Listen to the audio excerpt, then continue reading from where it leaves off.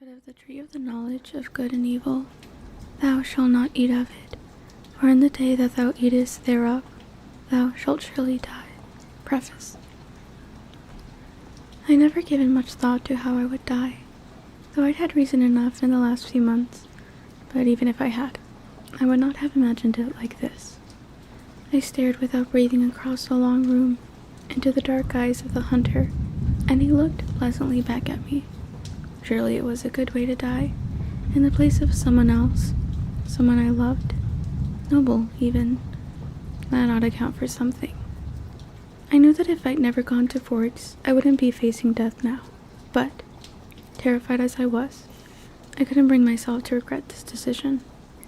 When life offers you a dream so far beyond any of your expectations, it's not reasonable to grieve when it comes to an end. The hunter smiled in a friendly way as he sauntered forward to kill me. Chapter 1. First Sight.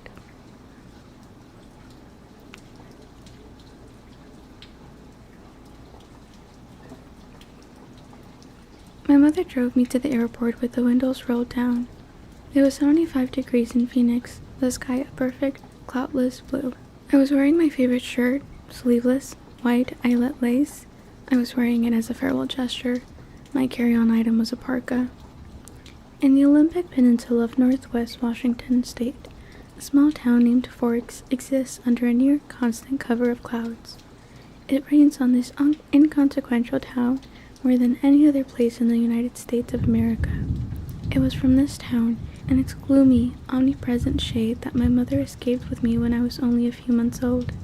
It was in this town that I'd been compelled to spend a month every summer until I was 14.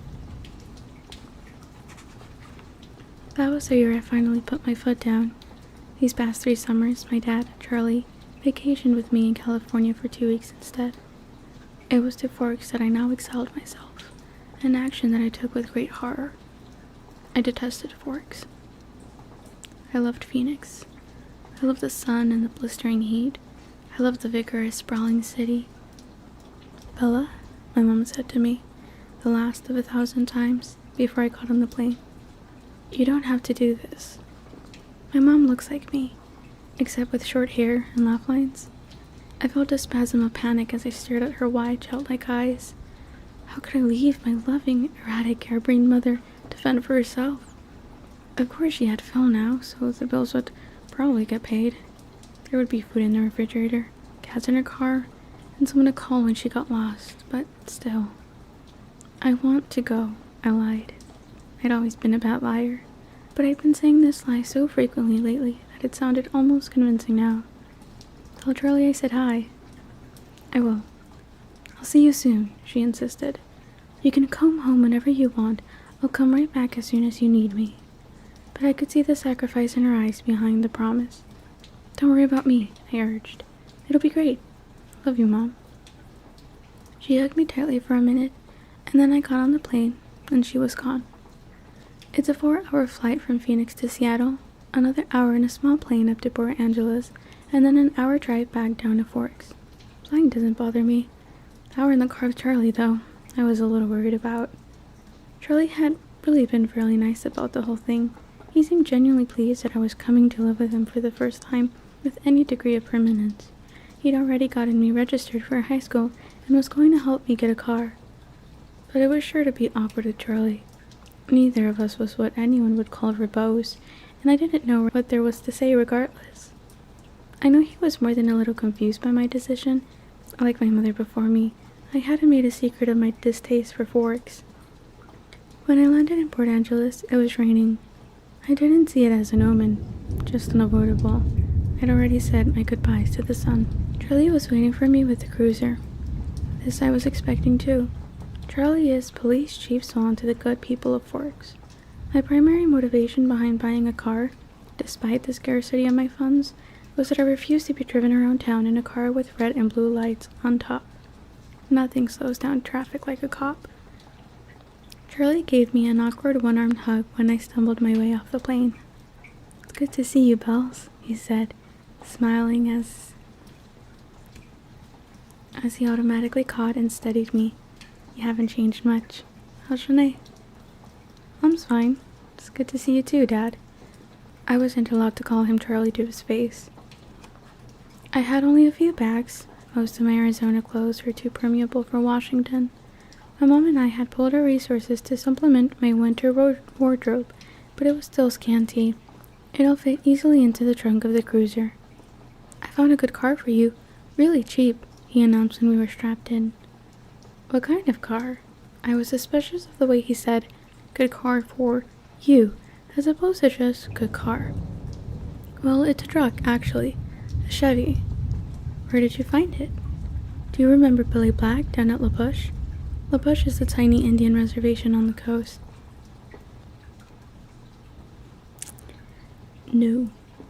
He used to go fishing with us during the summer, Charlie prompted.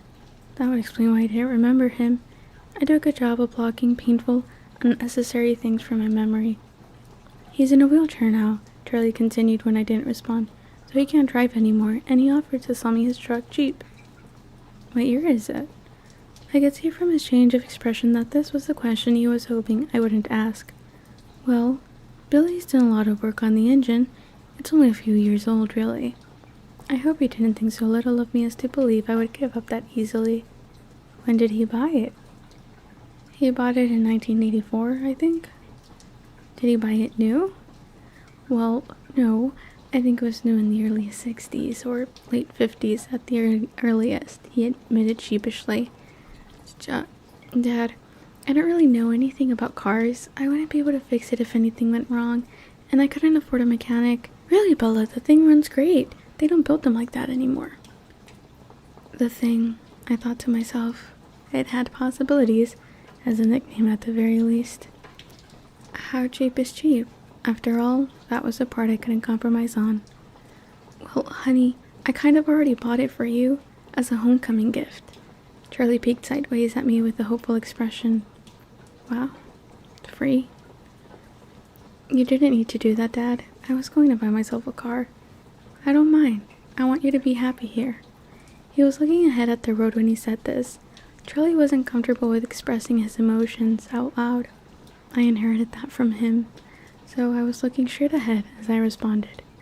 That's really nice, Dad. Thanks. I really appreciate it. No need to add that my being happy in Forks is an impossibility. He didn't need to suffer along with me, and I never looked a free truck in the mouth or engine. Well, now you're welcome, he mumbled, embarrassed by my thanks. We exchanged a few more comments on the weather, which was wet, and that was pretty much it for conversation. We stared out the windows in silence. It was beautiful, of course. Couldn't deny that. Everything was green. The trees, their trunks covered with moss, their branches hanging with a canopy of it, the ground covered with ferns. Even the air filtered down greenly through the leaves. It was too green. An alien planet. Eventually we made it to Charlie's. He still lived in the small 2-bedroom house that he had bought with my mother in the early days of their marriage. Those were the only kind of days their marriage had. The early ones. There, parked on the street in front of the house that never changed, was my new to me, truck. It was a faded red color with big, rounded fenders and a bulbous cab. To my intense surprise, I loved it. I didn't know if it would run, but I could see myself in it. Plus, it was one of those solid iron affairs that never gets damaged. The kind you see at the scene of an accident. Paint unscratched, surrounded by the pieces of the foreign car it had destroyed. Wow, Dad, I love it. Thanks. Now my horrific day tomorrow would be just that much less dreadful. I wouldn't be faced with the choice of either walking 2 miles in the rain to school or accepting a ride in the Chief's cruiser. I'm glad you like it, Charlie said gruffly, embarrassed again. It took only one trip to get all my stuff upstairs. I got the west bedroom that faced out over the front yard. The room was familiar. It had belonged to me since I was born. I really envy Charlie, like you don't understand. I think he has except for the heartache, I think he's probably one of the most peaceful human beings to live. Especially in a book. Imagínate, he's just chilling at home by himself in rainy Forks with a nice steady job, He He watches his games on the TV and goes to fish with his friends. Like, bro. The room was familiar. It had belonged to me since I was born. The wooden floor, the light blue walls, the peaked ceiling, the yellowed lace curtains around the window. These were all a part of my childhood. The only changes Charlie had ever made were switching the crib for a bed and adding a desk as I grew. The desk now held a second-hand computer with a phone line for the modem stapled along the floor to the nearest phone jack. This was a stipulation from my mother, so that we could stay in touch easily. The rocking chair from my baby days was still in the corner. There was only one small bathroom at the top of the stairs, which I would have to share with Charlie. I was trying not to dwell too much on that fact. One of the best things about Charlie is he doesn't hover. He left me alone to unpack and get settled, a feat that would have been altogether impossible for my mother. It was nice to be alone, not to have to smile and look pleased. A relief to stare dejectedly out the window at the shooting rain, just let a few tears escape. I wasn't in the mood to go on a real crying jack. I would save that for bedtime, when I would have to think about the coming morning. Forks High School had a frightening total of only 58 students. There were more than 700 people in my junior class alone back home. All of the kids here had grown up together. Their grandparents had been toddlers together. I would be the new girl from the big city, a curiosity, a freak. Maybe if I looked like a girl from Phoenix should, I could work this to my advantage, but physically, I never fit in anywhere. I should be tan, sporty, blonde, a volleyball player, or cheerleader perhaps, all the things that go with living in the Valley of the Sun. Instead, I was ivory-skinned, without even the excuse of blue eyes or red hair, despite the constant sunshine. I had always been slender, but soft somehow, obviously not an athlete. I didn't have the necessary hand-eye coordination to play sports without humiliating myself and harming both myself and anyone else who stood too close. When I finished putting my clothes in the old pine dresser, I took my bag of bathroom necessities and went to the communal bathroom to clean myself up after the day of travel. I looked at my face in the mirror as I brushed through my tangled damp hair. Maybe it was the light, but already I looked sour, unhealthy. My skin could be pretty. It was very clear, almost translucent looking, but it all depended on color. I had no color here. ¿Te presta? I didn't relate well to people my age. Maybe the truth was that I didn't relate well to people, period. Even my mother, who I was closer to than anyone else on the planet, was never in harmony with me, never on exactly the same page. Sometimes I wondered if I was seeing the same things through my eyes that the rest of the world was seeing through theirs. Maybe there was a glitch in my brain. But the cause didn't matter. All that mattered was the effect. Tomorrow would be just the beginning. I didn't sleep all that night, even after I was done crying. The constant whooshing of the rain and wind across the roof wouldn't fade into the background. I pulled the faded old quilt over my head and later added the pillow too, but I couldn't fall asleep until after midnight when the rain finally settled and acquired a drizzle. Thick fog was all I could see out my window in the morning, and I could feel the claustrophobia creeping up on me. You could never see the sky here. It was like a cage. Breakfast with Charlie was a quiet event. He wished me good luck at school. I thanked him, knowing his hope was wasted. Good luck tended to avoid me. Charlie left first, off to the police station that was his wife and family. After he left, I sat at the old square oak table in one of the 3 unmatching chairs and examined his small kitchen with its dark paneled walls, bright yellow cabinets, and white linoleum floor. Nothing was changed. My mother had painted the cabinets 18 years ago in an attempt to bring some sunshine into the house.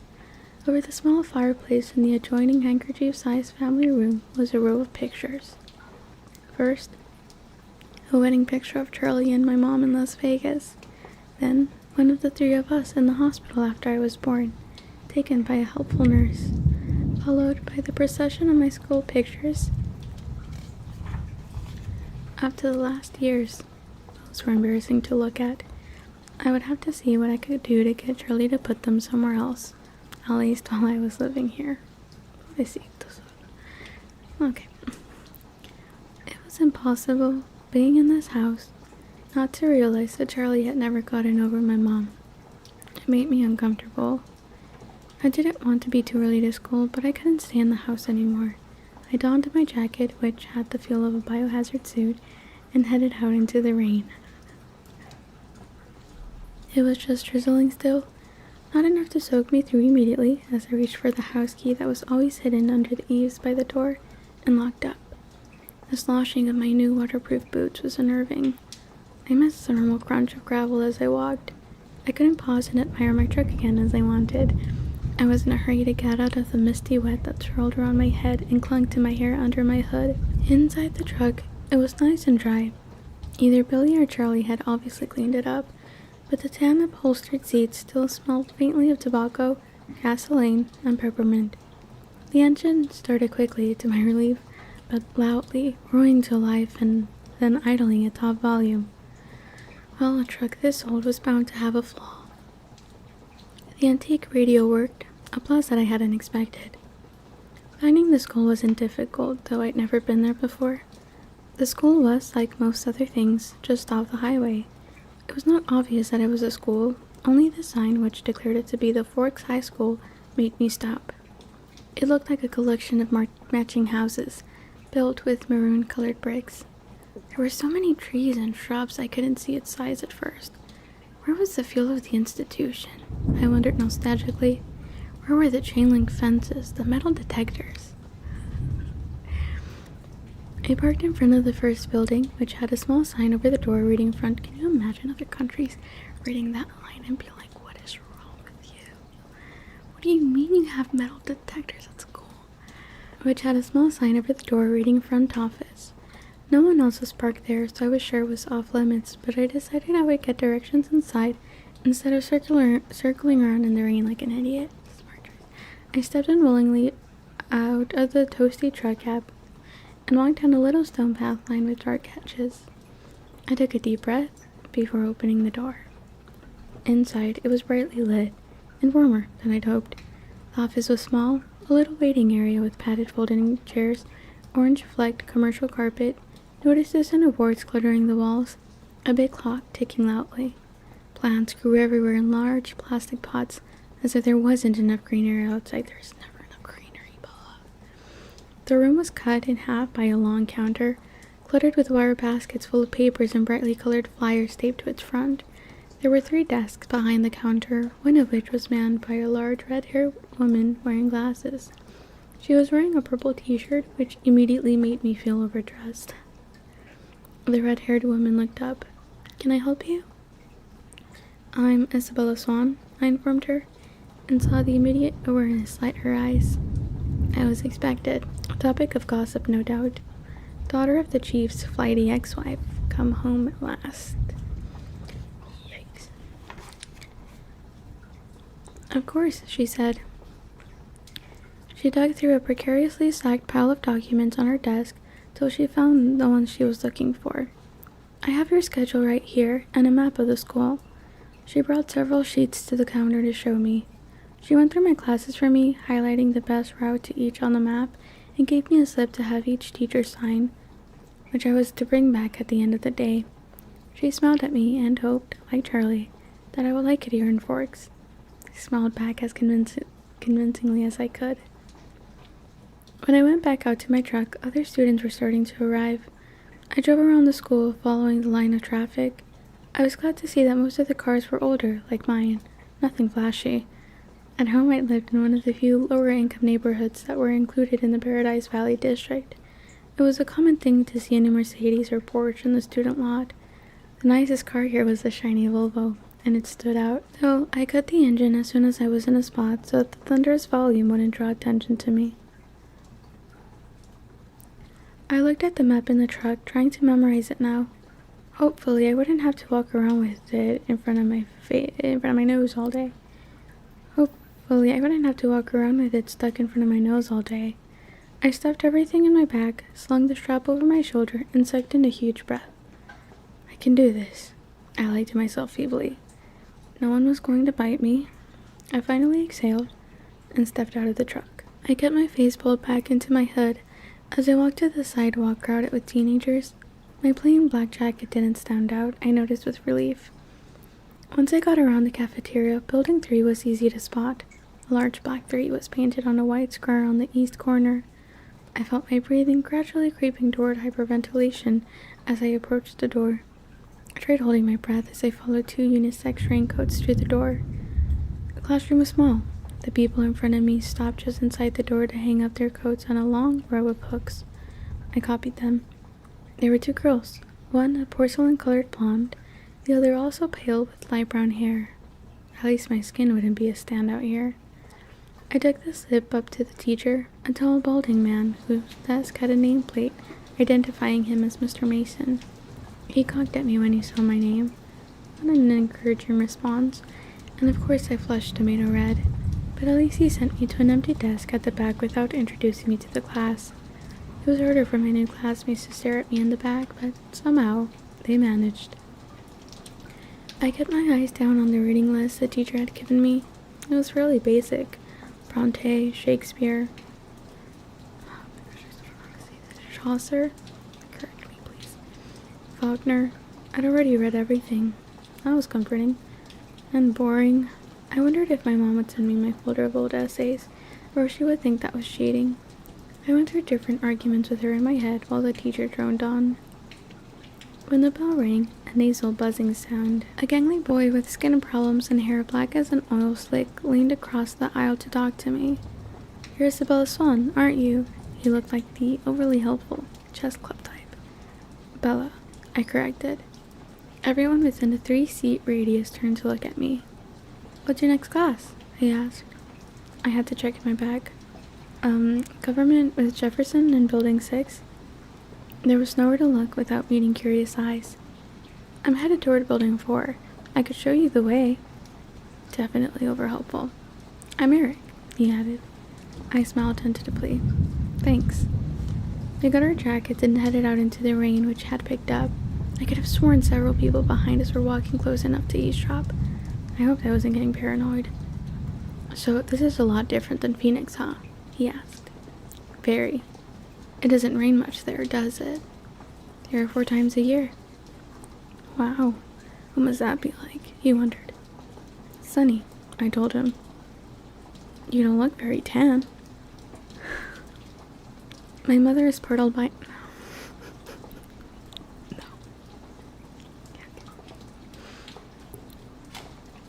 He studied my face apprehensively, and I sighed. It looked like clouds and a sense of humor didn't mix. A few months of this, and I forget how to use sarcasm. That's such a bad joke. We walked back around the cafeteria to the south buildings by the gym. Eric walked me right to the door, though it was clearly marked. "Well, good luck," he said as I touched the handle. "Maybe we'll have some other classes together." He sounded hopeful. "So sorry about my cat." I smiled at him vaguely and went inside. The rest of the morning passed in about the same fashion. My trigonometry teacher, Mr. Werner, who I would have hated anyway just because of the subject he taught, was the only one who made me stand in front of the class and introduce myself. I stammered, blushed, and tripped over my own boots on the way to my seat. After 2 classes, I started to recognize several of the faces in each class. There was always someone braver than the others who would introduce themselves and ask me questions about how I was liking forks. I tried to be diplomatic, but mostly I just lied a lot. At least I never needed the map. One girl sat next to me in both trig and Spanish, and she walked with me to the cafeteria for lunch. She was tiny, several inches shorter than my 5 foot 4 inches, but her wildly curly dark hair made up a lot of the difference between our heights. I couldn't remember her name, so I smiled and nodded as she prattled about teachers and classes. I didn't try to keep up. We sat at the end of a full table with several of her friends who she introduced to me. I forgot all their names as soon as she spoke them. I do that too. It's annoying. They seemed impressed by her bravery in speaking to me, The boy from English, Eric, waved at me from across the room. He was there, sitting in the lunchroom, trying to make conversation with 7 curious strangers that I first saw them. They were sitting in the corner of the cafeteria, as far away from where I sat as possible in the long room. There were 5 of them. They weren't talking and they weren't eating, though they each had a tray of untouched food in front of them. They weren't gawking at me, unlike most of the other students, so it was safe to stare at them without fear of meeting an excessively interested pair of eyes. But it was none of these things that caught and held my attention. They didn't look anything alike. Of the 3 boys, one was big, muscled like a serious weightlifter, with dark curly hair. Another was taller, leaner, but still muscular and honey blonde. The last was lanky, less bulky, with untidy bronze-colored hair. He was more boyish than the others, who looked like they could be in college or even teachers here rather than students. The girls were opposites. The tall one was statuesque. She had a beautiful figure, the kind you saw on the cover of the Sports Illustrated swimsuit issue, the kind that made every girl around her take a hit on her self-esteem just by being in the same room. Her hair was golden, gently waving to the middle of her back. The short girl was pixie-like, thin in the extreme with small features. Her hair was a deep black, cropped short and pointing in every direction, and yet they were all exactly alike. Every one of them was chalky pale, the palest of all the students living in this sunless town, paler than me, the albino. They all had very dark eyes despite their range in hair tones. They also had dark shadows under those eyes, purplish, bruise-like shadows, as if they were all suffering from a sleepless night or almost done recovering from a broken nose. Though their noses, all their features were straight, perfect, angular. But all this is not why I couldn't look away. I stared because her faces, so different, so similar, were all devastatingly, inhumanly beautiful. They were faces you never expected to see except perhaps on the airbrushed pages of a fashion magazine, or painted by an old master as the face of an angel. It was hard to decide who was the most beautiful. Maybe the perfect blonde girl, or the bronze-haired boy. They were all looking away from each other, away from the other students, away from anything in particular as far as I could tell. As I watched, the small girl rose with her tray, unopened soda, unbitten apple, and walked away with the quick, graceful lope that belonged on a runway. I watched, amazed at her lithe dancer step, till she dumped her tray and glided through the back door, faster than I would have thought possible. My eyes darted back to the others who sat unchanging. Who were they? I asked a girl from my Spanish class whose name I'd forgotten. As she looked up to see who I meant, though already knowing probably from my tone. Suddenly, he looked at her, the thinner one, the boyish one, the youngest perhaps. He looked at my neighbor for just a fraction of a second, and then his dark eyes flickered to mine. He looked away quickly, more quickly than I could, though in a flush of embarrassment I dropped my eyes at once. In that brief flash of a glance, his face held nothing of interest. It was as if she had called his name, and he looked up in involuntary response, already having decided not to answer. My neighbor giggled in embarrassment, looking at the table like I did. That's Edward and Emmett Cullen, and Rosalie and Jasper Hale. The one who left was Alice Cullen. They all lived together with Dr. Cullen and his wife. She said this under her breath. I glanced sideways at the beautiful boy who was looking at his tray now, picking a bagel to pieces with long, pale fingers. His mouth was moving very quickly, his perfect lips barely opening. The other 3 still looked away, and yet I felt he was speaking quietly to them. Strange, unpopular names, I thought. The kinds of names grandparents had. But maybe that was in vogue here? Small-town names? I finally remembered that my neighbor was called Jessica. Perfectly common name. There were 2 girls named Jessica in my history class back home. They are very nice looking. I struggled with the conspicuous understatement. Yes, Jessica agreed with another giggle. They're all together, though. Emmett and Rosalie and Jasper and Alice, and they lived together. Her voice held all the shock and condemnation of the small town. I thought critically, but if I was being honest, I had to admit that even in Phoenix, it would cause gossip. Which ones are the Cullens? I asked. They don't look related. Oh, they're not. Dr. Cullen is really young, in his 20s or early 30s. They're all adopted. The Hales are brother and sister, twins, the Blondes, and their foster children. They look a little old for foster children. They are now. Jasper and Rosalie are both 18, but they've been with Mrs. Cullen since they were 8. She's their aunt or something like that. That's really kind of nice for them to take care of all those kids like that when they're so young and everything. I guess so, Jessica admitted reluctantly, and I got the impression that she didn't like the doctor and his wife for some reason. For the glances she was throwing at their adopted children, I would presume the reason was jealousy. I think that Mrs. Cullen can't have any kids, though, she added as if that lessened their kindness. Throughout all this conversation, my eyes flickered again and again to the table where the strange family sat. They continued to look at the walls and not eat. Have they always lived in Forks? I asked. Surely I would have noticed them on one of my summers here. No, she said in a voice that implied it should be obvious, even to a new arrival like me. They just moved down 2 years ago from somewhere in Alaska. I felt a surge of pity and relief. Pity because, as beautiful as they were outsiders, clearly not accepted. Relief that I wasn't the only newcomer here, and certainly not the most interesting by any standard.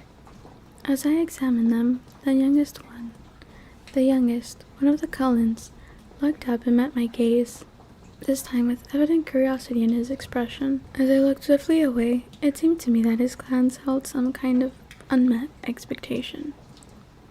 Which one is the boy with the reddish brown hair? I asked.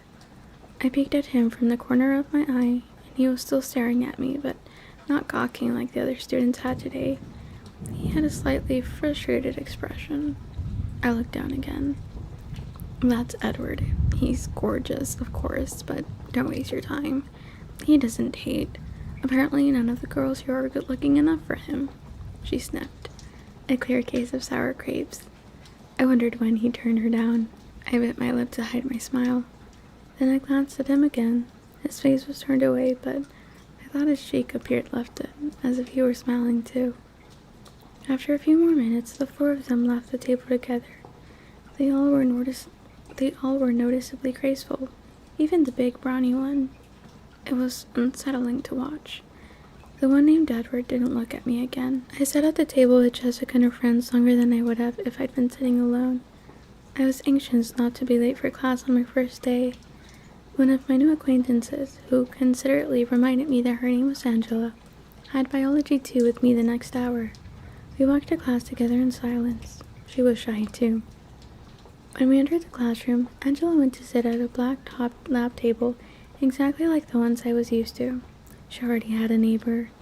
In fact, all the tables were filled but one. Next to the center aisle, I recognized Edward Cullen by his unusual hair, sitting next to that single open seat. As I walked down the aisle to introduce myself to the teacher and get my slip signed, I was watching him surreptitiously. Just as I passed, he suddenly went rigid in his seat. He stared at me again, meeting my eyes with the strangest expression on his face. It was hostile, furious. I looked away quickly, shocked, going red again. I stumbled over a book in the walkway and had to catch myself on the edge of a table. The girl sitting there giggled. I noticed that his eyes were black. Coal black. Mr. Banner signed my slip and handed me a book with no nonsense about introductions. I could tell that we were going to get along. Of course, he had no choice but to send me to the one open seat in the middle of the room. I kept my eyes down as I went to sit by him, bewildered by the antagonistic stare he'd given me. I didn't look up as I set my book on the table and took my seat, but I saw his posture change from the corner of my eye. He was leaning away from me, sitting on the extreme edge of his chair and averting his face like he smelled something bad. Inconspicuously, I sniffed my hair. It smelled like strawberries, the scent of my favorite shampoo. It seemed an innocent enough odor. I let my hair fall over my right shoulder, making a dark curtain between us, and tried to pay attention to the teacher. Unfortunately, the lecture was on cellular anatomy, something I'd already studied. I took notes carefully anyway, always looking down. I couldn't stop myself from peeking occasionally through the screen of my hair at the strange boy next to me. During the whole class, he never relaxed his stiff position on the edge of his chair, sitting as far from me as possible. I could see his hand on his left leg was clenched into a fist, tendons standing out under his pale skin. This too he never relaxed. He had the long sleeves of his white shirt pushed up to his elbows, and his forearm was surprisingly hard and muscular beneath his light skin. He wasn't nearly as light as he'd looked next to his burly brother. The class seemed to drag on longer than the others. Was it because the day was finally coming to a close? Or because I was waiting for his tight fist to loosen? It never did. He continued to sit so still, it looked like he wasn't breathing. What was wrong with him? Was this his normal behavior? I questioned my judgment on Jessica's bitterness at lunch today. Maybe she was not as resentful as I thought. They couldn't have anything to do with me. He didn't know me from Eve. I peeked up at him one more time and regretted it. He was glaring down at me again, his black eyes full of revulsion. As I flinched away from him, shrinking against my chair, the phrase, "If looks could kill," suddenly ran through my mind.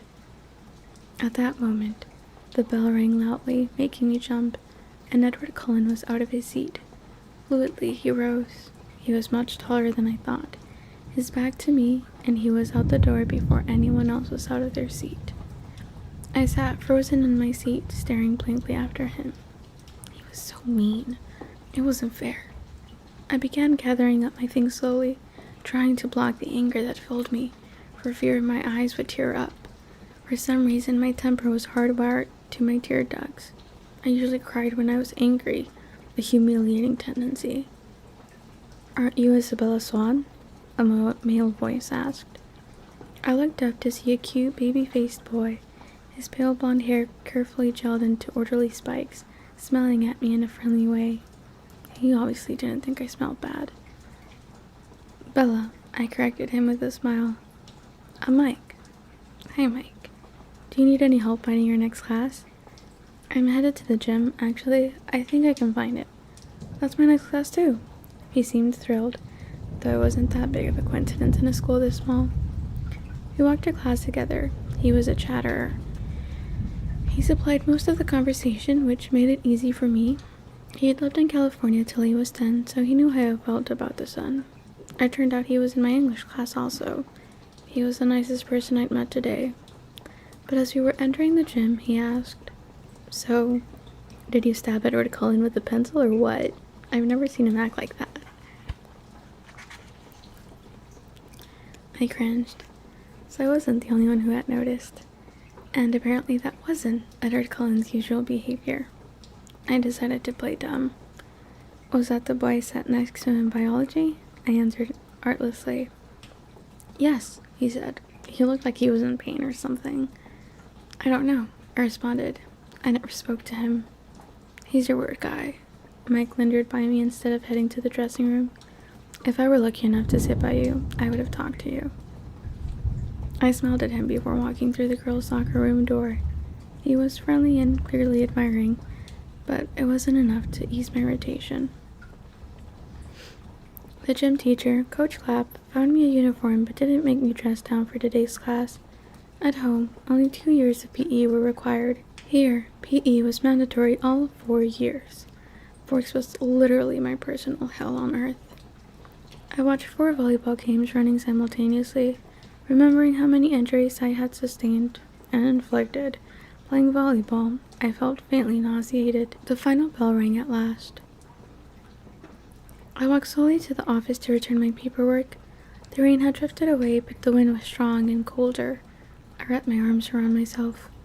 When I walked into the warm office, I almost turned around and walked back out. Edward Cullen stood at the desk in front of me. I recognized again that tousled bronze hair. Edward Cullen stood at the desk in front of me. I recognized again that tousled bronze hair. I keep calling this brown. He didn't appear to notice the sound of my entrance. I stood pressed against the back wall, waiting for the receptionist to be free. He was arguing with her in a low, attractive voice. I quickly picked up the gist of the argument. He was trying to trade from 6-hour biology to another time. Any other time. I just couldn't believe that this was about me. It had to be something else, something that happened before I entered the biology room. The look on his face must have been about another aggravation entirely. It was impossible that this stranger could take such a sudden, intense dislike to me. The door opened again, and the cold wind suddenly gusted through the room, rustling the papers on the desk, swirling my hair around my face. The girl who came in merely stepped to the desk, placed a note in the wire basket, and walked out again. But Edward Cullen's back stiffened, and he turned slowly to glare at me. His face was absurdly handsome, with piercing, hate-filled eyes. For an instant, I felt a thrill of genuine fear raising the hair on my arms. The look only lasted a second, but it chilled me more than the freezing wind. He turned back to the receptionist. "Never mind, then," he said hastily in a voice like velvet. "I can see that it's impossible. Thank you so much for your help." And he turned on his heel without another look at me and disappeared out the door. I went meekly to the desk, my face white for once instead of red, and handed her the signed slip. "How did your first day go, dear?" the receptionist asked maternally. "Fine," I lied, my voice weak. She didn't look convinced. When I got to the truck, it was almost the last car in the lot. It seemed like a haven, already the closest thing to home I had in this damp green hole. I sat inside for a while, staring out the windshield blankly. But soon I was cold enough to need the heater, so I turned the key and the engine roared to life. I headed back to Charlie's house, fighting tears the whole way there. Chapter 2. Open Book. The next day was better, and worse. It was better because it wasn't raining yet. Though the clouds were dense and opaque, it was easier because I knew what to expect of my day. Maya came to sit by me in English and walked me to my next class with chess club Eric glaring at him all the while. That was flattering. People didn't look at me quite as much as they had yesterday. I sat with a big group at lunch that included Mike, Eric, Jessica, and several other people whose names and faces I now remembered. I began to feel like I was treading water instead of drowning in it. It was worse because I was tired. I still couldn't sleep with the wind echoing around the house. It was worse because Mr. Warner called on me in trig when my hand wasn't raised and I had the wrong answer. It was miserable because I had to play volleyball, and the one time I didn't cringe out of the way of the ball, I hit my teammate in the head with it. And it was worse because Edward Cullen wasn't in school at all. All morning I was dreading lunch, fearing his bizarre glares. Part of me wanted to confront him and demand to know what his problem was. While I was lying sleepless in my bed, I even imagined what I would say. But I knew myself too well to think I would really have the guts to do it. I made the cowardly lion look like the Terminator. But when I walked into the cafeteria with Jessica, trying to keep my eyes from sweeping the place for him and failing entirely, I saw that his 4 siblings of sorts were sitting together at the same table, and he was not with them. Mike intercepted us and steered us to his table. Jessica seemed delighted by the attention, and her friends quickly joined us. But as I tried to listen to their easy chatter, I was terribly uncomfortable, waiting nervously for the moment he would arrive. I hoped that he would simply ignore me when he came and prove my suspicions false. He didn't come, and as time passed, I grew more and more tense. I walked to biology with more confidence when, by the end of lunch, he still hadn't showed. Mike, who was taking on the qualities of a golden retriever, walked faithfully by my side to class. I held my breath at the door, but Edward Cullen wasn't there either. I exhaled and went to my seat. Mike followed, talking about an upcoming trip to the beach. He lingered by my desk till the bell rang. He lingered by my desk till the bell rang. Then he smiled at me wistfully and went to sit by a girl with braces and a bad perm. It looked like I was going to have to do something about Mike, and it wouldn't be easy. In a town like this, where everyone lived on top of everyone else, diplomacy was essential. I had never been enormously tactful. I had no practice dealing with overly frowning boys. I was relieved that I had the desk to myself, that Edward was absent. I told myself that repeatedly, but I couldn't get rid of the nagging suspicion that I was the reason he wasn't there. It was ridiculous and egotistical to think that I could affect anyone that strongly. It was impossible. And yet I couldn't stop worrying that it was true. When the school day was finally done and the blush was fading out of my cheeks from the volleyball incident, I changed quickly back into my jeans and navy blue sweater. I hurried from the girls' locker room, pleased to find that I had successfully evaded my retriever friend for the moment. I walked swiftly out to the parking lot. It was crowded now with fleeing students. I got in my truck and dug through my bag to make sure I had what I needed. Last night, I discovered that Charlie couldn't cook much besides fried eggs and bacon, so I requested that I be assigned kitchen detail for the duration of my stay. He was willing enough to hand over the keys to the banquet hall. I also found out that he had no food in the house, so I had my shopping list and the cash from the jar in the cupboard labeled food money, and I was on my way to the thriftway. I gunned my deafening engine to life, ignoring the heads that turned in my direction, and backed carefully into a place in the line of cars that were waiting to exit the parking lot. As I waited, trying to pretend that the ear-splitting rumble was coming from someone else's car, I saw the two Cullens and the Hale twins getting into their car. It was a new shiny Volvo. Of course, I hadn't noticed their clothes before. I'd been too mesmerized by their faces. Now that I looked, it was obvious that they were all dressed exceptionally well, simply, but in clothes that subtly hinted at designer origins. With their remarkable good looks, the style with which they carried themselves, they could have worn dish rags and pulled it off. It seemed excessive for them to have both looks and money, but as far as I could tell, life worked that way most of the time. It didn't look as if it brought them any acceptance here. No, I didn't believe that. The isolation must be their desire. I couldn't imagine any door that wouldn't be opened by that degree of beauty. They looked at my noisy truck as I passed them. Just like everyone else, I kept my eyes straight forward and was relieved when I finally was free of the school grounds. The thriftway was not far from the school, just a few streets south off the highway. It was nice to be inside the supermarket. I felt normal. I did the shopping at home, and I fell into the pattern of the familiar task gladly. The store was big enough inside that I couldn't hear the tapping of the rain on the roof to remind me where I was. When I got home, I unloaded all the groceries, stuffing them in wherever I could find an open space. I hoped Charlie wouldn't mind. I wrapped potatoes in foil and stuck them in the oven to bake, covered a steak in marinade, and balanced it on top of a carton of eggs in the fridge. When I was finished with that, I took my book bag upstairs. Before starting my homework, I changed into a pair of dry sweats, pulling my damp hair up into a ponytail, and checked my email for the first time. I had 3 messages. Bella, my mom wrote, "Write me as soon as you get in. Tell me how your flight was. Is it raining? I miss you already. I'm almost finished packing for Florida, but I can't find my pink blouse. Do you know where I put it? Phil says hi. Mom." I sighed and went to the next. It was done 8 hours after the first. "Bella," she wrote, "why haven't you emailed me yet? What are you waiting for? Mom." The last was from this morning. "Isabella, if I haven't heard from you by 5:30 p.m. today, I'm calling Charlie." I checked the clock. I still had an hour, but my mom was well known for jumping the gun. "Mom, calm down. I'm writing right now. Don't do anything rash. Bella." I sent that and began again. "Mom, everything is great. Of course it's raining. I was waiting for something to write about. School isn't bad, just a little repetitive. I met some nice kids who sit by me at lunch. Her blouse is at the dry cleaners. You were supposed to pick it up Friday. Charlie bought me a truck. Can you believe it?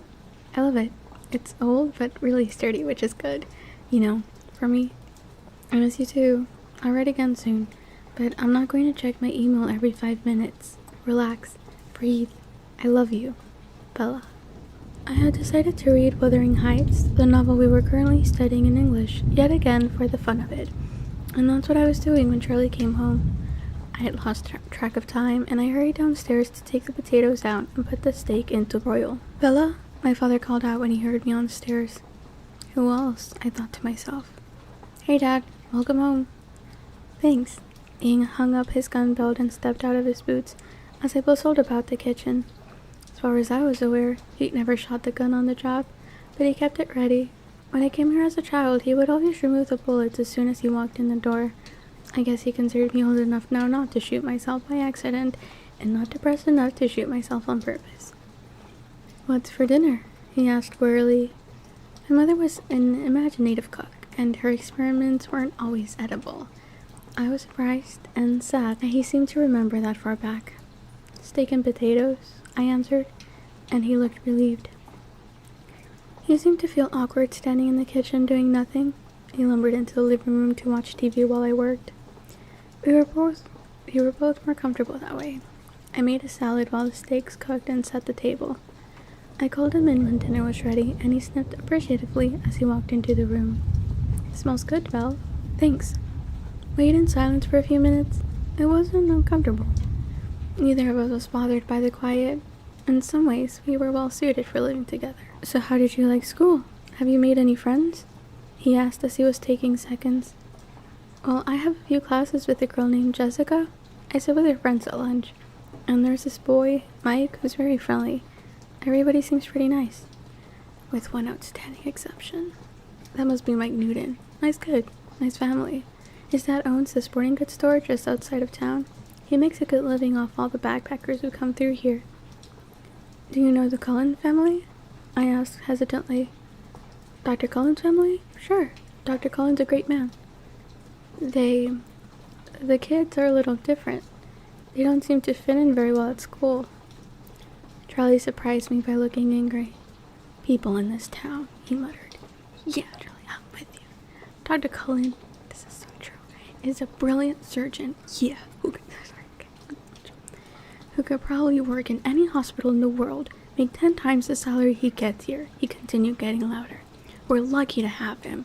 Lucky that his wife wanted to live in a small town. He's an asset to the community, and all of those kids are well behaved and polite. I had my doubts when they first moved in with all those adopted teenagers. I thought we might have some problems with them, but they're all very mature. I haven't had one speck of trouble from any of them. That's more than I can say for the children of some folks who have lived in this town for generations. And they stick together the way a family should. Camping trips every other weekend. Just because you're newcomers, people have to talk."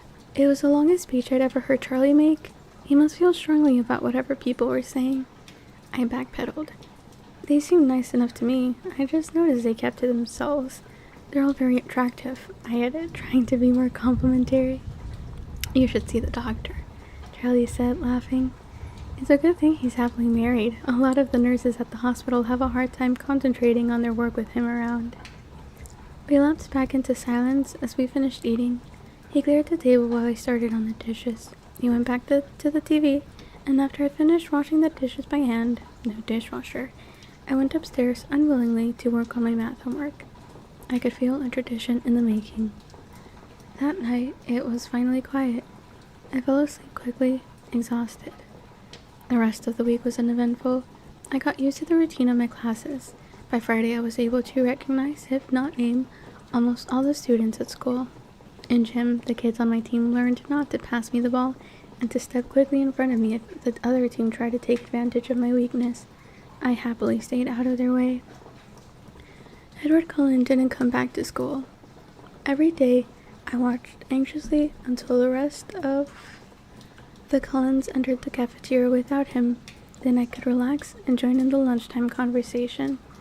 Mostly it centered around a trip to the La Push Ocean Park in 2 weeks that Mike was putting together. I was invited, and I had agreed to go, more out of politeness and desire. Beaches should be hot and dry. By Friday, I was perfectly comfortable entering my biology class, no longer worried that Edward would be there. For all I knew, he had dropped out of school. I tried not to think about him, but I couldn't totally suppress the worry that I was responsible for his continued absence, ridiculous as it seemed. My first weekend in Forks passed without incident. Charlie, unused to spending time in the usually empty house, worked most of the weekend. I cleaned the house, got ahead on my homework, and wrote my mom more bogusly cheerful email. I did drive to the library Saturday, but it was so poorly stocked that I didn't bother to get a card. I would have to make a date to visit Olympia or Seattle soon and find a good bookstore. I wondered idly what kind of gas mileage the truck got and shuddered at the thought. The rain stayed soft over the weekend, quiet, so I was able to sleep well. People greeted me in the parking lot Monday morning. I didn't know all their names, but I waved back and smiled at everyone. It was colder this morning, but happily, not raining. In English, Mike took his accustomed seat by my side. We had a pub quiz on Wuthering Heights. It was straightforward, very easy. All in all, I was feeling a lot more comfortable than I had thought I would feel by this point. More comfortable than I had ever expected to feel here. When we walked out of class, the air was full of swirling bits of white. I could hear people shouting excitedly to each other. The wind bit at my cheeks, my nose. "Wow," Mike said. "It's snowing." I looked at the little cotton fluffs that were building up along the sidewalk and swirling erratically past my face. "Ew, snow." There went my good day. He looked surprised. "Don't you like snow?" "No. That means it's too cold for rain." "Obviously. Besides, I thought it was supposed to come down in flakes, you know, each one unique and all that. These just look like the ends of Q-tips." "Haven't you ever seen snow fall before?" he asked, incredulously. "Sure I have." I paused. "On TV." Mike laughed. And then a big, squishy ball of dripping snow smacked into the back of his head. We both turned to see where it came from. I had my suspicions about Eric, who was walking away, his back toward us, in the wrong direction for his next class. Mike apparently had the same notion. He bent over and began scraping together a pile of the white mush. "See you at lunch, okay?" I kept walking as I spoke. Once people start throwing wet stuff, I go inside. Agreed. He just nodded, his eyes on Eric's retreating figure. Throughout the morning, everyone chattered excitedly about the snow. Apparently, it was the first snowfall of the new year. I kept my mouth shut. Sure, it was drier than rain, until it melted in your socks. I walked alertly to the cafeteria with Jessica after Spanish. Mush balls were flying everywhere. I kept a binder in my hands, ready to use it as a shield if necessary. Jessica thought I was hilarious, but something in my expression kept her from lobbing a snowball at me herself. I caught up to us as we walked in the doors, laughing with ice melting the spice in his hair. He and Jessica were talking animatedly about the snow fight as we got in line to buy food. I glanced toward the table in the corner out of habit, and then I froze where I stood. There were 5 people at the table. Jessica pulled on my arm. "Hello? Bella, what do you want?" I looked down. My ears were hot. I had no reason to feel self-conscious. I reminded myself I hadn't done anything wrong. "What's with Bella?" I gasped Jessica. "Nothing," I answered. "I'll just get a soda today."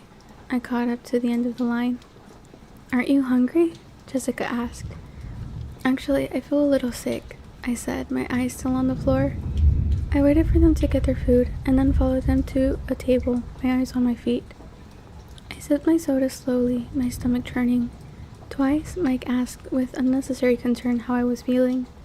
I told him it was nothing, but I was wondering if I should play it up and escape to the nurse's office for the next hour. Ridiculous. I shouldn't have to run away. I decided to permit myself one glance at the Cullen family's table. If he was glaring at me, I would skip biology, like the coward I was. I kept my head down and glanced up under my lashes. None of them were looking this way. I lifted my head a little. They were laughing. Edward, Jasper, and Emmett all had their hair entirely saturated with melting snow. Alice and Rosalie were leaning away as Emmett shook his dripping hair toward them. They were enjoying the snowy day, just like everyone else, only they looked more like a scene from a movie than the rest of us. But aside from the laughter and playfulness, there was something different, and I couldn't quite pinpoint what that difference was. I examined Edward the most carefully. His skin was less pale, I decided. Flushed from the snow fight, maybe? The circles under his eyes much less noticeable. But there was something more. I pondered, staring, trying to isolate the change. "Bella, what are you staring at?" Jessica intruded, her eyes following my stare. At that precise moment, his eyes flashed over to meet mine. I dropped my head, letting my hair fall to conceal my face. I was sure, though, in the instant our eyes met, that he didn't look harsh or unfriendly as he had the last time I'd seen him. He looked merely curious again, unsatisfied in some way. "Edward Cullen is staring at you," Jessica giggled in my ear. "He doesn't look angry, does he?" I couldn't help asking. "No," she said, sounding confused by my question. "Should he be?" "I don't think he likes me," I confided. I still felt queasy. I put my head down on my arm. "The Cullens don't like anybody. Well, they don't notice anybody enough to like them. But he's still staring at you." "Stop looking at him," I hissed. She snickered, but she looked away. I raised my head enough to make sure that she did, contemplating violence if she resisted. Mike interrupted us then. He was fighting an epic battle of the blizzard in the parking lot after school and wanted us to join. Jessica agreed enthusiastically. The way she looked at Mike left little doubt that she would be up for anything he suggested. I kept silent. I would have to hide in the gym until the parking lot cleared. For the rest of the lunch hour, I very carefully kept my eyes at my own table. I decided to honor the bargain I'd made with myself. Since he didn't look angry, I would go to biology. My stomach did frightened little flips at the thought of sitting next to him again. I didn't really want to walk to class with Mike as usual. He seemed to be a popular target for the snowball snipers. But when we went to the door, everyone besides me groaned in unison. It was raining, washing all traces of the snow away in clear, icy ribbons down the side of the walkway. I pulled my hood up, secretly pleased. I would be free to go straight home after gym. Hell yeah. Mike kept up a string of complaints on the way to Building 4. Once inside the classroom, I saw with relief that my table was still empty. Mr. Banner was walking around the room, distributing one microscope and box of slides to each table. Class didn't start for a few minutes, and the room buzzed with conversation. I kept my eyes away from the door, doodling idly on the cover of my notebook. I heard very clearly when the chair next to me moved, but my eyes stayed carefully focused on the pattern I was drawing. "Hello," said a quiet musical voice. I looked up, stunned that he was speaking to me. He was sitting as far away from me as the desk allowed, but his chair was angled toward me. His hair was dripping wet, disheveled. Even so, he looked like he just finished shooting a commercial for hair gel. His dazzling face was friendly, open, a slight smile on his flawless lips, but his eyes were careful. "My name is Edward Cullen," he continued. "I didn't have a chance to introduce myself last week. You must be Bella Swan." My mind was spinning with confusion. Had I made up the whole thing? He was perfectly polite now. I had to speak. He was waiting, but I couldn't think of anything conventional to say. "How do you know my name?" I stammered. He laughed, a soft, enchanting laugh. "Oh, I think everyone knows your name. The whole town's been waiting for you to arrive." I grimaced. I knew it was something like that. "No," I persisted stupidly. "I meant, why did you call me Bella?" He seemed confused. "Do you prefer Isabella?" "No, I like Bella," I said.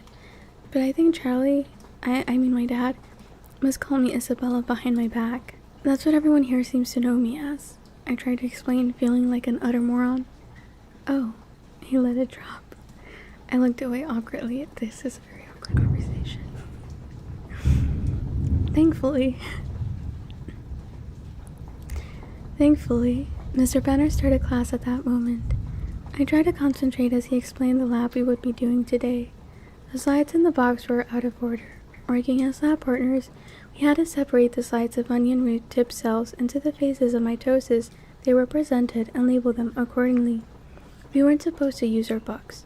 In 20 minutes, he would be coming around to see who had it right. "Get started," he commanded. "Ladies first, partner?" Edward asked.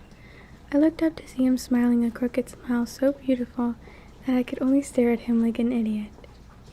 "Or I could start, if you wish." The smile faded. He was obviously wondering if I was mentally competent. "No," I said, flushing. "I'll go ahead." I was showing off. Just a little? I'd already done this lab and I knew what I was looking for. It should be easy. I snapped the first slide into place under the microscope and adjusted it quickly to the 40x objective. I studied the slide briefly. My assessment was confident. Prophase. Do you mind if I look? He asked as I began to remove the slide. His hand caught mine to stop me as he asked.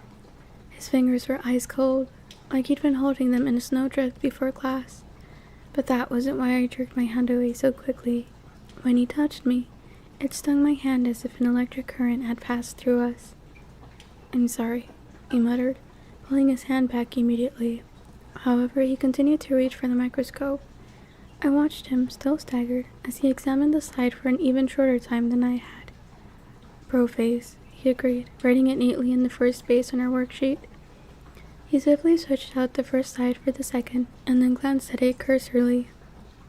Anaphase, he murmured, writing it down as he spoke. I kept my voice indifferent. May I? He smirked and pushed the microscope to me. I looked through the eyepiece eagerly, only to be disappointed. Dang it, he was right. Slide 3. I held out my hand without looking at him. He handed it to me. It seemed like he was being careful not to touch my skin again. I took the most fleeting look I could manage. Interface. I passed him the microscope before he could ask for it. He took a swift peek and then wrote it down. I would have written it while he looked, but his clear, elegant script intimidated me. I didn't want to spoil the page with my clumsy scrawl. We were finished before anyone else was close. I could see Mike and his partner comparing two slides again and again, and another group had their book open under the table. Accurate. Which left me with nothing to do but try not to look at him. Unsuccessfully. I glanced up and he was staring at me, that same inexplicable look of frustration in his eyes. Suddenly, I identified that subtle difference in his face. Did you get contacts? I blurted out unthinkingly. He seemed puzzled by my unexpected question. No? Oh, I mumbled. I thought there was something different about your eyes. He shrugged and looked away. In fact, I was sure there was something different. I vividly remembered the flat, black color of his eyes the last time he'd glared at me. The color was striking against the background of his pale skin and his auburn hair. Today, his eyes were a completely different color. A strange ochre, darker than butterscotch, but with the same golden tone. I didn't understand how that could be, unless he was lying for some reason about the contacts. Or maybe Forks was making me crazy in the literal sense of the word. I looked down. His hands were clenched into hard fists again. Mr. Banner came to our table then, to see why we weren't working. He looked over our shoulders to glance at the completed lab, and then stared more intently to check the answers. So, Edward, didn't you think Isabella should get a chance with the microscope? Mr. Banner asked. Bella, Edward corrected automatically. Actually, she identified 3 of the 5. Mr. Banner looked at me now. His expression was skeptical. Have you done this lab before? He asked. I smiled sheepishly. Not with onion root, whitefish blastula? Yeah. Mr. Banner nodded. Were you in an advanced placement program in Phoenix? Yes. Well, he said after a moment, I guess it's good you two are lab partners. He mumbled something else as he walked away. After he left, I began doodling on my notebook again. It's too bad about the snow, isn't it? Edward asked. I had the feeling that he was forcing himself to make small talk with me. Paranoia swept over me again. It was like he had heard my conversation with Jessica Lynch and was trying to prove me wrong. Not really, I answered honestly, instead of pretending to be normal like everyone else. I was still trying to dislodge the stupid feeling of suspicion, and I couldn't concentrate.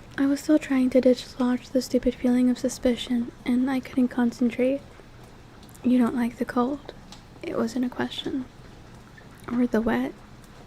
Forks must be a difficult place for you to live, he mused. You have no idea, I muttered darkly.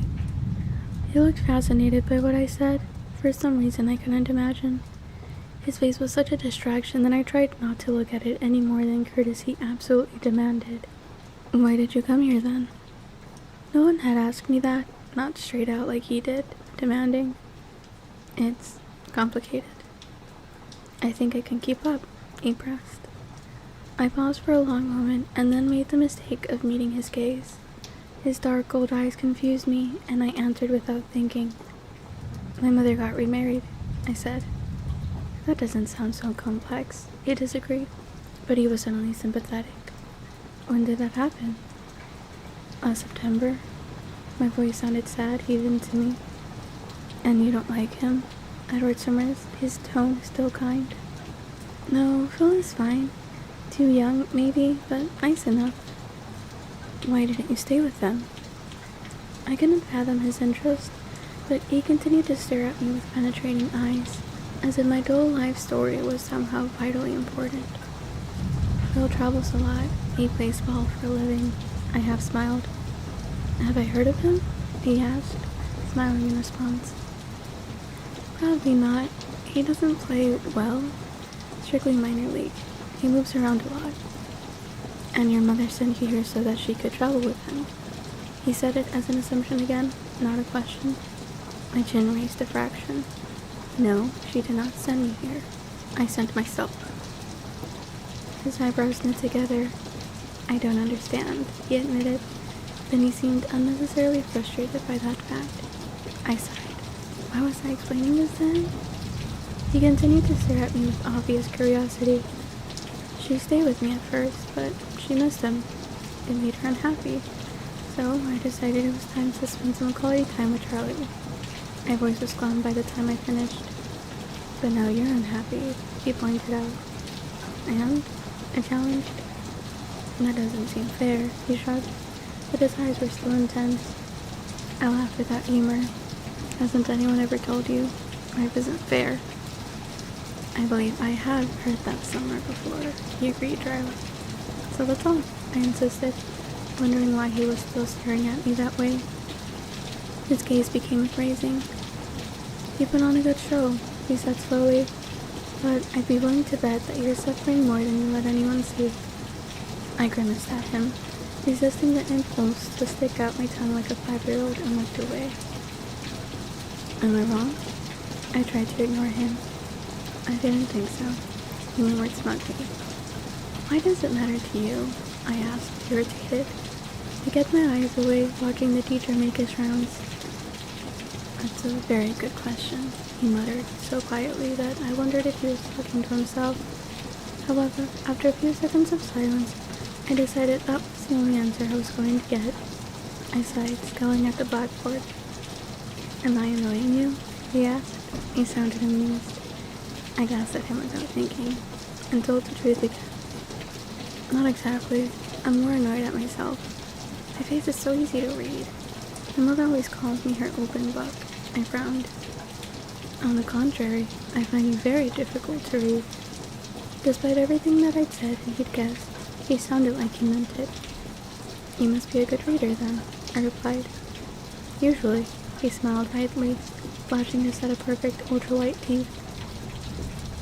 Mr. Benner called the class to order then, and I turned with relief to listen. I was in disbelief that I just explained my dreary life to this bizarre, beautiful boy who may or may not despise me. He seemed engrossed in our conversation, but now I could see from the corner of my eye that he was leaning away from me again, his hands gripping the edge of the table with unmistakable tension. I tried to appear attentive as Mr. Benner illustrated with transparencies on the overhead projector what I had seen without difficulty through the microscope, but my thoughts were unmanageable. When the bell finally rang, Edward rushed as swiftly and as gracefully from the room as he had last Monday, and, like last Monday, I stared after him in amazement. Mike skipped quickly to my side and picked up my books for me. I imagined him with a wagging tail. That was awful, he groaned. They all looked exactly the same. You're lucky you had Cullen for a partner. I didn't have any trouble with it, I said, stung by his assumption. I regretted the snub instantly. I've done the laugh before, though. I added before he could get his feelings hurt. Cullen seemed friendly enough today, he commented as he shrugged into her raincoats. He didn't seem pleased about it. I tried to sound indifferent. I wonder what was with him last Monday. I couldn't concentrate on Mike's chatter as we walked to gym, and PE didn't do much to hold my attention either. Mike was on my team today, He chivalrously covered my position as well as his own, so my wool gathering was only interrupted when it was my turn to serve. My team ducked warily out of the way every time I was up. The rain was just a mist as I walked to the parking lot, but I was happier when I was in the dry cab. I got the heater running, for once not caring about the mind-numbing roar of the engine. I unzipped my jacket, put the hood down, and fluffed my damp hair out so the heater could dry it on the way home. I looked around me to make sure it was clear. That's when I noticed the still white figure. Edward Cullen was leaning against the front door of the Volvo, 3 cars down from me, and staring intently in my direction. I swiftly looked away and threw the truck into reverse, almost hitting a rusty Toyota Corolla in my haste. Lucky for the Toyota, I stomped on the brake in time. It was just the sort of car that my truck would make scrap metal of. I took a deep breath, still looking at the other side of my car, and cautiously pulled out again with greater success. I stared straight ahead as I passed the Volvo, but from a peripheral peek, I would swear I saw him laughing. Chapter 3. Phenomenon. When I opened my eyes in the morning, something was different. It was the light. It was still the gray-green light of a cloudy day in the forest, but it was clearer somehow. I realized there was no fog veiling my window. I jumped up to look outside, and then groaned in horror. A fine layer of snow covered the yard, dusted the top of my truck, and widened the road. But that wasn't the worst part. All the rain from yesterday had frozen solid, coating the needles on the trees in fantastic, gorgeous patterns, and making the driveway a deadly ice slick. I had enough trouble not falling down when the ground was dry. It might be safer for me to go back to bed now. Charlie had left for work before I got downstairs. In a lot of ways, living with Charlie was like having my own place, and I found myself reveling in the aloneness instead of being lonely. I threw down a quick bowl of cereal and some orange juice from the carton. I felt excited to go to school, and that scared me. I knew it wasn't the stimulating learning environment I was anticipating, or seeing my new set of friends. If I was being honest with myself, I knew I was eager to get to school because I would see Edward Cullen, and that was very, very stupid. I should be avoiding him entirely after my brainless and embarrassing babbling yesterday, and I was suspicious of him. Why should he lie about his eyes? I was so frightened of the hostility I sometimes felt emanating from him, and I was so tongue-tied whenever I pictured his perfect face. That would be very confusing. It's a lot. I was well aware that my league and his league were spheres that did not touch, so I shouldn't be at all anxious to see him today. It took every ounce of my concentration to make it down the icy brick driveway alive. I almost lost my balance when I finally got to the truck, but I managed to cling to the side mirror and save myself. Clearly, today was going to be nightmarish. Driving to school, I distracted myself from my fear of falling and my unwanted speculations about Edward Cullen by thinking about Mike and Derek and the obvious difference in how teenage boys responded to me here. I was sure I looked exactly the same as I had in Phoenix. Maybe it was just that the boys back home had watched me pass slowly through all the awkward phases of adolescence and still thought of me that way. Perhaps it was because I was a novelty here, where novelties were few and far between. Possibly my crippling clumsiness was seen as endearing rather than pathetic, casting me as a damsel in distress. Whatever the reason, Mike's puppy dog behavior and Eric's apparent rivalry with him is disconcerting. I wasn't sure if I didn't prefer being ignored. My truck seemed to have no problem with the black ice that covered the roads. I drove very slowly though, not wanting to carve a path of destruction through Main Street. When I got out of my truck at school, I saw why it had so little trouble. Something silver caught my eye, and I walked to the back of the truck, carefully holding the side for support to examine my tires. There were thin chains crisscrossed in diamond shapes around them. Charlie had gotten up, who knows how early, to put snow chains on my truck. My throat suddenly felt tight. I wasn't used to being taken care of, and Charlie's unspoken concern caught me by surprise. I was standing by the back corner of the truck, struggling to fight back the sudden wave of emotion the snow chains had brought on, when I heard an odd sound. It was a high-pitched screech, and it was fast becoming painfully loud. I looked up, startled. I saw several things simultaneously. Nothing was moving in slow motion the way it does in the movies. Instead, the adrenaline rush seemed to make my brain work much faster, and I was able to absorb in clear detail several things at once. Edward Cullen was standing 4 cars down from me, staring at me in horror. His face stood out from a sea of faces, all frozen in the same mask of shock. But of more immediate importance was the dark blue van that was skidding, tires locked, and squealing against the brakes, spinning wildly across the ice of the parking lot. It was going to hit the back corner of my truck, and I was standing between them. I didn't have time to close my eyes. Just before I heard the shattering crunch of the van folding around the truck bed, something hit me. Hard, but not from the direction I was expecting. My head cracked against the icy blacktop, and I felt something solid and cold pinning me to the ground. I was laying on the pavement behind the tan car parked next to, but I didn't have a chance to notice anything else because the van was still coming. It had curled gratingly around the end of the truck and, still spinning and sliding, was about to collide with me again. A low oath made me aware that someone was with me, and the voice was impossible not to recognize. 2 long white hands shot out protectively in front of me, and the van shuddered to a stop a foot from my face, the large hands fitting providentially into a deep dent in the side of the van's body. Then his hands moved so fast they blurred. One was suddenly gripping under the body of the van, and something was dragging me, swinging my legs around like a rag doll's, till they hit the tire of the tan car. A groaning metallic thud hurt my ears, and the van settled, a glass popping, onto the asphalt, exactly where, a second ago, my legs had been. It was absolutely silent for 1 long second before the screaming began. In the abrupt bedlam, I could hear more than one person shouting my name, but more clearly than all the yelling, I could hear Edward Cullen's low, frantic voice in my ear. "Bella, are you all right?" "I'm fine." My voice sounded strange. I tried to sit up and realized he was holding me against the side of his body in an iron grasp. "Be careful," he warned as I struggled. "I think you hit your head pretty hard." I became aware of a throbbing ache centered above my left ear. "Ow," I said, surprised. That's what I thought. His voice, amazingly, sounded like he was suppressing laughter. "How in the—" I trailed off, trying to clear my head, get my bearings. "How did you get over here so fast?" "I was standing right next to you, Bella," he said, his tone serious again. I turned to sit up, and this time he let me, releasing his hold around my waist and sliding as far from me as he could in the limited space. I looked at his concerned, innocent expression and was disoriented again by the force of his gold-colored eyes. What was I asking him? And then they found us. A crowd of people with tears streaming down their faces, shouting at each other, shouting at us. "Don't move," someone instructed. "Get Tyler out of the van," someone else shouted. There was a flurry of activity around us. I tried to get up, but Edward's cold hand pushed my shoulder down. "Just stay put for now." "But it's cold," I complained. It surprised me when he chuckled under his breath.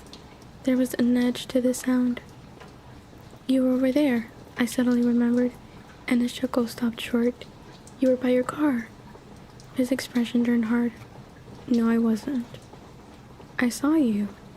All around us was chaos. I could hear the gruffer voices of adults arriving on the scene, but I obstinately held on to our argument. I was right, and he was going to admit it. "Bella, I was standing with you, and I pulled you out of the way." He unleashed the full, devastating power of his eyes on me, as if trying to communicate something crucial. "No," I set my jaw. The gold in his eyes blazed. "Please, Bella." "Why?" I demanded. "Trust me," he pleaded, his soft voice overwhelming. I could hear the sirens now. "Will you promise to explain everything to me later?" "Fine," he snapped, abruptly exasperated. "Fine," I repeated angrily. It took 6 EMTs and 2 teachers, Mr. Varner and Coach Clapp, to shift the van far enough away from us to bring the stretchers in. Edward vehemently refused his, and I tried to do the same, but the traitor told him I'd hit my head and probably had a concussion. I almost died of humiliation when they put on the neck brace. It looked like the entire school was there, watching soberly as they loaded me in the back of the ambulance. Edward got to ride in the front. It was maddening. To make matters worse, Chief Swan arrived before they could get me safely away. "Bella!" he yelled in panic when he recognized me on the stretcher. "I'm completely fine, Dad, I sighed. There's nothing wrong with me. He turned to the closest EMT for a second opinion. I tuned him out to consider the jumble of inexplicable images churning chaotically in my head. When they lifted me away from the car, I had seen the deep dent in the tan car's bumper, a very distinct dent that fit the contours of Edward's shoulders, as if he had braced himself against the car with enough force to damage the metal frame. And then there was his family, looking on from the distance with expressions that ranged from disapproval to fury, but held no hint of concern for their brother's safety. I tried to think of a logical solution that could explain what I had just seen, a solution that excluded the assumption that I was insane. Naturally, the ambulance got a police escort to the county hospital. I felt ridiculous the whole time they were unloading me. What made it worse was that Edward simply glided through the hospital doors under his own power. I ground my teeth together. They put me in the emergency room, a long room with a line of beds separated by pastel patterned curtains. A nurse put a pressure cuff on my arm and a thermometer under my tongue. Since no one bothered pulling the curtain around to give me some privacy, I decided I wasn't obligated to wear the stupid-looking neck brace anymore. When the nurse walked away, I quickly unfastened the Velcro and threw it under the bed. There was another flurry of hospital personnel, another stretcher brought to the bed next to me. I recognized Tyler Crowley from my government class beneath the blood-stained bandages wrapped tightly around his head. Tyler looked 100 times worse than I felt, but he was staring anxiously at me. Bella, I'm so sorry. I'm fine, Tyler. You look awful. Are you alright? As we spoke, nurses began unwinding his soiled bandages, exposing a myriad of shallow slices all over his forehead and left cheek. He ignored me. I thought I was going to kill you. I was going too fast, and I hit the ice wrong. He winced as one nurse started tapping at his face. Don't worry about it. You missed me. How did you get out of the way so fast? You were there, and then you were gone. Edward pulled me out of the way. He looked confused. Who? Edward Cullen? He was standing next to me. I'd always been a terrible liar. I didn't sound convincing at all. Cullen? Didn't see him. Wow, it was all so fast, I guess. Is he okay? I think so. He's here somewhere, but they didn't make him use the stretcher. I know I wasn't crazy. What had happened? There was no way to explain away what I'd seen. They wheeled me away then to x-ray my head. I told them there was nothing wrong, and I was right. Not even a concussion. I asked if I could leave, but the nurse said I had to talk to a doctor first. So I was trapped in the ER, waiting, harassed by Tyler's constant apologies and promises to make it up to me. No matter how many times I tried to convince him I was fine, he continued to torment himself. Finally, I closed my eyes and ignored him. He kept up a remorseful mumbling. Is she sleeping? A musical voice asked. My eyes flew open. Edward was standing at the foot of my bed, smirking. I glared at him. It wasn't easy. It would have been more natural to ogle. Hey, Edward, I'm really sorry, Tyler began. Edward lifted a hand to stop him. No blood, no foul, he said, flashing his brilliant teeth. He moved to sit on the edge of Tyler's bed, facing me. He smirked again. So, what's the verdict? He asked me. There's nothing wrong with me at all, but they won't let me go, I complained. How come you aren't strapped to a gurney like the rest of us? It's all about who you know, he answered. But don't worry, I came to spring you. Then a doctor walked around the corner, and my mouth fell open. He was young, he was blonde, and he was handsomer than any movie star I'd ever seen. He was pale, though, and tired-looking, with circles under his eyes. From Charlie's description, this had to be Edward's father. So, Miss Swan, Dr. Cullen said in a remarkably appealing voice, how are you feeling? I'm fine, I said for the last time, I hoped. He walked to the light board on the wall over my head and turned it on. Your x-rays look good, he said. Does your head hurt? Edward said you hit it pretty hard. It's fine, I repeated with a sigh, throwing a quick scowl toward Edward. The doctor's cool fingers probed lightly along my skull. He noticed when I winced. Tender? He asked. Not really. I'd had worse. I heard a chuckle and looked over to see Edward's patronizing smile. My eyes narrowed. Well, your father is in the waiting room. You can go home with him now, but come back if you feel dizzy or have trouble with your eyesight at all. Can't I go back to school? I asked, imagining Charlie trying to be attentive. Maybe you should take it easy today. I glanced at Edward. Does he get to go to school? Someone has to spread the good news that we survived, Edward said smugly. Actually, Dr. Cullen corrected, most of the school seems to be in the waiting room. Oh no, I moaned, covering my face with my hands.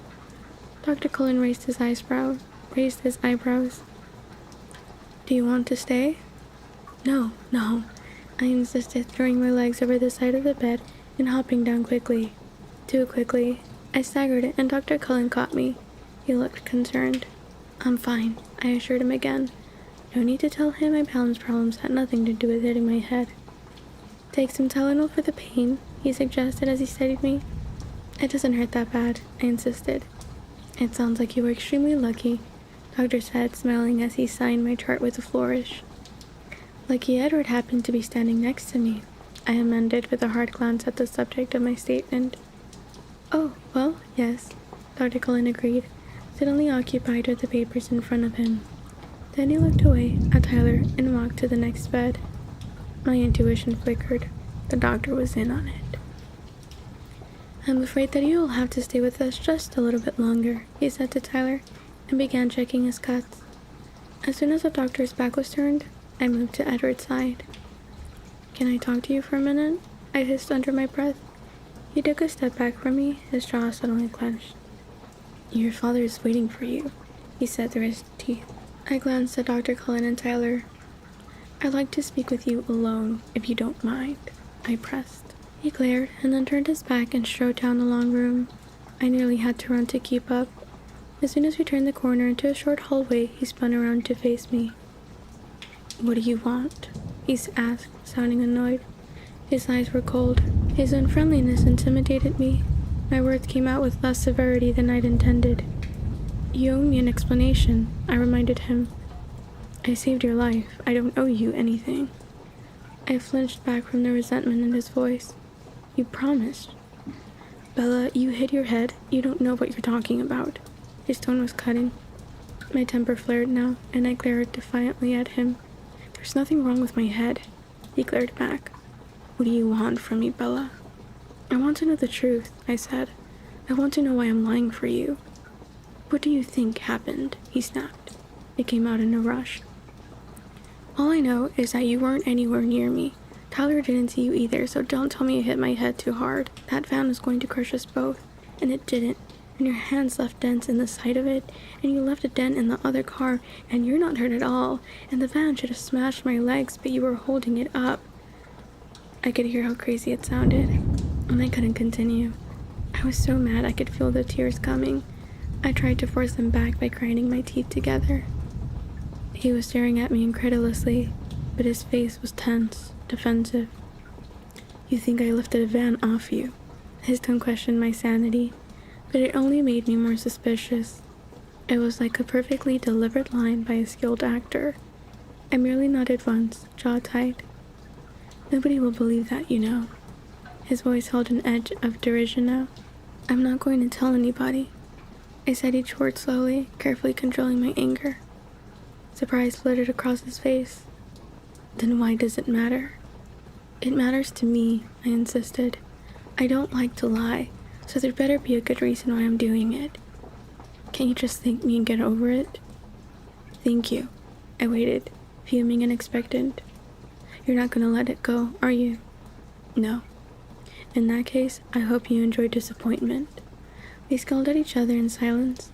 I was the first to speak, trying to keep myself focused.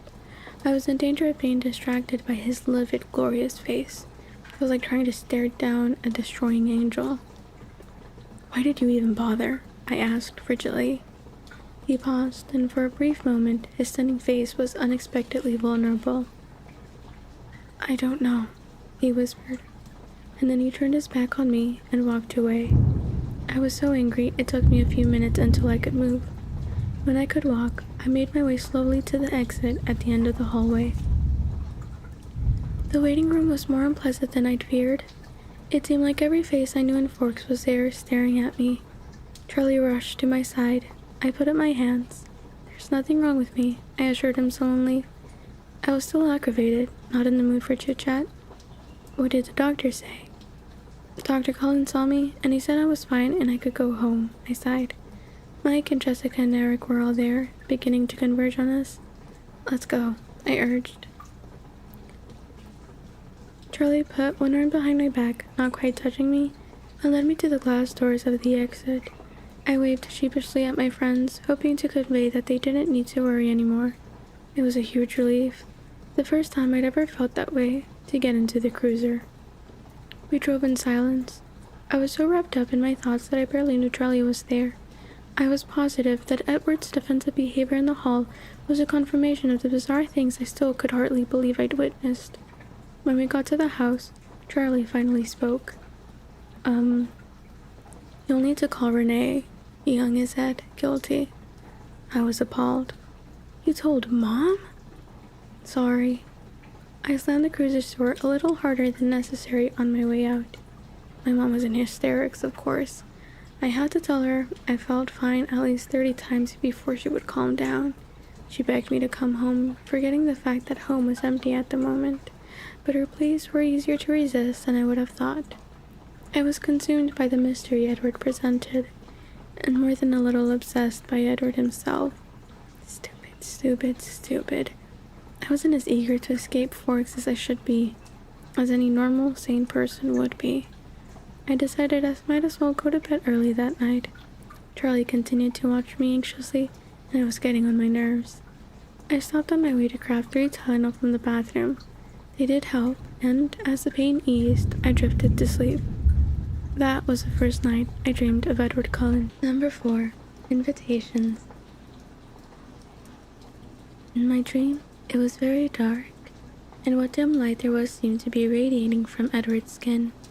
I couldn't see his face, just his back as he walked away from me, leaving me in the blackness.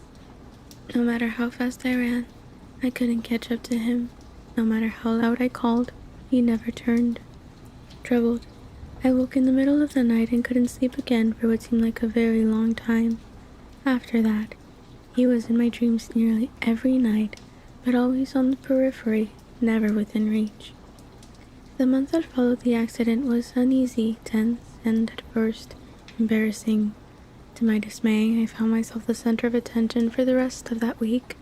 Tyler Crowley was impossible, following me around, obsessed with making amends to me somehow. I tried to convince him what I wanted more than anything else was for him to forget all about it, especially since nothing had actually happened to me, but he remained insistent. He followed me between classes and sat at our now crowded lunch table. Mike and Eric were even less friendly toward him than they were to each other, which made me worry that I'd gained another unwelcome fan. No one seemed concerned about Edward, though I explained over and over that he was a hero, how he had pulled me out of the way and had nearly been crushed, too. I tried to be convincing. Jessica, Mike, Eric, and everyone else always commented that they hadn't even seen him there till the van was pulled away. I wondered to myself why no one else had seen him standing so far away before he was suddenly, impossibly, saving my life. With chagrin, I realized the probable cause. No one else was as aware of Edward as I always was. No one else watched him the way I did. How pitiful. Edward was never surrounded by crowds of curious bystanders, eager for his first-hand account. People avoided him as usual. The Cullens and the Hales sat at the same table as always, not eating, talking only amongst themselves. None of them, especially Edward, glanced my way anymore. When he sat next to me in class, as far from me as the table would allow, he seemed totally unaware of my presence. Only now and then, when his fist would suddenly ball up, skin stretched even wider over the bones, did I wonder if he wasn't quite as oblivious as he appeared. He wished he hadn't pulled me from the path of Tyler's van. There was no other conclusion I could come to. I wanted very much to talk to him, and the day after the accident I tried. The last time I'd seen him outside the ER, we'd both been so furious. I still was angry that he wouldn't trust me with the truth, even though I was keeping my part of the bargain flawlessly. But he had in fact saved my life, no matter how he'd done it. And overnight, the heat of my anger faded into odd gratitude. He was already seated when I got to biology, looking straight ahead. I sat down, expecting him to turn toward me. He showed no sign that he realized I was there. "Hello, Edward," I said pleasantly, to show him I was going to behave myself. He turned his head a fraction toward me without meeting my gaze, nodded once, and then looked the other way. And that was the last contact I'd had with him, though he was there, a foot away from me, every day. I watched him sometimes, unable to stop myself, from a distance though, in the cafeteria or parking lot. I watched as his golden eyes grew perceptibly darker day by day, but in class I gave no more notice that he existed than he showed toward me. I was miserable, and the dreams continued. Despite my outright lies, the tenor of my emails alerted Renee to my depression, and she called a few times, worried. I tried to convince her it was just the weather that had me down. Mike at least was pleased by the obvious coolness between me and my lab partner. I could see he'd been worried that Edward's daring rescue might have impressed me, and he was relieved that it seemed to have the opposite effect. He grew more confident, sitting on the edge of my table to talk before biology class started, ignoring Edward as completely as he ignored us. The snow washed away for good after that one dangerously icy day. Mike was disappointed. He'd never got into the staged snowball fight, but believed that the beach trip would soon be possible. The rain continued heavily though, and the weeks passed. Jessica made me aware of another event looming on the horizon. She called the first Tuesday of March to ask my permission to invite Mike to the Girls' Choice Spring Dance in 2 weeks. "Are you sure you don't mind? You weren't planning to ask him?" She persisted when I told her I didn't mind in the least. "No, Jess, I'm not going," I assured her. Dancing was glaringly outside my range of abilities. "It will be really fun." Her attempt to convince me was half-hearted. I suspected that Jessica enjoyed my inexplicable popularity more than my actual company. "You have fun with Mike," I encouraged. The next day I was surprised that Jessica wasn't her usually gushing self in trig and Spanish. She was silent as she walked by my side between classes, and I was afraid to ask her why. If Mike had turned her down, I was the last person she would want to tell. My fears were strengthened during lunch when Jessica sat as far from Mike as possible, chatting animatedly with Eric. Mike was unusually quiet. Mike was so quiet as he walked me to class, the uncomfortable look on his face a bad sign, but he didn't broach the subject until I was in my seat and he was perched on my desk. As always, I was electrically aware of Edward sitting close enough to touch, as distant as if he were merely an invention of my imagination. "So," Mike said, looking at the floor, "Jessica asked me to the spring dance." "That's great." I made my voice bright and enthusiastic. "You'll have a lot of fun with Jessica." "Well," he floundered as he examined my smile, clearly not happy with my response. I told her I had to think about it. "Why would you do that?" I let disapproval color my tone, though I was relieved that he hadn't given her an absolute no. His face was bright red as he looked down again. Pity shook my resolve. "I was wondering if you might be planning to ask me." I paused for a moment, hating the wave of guilt that swept through me, but I saw from the corner of my eye Edward's head tilt reflexively in my direction. "Mike, I think you should tell her yes," I said. "Did you already ask someone?" Did Edward notice how Mike's eyes flickered in his direction? "No," I assured him. "I'm not going to the dance at all." "Why not?" Mike demanded. I didn't want to get into the safety hazards that dancing presented, so I quickly made new plans. "I'm going to Seattle that day," I explained. I needed to get out of town anyway. It was suddenly the perfect time to go. "Can't you go some other weekend?" "Sorry, no," I said. "So you shouldn't make Jess wait any longer. It's rude." "Yeah, you're right," he mumbled and turned, dejected, to walk back to his seat. I closed my eyes and pressed my fingers to my temples, trying to push the guilt and sympathy out of my head. Mr. Banner began talking. I sighed and opened my eyes. And Edward was staring at me curiously, that same familiar edge of frustration, even more distinct now in his black eyes. I stared back, surprised, expecting him to look quickly away, but instead, he continued to gaze with probing intensity into my eyes. There was no question of me looking away. My hands started to shake. "Mr. Cullen," the teacher called, seeking the answer to a question that I hadn't heard. The Krebs cycle, Edward answered, seeming reluctant as he turned to look at Mr. Banner. I looked down at my book as soon as his eyes released me, trying to find my place. Cowardly as ever, I shifted my hair over my right shoulder to hide my face. I couldn't believe the rush of emotion pulsing through me, just because he'd happened to look at me for the first time in a half-dozen weeks. I couldn't allow him to have this level of influence over me. It was pathetic. More than pathetic, it was unhealthy. Self-aware, love it. I tried very hard not to be aware of him for the rest of the hour, and since that was impossible, at least not to let him know that I was aware of him. When the bell rang at last, I turned my back to him to gather my things, expecting him to leave immediately as usual. Bella? His voice shouldn't have been so familiar to me, as if I'd known the sound of it all my life rather than for just a few short weeks.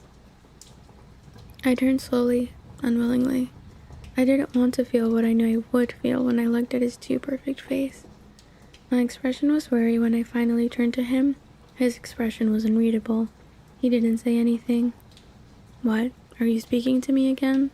I finally asked, an unintentional note of petulance in my voice. His lips twitched, fighting a smile. "No, not really," he admitted. I closed my eyes and inhaled slowly through my nose, aware that I was gritting my teeth. He waited. "Then what do you want, Edward?" I asked, keeping my eyes closed. It was easier to talk to him coherently that way. "I'm sorry," he sounded sincere. "I'm being very rude, I know, but it's better this way. Really?" I opened my eyes. His face was very serious. "I don't know what you mean," I said, my voice guarded. "It's better if we're not friends," he explained. "Trust me." My eyes narrowed. I'd heard that before. "It's too bad that you didn't figure that out earlier," I hissed through my teeth. "You could have saved yourself all this regret." Regret? The word and my tone obviously caught him off guard. Regret for what? For not just letting that stupid van squish me.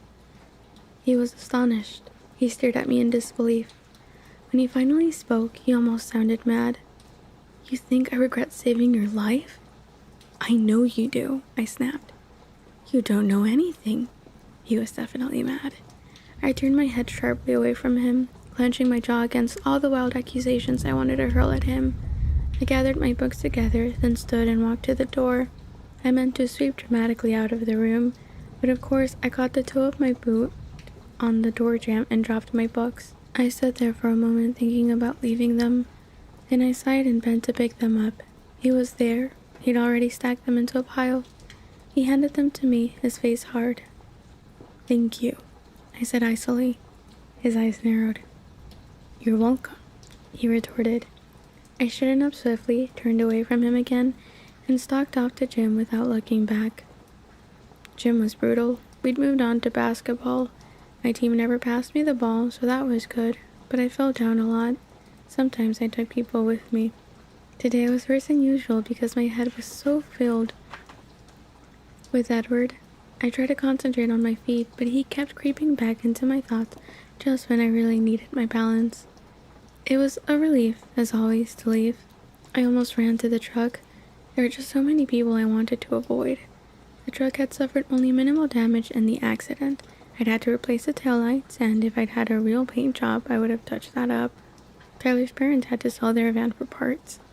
I almost had a stroke when I rounded the corner and saw a tall, dark figure leaning against the side of my truck. Then I realized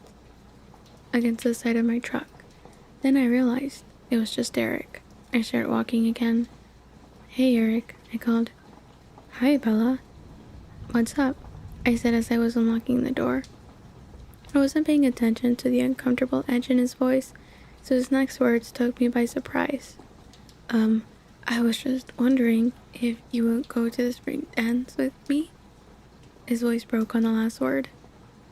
"I thought it was a girl's choice," I said, too startled to be diplomatic. "Well, yeah," he admitted, shamefaced. I recovered my composure and tried to make my smile warm. "Thank you for asking me, but I'm going to be in Seattle that day." "Oh," he said. Well, maybe next time. Sure, I agreed and then bit my lip. I wouldn't want him to take that too literally. He slouched off back toward the school. I heard a low chuckle. Edward was walking past the front of my truck, looking straight forward, his lips pressed together. I yanked the door open and jumped inside, slamming it loudly behind me. I revved the engine deafeningly and reversed out into the aisle. Edward was in his car already, 2 spaces down, sliding out smoothly in front of me, cutting me off. He stopped there to wait for his family. I could see the 4 of them walking this way, but still by the cafeteria. I considered taking out the rear of his shiny Volvo, but there were too many witnesses. I looked in my rearview mirror. A line was beginning to form. Directly behind me, Tyler Crowley was in his recently acquired used Sentra waving. I was too aggravated to acknowledge him. While I was sitting there, looking everywhere but at the car in front of me, I heard a knock on my passenger side window. I looked over. It was Tyler. I glanced back in my rearview mirror, confused. His car was still running, the door left open. I leaned across the cab to crank the window down. It was stiff. I got it halfway done, then gave up. I'm sorry, Tyler. I'm stuck behind Cullen. I was annoyed. Obviously, the holdup wasn't my fault. Oh, I know. I just wanted to ask you something while we're trapped here. He grinned. This could not be happening. Will you ask me to the spring dance? He continued. I'm not going to be in town, Tyler. My voice sounded a little sharp. I had to remember it wasn't his fault that Mike and Eric had already used up my quota of patience for the day. Yeah, Mike said that, he admitted. Then why? He shrugged. I was hoping you were just letting him down easy. Okay, it was completely his fault. Sorry, Tyler, I said, working to hide my irritation. I really am going out of town. That's cool. We still have prom. And before I could respond, he was walking back to his car. I could feel the shock on my face. I looked forward to see Alice, Rosalie, Emmett, and Jasper all sliding into the Volvo. In his rearview mirror, Edward's eyes were on me. He was unquestionably shaking with laughter, as if he'd heard every word Tyler had said. My foot itched toward the gas pedal. One little bump wouldn't hurt any of them, just that glossy silver paint job. I revved the engine. But they were all in, and Edward was speeding away. I drove home slowly, carefully, muttering to myself the whole way. When I got home, I decided to make chicken enchiladas for dinner. It was a long process, and it would keep me busy. While I was simmering the onions and chilies, the phone rang. I was almost afraid to answer it, but it might be Charlie or my mom. It was Jessica, and she was jubilant. Mike had caught her after school to accept her invitation. I celebrated with her briefly while I stirred. She had to go. She wanted to call Angela and Lauren to tell them. I suggested, with casual innocence, that maybe Angela, the shy girl who had biology with me, could ask Eric, and Lauren, a standoffish girl who always ignored me at the lunch table, could ask Tyler. I had heard that he was still available. Jess thought that was a great idea. Now that she was sure of Mike, she actually sounded sincere when she said she wished I would go to the dance. I gave her my Seattle excuse. After I hung up, I tried to concentrate on dinner, Enticing the chicken? Especially? I didn't want to take another trip to the emergency room. Why are you dicing chicken to make enchiladas? But my head was spinning, trying to analyze every word Edward had spoken today. What did he mean it was better if we weren't friends? My stomach twisted as I realized what he must have meant. He must see how absorbed I was by him. He must not want to lead me on. So we couldn't even be friends. Because he wasn't interested in me at all. Of course he wasn't interested in me, I thought angrily, my eyes stinging. A delayed reaction to the onions. I wasn't interesting. And he was. Interesting. And brilliant. And mysterious. And perfect. And beautiful. And possibly able to lift full-sized vans with one hand. Well, that was fine. I could leave him alone. I would leave him alone. I would get through my self-imposed sentence here in purgatory, and then hopefully some school in the Southwest, or possibly Hawaii. Would it sound like pretentious if I say Hawaii? Just because I know that's how you're actually supposed to pronounce it. Would offer me a scholarship. I focused my thoughts on sunny beaches and palm trees and I finished the enchiladas and put them in the oven. Not how you make enchiladas in the oven.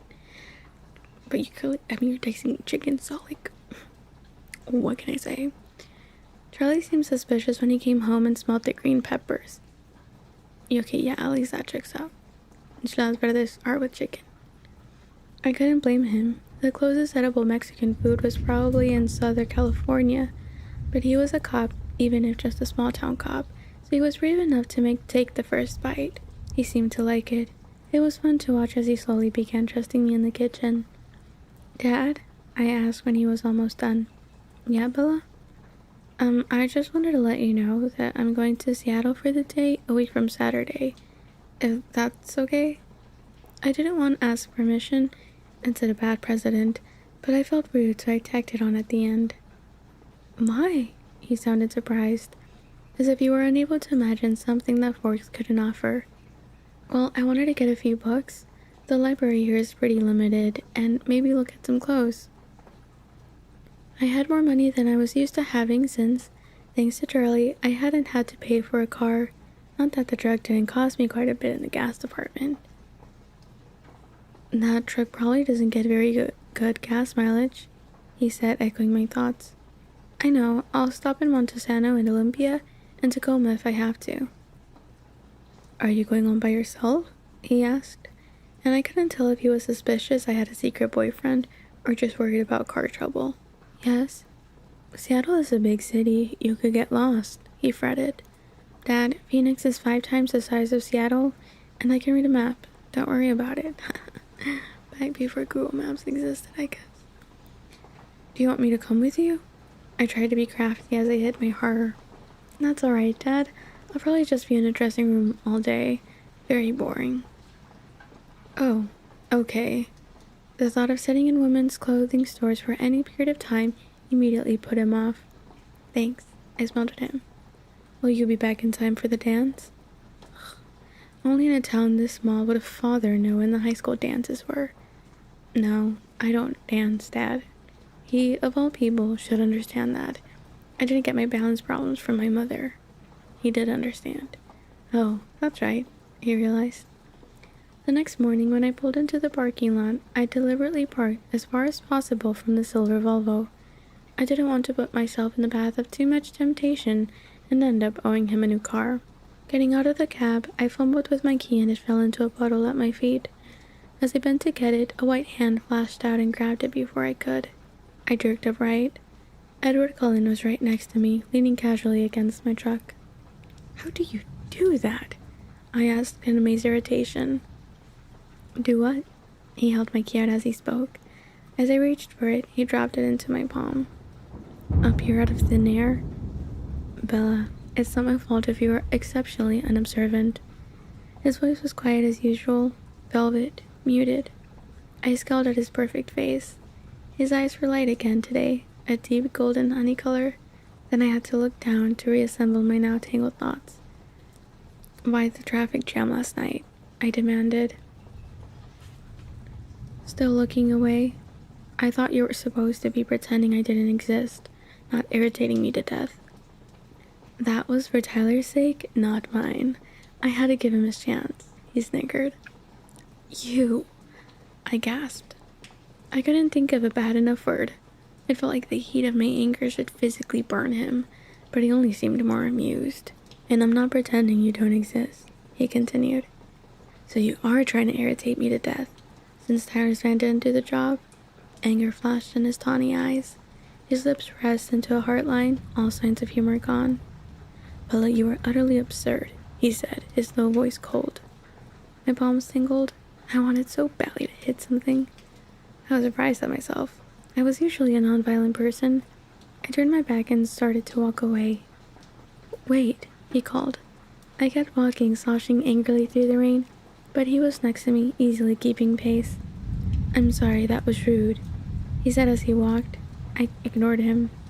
"I'm not saying it isn't true," he continued, "but it was rude to say it anyway." "Why won't you leave me alone?" I grumbled.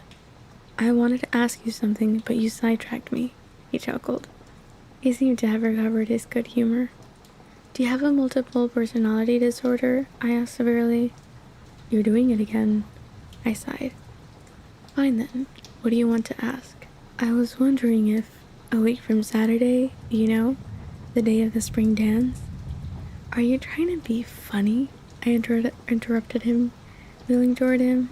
My face got drenched as I looked up at his expression. His eyes were wickedly amused. Will you please allow me to finish? I bit my lip and clasped my hands together, interlocking my fingers so I couldn't do anything rash. I heard you say you were going to Seattle that day, and I was wondering if you wanted a ride. That was unexpected. What? I wasn't sure what he was getting at. Do you want to ride to Seattle? With who?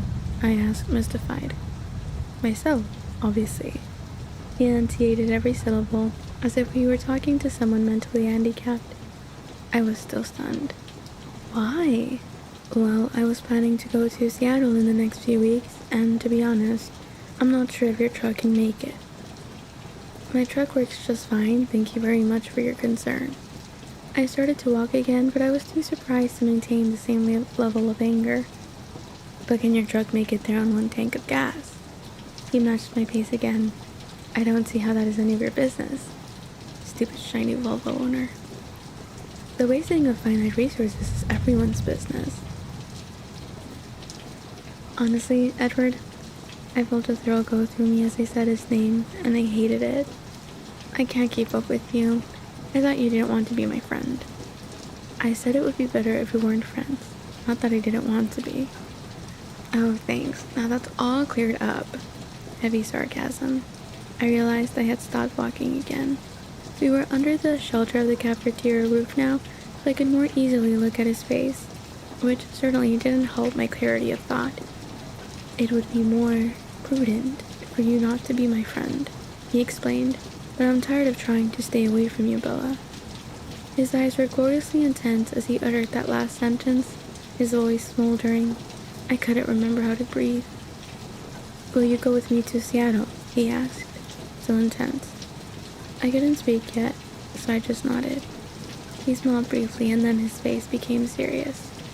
You really should stay away from me, he warned. I'll see you in class. He turned abruptly and walked back the way we'd come. Number 5, blood type. I made my way to English in a daze. I didn't even realize when I first walked in that class had already started. Thank you for joining us, Miss Swan, Mr. Mason said in a disparaging tone. I flushed and hurried to my seat. It wasn't until class ended that I realized Mike wasn't sitting in his usual seat next to me. I felt a twinge of guilt. But he and Eric both met me at the door as usual, so I figured I wasn't totally unforgiven. Mike seemed to become more himself as we walked, gaining enthusiasm as he talked about the weather report for this weekend. The rain was supposed to take a minor break, and so maybe his beach trip would be possible. I tried to sound eager to make up for disappointing him yesterday. It was hard. Rain or no rain, it would still only be in the high 40s if we were lucky. The rest of the morning passed in a blur. It was difficult to believe that I hadn't just imagined what Edward had said, and the way his eyes had looked. Maybe it was just a very convincing dream that I'd confused with reality. That seemed more probable than that I really appealed to him on any level. So I was impatient and frightened as Jessica and I entered the cafeteria. I wanted to see his face, to see if he'd got back to the cold, indifferent person I'd known for the last several weeks, or if, by some miracle, I'd really heard what I thought I'd heard this morning. Jessica babbled on and on about her dance plans. Lauren and Angela had asked the other boys, and they were all going together, completely unaware of my inattention. Disappointment flooded through me as my eyes unerringly focused on his table. The other 4 were there, but he was absent.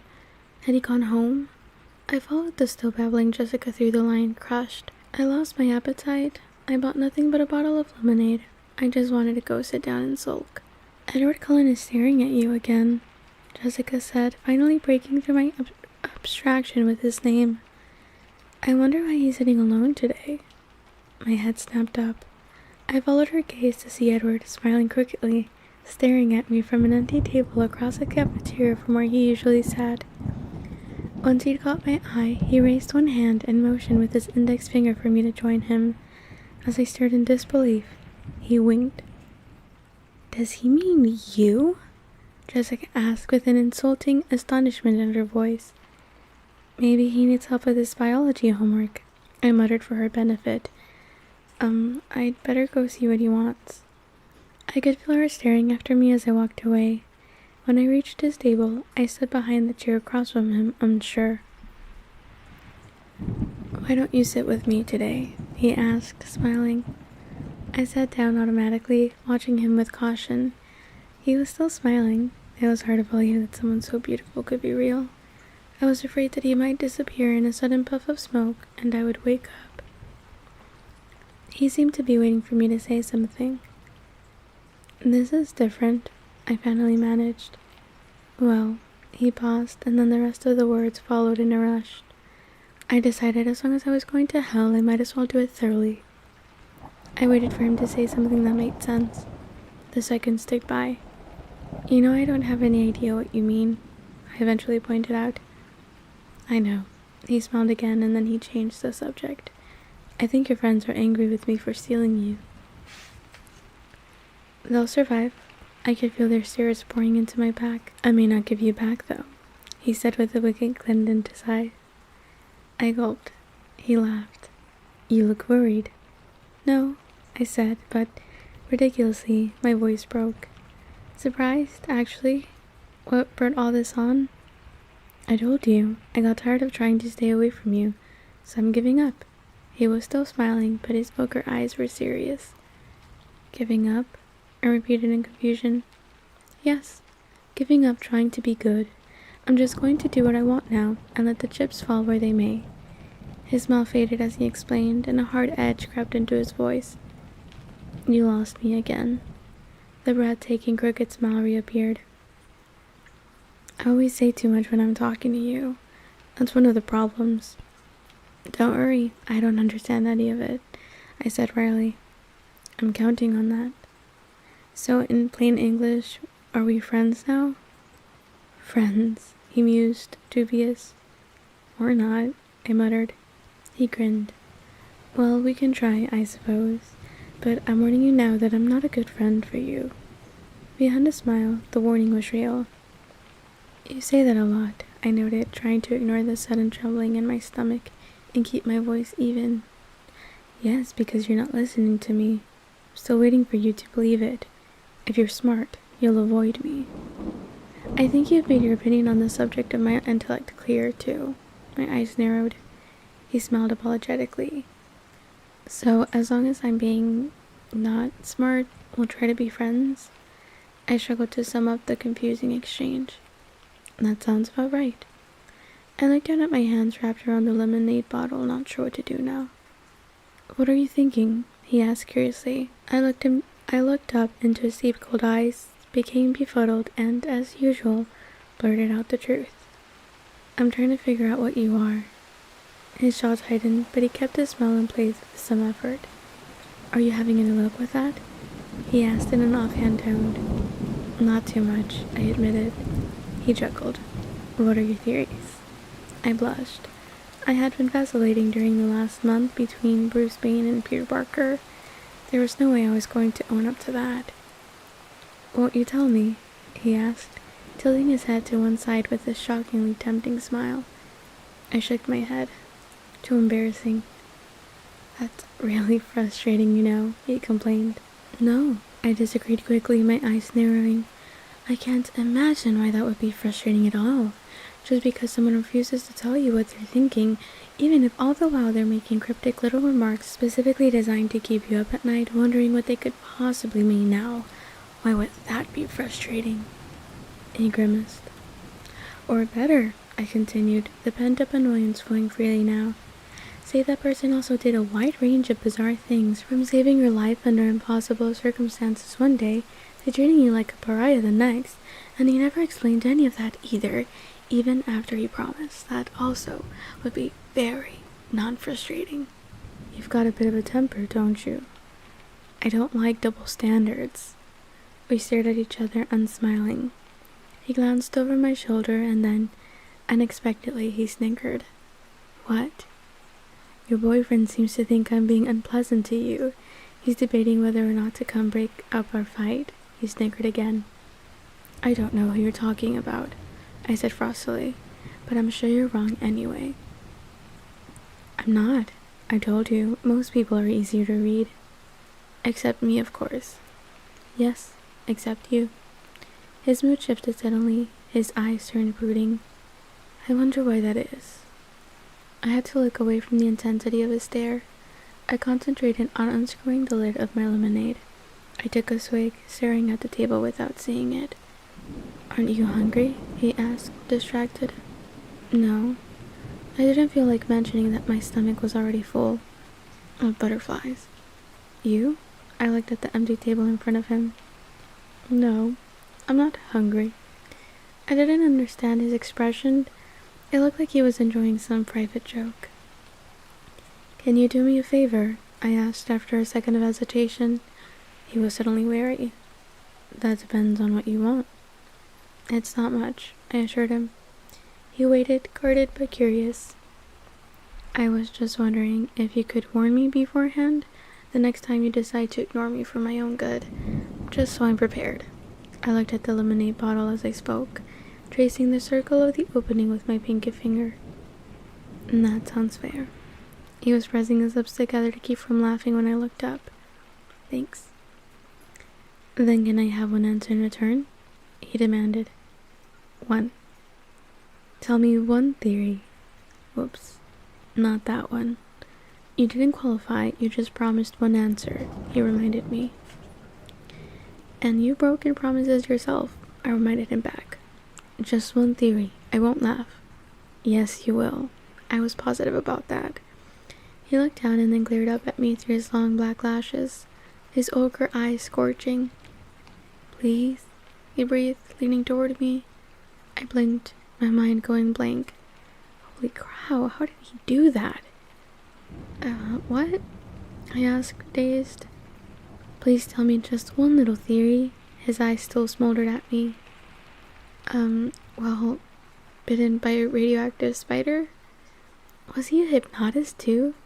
Or was I just a hopeless pushover? That's not very creative, he scoffed. I'm sorry, that's all I've got, I said, miffed. You're not even close, he teased. No spiders? Nope.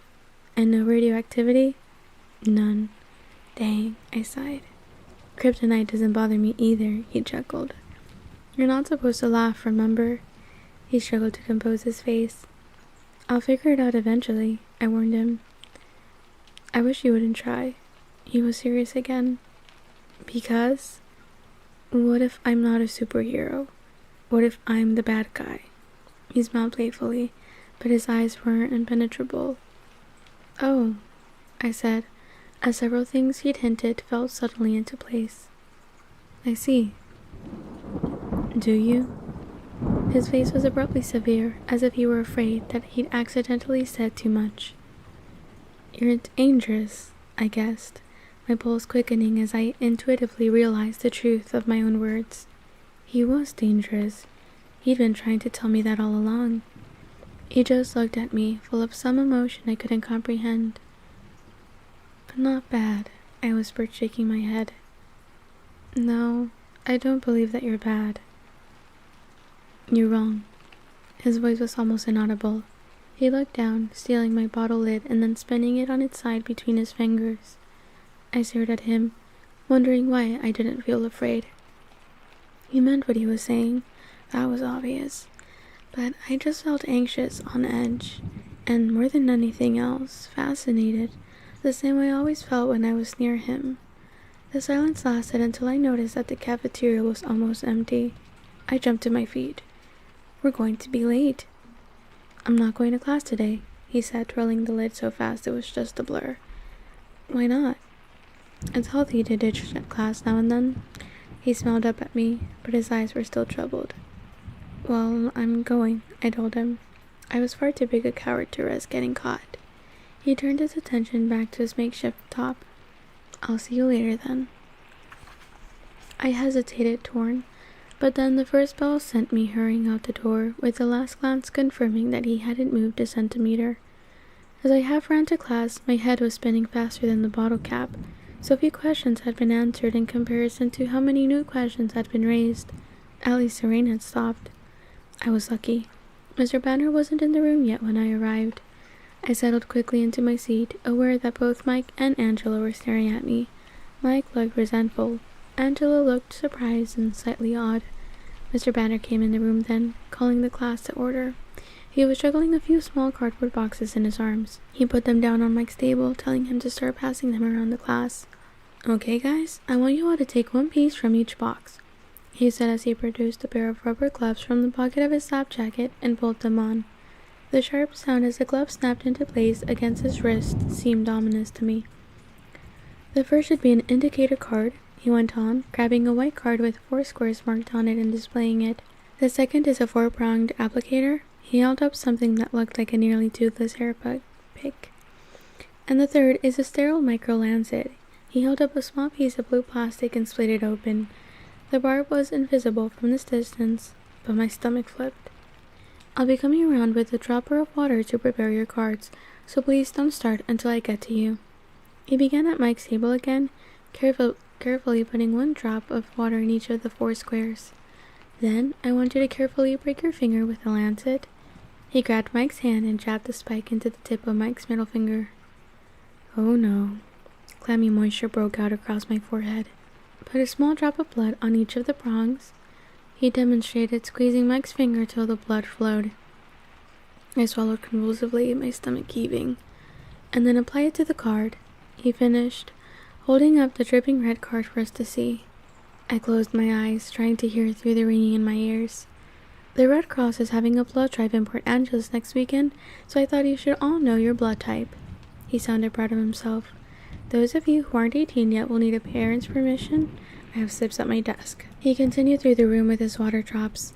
I put my cheek against the cool black tabletop and tried to hold on to my consciousness. All around me I could hear squeals, complaints, and giggles as my classmates squirt their fingers. I breathed slowly in and out through my mouth. "Bella, are you all right?" Mr. Banner asked. His voice was close to my head and it sounded alarmed. "I already know my blood type, Mr. Banner," I said in a weak voice. I was afraid to raise my head.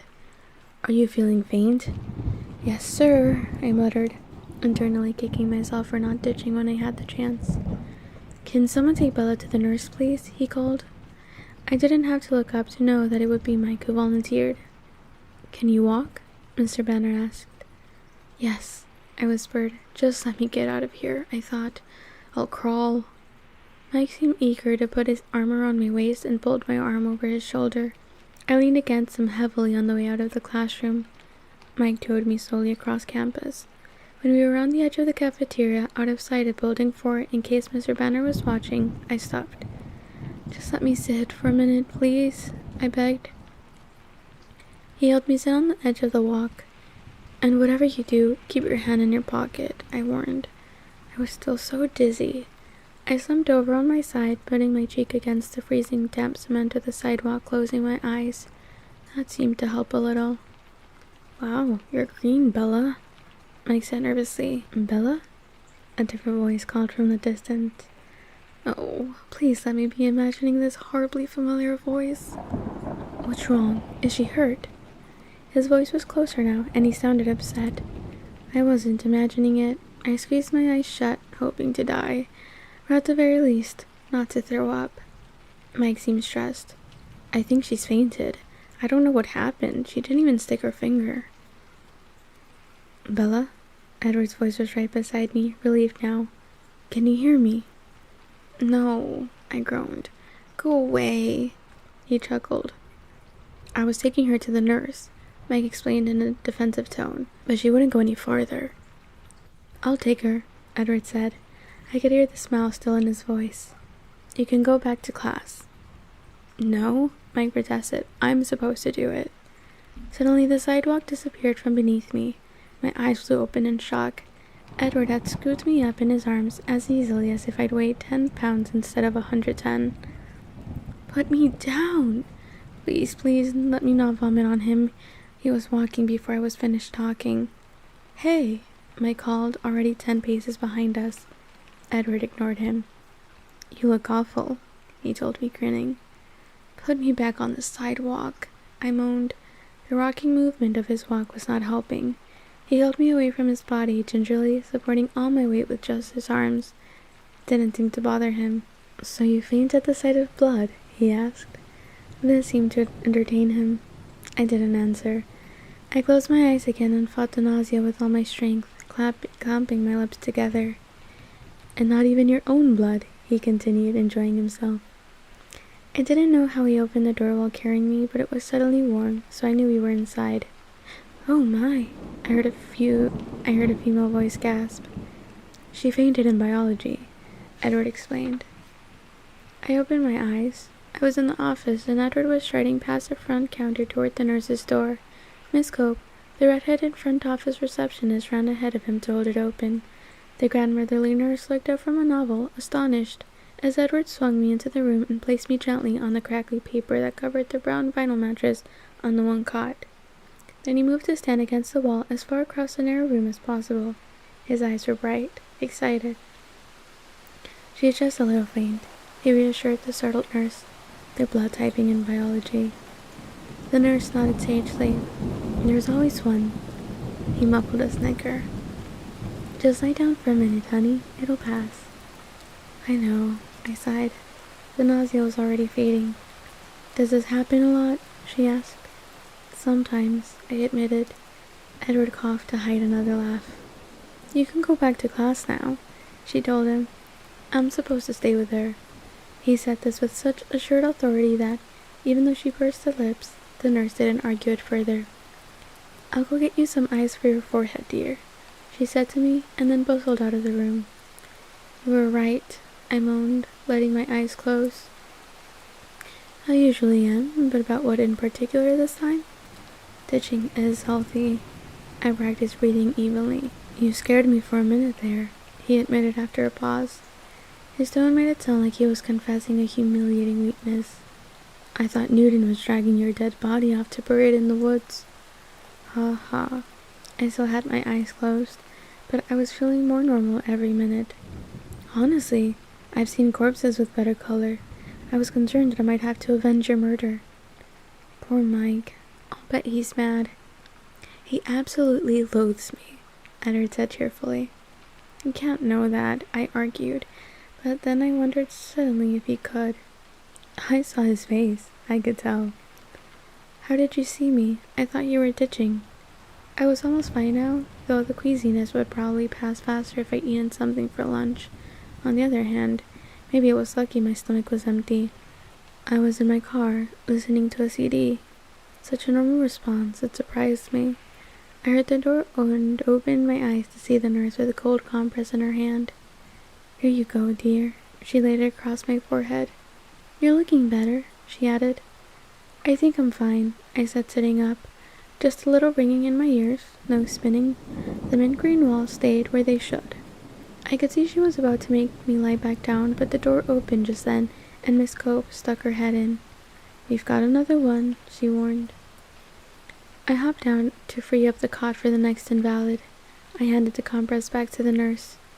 "Here, I don't need this." And then Mike staggered through the door, now supporting a sallow-looking Lee Steffens, another boy in our biology class. Edward and I drew back against the wall to give them room. "Oh no," Edward muttered. "Go out to the office, Bella." I looked up at him, bewildered. "Trust me, go." I spun and caught the door before it closed, darting out of the infirmary. I could feel Edward right behind me. "You actually listened to me." He was stunned. "I smelled the blood," I said, wrinkling my nose. Lee wasn't sick from watching other people like me. "People can't smell blood," he contradicted. "Well, I can. That's what makes me sick. It smells like rust and salt." He was staring at me with an unfathomable expression. "What?" I asked. "It's nothing." Mike came through the door then, glancing from me to Edward. The look he gave Edward confirmed what Edward had said about loathing. He looked back at me, his eyes glum. "You look better," he accused. "Just keep your hand in your pocket," I warned him again. "It's not bleeding anymore," he muttered. Are you going back to class? Are you kidding? I just have to turn around and come back. Yeah, I guess. So, are you going this weekend? To the beach? While he spoke, he flashed another glare toward Edward, who was standing against a cluttered counter, motionless as a sculpture, staring off into space. I tried to sound as friendly as possible. Sure, I said I was in. We're meeting at my dad's store at 10. His eyes flickered to Edward again, wondering if he was giving out too much information. His body language made it clear that it wasn't an open invitation. I'll be there, I promised. I'll see you in gym then, he said, moving uncertainly toward the door. See you, I replied. He looked at me once more, his round face slightly pouting, and then as he walked slowly through the door, his shoulders slumped. A swell of sympathy washed over me. I pondered seeing his disappointed face again. In gym, I groaned. I can take care of that. I hadn't noticed Edward moving to my side, but he spoke now in my ear. Go sit down and look pale, he muttered. That wasn't a challenge. I was always pale, and my recent swoon had left a light sheen of sweat on my face. I sat in one of the creaky folding chairs and rested my head against the wall with my eyes closed. Fainting smells always exhausted me. I heard Edward speaking softly at the counter. Miss Cope? Yes? I hadn't heard her return to her desk. Bella has gym next hour, and I don't think she feels well enough. Actually, I was thinking I should take her home now. Do you think you could excuse her from class? His voice was like melting honey. I could imagine how much more overwhelming his eyes would be. Do you need to be excused too, Edward? Miss Cope fluttered. Why couldn't I do that? No, I have Mrs. Goff. She won't mind. Okay, it's all taken care of. You feel better, Bella, she called to me. I nodded weakly, hamming it up just a bit. Can you walk, or do you want me to carry you again? With his back to the receptionist, his expression became sarcastic. I'll walk, I said carefully, and I was so fine. He held the door for me, his smile polite but his eyes mocking. I walked out into the cold, fine mist that had just begun to fall. It felt nice, the first time I'd enjoyed the constant moisture falling out of the sky as I washed my face clean of the sticky perspiration. Thanks, I said as he followed me out. It's almost worth getting sick to miss Jim. Any time. He was staring straight forward, squinting into the rain. So are you going? This Saturday, I mean? I was hoping he would, though it seemed unlikely. I couldn't picture him loading up to carpool with the rest of the kids from school. He didn't belong in the same world, but just hoping that he might gave me the first twinge of enthusiasm I'd felt for the outing. Where are all you going, exactly? He was still looking ahead, expressionless. Down to La Push, to First Beach.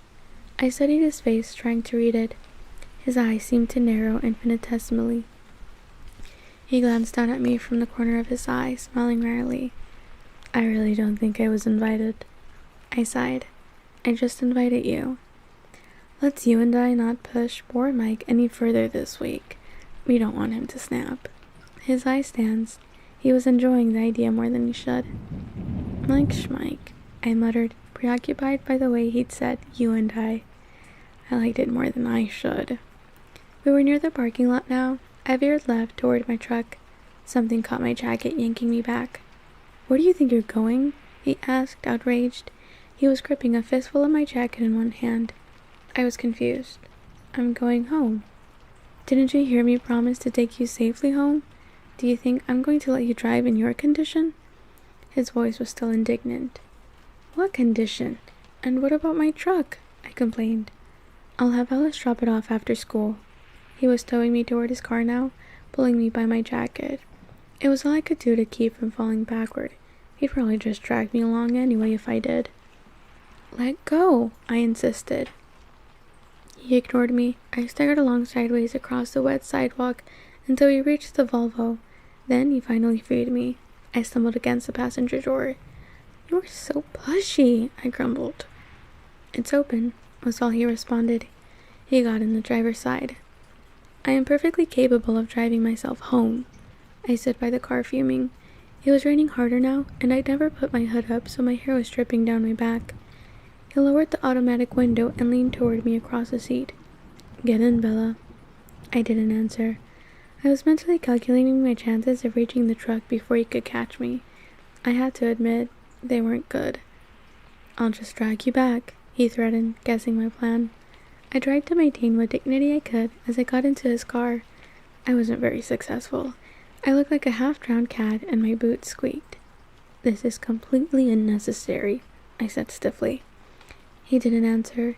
He fiddled with the controls, turning the heater up and the music down. As he pulled out of the parking lot, I was preparing to give him the silent treatment, my face in full pout mode, but then I recognized the music playing, and my curiosity got the better of my intentions. "Claire de Lune?" I asked, surprised. "You know Debussy?" He sounded surprised too. "Not well," I admitted. "My mother plays a lot of classical music around the house. I only know my favorites." "It's one of my favorites too." He stared out through the rain, lost in thought. I listened to the music, relaxing against the light gray leather seat. It was impossible not to respond to the familiar soothing melody. The rain blurred everything outside the window into gray and green smudges. I began to realize we were driving very fast. The car moved so steadily, so evenly though. I didn't feel the speed, only the town flashing by gave it away. "What is your mother like?" he asked me suddenly. I glanced over to see him studying me with curious eyes. "She looks a lot like me, but she's prettier," I said. He raised his eyebrows. "I have too much Charlie in me. She's more outgoing than I am, and braver.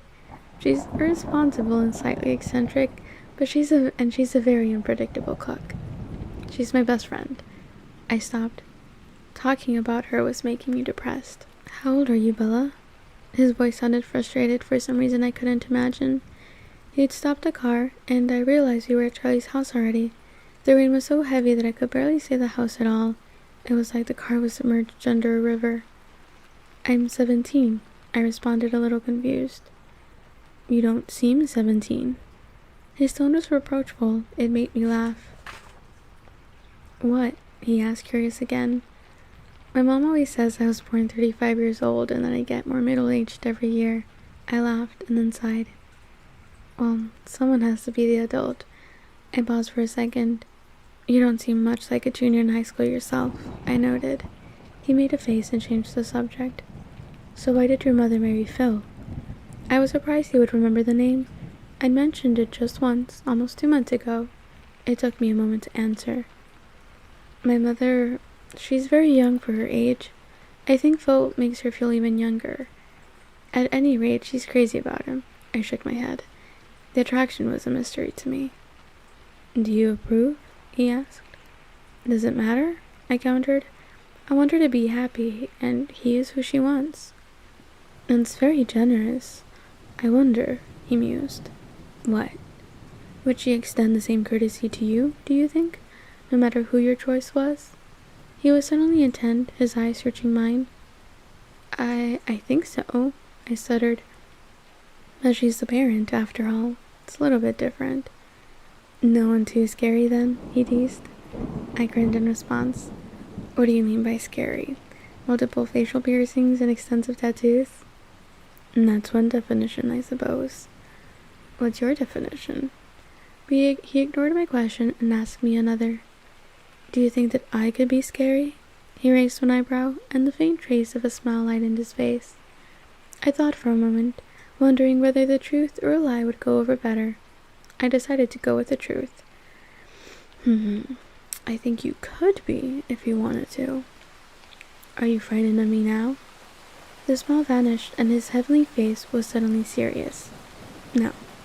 But I answered too quickly. The smile returned. "So now are you going to tell me about your family?" I asked to distract him. "It's got to be a much more interesting story than mine." He was instantly cautious. "What do you want to know?" "The Cullens adopted you?" I verified. "Yes." I hesitated for a moment. "What happened to your parents?" "They died many years ago." His tone was matter of fact. "I'm sorry," I mumbled. "I don't really remember them that clearly. Carlisle and Esme have been my parents for a long time now." "And you love them?" It wasn't a question. It was obvious in the way he spoke of them. "Yes," he smiled. "I couldn't imagine two better people." "You're very lucky." I know I am. And your brother and sister? He glanced at the clock on the dashboard. My brother and sister, and Jasper and Rosalie for that matter, are going to be quite upset if they have to stand in the rain waiting for me. Oh, sorry, I guess you have to go. I didn't want to get out of the car. And you probably want your truck back before Chief Swan gets home, so you don't have to tell him about the biology incident. He grinned at me. I'm sure he's already heard. There are no secrets in Forks, I sighed. He laughed, and there was an edge to his laughter. Have fun at the beach. Good weather for sunbathing. He glanced out at the sheeting rain. Won't I see you tomorrow? No. Emmett and I are starting the weekend early. What are you going to do? A friend could ask that, right? I hope the disappointment wasn't too apparent in my voice. We're going to be hiking in the Goat Rocks Wilderness, just south of Rainier. I remember Charlie had said the Cullens went camping frequently. Oh, well, have fun. I tried to sound enthusiastic. I don't think I fooled him, though. A smile was playing around the edges of his lips. Will you do something for me this weekend? He turned to look at me straight in the face, utilizing the full power of his burning gold eyes. I nodded helplessly. Don't be offended, but you seem to be one of those people who just attract incidents like a magnet, so try not to fall into the ocean or get run over or anything, all right? He smiled crookedly. The helplessness had faded as he spoke. I glared at him. I'll see what I can do. I snapped as I jumped out into the rain, slammed the door behind me with excessive force. He was still smiling as he drove away. Number 6. Scary Stories. As I sat in my room, trying to concentrate on the third act of Macbeth, I was really listening for my truck. I would have thought, even over the pounding rain, I could have heard the engines roar, but when I went to peek out the curtain, again, it was suddenly there. I wasn't looking forward to Friday, and it more than lived up to my non-expectations. Of course, there were the fainting comments. Jessica especially seemed to get a kick out of that story. Luckily, Mike had kept his mouth shut, and no one seemed to know about Edward's involvement. She did have a lot of questions about lunch, though.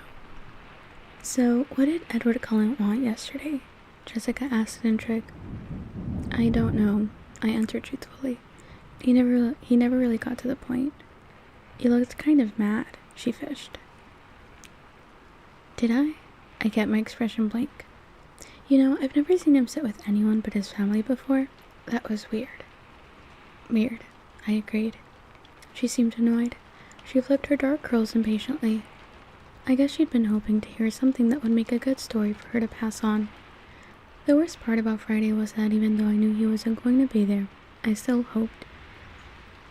When I walked into the cafeteria with Jessica and Mike, I couldn't keep from looking at his table where Rosalie, Alice, and Jasper sat talking, heads close together, and I couldn't stop the gloom that engulfed me as I realized I didn't know how long I would have to wait before I saw him again. At my usual table, everyone was full of our plans for the next day. Mike was animated again, putting a great deal of trust in the local weatherman who promised sun tomorrow. I'd have to see that before I believed it. But it was warmer today, almost 60. Maybe the outing wouldn't be completely miserable.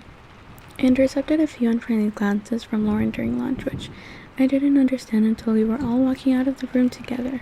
I was right behind her, just a foot from her slick, silver blonde hair, and she was evidently unaware of that.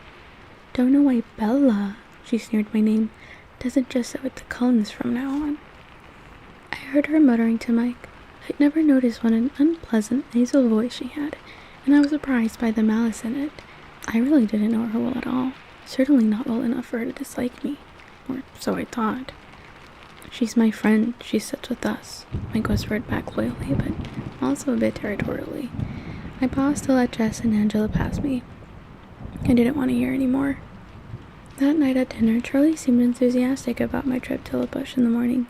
I think he felt guilty for leaving me home alone on the weekends, but he'd spent too many years building his habits to break them now. Of course, he knew the names of all the kids going, and their parents, and their great-grandparents too, probably. He seemed to approve. I wondered if he would approve of my plan to ride to Seattle with Edward Cullen. Not that I was going to tell him. Dad, do you know a place called Gold Rocks, or something like that?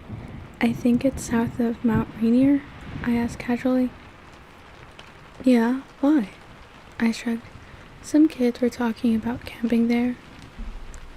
It's not a very good place for camping. He sounded surprised. Too many bears. Most people go there during the hunting season. Oh, I murmured. Maybe I got the name wrong. I meant to sleep in, but an unusual brightness woke me.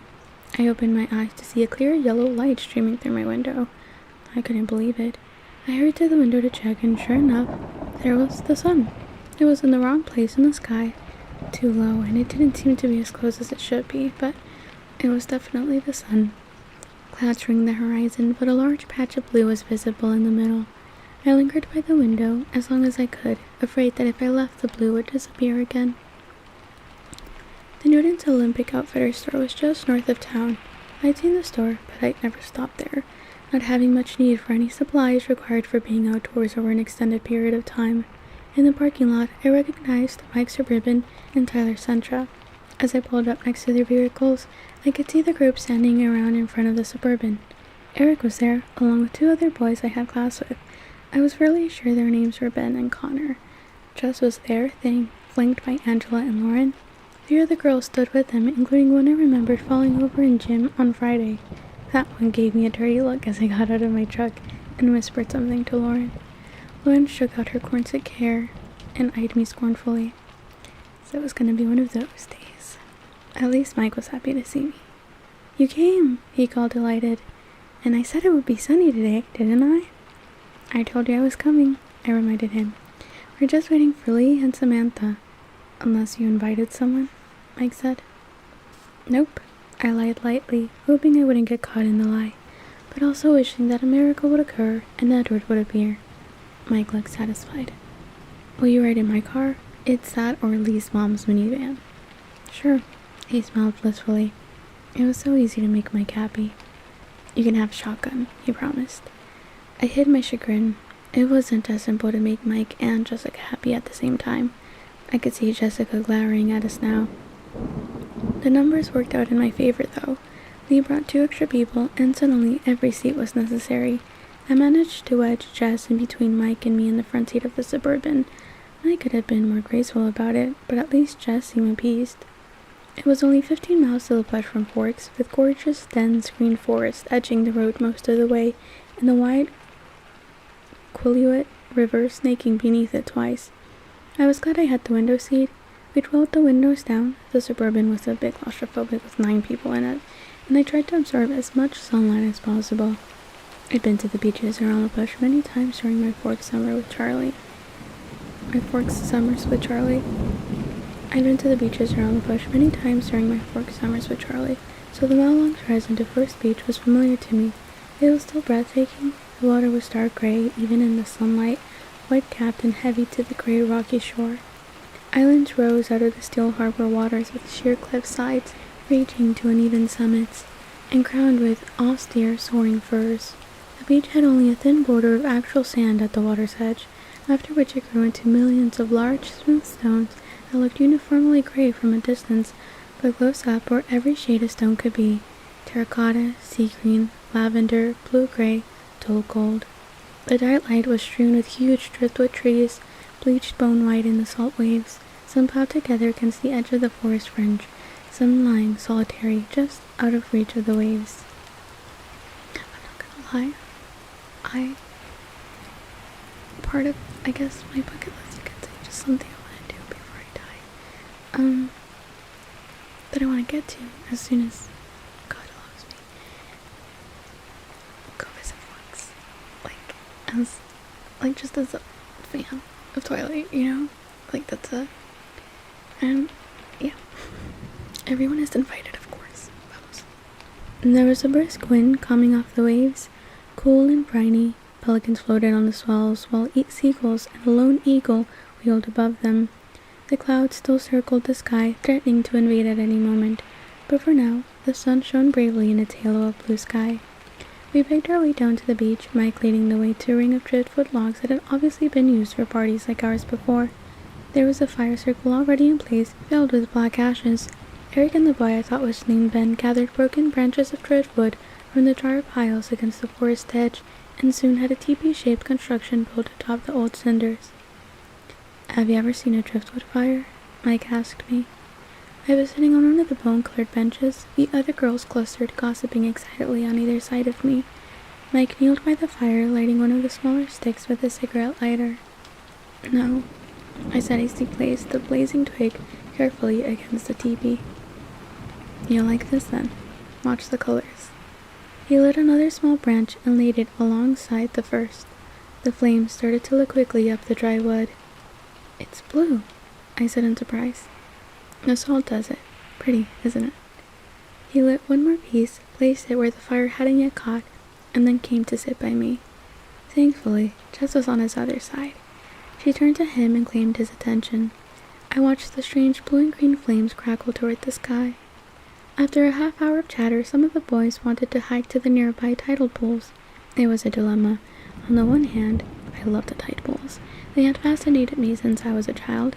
They were one of the only things I ever looked forward to when I had to come to Forks. On the other hand, I'd also fallen into them a lot. Not a big deal when you're 7 and with your dad. It reminded me of Edward's request that I not fall into the ocean. Lauren was the one who made my decision for me. She didn't want to hike, and she was definitely wearing the wrong shoes for it. Most of the other girls besides Angela and Jessica decided to stay on the beach as well. I waited until Tyler and Eric had committed to remaining with them before I got up quietly to join the pro hiking group. Mike gave me a huge smile when he saw that I was coming. The hike wasn't too long, though I hated to lose the sky in the woods. The green light of the forest was strangely at odds with the adolescent laughter, too murky and ominous to be in harmony with the light banter around me. I had to watch each step I took very carefully, avoiding roots below and branches above, and I soon fell behind. Eventually, I broke through the emerald confines of the forest and found the rocky shore again. It was low tide, and a tidal river flowed past us on its way to the sea. Along its pebbled banks, shallow pools that never completely drained were teeming with life. I was very cautious not to lean too far over the little ocean bonds. The others were fearless, sleeping over the rocks, perching precariously on the edges. I found a very stable-looking rock on the fringe of one of the largest pools and sat there cautiously, spellbound by the natural aquarium below me. In case you don't know, that blue light you see back there, yeah, that's a 10-gallon aquarium. And then that's another 10-gallon aquarium. So I would be delighted to be actually there with them. The bouquets of brilliant anemones undulated ceaselessly in the invisible current.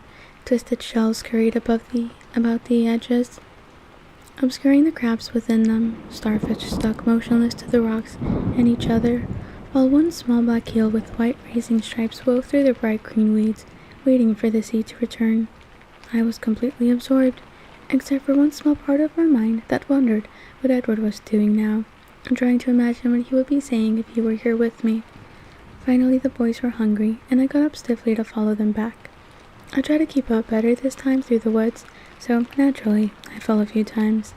I got some shallow scrapes on my palms, and the knees of my jeans were stained green, but it could have been worse. When we got back to First Beach, the group we left behind had multiplied.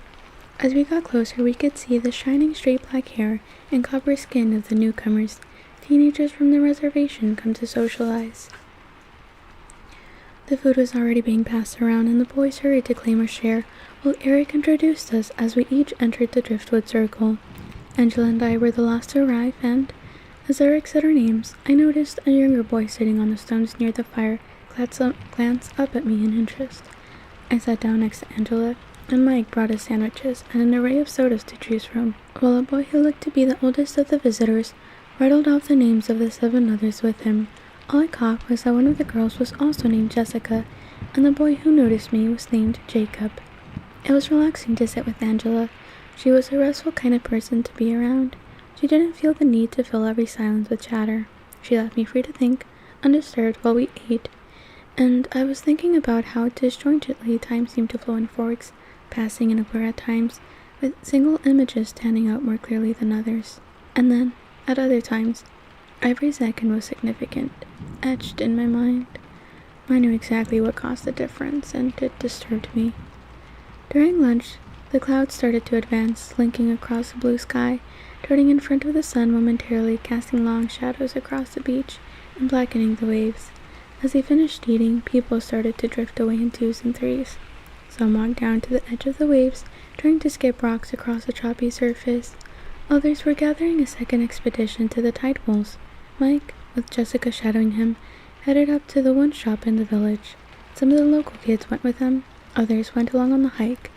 By the time they all had scattered, I was sitting alone on my drift log with Lauren and Tyler occupying themselves by the CD player someone had thought to bring, and 3 teenagers from the reservation perched around the circle. The circle, including the boy named Jacob and the oldest boy who had acted as spokesperson. A few minutes after Angela left with the hikers, Jacob sauntered over to take her place by my side. He looked 14, maybe 15, and had long, glossy black hair pulled with a rubber band at the nape of his neck.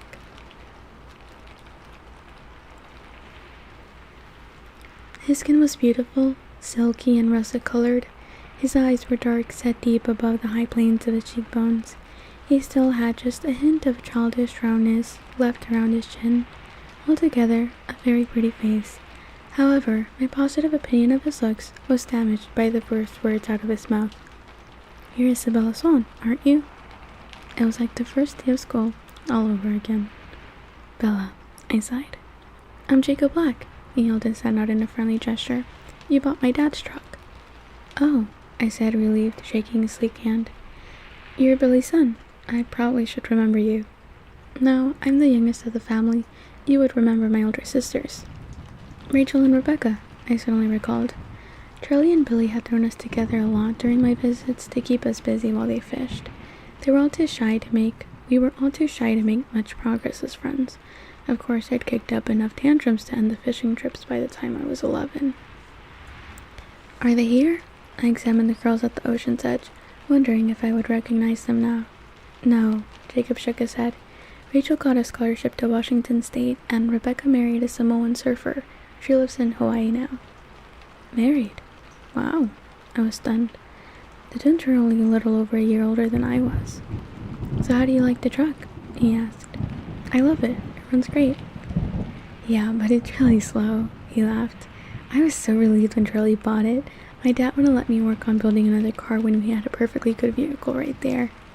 "It's not that slow," I objected. "Have you tried to go over 60? "No," I admitted. "Good. Don't," he grinned. I couldn't help grinning back. "It does great in a collision," I offered in my truck's defense. "I don't think a tank could take out that old monster," he agreed with another laugh. "So you build cars?" I asked, impressed. "When I have free time, and parts. You wouldn't happen to know where I would get my hands on a master cylinder for a 1986 Volkswagen Rabbit," he added jokingly. He had a pleasant, husky voice. "Sorry," I laughed. "I haven't seen any lately, but I'll keep my eyes open for you." As if I knew what that was.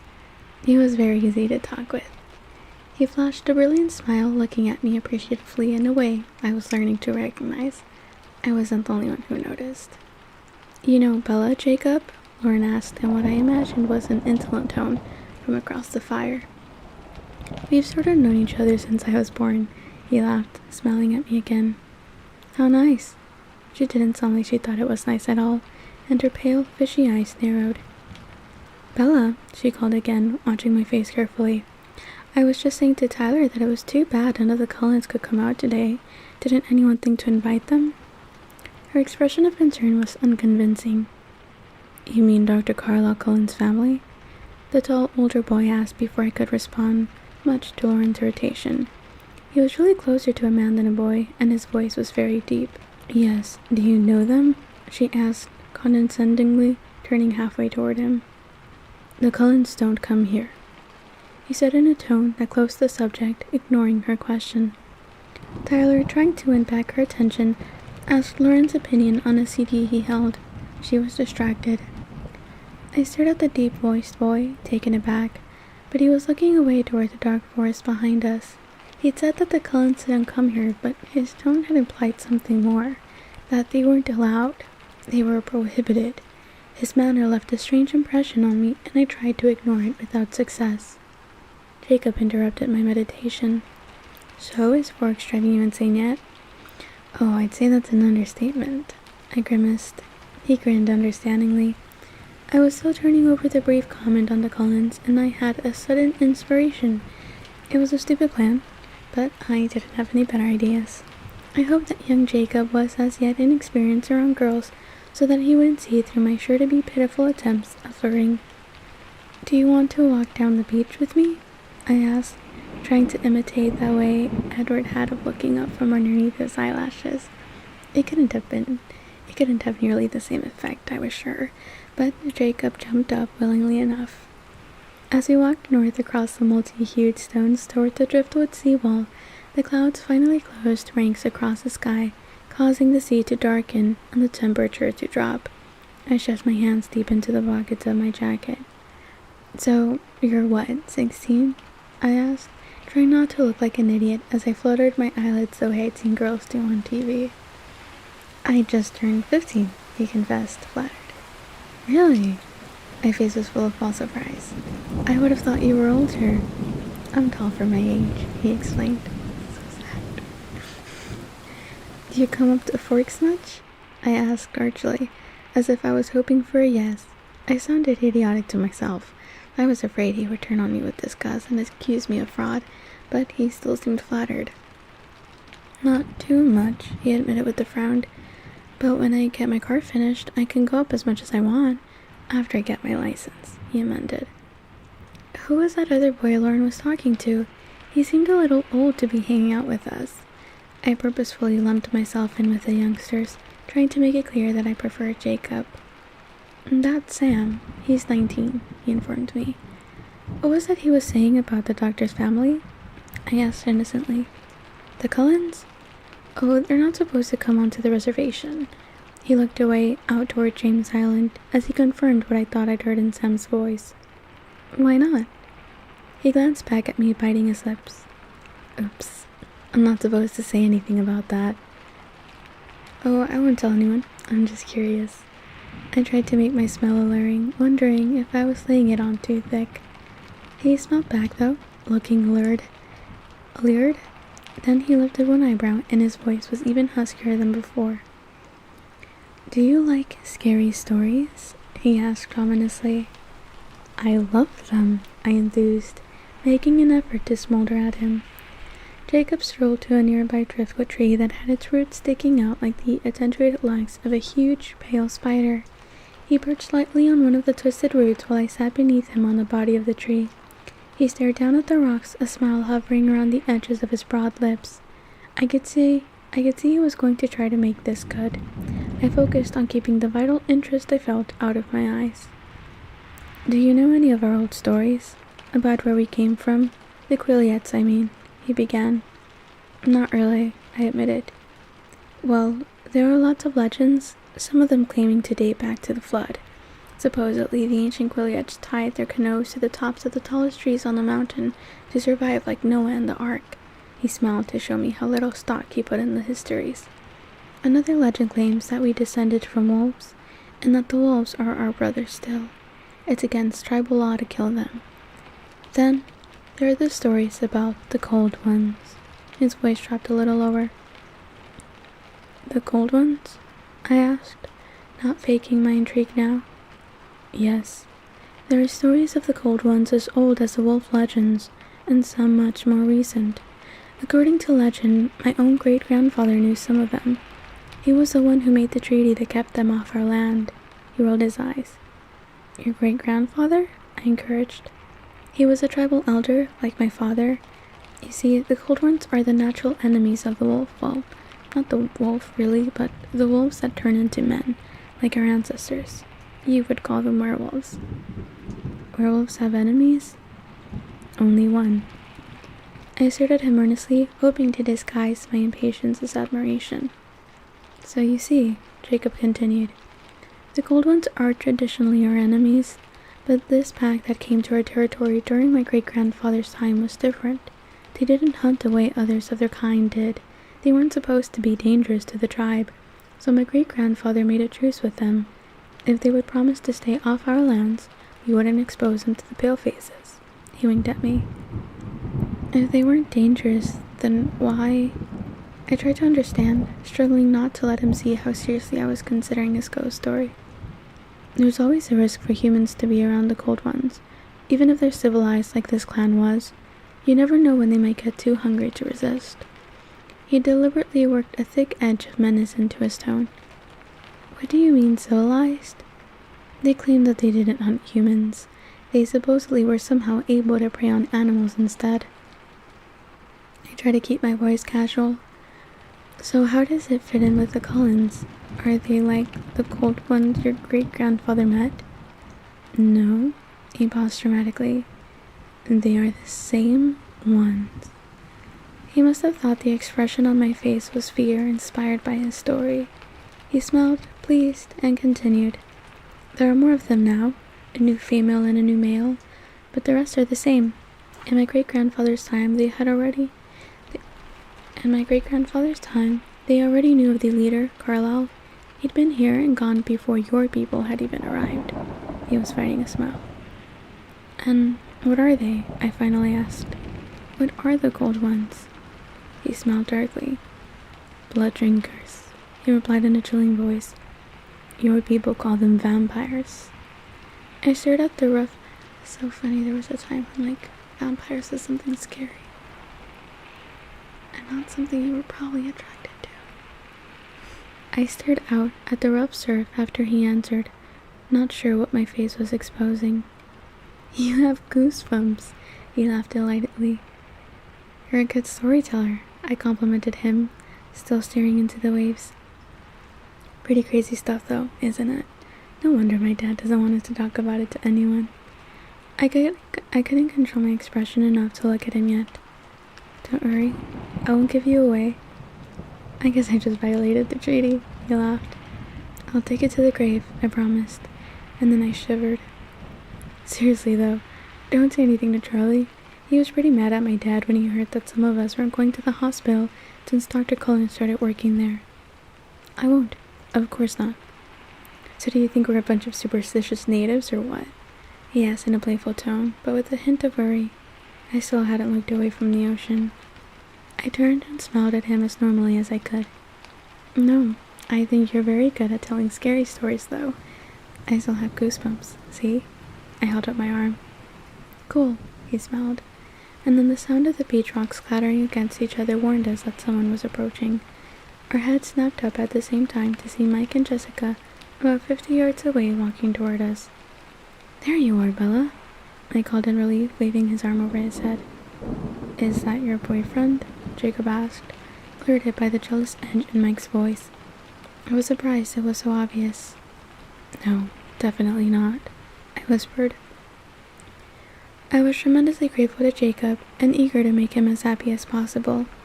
I winked at him, carefully turning away from Mike to do so. He smiled, elated by my inept flirting. So, when I get my license, he began, you should come see me in Forks. We could hang out sometimes. Sometime. I felt guilty as I said this, knowing that I'd used him, but I really did like Jacob. He was someone I could easily be friends with. Mike had reached us now, with Jessica still a few paces back. I could see his eyes praising Jacob and looking satisfied at his obvious youth. Where have you been? He asked, though the answer was right in front of him. Jacob was just telling me some local stories. I volunteered. It was really interesting. I smiled at Jacob warmly and he grinned back. Well? Mike paused, carefully reassessing the situation as he watched our camaraderie. We're packing up. It looked like it's going to rain soon. We all looked up at the glowing sky. It certainly did look like rain. Okay, I jumped up. Coming. It was nice to see you again, Jacob said, and I could tell he was taunting Mike just a bit. It really was. Next time Charlie comes down to see Billy, I'll come too, I promised. His grin stretched across his face. That would be cool. And thanks, I added earnestly. I pulled up my hood as we tramped across the rocks toward the parking lot. A few drops were beginning to fall, making black spots on the stones where they landed. When we got to the Suburban, the others were already loading everything back in. I crawled into the back seat by Angela and Tyler, announcing that I'd already had my turn in the shotgun position. Angela just stared out the window at the escalating storm, and Lauren twisted around in the middle seat to occupy Tyler's attention, so I could simply lay my head back on the seat and close my eyes and try very hard not to think. Chapter 7, Nightmare. I told Charlie I had a lot of homework to do and that I didn't want anything to eat. There was a basketball game on that he was excited about, though of course I had no idea what was special about it, so he wasn't aware of anything unusual in my face or tone. Once in my room, I locked the door. I dug through my desk until I found my old headphones, and I plugged them into my little CD player. I picked up a CD that Phil had given to me for Christmas. It was one of his favorite brands, but they used a little too much bass and shrieking for my taste. I popped it into place and lay down on my bed. I put on the headphones, hit play, and turned up the volume until it hurt my ears. I closed my eyes. But the light still intruded, so I added a pillow over the top half of my face. I concentrated very carefully on the music, trying to understand the lyrics, to unravel the complicated drum patterns. By the third time I listened through the CD, I knew all the words to the choruses at least. I was surprised to find that I really did like the band after all. Once I got past the blaring noise, I'd have to thank Phil again. And it worked. The shattering beats made it impossible for me to think, which was the whole purpose of this exercise. I listened to the CD again and again until I was singing along with all the songs until, finally, I fell asleep.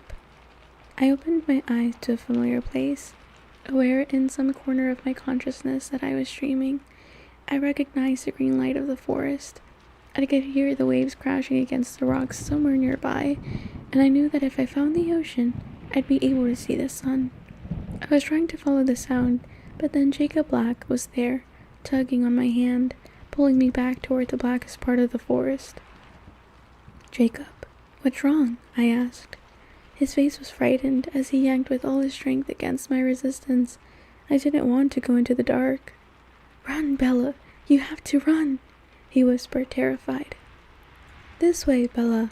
I recognized Mike's voice calling out of the gloomy heart of the trees, but I couldn't see him. "Why?" I asked, still pulling against Jacob's grasp, desperate now to find the sun. But Jacob let go of my hand and yelped, suddenly shaking, falling to the dim forest floor. He twitched on the ground as I watched in horror. "Jacob!" I screamed, but he was gone. In his place was a large red-brown wolf with black eyes.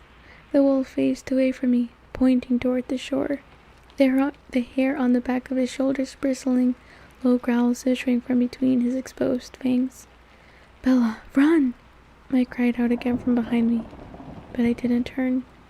I was watching a light coming toward me from the beach. And then Edward stepped out from the trees, his skin faintly glowing, his eyes black and dangerous. He held up one hand and beckoned me to come to him. The wolf growled at my feet. I took a step forward toward Edward. He smiled then, and his teeth were sharp, pointed. "Trust me," he purred. I took another step. The wolf launched himself across the space between me and the vampire, fangs aiming for the jugular.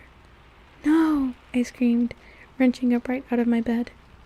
My sudden movement caused the headphones to pull the CD player off the bedside table and a clatter to the wooden floor. My light was still on, and I was sitting fully dressed on the bed with my shoes on. I glanced, disoriented, at the clock on my dresser. It was 5:30 in the morning. I groaned, fell back, and rolled over onto my face, kicking off my boots. I was too uncomfortable to get anywhere near sleep, though. I rolled back over and unbuttoned my jeans, yanking them off awkwardly as I tried to stay horizontal. I could feel the braid in my hair, an uncomfortable ridge along the back of my skull. I turned onto my side and ripped the rubber band out, quickly combing through the plaits with my fingers. I pulled the pillow back over my eyes. It was all of no use, of course. My subconscious had dredged up exactly the images I'd been trying so desperately to avoid.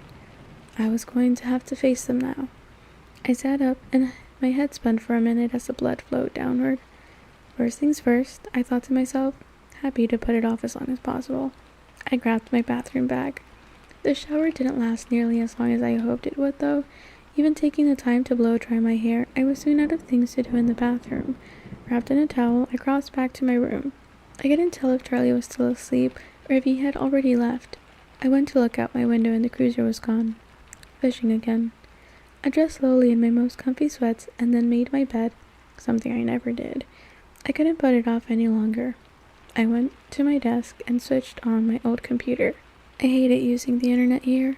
My modem was sadly outdated, my free service substandard. Just dialing up took so long that I decided to go get myself a bowl of cereal while I waited.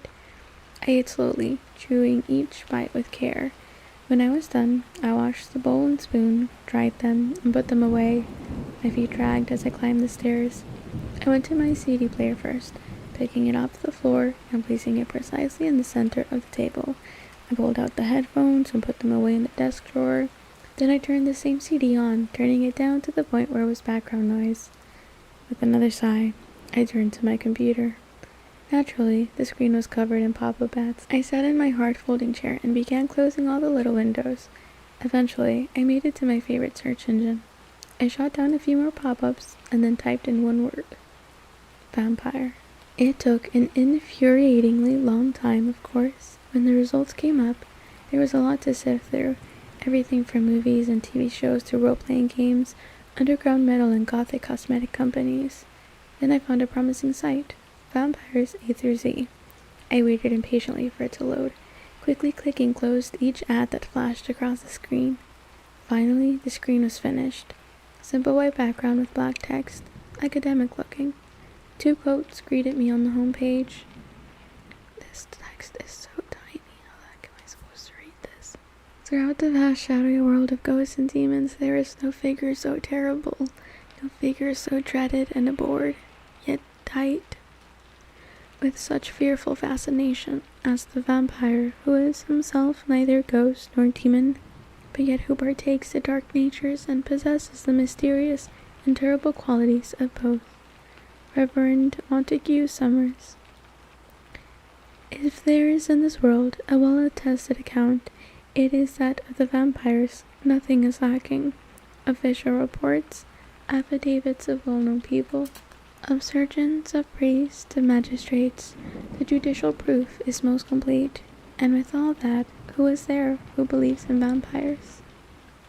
Ronsu. The rest of the site was an alphabetized listing of all the different myths of vampires held throughout the world.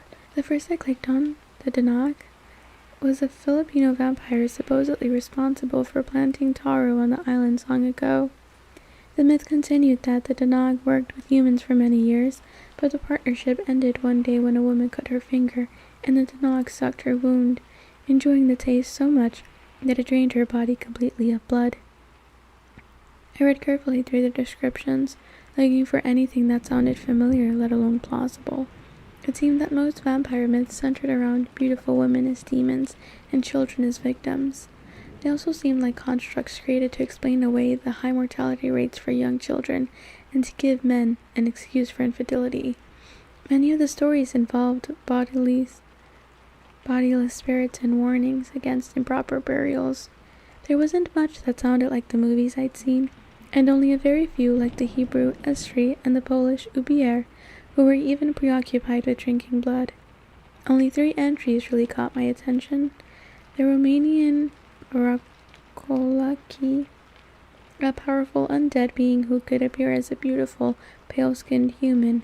The Slovak Nalapsi, a creature so strong and fast it could massacre an entire village in a single hour after midnight. And one other, the Strigoni Benefici. About this last, there was only one brief sentence. Strigoni Benefici, an Italian vampire said to be on the side of goodness, and a mortal enemy of all evil vampires.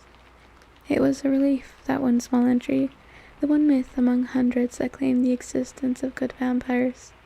Overall, though, there was little that coincided with Jacob's stories or my own observations. I'd made a little catalog in my mind as I'd read and carefully compared it with each myth. Speed, strength, beauty, pale skin, eyes that shift color, and then Jacob's criteria: blood drinkers, enemies of the werewolf, cold-skinned and immortal. There were very few myths that matched even one factor. And then another problem, one that I'd remembered from the small number of scary movies that I'd seen and was backed up by today's reading. Vampires couldn't come out in the daytime. The sun would burn them to a cinder. They slept in coffins all day and came out only at night. Aggravated, I snapped off the computer's main power switch, not waiting to shut things down properly. Through my irritation, I felt overwhelming embarrassment. It was all so stupid. I was sitting in my room, researching vampires. What was wrong with me? I decided that most of the blame belonged on the doorstep of the town of Forks, and the entire sodden Olympic Peninsula for that matter.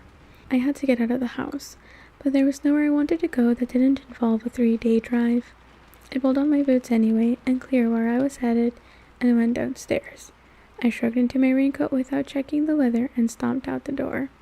It was overcast, but not raining yet. I ignored my truck and started east on foot, angling across Charlie's yard toward the ever-encroaching forest. Encroaching. It didn't take long till I was deep enough for the house and the road to be invisible, for the only sound to be the squish of the damp earth under my feet and the sudden cries of the jays. There was a thin ribbon of a trail that led through the forest here, or I wouldn't risk wandering on my own like this. My sense of direction was hopeless. I could get lost in much less helpful surroundings. The trail wound deeper and deeper into the forest, mostly east as far as I could tell. It snaked around the Sitka spruces and the hemlocks, the yews and the maples. I only vaguely knew the names of the trees around me, and all I knew was due to Charlie pointing them out to me from the cruiser window in earlier days. There were many I didn't know, and others I couldn't be sure about because they were so covered in green parasites. I followed the trail as long as my anger at myself pushed me forward. As that started to ebb, I slowed.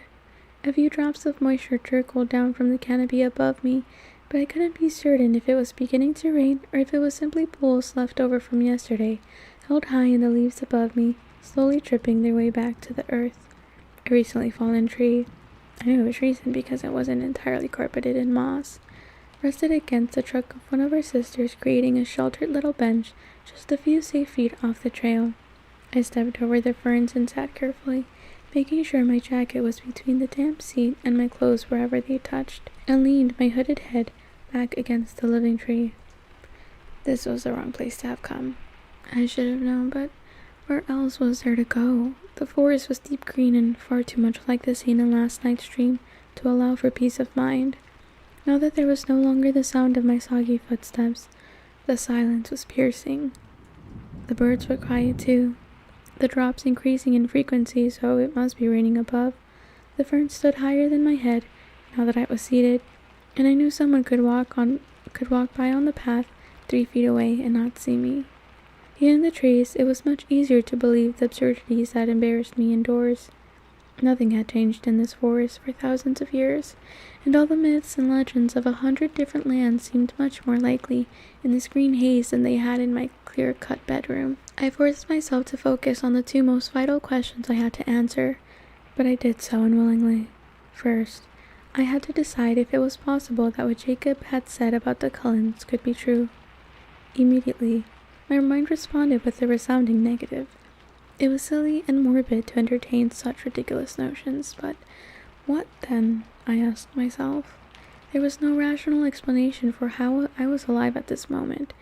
I listed again in my head the things I'd observed myself, the impossible speed and strength, the eye color shifting from black to gold and back again, the inhuman beauty, the pale, frigid skin, and more small things that registered slowly, how they never seemed to eat, the disturbing grace with which they moved, and the way he sometimes spoke, with unfamiliar cadences and phrases that better fit the style of a turn-of-the-century novel than that of a 21st century classroom. He had skipped class the day we'd done blood typing. He hadn't said no to the beach trip till he heard where we were going. He seemed to know what everyone around him was thinking, except me. He had told me he was a villain, dangerous. Could the Cullens be vampires? Well, there was something outside the possibility of rational justification was taking place in front of my incredulous eyes.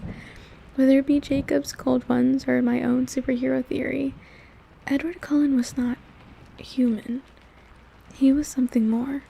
So then, maybe, that would have to be my answer for now. And then the most important question of all, what was I going to do if it was true? If Edward was a vampire, I could hardly make myself think the words. Then what should I do? Involving someone else was definitely out. I couldn't even believe myself. Anyone I told would have me committed. Only 2 options seemed practical. The first was to take his advice, to be smart, to avoid him as much as possible, to cancel our plans, to go back to ignoring him as far as I was able, to pretend there was an impenetrably thick glass wall between us in the one class where we were forced together, to tell him to leave me alone, and mean it this time. I was gripped in a sudden agony of despair as I considered that alternative. My mind rejected the pain, quickly skipping on to the next option. I could do nothing different. After all, if he was something sinister, he'd done nothing to hurt me so far. In fact, I would be a dent in Tyler's fender if he hadn't acted so quickly. So quickly, I argued with myself, that it might have been sheer reflexes. But if it was a reflex to save lives, how bad could he be? I retorted. My head spun around in answerless circles. There was one thing I was sure of, if I was sure of anything. The dark Edward in my dream last night was a reflection only of my fear of the word Jacob had spoken, and not Edward himself. Even so, when I screamed out in terror at the werewolf's lunge, it wasn't fear for the wolf that brought the cry of no to my lips. It was fear that he would be harmed, even as he called to me with sharp-edged fangs. I feared for him, and I knew, in that, I had my answer. I didn't know if there was ever a choice, really. I was already in too deep. Now that I knew, if I knew, I could do nothing about my frightening secret, because when I thought of him, of his voice, his hypnotic eyes, the magnetic force of his personality, I wanted nothing more than to be with him right now. Even if. But I couldn't think it. Not here, alone in the darkening forest. Not while the rain made it dim as twilight under the canopy and pattered like footsteps across the matted earthen floor. I shivered and rose quickly from my place of concealment, worried that somehow the path would have disappeared with the rain. But it was there, safe and clear, winding its way out of the dripping green maze. I followed it hastily, my hood pulled close around my face, becoming surprised as I nearly ran through the trees at how far I had come. I started to wonder if I was heading out at all, or following the path further into the confines of the forest. Before I could get too panicky, though, I began to glimpse some open spaces through the webbed branches, and then I could hear a car passing on the street, and I was free. Charlie's lawn stretched down in front of me, the house beckoning me, promising warmth and dry socks. It was just noon when I got back inside. I went upstairs and got dressed for the day, jeans and a t-shirt since I was staying indoors. It didn't take too much effort to concentrate on my task for the day, a paper on Macbeth that was due Wednesday. I settled into outlining a rough draft contently, more serene than I'd felt since Thursday afternoon, if I was being honest. It had always been my way, though. Making decisions was the painful part for me, the part I agonized over. But once the decision was made, I simply followed through, usually with relief that the choice was made. Sometimes the relief was tainted by despair, like my decision to come to Forks, but it was still better than wrestling with the alternatives. I agree. This decision was ridiculously easy to live with. Dangerously easy. And so the day was quiet, productive. I finished my paper before 8. Charlie came home with a large catch, and I made a mental note to pick up a book of recipes for fish while I was in Seattle next week. The chills that flashed up my spine whenever I thought of that trip were no different than the ones I'd felt before I'd taken my walk with Jacob Black. They should be different, I thought. I should be afraid. I knew I should. But I couldn't feel the right kind of fear. I slept dreamlessly that night, exhausted from beginning my day so early and sleeping so poorly the night before. I woke, for the second time since arriving in Forks, to the bright yellow light of a sunny day. I skipped to the window, stunned to see that there was hardly a cloud in the sky, and those there were, just fleecy little white puffs that couldn't possibly be carrying any rain. I opened the window, surprised when it opened silently, without sticking, not having opened it in who knows how many years, and sucked in the relatively dry air, because he oiled it. That's kind of weird.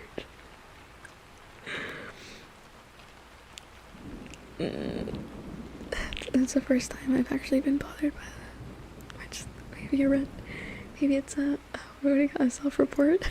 What can I say? It was nearly warm and hardly windy at all. My blood was electric in my veins. Charlie was finishing breakfast when I came downstairs, and he picked up on my mood immediately. "Nice day out," he commented. "Yes," I agreed with a grin. He smiled back, his brown eyes crinkling around the edges. When Charlie smiled, it was easier to see why he and my mother had jumped too quickly into an early marriage. Most of the young romantic he'd been in those days had faded before I'd known him, as the curly brown hair, the same color if not the same texture as mine, had dwindled, slowly revealing more and more of the shiny skin of his forehead. But when he smiled, I could see a little of the man who had run away with Renee when she was just 2 years older than I was now. I ate breakfast cheerily, watching the dust mote stirring in the sunlight that streamed in the back window. Charlie called out a goodbye, and I heard the cruiser pull away from the house. I hesitated on my way out the door, hand on my rain jacket. It would be tempting fate to leave it home. With a sigh, I folded it over my arm and stepped out into the brightest light I'd seen in months. By dint of much elbow grease, I was able to get both windows in the truck almost completely rolled down. I was one of the first ones to school. I hadn't even checked the clock in my hurry to get outside. I parked and headed toward the seldom-used picnic benches on the south side of the cafeteria. The benches were still a little damp, so I sat on my jacket, glad to have a use for it. My homework was done, the product of a slow social life. But there were a few trick problems I wasn't sure I had right. I took out my book industriously, but halfway through rechecking the first problem, I was daydreaming, watching the sunlight play on the red bark trees. I sketched inattentively along the margins of my homework. After a few minutes, I suddenly realized I'd drawn 5 pairs of dark eyes staring out of the page at me. I scrubbed them out with the eraser. "Bella!" I heard someone call, and it sounded like Mike. I looked around to realize that the school had become populated while I'd been sitting there, absent-minded. Everyone was in t-shirts, some even in shorts, though the temperature couldn't be over 60. Actually, 60 isn't that bad. Mike was coming toward me in khaki shorts and a striped rugby shirt, waving. "Hey, Mike," I called, waving back, unable to be half-hearted on a morning like this. He came to sit by me, the tidy spikes of his hair shining golden in the light, his grin stretching across his face. He was so delighted to see me, I couldn't help but feel gratified. "I never noticed before. Your hair has red in it," he commented, catching between his fingers a strand that was fluttering in the light breeze. "Only in the sun." I became just a little uncomfortable as he tucked the lock behind my ear. "Great day, isn't it?" "My kind of day," I agreed. "What did you do yesterday?" His tone was just a bit too proprietary. I promise I can read. "I mostly worked on my essay. I didn't add that I was finished with it. I need to sound smug." He hit his forehead with the heel of his hand. "Oh, yeah, that's due Thursday, right?" Wednesday, I think." "Wednesday?" He frowned. "That's not good." "What are you writing yours on?" "Whether Shakespeare's treatment of the female characters is misogynistic." He stared at me like I'd just spoken in pig Latin. "I guess I'll have to get to work on that tonight," he said, deflated. "I was going to ask if you wanted to go out." "Oh," I was taken off guard. Why can't I ever have a pleasant conversation with Mike anymore without it getting awkward? "Well, we could go to dinner or something, and I could work on it later." He smiled at me hopefully. "Mike," I hated being put on the spot. "I don't think that would be the best idea." His face fell. "Why?" "Why?" he asked, his eyes guarded. My thoughts flickered to Edward, wondering if that's where his thoughts were as well. "I think, and if you ever repeat what I'm saying right now, I will cheerfully beat you to death," I threatened, "but I think that would hurt Jessica's feelings." He was bewildered, obviously not thinking in that direction at all. "Jessica? Really, Mike, are you blind?" "Oh," he exhaled, clearly dazed. I took advantage of that to make my escape. "It's time for class, and I can't be late again." I gathered my books up and stuffed them in my bag. We walked in silence to Building 3, and his expression was distracted. I hoped whatever thoughts he was immersed in were leading him in the right direction. Someone like that. When I saw Jessica and Drake, she was bubbling with enthusiasm. She, Angela, and Lauren were going to Port Angeles tonight to go dress shopping for the dance, and she wanted me to come too, even though I didn't need one. I was indecisive. It would be nice to get out of town with some girlfriends, but Lauren would be there, and who knew what I could be doing tonight. But that was definitely the wrong path to let my mind wander down. Of course, I was happy about the sunlight, but that wasn't completely responsible for the euphoric mood I was in. Not even close. So I give her a maybe, telling her I'd have to talk with Charlie first. She talked of nothing but the dance on the way to Spanish, continuing as if without an interruption when class finally ended. 5 minutes late, and we were on our way to lunch. I was far too lost in my own frenzy of anticipation to notice much of what she said. I was painfully eager to see not just him, but all the Cullens, to compare them with the new suspicions that plagued my mind. As I crossed the threshold of the cafeteria, I felt the first true tingle of fear slither down my spine and settle in my stomach. Would they be able to know what I was thinking? And then a different feeling jolted through me. Would Edward be waiting to sit with me again? As was my routine, I glanced first toward the Cullens table. A shiver of panic trembled in my stomach as I realized it was empty. With dwindling hope, my eyes scoured the rest of the cafeteria, hoping to find him alone, waiting for me. The place was nearly filled. Spanish had made us late, but there was no sign of Edward or any of his family. Desolation hit me with crippling strength. I shambled along behind Jessica. Who uses the word shambled? Not bothering to pretend to listen anymore. We were late enough that everyone was already at our table. I avoided the empty chair next to Mike in favor of one by Angela. I vaguely noticed that Mike held the chair out politely for Jessica, and that her face lit up in response. Angela asked a few quiet questions about the Macbeth paper. Macbeth? Which I answered as naturally as I could while spiraling downward in misery. She too invited me to go with them tonight, and I agreed now, grasping at anything to distract myself. I realized I'd been holding on to a last shred of hope when I entered biology, saw his empty seat, and felt a new wave of disappointment. The rest of the day passed slowly, dismally. In gym, we had a lecture on the rules of badminton, the next torture they had lined up for me, but at least it meant I got to sit and listen instead of stumbling around on the court. The best part was the coach didn't finish, so I got another day off tomorrow. Never mind that the day after they would arm me with a racket before unleashing me on the rest of the class. I was glad to leave campus, so I would be free to pout and mope before I went out tonight with Jessica and company. But right after I walked in at the door of Charlie's house, Jessica called to cancel our plans. You know what I really want to see? When she stops calling it Charlie's house. That'll be interesting.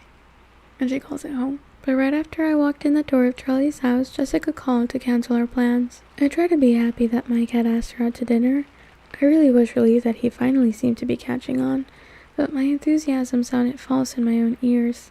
She rescheduled our shopping trip for tomorrow night, which left me with little in the way of distractions. I had fish marinating for dinner, with a salad and bread left over from the night before, so there was nothing to do there. I spent a focused half-hour on homework, but then I was through with that, too. I checked my email, reading the backlog of letters from my mother, getting snippier as they progressed to the present, and I sighed and typed a quick response. Mom, sorry I've been out. I went to the beach with some friends, and I had to write a paper. My excuses were fairly pathetic, so I gave up on that. It's sunny outside today. I know, I'm shocked, too. So I'm going to go outside and soak up as much vitamin D as I can. I love you, Bella. I decided to kill an hour with non-school related reading. I had a small collection of books that came with me to Forks, the shabbiest volume being a compilation of the works of Jane Austen. I selected that one, and headed to the backyard, grabbing a ragged old quilt from the linen cupboard at the top of the stairs on my way down. Outside in Charlie's small square yard, I folded the quilt in half and laid it out of the reach of the tree's shadows on the thick lawn that would always be slightly wet, no matter how long the sun shone. I lay on my stomach, crossing my ankles in the air, flipping through the different novels in the book, trying to decide which one would occupy my mind the most thoroughly. My favorites were Pride and Prejudice and Sense and Sensibility. I'd read the first most recently, so I started into Sense and Sensibility, only to remember, after I began Chapter 3, that the hero of the story happened to be named Edward. Angrily, I turned to Mansfield Park, but the hero of that piece was named Edmund, and that was just too close. Weren't there any other names available in the late 18th century? I snapped the book shut, annoyed, and rolled over onto my back. I pushed my sleeves up as high as they would go, and closed my eyes. I would think of nothing but the warmth on my skin, I told myself severely. The breeze was still light, but it blew tendrils of my hair around my face, and that tickled a bit. I pulled all my hair over my head, letting it fan out on the quilt above me, and focused again on the heat that touched my eyelids, my cheekbones, my nose, my lips, my forearms, my neck, soaked through my light shirt. The next thing I was conscious of was the sound of Charlie's cruiser turning onto the brakes of the driveway. I sat up in surprise, realizing the light was gone, behind the trees, and I had fallen asleep. I looked around, muddled with a sudden feeling that I wasn't alone. "Charlie?" I asked, but I could hear his door slamming in front of the house. I jumped up, foolishly edgy, gathering the now damp quilt in my book. I ran inside to get some oil heating on the stove, realizing that dinner would be late. Charlie was hanging up his gun belt and stepping out of his boots when I came in. "Sorry, Dad, dinner's not ready yet. I fell asleep outside." I stifled a yawn. "Don't worry about it," he said. "I wanted to catch the score on the game anyway."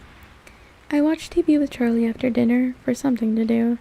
There wasn't anything on I wanted to watch, but he knew I didn't like baseball, so he turned it to some mindless sitcom that neither of us enjoyed.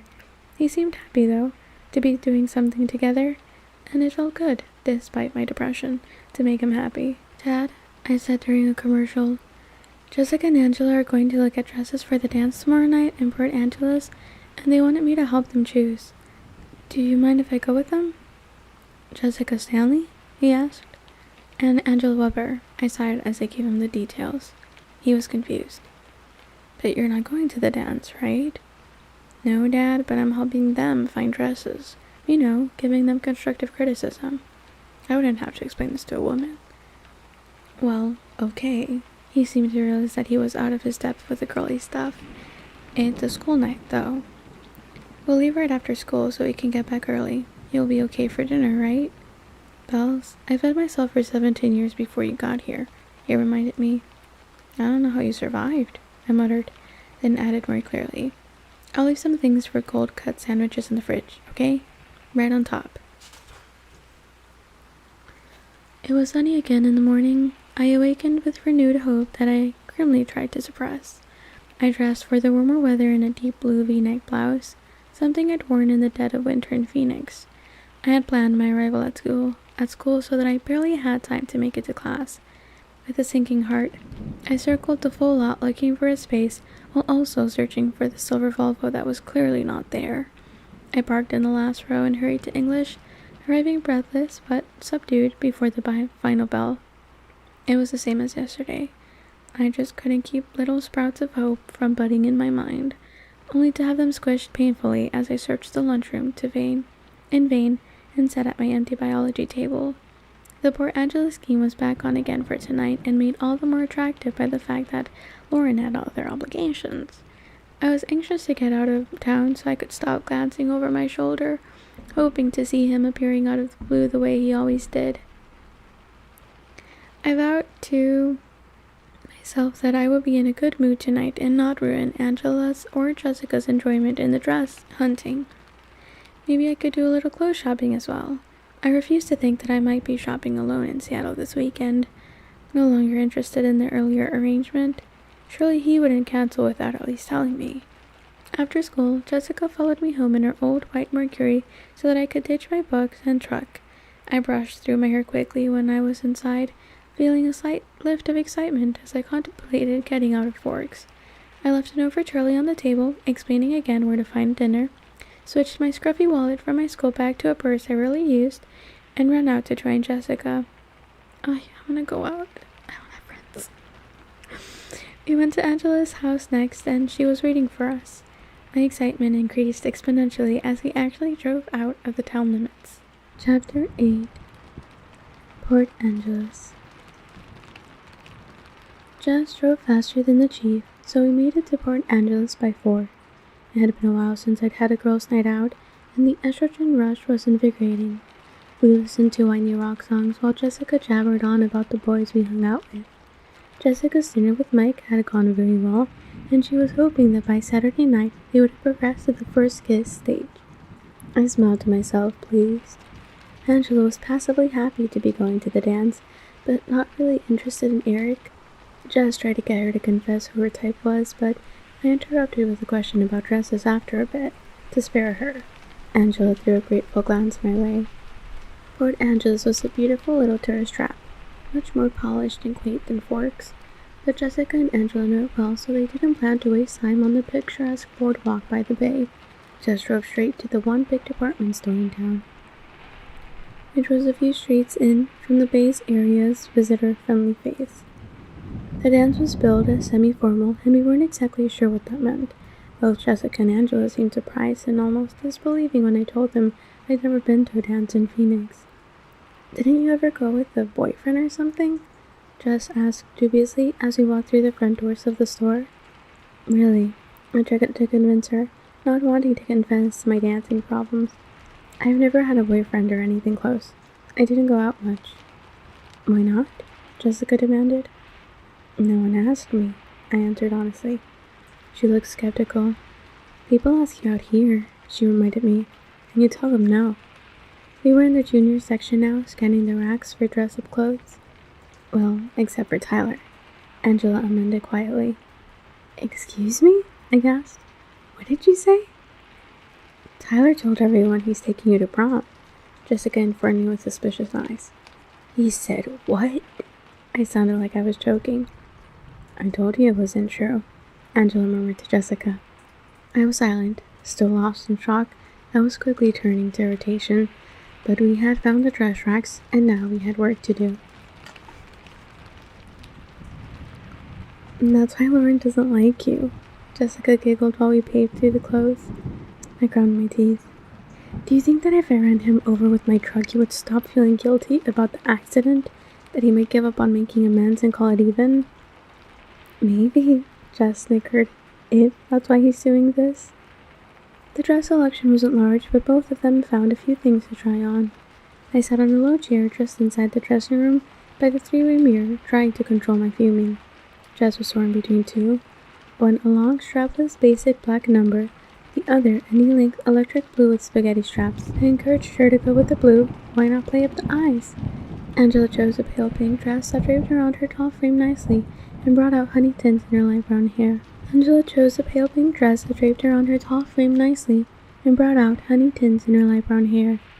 I complimented them both generously and helped by returning the rejects to their racks. The whole process was much shorter and easier than summer trips I'd taken with Renee at home. I guess there was something to be said for limited choices. We headed over to shoes and accessories. While they tried things on, I merely watched and critiqued, not in the mood to shop for myself, though I did need new shoes. The girls' night high was wearing off in the wake of my annoyance to Tyler, leaving room for the gloom to move back in. "Angela," I began hesitant, while she was trying on a pair of pink strappy heels. She was overjoyed to have a day tall enough that she could wear high heels at all. Jessica had drifted to the jewelry counter, and we were alone. "Yes?" She held her leg out, twisting her ankle to get a better view of the shoe. I chickened out. "I like those." "I think I'll get them, though they'll never match anything but the one dress," she mused. "Oh, go ahead. They're on sale," I encouraged. She smiled, putting the lid back on a box that contained more practical-looking off-white shoes. I tried again. Angela?" She looked up curiously. "Is it normal for the Cullens," I kept my eyes on the shoes, "to be out of school a lot?" I failed miserably in my attempts to sound nonchalant. "Yes. When the weather is good, they go backpacking all the time. Even the doctor.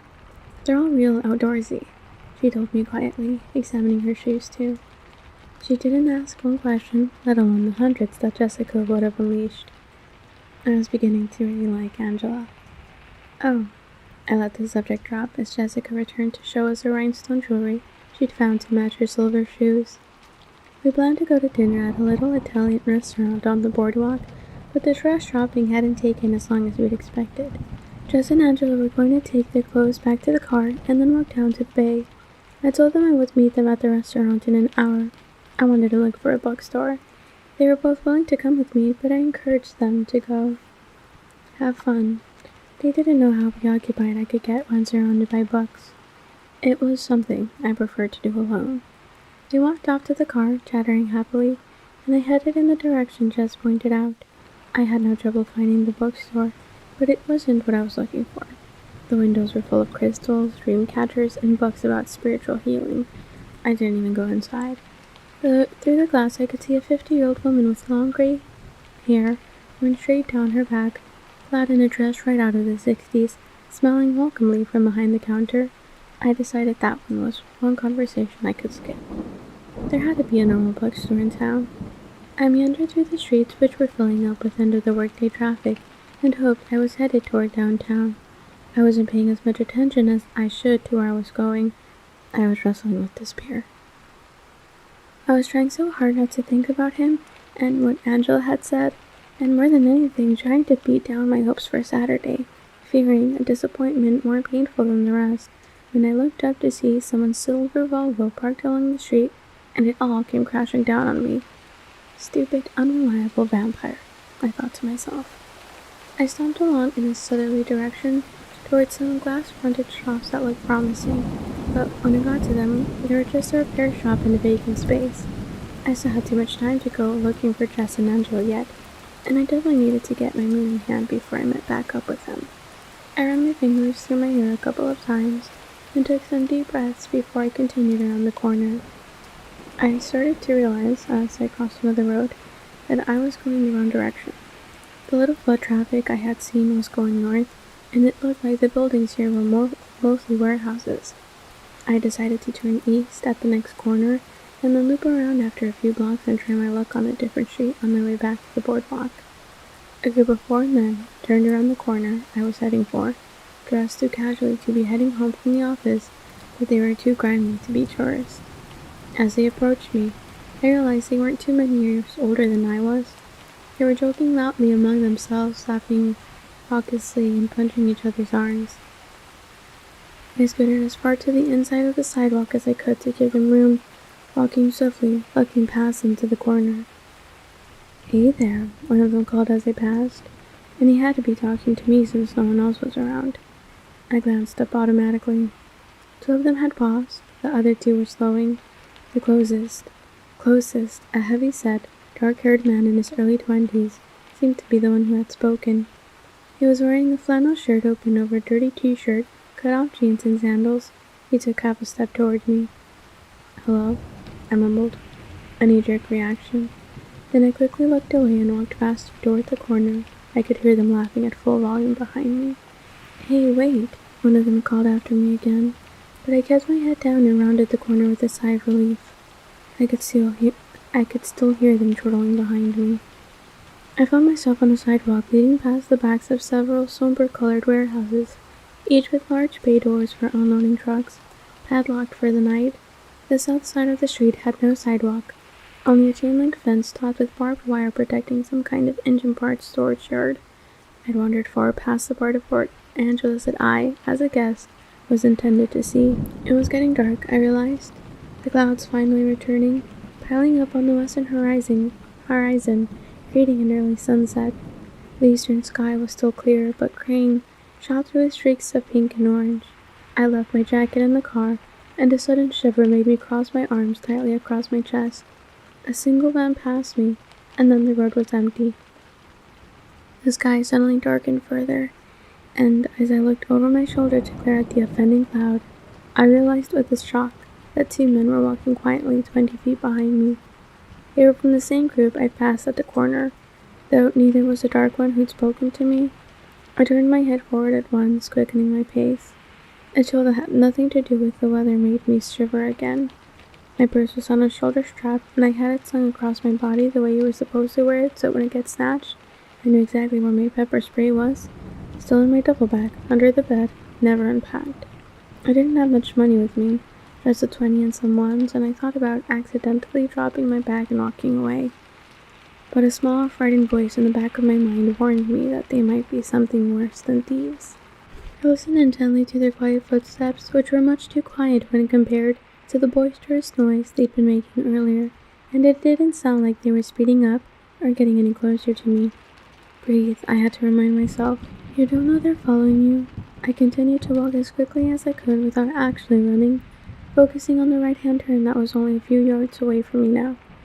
I could hear them staying as far back as they'd been before. A blue car turned onto the street from the south and drove quickly past me. I thought of jumping out in front of it, but I hesitated, inhibited, unsure that I was really being pursued, and then it was too late. I reached the corner, but a swift glance revealed that it was only a blind drive to the back of another building. I was half turned in anticipation. I had to hurriedly correct and dash across the narrow drive. Back to the sidewalk. The street ended at the next corner, where there was a stop sign. I concentrated on the faint footsteps behind me, deciding whether or not to run. They sounded further back, though, and I knew they could outrun me in any case. I was sure to trip and go sprawling if I tried to go any faster.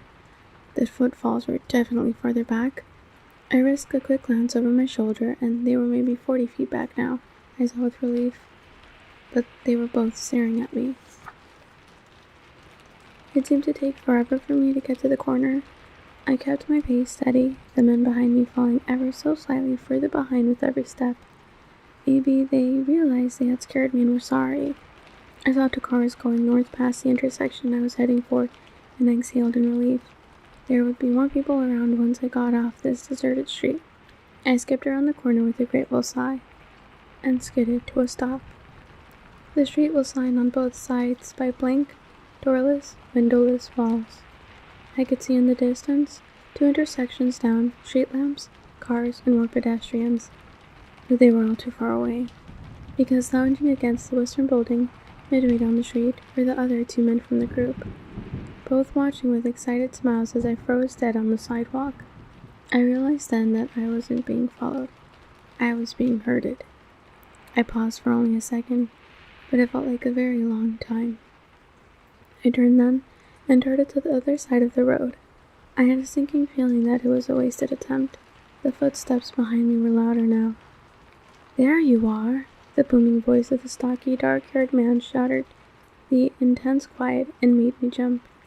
In the gathering darkness, it seemed like he was looking past me. "Yeah," a voice called loudly from behind me, making me jump again as I tried to hurry down the street. "We just took a little detour." My steps had to slow now. I was closing the distance between myself and the lounging pair too quickly. I had a good loud scream, and I sucked in air, preparing to use it, but my throat was so dry, I wasn't sure how much volume I could manage.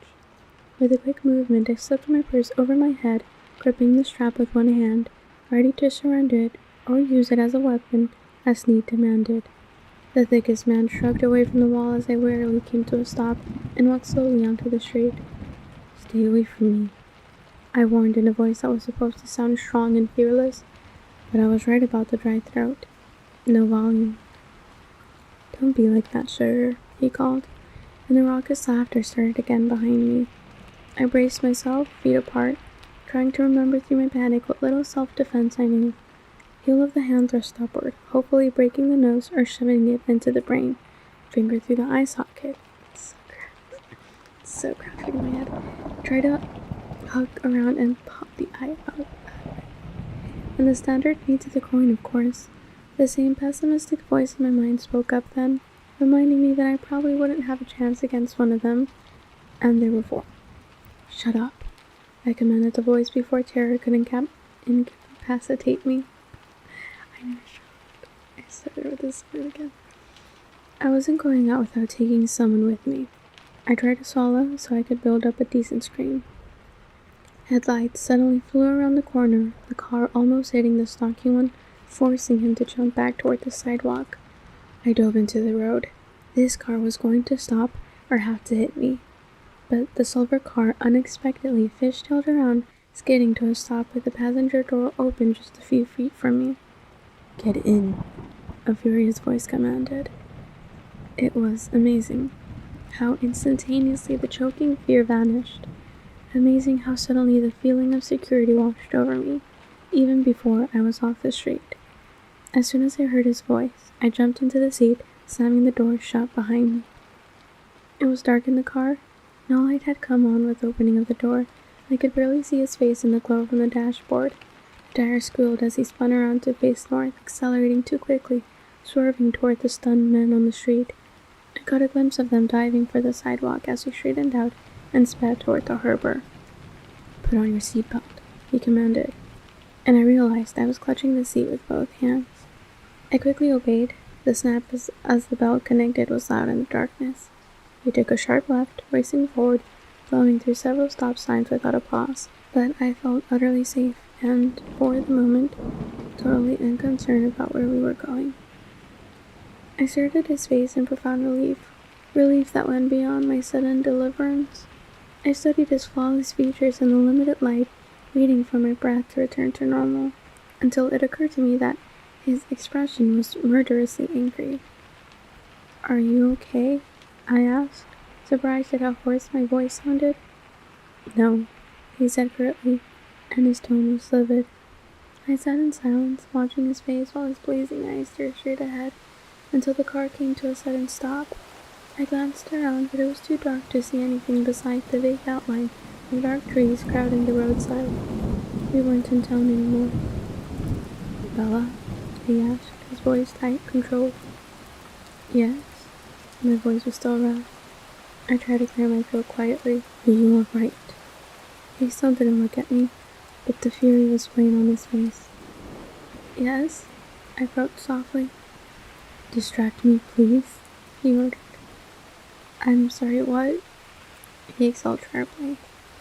"Just prattle about something unimportant until I calm down," he clarified, closing his eyes and pinching the bridge of his nose with his thumb and forefinger. Alright, my brain for something trivial. I'm going to run over Tyler Crowley tomorrow before school." He was still squeezing his eyes closed, but the corner of his mouth twitched. "Why?" "He's telling everyone that he's taking me to prom. Either he's insane or he's still trying to make up for almost killing me last. Well, you remember it. And he thinks prom is somehow the correct way to do this, so I figure if I endanger his life, then we're even, and he can't keep trying to make amends. I don't need enemies, and maybe Lauren would back off if he left me alone. I might have to total his Sentra, though. If he doesn't have a ride, he can't take anyone to prom." I babbled on. "I heard about that." He sounded a bit more composed. "You did?" I asked him in disbelief, my previous irritation flaring. "If he's paralyzed from the night down, he can't go to prom either," I muttered, finding my plan. Edward sighed and finally opened his eyes. "Better?" "Not really." I waited, but he didn't speak again. He leaned his head back against the seat, staring at the ceiling of the car. His face was rigid. I waited, but he didn't speak again. He leaned his head back against the seat, staring at the ceiling of the car. His face was rigid. "What's wrong?" My voice came out in a whisper. "Sometimes I have a problem with my temper, Bella." He was whispering too, and he stared out the window, his eyes narrowed into slits. "But it wouldn't be helpful for me to turn around and hunt down those—" He didn't finish a sentence, looking away, struggling for a moment to control his anger again. "At least," he continued, "that's what I'm trying to convince myself." Oh, the word seemed inadequate, but I couldn't think of a better response. We sat in silence again. I glanced at the clock on the dashboard. It was past 6:30. "Jessica and Angela will be worried," I murmured. "I was supposed to meet them." He started the engine without another word, turning around smoothly and speeding back toward town. We were under the street lights in no time at all, still going too fast, weaving with ease through the cars slowly cruising the boardwalk. He parallel parked against the curb in a space I would have thought much too small for the Volvo, but he slid in effortlessly in one try. I looked out the window to see the lights of La Bella Italia and Jess and Angela just leaving, pacing anxiously away from us. "How did you know where—" I began. but then I just shook my head. I heard the door open and turned to see him getting out. "What are you doing?" I asked. "I'm taking you to dinner." He smiled slightly, but his eyes were hard. He stepped out of the car and slammed the door. I fumbled with my seatbelt, and then hurried to get out of the car as well. He was waiting for me on the sidewalk. He spoke before I could. "Go stop Jessica and Angela before I have to track them down too. I don't think I could restrain myself if I ran into your other friends again." I shivered at the threat in his voice. "Jess, Angela," I yelled after them, waving when they turned. They rushed back to me, the pronounced relief on both their faces simultaneously changing to surprise as they both saw who I was standing next to. They hesitated a few feet from us. "Where have you been?" Jessica's voice was suspicious. "I got lost," I admitted sheepishly, "and then I ran into Edward." I gestured toward him. "Would it be alright if I joined you?" he asked in his silken, irresistible voice. I could see from their suggested, staggered expressions that he never unleashed his talents on them before.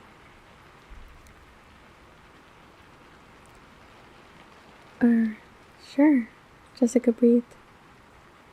Actually, Bella, we already ate while we were waiting."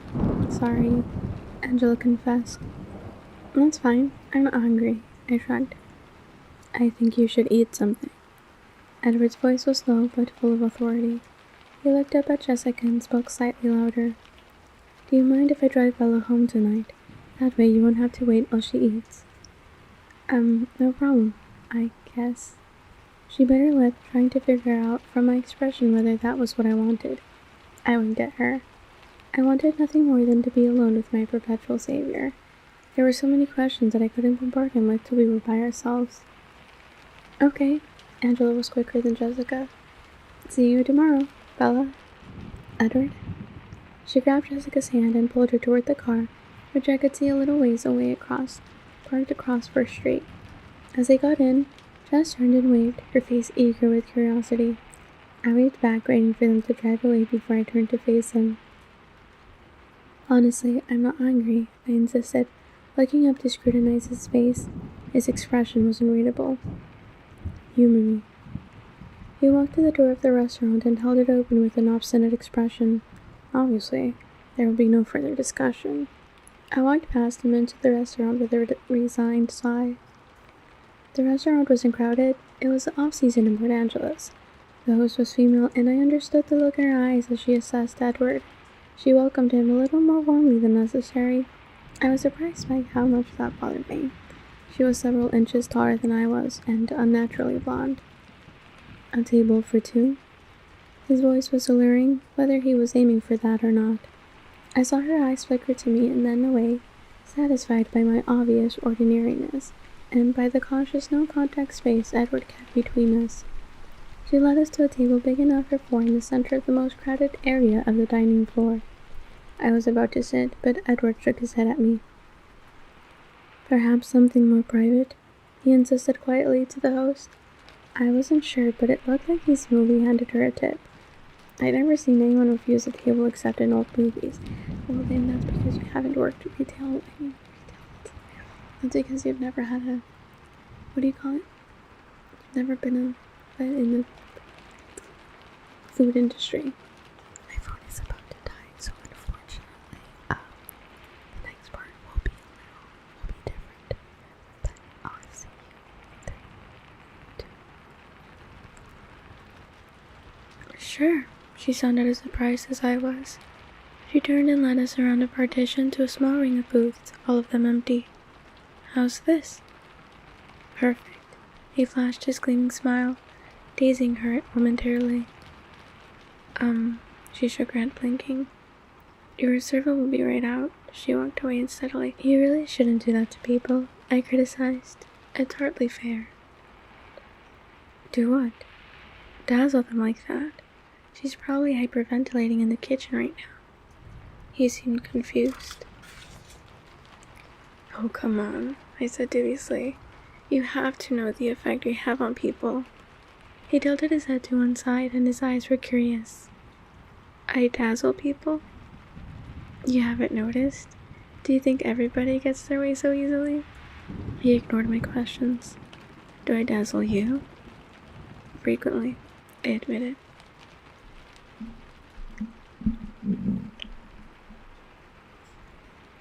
And then our server arrived, her face expectant. The hostess had definitely dished behind the scenes, and this new girl didn't look disappointed. She flipped a strand of short black hair behind one ear and smiled with unnecessary warmth. Hello, my name is Amber, and I'll be your server tonight. What can I get you to drink? I didn't miss that she was speaking only to him. He looked at me. I'll have a Coke? It sounded like a question. 2 Cokes, he said. I'll be right back with that. She assured him with another unnecessary smile, but he didn't see it. He was watching me. What? I asked when she left. His eyes stayed fixed on my face. How are you feeling? I'm fine, I replied, surprised by his intensity. You don't feel dizzy, sick, cold? Should I? He chuckled at my puzzled tone. Well, I'm actually waiting for you to go into shock. His face twisted up with that perfect crooked smile. I don't think that will happen, I said after I could breathe again. I've always been very good at repressing unpleasant things. Just the same, I'll feel better when you have some sugar and food in you. Right on cue, the waitress appeared with our drinks and a basket of breadsticks. She stood with her back to me as she placed them on the table.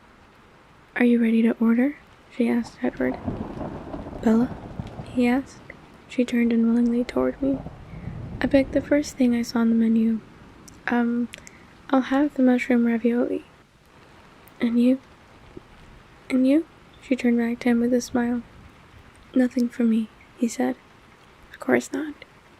Let me know if you change your mind. The coy smile was still in place, but he wasn't looking at her, and she left dissatisfied. Drink, he ordered. I sipped up my soda obediently, and then drank more deeply, surprised by how thirsty I was. I realized I had finished the whole thing when he pushed his glass toward me. Thanks, I muttered, still thirsty. The cold from the icy soda was radiating through my chest, and I shivered. Are you cold? It's just a Coke, I explained, shivering again. Don't you have a jacket? His voice was disapproving. Yes, I looked at the empty bench next to me. Oh, I left it in Jessica's car, I realized. Edward was shrugging out of his jacket. I suddenly realized that I had never once noticed what he was wearing. Not just tonight, but ever. I couldn't seem to look away from his face. I made myself look now, focusing. He was removing a light beige leather jacket now. Underneath, he wore an ivy turtleneck sweater. It fit him snugly, emphasizing how muscular his chest was. He handed me the jacket, interrupting my ogling. Thanks, I said again, sliding my arms into his jacket. It was cold, the way my jacket felt when I first picked it up in the morning, hanging it in the drafty hallway. I shivered again. It smelled amazing. I inhaled, trying to identify the delicious scent. It didn't smell like cologne. The sleeves were much too long. I shoved them back so I could free my hands. That color blue looks lovely with your skin, he said, watching me. I was surprised. I looked down, blushing, of course. He pushed the bread basket toward me.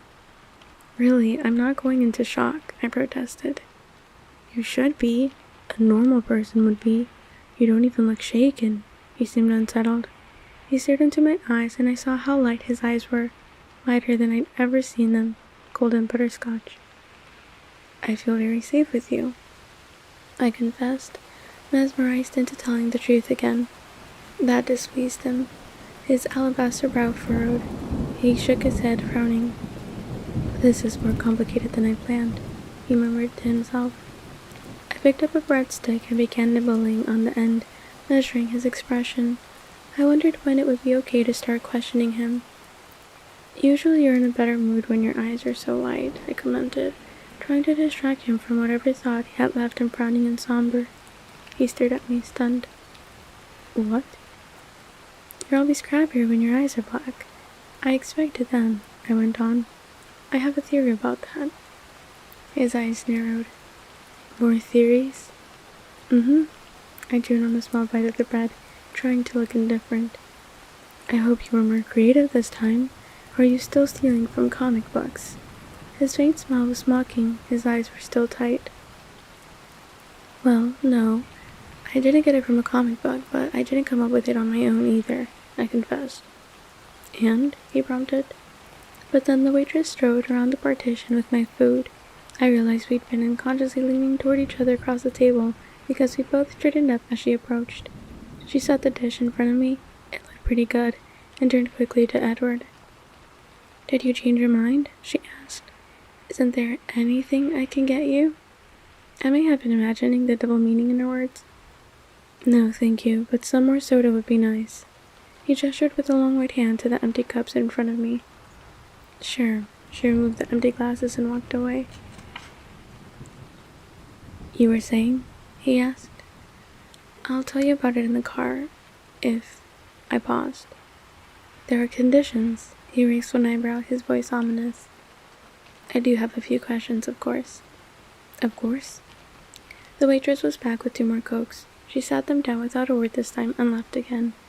I took a sip. Well, go ahead. He pushed, his voice still hard. I started with the most undemanding. Or so I thought. Why are you in Port Angeles? He looked down, folding his large hands together slowly on the table. His eyes flickered up at me from under his lashes, the hint of a smirk on his face. Next. But that's the easiest one, I objected. Next, he repeated. I looked down, frustrated. I unrolled my silverware, picked up my fork, and carefully speared a ravioli. I put it in my mouth slowly, still looking down, chewing while I thought. The mushrooms were good. I swallowed and took another sip of Coke before I looked up. Okay then, I glared at him and continued slowly. Let's say, hypothetically of course, that someone could know what people are thinking. Read minds, you know, with a few exceptions. Just one exception, he corrected. Hypothetically. Alright, with one exception, then. I was thrilled that he was playing along, but I tried to seem casual. How does that work? What are the limitations? How would that someone find someone else at exactly the right time? How would he know she was in trouble? I wondered if my convoluted questions even made sense. Hypothetically? He asked. Sure. Well, if that's someone. Let's call him Joe, I suggested. He smiled wryly. Joe, then. If Joe had been paying attention, the timing wouldn't have needed to be quite so exact. He shook his head, rolling his eyes. Only you could get into trouble in a town this small. You would have devastated their crime rate statistics for a decade, you know. We were speaking of a hypothetical case, I reminded him frostily. He laughed at me, his eyes warm. Yes, we were, he agreed. Shall we call you Jane? How did you know? I asked, unable to curb my intensity. I realized I was leaning toward him again. He seemed to be wavering, torn by some internal dilemma. His eyes locked with mine, and I guessed he was making the decision right then whether or not to simply tell me the truth. You can trust me, you know, I murmured. I reached forward without thinking to touch his folded hands, but he slipped them away immediately, and I pulled my hand back. I don't know if I have a choice anymore. His voice was almost a whisper. I was wrong. You're much more observant than I gave you credit for. I thought you were always right. I used to be. He shook his head again. I was wrong about you on one other thing as well. You're not a magnet for accidents. That's not a broad enough classification. You are a magnet for trouble. If there is anything dangerous within a 10-mile radius, it will invariably find you. And you put yourself into that category, I guessed. His face turned cold, expressionless, and equivocally. I stretched my hand across the table again, ignoring him when he pulled it back slightly once more, to touch the back of his hand shyly with my fingertips. His skin was cold and hard like a stone. Thank you. My voice was fervent with gratitude. That's twice now. His face softened. Let's not try for 3. Agreed? I scowled but nodded. He moved his hand out from under mine, placing both of his under the table, but he leaned toward me.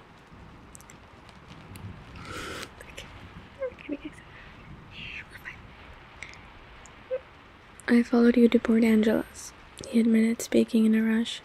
I've never tried to keep a specific person alive before, and it's much more troublesome than I would have believed, but that's probably just because it's you. Ordinary people seem to make it through the day without so many catastrophes.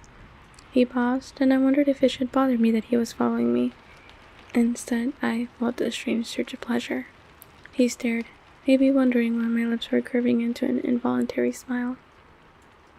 Did you ever think that maybe my number was up the first time with the van, and that you've been interfering with fate? I speculated, distracting myself. That wasn't the first time, he said, and his voice was hard to hear. I stared at him in amazement, but he was looking down. Your number was up the first time I met you. I felt a spasm of fear at his words, and the abrupt memory of his violent black glare that first day. But the overwhelming sense of safety I felt in his presence stifled it. By the time he looked up to read my eyes, there was no trace of fear in them. You remember? I asked, his angel's face grave. Yes, I was calm. And yet here you sit. There was a trace of disbelief in his voice. He raised one eyebrow. Yes, here I sit. Because of you. I paused. Because somehow you knew how to find me today? I prompted. He pressed his lips together, staring at me through narrowed eyes, deciding again. His eyes flashed down to my full plate and then back to me. You eat, I'll talk, he bargained. I quickly scooped up another ravioli and popped it in my mouth. It's harder than it should be, keeping track of you. Usually I can find someone very easily once I've read their mind before. He looked at me anxiously, and I realized I had frozen. I made myself swallow and stabbed another ravioli and tossed it in. I was keeping tabs on Jessica, not carefully, like I said. Only you could find trouble in Port Angeles, and at first I didn't notice when you took off on your own. Then, when I realized that you weren't with her anymore, I went looking for you at the bookstore I saw in her head.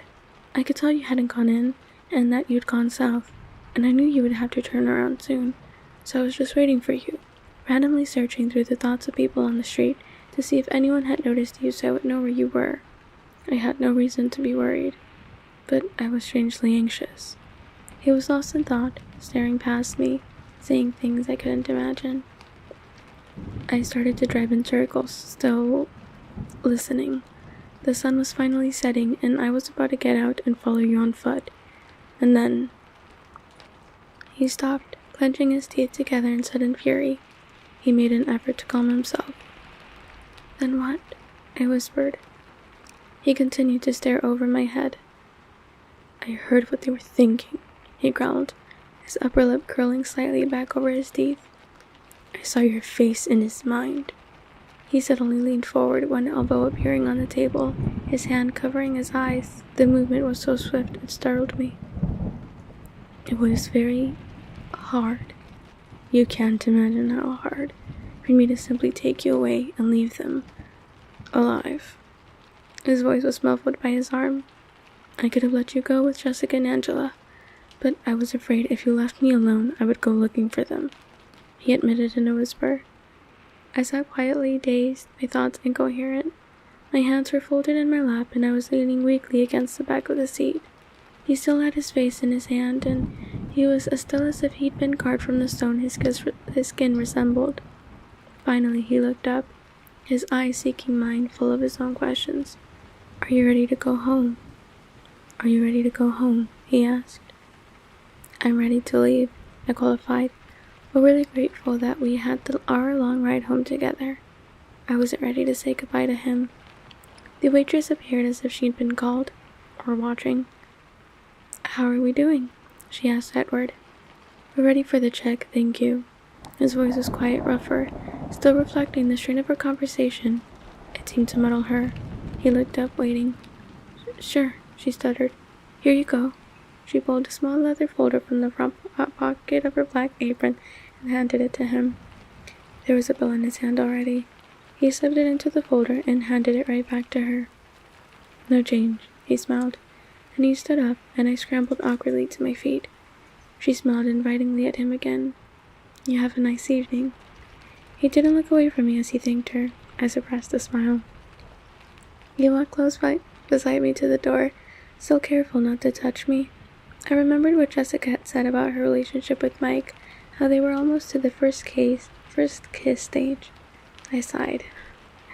Edward seemed to hear me, and he looked down curiously. I looked at the sidewalk, grateful that he didn't seem to be able to know what I was thinking.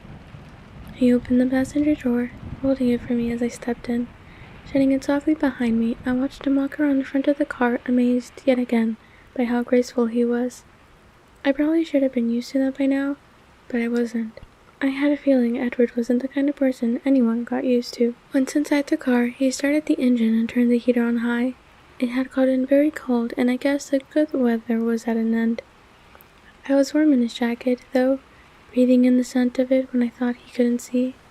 Edward pulled out through the traffic, apparently without a glance, flipping around to head toward the freeway. "Now," he said significantly, "it's your turn." Number 9. Theory. "Can I ask just one more?" I pleaded as Edward accelerated much too quickly down the quiet street. He didn't seem to be paying any attention to the road. He sighed. "One," he agreed. His lips pressed together into a cautious line. "Well, you said you knew I hadn't gone into the bookstore and that I had gone south. I was just wondering how you knew that." He looked away, deliberating. "I thought we were past all the evasiveness," I grumbled. He almost smiled. "Fine, then. I followed your scent." He looked at the road, giving me time to compose my face. I couldn't think of an acceptable response to that, but I filed it carefully away for future study. I tried to refocus. I wasn't ready to let him be finished now that he was finally explaining things. "And then you didn't answer one of my first questions." I stalled. He looked at me with disapproval. "Which one?" "How does it work? The mind-reading thing? Can you read anybody's mind anywhere? How do you do it? Can the rest of your family?" I felt silly, asking for a clarification on make-believe. "That's more than one," he pointed out. I simply intertwined my fingers and gazed at him, waiting. "No, it's just me, and I can't hear anyone anywhere. I have to be fairly close. The more familiar someone's voice is, the farther away I can hear them. But still, no more than a few miles." He paused thoughtfully. "It's a little like being in a huge hall filled with people, everyone talking at once. It's just a hum, a buzzing of noises in the background, until I focus on one voice, and then what they're thinking is clear. Most of the time I tune it all out.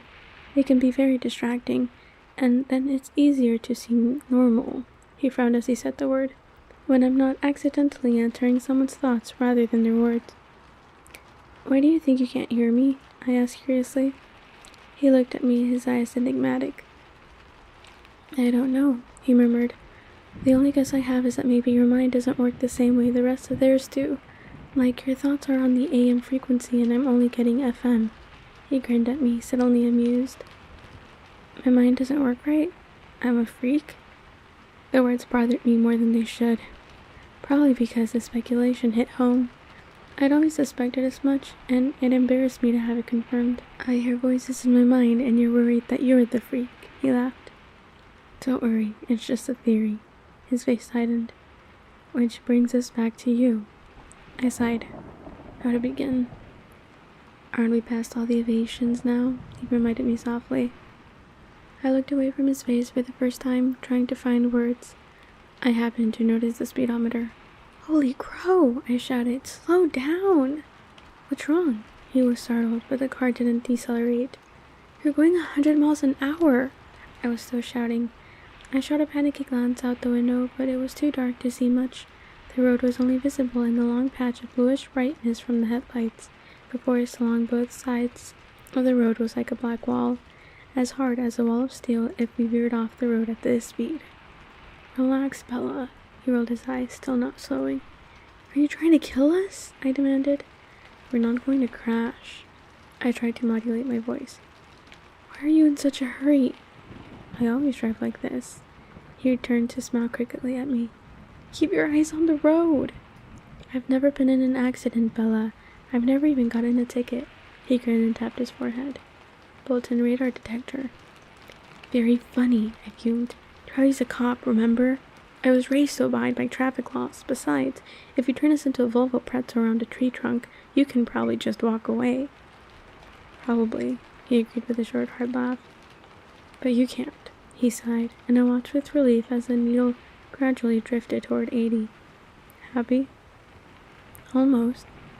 I hate driving slow, he muttered. This is slow? Enough commentary on my driving, he snapped. I'm still waiting for your latest theory. I bit my lip. He looked down at me, his sunny eyes unexpectedly gentle. I won't laugh, he promised. I'm more afraid that you'll be angry with me. Was it that bad? Pretty much, yeah.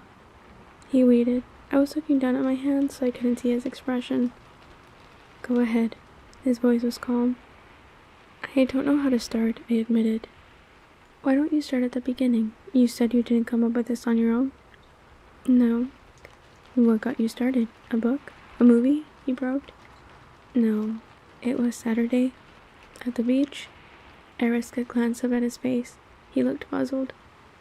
I ran into an old family friend, Jacob Black. I continued. His dad is one of the Quilluet elders.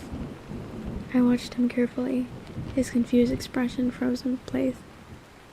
We went for a walk. I edited all my skimming out of the story, and he was telling me some old legends, trying to scare me, I think.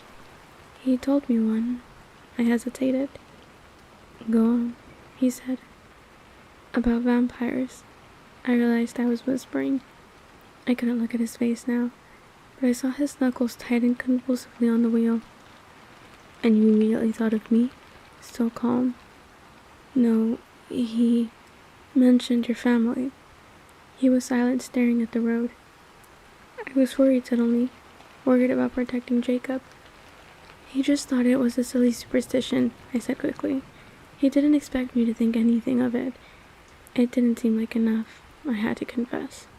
It was my fault. I forced him to tell me. Why? Lauren said something about you. She was trying to provoke me, and an older boy from the tribe said your family didn't come to the reservation. Only it sounded like he meant something different. So I got Jacob alone and I tricked it out of him, I admitted, hanging my head. He startled me by laughing. I glared up at him. He was laughing, but his eyes were fierce, staring ahead. Tricked him how? He asked. I tried to flirt. It worked better than I thought it would. Disbelief colored my tone as I remembered. I'd like to have seen that, he chuckled darkly. And you accused me of dazzling people. Poor Jacob Black. I blushed and looked out my window into the night.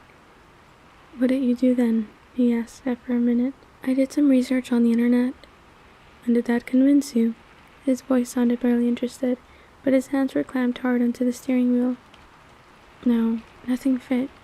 Most of it was kind of silly, and then I stopped. What? I decided it didn't matter, I whispered. It didn't matter? His tone made me look up. I had finally broken through his carefully composed mask. His face was incredulous, with just a hint of the anger I'd feared. No, I said softly. It doesn't matter to me what you are. A hard, mocking edge entered his voice. You don't care if I'm a monster? If I'm not human? No. He was silent, staring straight ahead again. His face was bleak and cold. You're angry, I sighed. I shouldn't have said anything. No, he said, but his tone was as hard as his face. I'd rather know what you're thinking, even if what you're thinking is insane. So I'm wrong again? I challenged. That's not what I was referring to. It doesn't matter, he quoted, gritting his teeth together. I'm right? I gasped. Does it matter? I took a deep breath. Not really, I paused, but I am curious. My voice at least was composed. He was suddenly resigned. What are you curious about? How old are you? 17, he answered promptly. And how long have you been 17? His lips twitched as he stared at the road. A while, he admitted at last. Okay, I smiled, pleased that he was still being honest with me. He stared down at me with watchful eyes, much as he had before, when he was worried I would go into shock. I smiled wider in encouragement, and he frowned. Don't laugh. But how can you come out during the daytime? He laughed anyway. Myth. Burned by the sun? Myth. Sleeping in coffins? Myth. He hesitated for a moment, and a peculiar tone entered his voice. I can't sleep. It took me a minute to absorb that. At all? Never, he said, his voice nearly inaudible. He turned to look at me with a wistful expression. The golden eyes held mine, and I lost my train of thought. I stared at him until he looked away. You haven't asked me the most important question yet.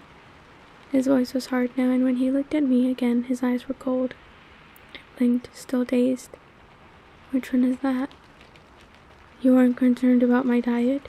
He asked sarcastically. Oh, I murmured. That. Yes, that. His voice was bleak. Don't you want to know if I drink blood? I flinched. Well, Jacob said something about that. What did Jacob say? He asked flatly. He said you didn't hunt people.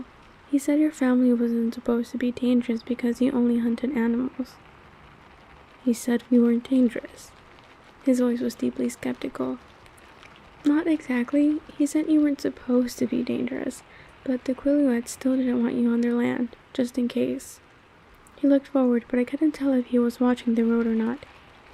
So was he right about not hunting people? I tried to keep my voice as even as possible. The Quileutes have a long memory, he whispered. I took it as a confirmation. Don't let that make you complacent, though, he warned me. They're right to keep their distance from us. We are still dangerous. I don't understand. We try, he explained slowly. We're usually very good at what we do. Sometimes we make mistakes. Me, for example, allowing myself to be alone with you. This is a mistake? I heard the sadness in my voice, but I didn't know if he could as well. A very dangerous one, he murmured. We were both silent then. I watched the headlights twist with the curves of the road. They moved too fast. It didn't look real. It looked like a video game. I was aware of the time slipping away so quickly, like the black road beneath us, and I was hideously afraid that I would never have another chance to be with him like this again. Openly, the walls between us gone for once. His words hinted at an end, and I recoiled from the idea. I couldn't waste 1 minute I had with him. Tell me more, I asked desperately, not caring what he said, just so I could hear his voice again. He looked at me quickly, startled by the change in my tone. What more do you want to know? Tell me why you hunt animals instead of people, I suggested, my voice still tinged with desperation. I realized my eyes were wet, and I fought against the grief that was trying to overpower me. I don't want to be a monster. His voice was very low. But animals aren't enough? He paused. I can't be sure, of course, but I'd compare it to living on tofu and soy milk. We call ourselves vegetarians, our little inside joke. It doesn't completely satiate the hunger, or rather thirst, but it keeps us strong enough to resist, most of the time. His turn turned ominous. Sometimes it's more difficult than others. Is it very difficult for you now? I asked. He sighed. Yes. But you're not hungry now, I said confidently, stating, not asking. Why do you think that? Your eyes? I told you I had a theory. I've noticed that people, men in particular, are crabbier when they're hungry. He chuckled. You are observant, aren't you? I didn't answer. I just listened to the sound of his laugh, committing it to memory.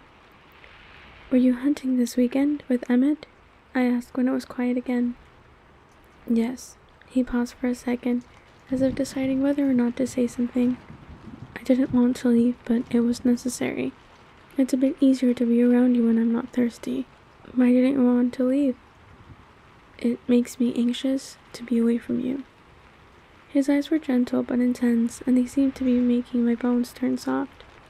I wasn't joking when I asked you to try not to fall in the ocean I get run over last Thursday. I was distracted all weekend worrying about you, and after what happened tonight, I'm surprised that you did make it through a whole weekend unscathed." He shook his head and then seemed to remember something. "Well, not totally unscathed." "What?" "Your hands," he reminded me. I looked down at my palms, at the almost healed scrapes across the heels of my hands. His eyes missed nothing. "I fell," I sighed. "That's what I thought." His lips curved up at the corners.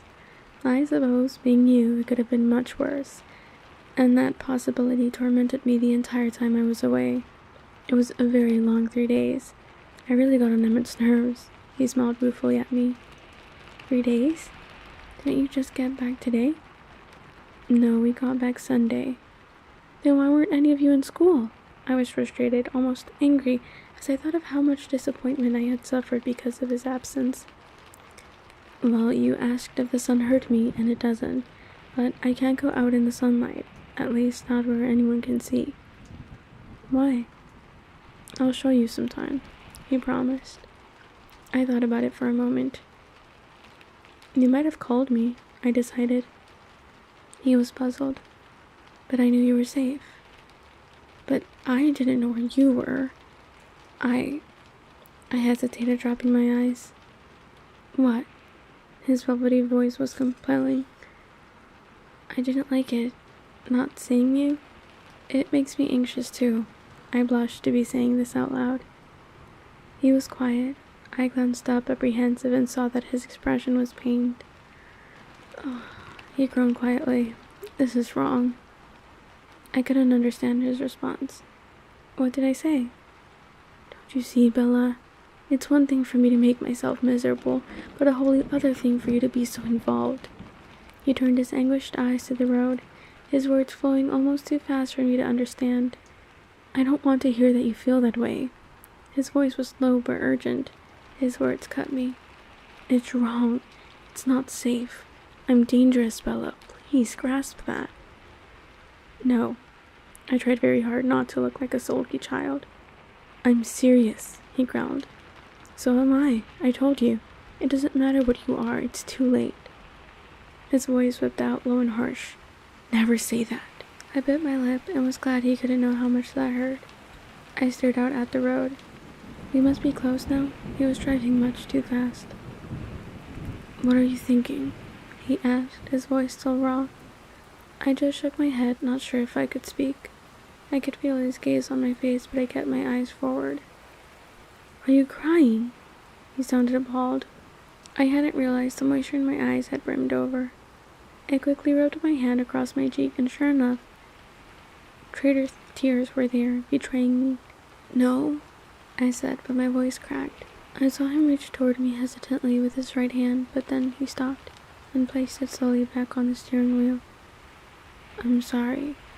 His voice burned with regret. I knew he wasn't just apologizing for the words that had upset me. The darkness slipped by us in silence. "Tell me something," he asked after another minute, and I could hear him struggle to use a lighter tone. "Yes?" "What were you thinking tonight, just before I came around the corner? I couldn't understand your expression. You didn't look that scared. You looked like you were concentrating very hard on something." I was trying to remember how to incapacitate an attacker. Self-defense. I was going to smash his nose into his brain. I thought of the dark-haired man with a surge of hate. "You were going to fight them?" This upset him. "Didn't you think about running?" "I fall down a lot when I run," I admitted. "What about screaming for help?" I was getting to that part. He shook his head. "You were right. I'm definitely fighting fate, trying to keep you alive." I sighed. We were slowly passing into the boundaries of Forks. It had taken less than 20 minutes. "Will I see you tomorrow?" I demanded. "Yes, I have a paper due too," he smiled. "I'll save you a seat at lunch." It was silly, after everything we'd been through tonight, how that little promise sent flutters through my stomach and made me unable to speak. We were in front of Charlie's house. The lights were on, my truck in its place, everything utterly normal. It was like waking from a dream. He stopped the car, but I didn't move. Do you promise to be there tomorrow? I promise. I considered that for a moment, then nodded. I pulled his jacket off, taking one last whiff. You can keep it. You don't have a jacket for tomorrow, he reminded me. I handed it back to him. I don't want to have to explain to Charlie. Oh, right, he grinned. I hesitated, my hand on the door handle trying to prolong the moment. Bella? He asked in a different tone, serious but hesitant. Yes? I turned back to him too eagerly. Will you promise me something? Yes, I said, and instantly regretted my unconditional agreement. What if he asked me to stay away from him? I couldn't keep that promise. Don't go into the woods alone. I stared at him in blank confusion. Why? He frowned and his eyes were tight as he stared past me out the window. I'm not always the most dangerous thing out there. Let's leave it at that. I shuddered slightly at the sudden bleakness in his voice, but I was relieved. This, at least, was an easy promise to honor. Whatever you say. I'll see you tomorrow, he sighed, and I knew he wanted me to leave now. Tomorrow, then. I opened the door unwillingly. Bella? I turned and he was leaning toward me, his pale, glorious face just inches from mine. My heart stopped beating. Sleep well, he said. His breath blew in my face, stunning me. It was the same exquisite scent that clung to his jacket, but in a more concentrated form. I blinked, thoroughly dazed. He leaned away. I was unable to move until my brain had somewhat unscrambled itself, and I stepped out of the car awkwardly, having to use the frame for support. I thought I heard him chuckle, but the sound was too quiet for me to be certain. He waited till I had stumbled to the front door, and then I heard his engine quietly rev.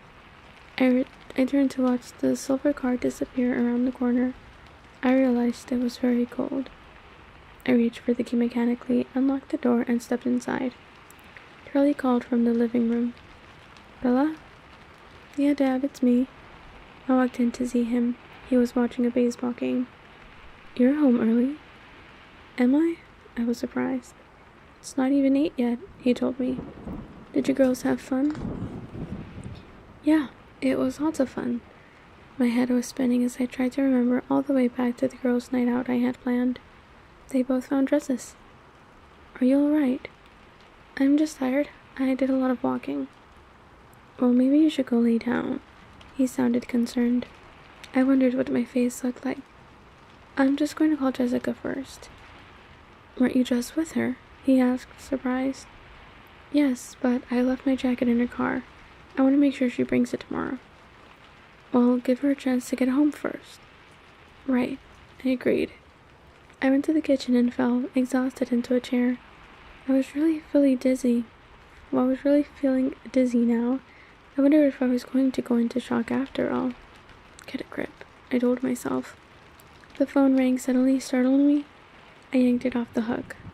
Hello? I asked breathlessly. Bella? Hey, Jess, I was just going to call you. You made it home? Her voice was relieved and surprised. Yes, I left my jacket in your car. Could you bring it to me tomorrow? Sure, but tell me what happened, she demanded. Tomorrow, in Trig, okay? She got on quickly. Oh, is your dad there? Yes, that's right. Okay, I'll talk to you more tomorrow then. Bye. I could hear the impatience in her voice. Bye, Jess. I walked up the stairs slowly, a heavy stupor clouding my mind. I went through the motions of getting ready for bed without paying any attention to what I was doing. It wasn't until I was in the shower, the water too hot, burning my skin, that I realized I was freezing. I shuddered violently for several minutes before the steaming spray could finally relax my rigid muscles. Then I stood in the shower, too tired to move, until the hot water began to run out. I stumbled out, wrapping myself securely in a towel, trying to hold the heat from the water in so the aching shivers wouldn't return. I dressed for bed swiftly and climbed under my quilt, curling into a ball, hugging myself to keep warm. A few small shudders trembled through me. My mind still swirled dizzily, full of images I couldn't understand, and some I fought to repress. Nothing seemed clear at first, but as I felt gradually closer to unconsciousness, a few certainties became evident. About 3 things I was absolutely positive. First, Edward was a vampire. Second, there was a part of him, and I didn't know how potent that part might be, that thirsted for my blood. And third, I was unconditionally and irrevocably in love with him. Chapter 10. Interrogations. It was very hard in the morning to argue with the part of me that was sure last night was a dream. Logic wasn't on my side, or common sense. I clung to the parts I couldn't have imagined, like his smell. I was sure I could never have dreamed that up on my own. It was foggy and dark outside my window, absolutely perfect, yet no reason not to be in school today. I dressed in my heavy clothes, remembering I didn't have a jacket, further proof that my memory was real. When I got downstairs, Charlie was gone again. I was running later than I'd realized. I swallowed a granola bar in 3 bites, chased it down with milk straight from the carton, and then hurried out the door. Hopefully, the rain would hold off until I could find Jessica. It was unusually foggy. The air was almost smoky with it. The mist was ice cold where it clung to the exposed skin on my face and neck. I couldn't wait to get the heat going on in my truck. It was such a thick fog that I was a few feet down the driveway before I realized there was a car in it. A silver car. My heart thudded, stuttered, and then picked up again in double time. I didn't see where he came from, but suddenly he was there, pulling the door open for me. "Do you want to ride with me today?" he asked, amused by my expression as he caught me by surprise yet again. There was uncertainty in his voice. He was really giving me a choice. I was free to refuse, and part of him hoped for that. It was a vain hope. "Yes, thank you," I said, trying to keep my voice calm. As I stepped into the warm car, I noticed his tan jacket was slung over the headset of the passenger seat. The door closed behind me, and sooner than should be possible, he was sitting next to me, starting the car. "I brought the jacket for you. I didn't want you to get sick or something." His voice was guarded. I noticed that he wore no jacket himself, just a light gray knit V-neck shirt.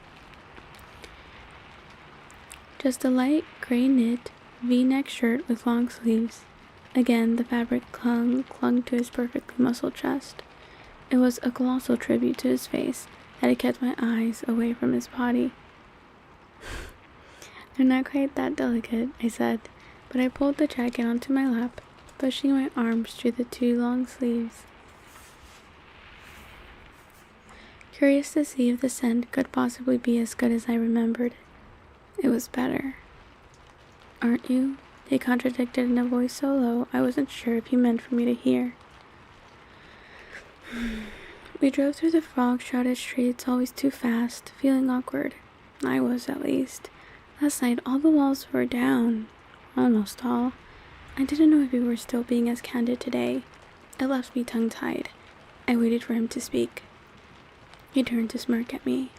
"What? No 20 questions today?" "Do my questions bother you?" I asked, relieved. "Not as much as your reactions do." He looked like he was joking, but I couldn't be sure. I frowned. "Do I react badly?" "No, that's the problem. You take everything so coolly, it's unnatural. It makes me wonder what you're really thinking." "I always tell you what I'm really thinking." "You edit," he accused. "Not very much. Enough to drive me insane." "You don't want to hear it," I mumbled, almost whispered. As soon as the words were out, I regretted them. The pain in my voice was very faint. I could only hope he hadn't noticed it. He didn't respond, and I wondered if I had...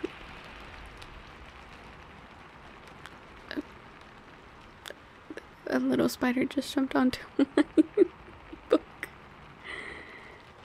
Let's see if I can get you guys to see it. Where are you? Oh, there she is. There she is. Say hi. Hi, you two. He didn't respond, and I wondered if I had ruined the mood. His face was unreadable as we drove into the school parking lot. Something occurred to me belatedly. "Where's the rest of your family?" I asked. More than glad to be alone with him, but remembering that his car was usually full. They took Rosalie's car, he shrugged as he parked next to a glossy red convertible with the top up. Ostentatious, isn't it? Wow, I breathed. If she has that, why does she ride with you? Like I said, it's ostentatious. We try to blend in. You don't succeed, I laughed, and shook my head as we got out of the car. I wasn't late anymore. His lunatic driving had gotten me to school in plenty of time. So why did Rosalie drive today if it's more conspicuous? Hadn't you noticed? I'm breaking all the rules now. He met me at the front of the car, staying very close to my side as we walked onto campus. I wanted to close that little distance to reach out and touch him, but I was afraid he wouldn't like me to. Why do you have cars like that at all? I wondered aloud. If you're looking for privacy. An indulgence, he admitted with an impish smile. We all like to drive fast. Figures, I muttered under my breath. Under the shelter of the cafeteria's roof's overhang, Jessica was waiting, her eyes about to bug out of their sockets. Over her arm, bless her, was my jacket. Hey Jessica, I said when we were a few feet away. Thanks for remembering. She handed me my jacket without speaking. Good morning, Jessica, Edward said politely. It wasn't really his fault that his voice was so irresistible, or what his eyes were capable of. Hi. She shifted her wide eyes to me, trying to gather her jumbled thoughts. I guess I'll see you in trig. She gave me a meaningful look, and I suppressed a sigh. What on earth was I going to tell her? Yeah, I'll see you then. She walked away, pausing twice to peek back over her shoulder at us. What are you going to tell her? Edward murmured. Hey, I thought you could read my mind, I hissed. I can't, he said, startled. Then understanding brightened his eyes. However, I can read hers. She'll be waiting to ambush you in class. I groaned as I pulled off his jacket and handed it to him, replacing it with my own. He folded it over his arm. So, what are you going to tell her? A little help, I pleaded. What does she want to know? He shook his head, grinning wickedly. That's not fair. No, you not sharing what you know. Now that's not fair. He deliberated for a moment as we walked. We stopped outside the door to my first class. She wants to know if we're secretly dating, and she wants to know how you feel about me, he finally said. Yikes. What should I say? I tried to keep my expression very innocent. People were passing us on their way to class, proudly staring, but I was barely aware of them. He paused to catch a stray lock of hair that was escaping the twist on my neck and wound it back into place. My heart spluttered hyperactively. I suppose you could say yes to the first, if you don't mind. It's easier than any other explanation. I don't mind, I said in a faint voice. And as for her other question, well, I'll be listening to hear the answer to that one myself. One side of his mouth pulled up into my favorite uneven smile. I couldn't catch my breath soon enough to respond to that remark. He turned and walked away. I'll see you at lunch, he called over his shoulder. 3 people walking in the door stopped to stare at me. I hurried into class, flushed and irritated. He was such a cheater. Now I was even more worried about what I was going to say to Jessica. I sat in my usual seat, slamming my bag down in aggravation. Morning, Bella, Mike said from the seat next to me. I looked up to see an odd, almost resigned look on his face. How was Port Angeles? There was no honest way to sum it up. Great, I finished lamely. Jessica got a really cute dress. Did she say anything about Monday night? He asked, his eyes brightening. I smiled at the turn the conversation had taken. She said she had a really good time, I assured him. She did? He said eagerly. Most definitely. Mr. Mason called the class to order then, asking us to turn in our papers. English and then government passed in a blur while I worried about how to explain things to Jessica and agonized over whether Edward would really be listening to what I said through the medium of Jess's thoughts. How very inconvenient his little talent could be when it wasn't saving my life. The fog had almost dissolved by the end of the second hour, but the day was still dark with low, oppressing clouds. I smiled up at the sky. Edward was right, of course. When I walked into Trig, Jessica was sitting in the back row, nearly bouncing off her seat in agitation. I reluctantly went to sit by her, trying to convince myself it would be better to get it over with as soon as possible. Tell me everything, she commanded before I was in the seat. What do you want to know? I hedged. What happened last night? He bought me dinner, and then he drove me home. She glared at me, her expression stiff with skepticism. How did you get home so fast? He drives like a maniac. It was terrifying. I hope he heard that. Was it like a date? Did you tell him to meet you there? I hadn't thought of that. No, I was very surprised to see him there. Her lips puckered in disappointment at the transparent honesty in my voice. But he picked you up for school today, she probed. Yes, that was a surprise too. He noticed I didn't have a jacket last night. I explained. So are you going out again? He offered to drive me to Seattle Saturday because he thinks my truck isn't up to it. Does that count? Yes, she nodded. Well, then, yes. Wow. She exaggerated the word into 3 syllables. Edward Cullen. I know, I agreed. Wow didn't even cover it. Wait, her hands flew up, palms toward me like she was stopping traffic. Has he kissed you? No, I mumbled. It's not like that. She looked disappointed. I'm sure I did too. Do you think Saturday? She raised her eyebrows. I really doubt it. The discontent in my voice was poorly disguised. What did you talk about? She pushed for more information in a whisper. Class had started, but Mr. Warner wasn't paying close attention, and we weren't the only ones still talking. I don't know, Jess. Lots of stuff, I whispered back. We talked about the English essay a little. A very, very little. I think he mentioned it in passing. Please, Bella, she begged. Give me some details. Well, okay, I've got one. You should have seen the waitress flirting with him. It was over the top, but he didn't pay any attention to her at all. Let him make what he could of that. That's a good sign, she nodded. Was she pretty? Very, and probably 19 or 20. Even better. He must like you. I think so, but it's hard to tell. He's always so cryptic. I threw in for his benefit, sighing. I don't know how you're brave enough to be alone with him, she breathed. Why? I was shocked, but she didn't understand my reaction. He's so intimidating. I wouldn't know what to say to him. She made a face, probably remembering this morning or last night when he turned the overwhelming force of his eyes on her. I do have some trouble with incoherency when I'm around him, I admitted. Oh well, he is unbelievably gorgeous. Jessica shrugged as if this excused any flaws, which, in her book, it probably did. There's a lot more to him than that. Really? Like what? I wished I had let it go, almost as much as I was hoping he'd been kidding about listening in. I can't explain it right, but he's even more unbelievable behind the face. The vampire who wanted to be good, who ran around saving people's lives so he wouldn't be a monster. I stared toward the front of the room. Is that possible? She giggled. I ignored her, trying to look like I was paying attention to Mr. Warner. So you like him then? She was about to give up. Yes, I said curtly. I mean, do you really like him? She urged. Yes, I said again, blushing. I hoped that detail wouldn't register in her thoughts. She'd had enough with the single-syllable answers. How much do you like him? Too much, I whispered back. More than he likes me. I don't see how I can help that, I sighed, one blush blending into the next. Then, thankfully, Mr. Warner called on Jessica for an answer. She didn't get a chance to start on the subject again during class, and as soon as the bell rang, I took evasive action.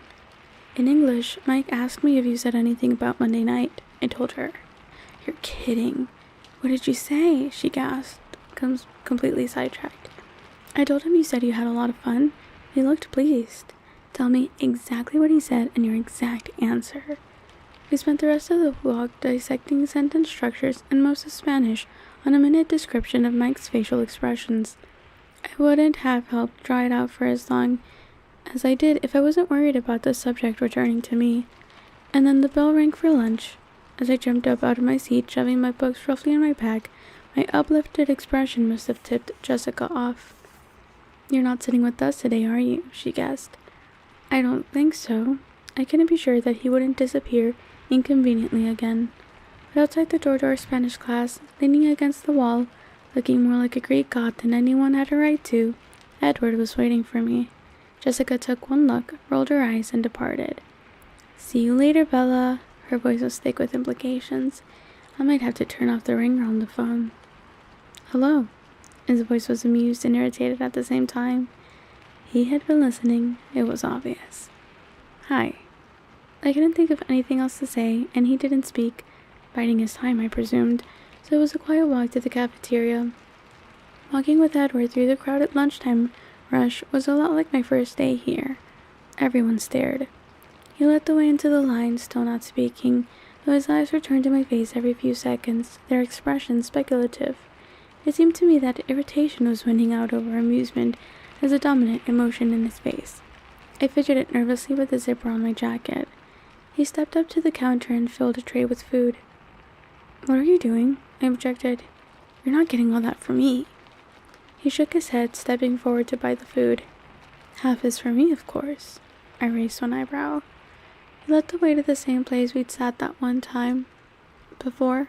From the other end of the long table, a group of seniors gazed at us in amazement as we sat across from each other.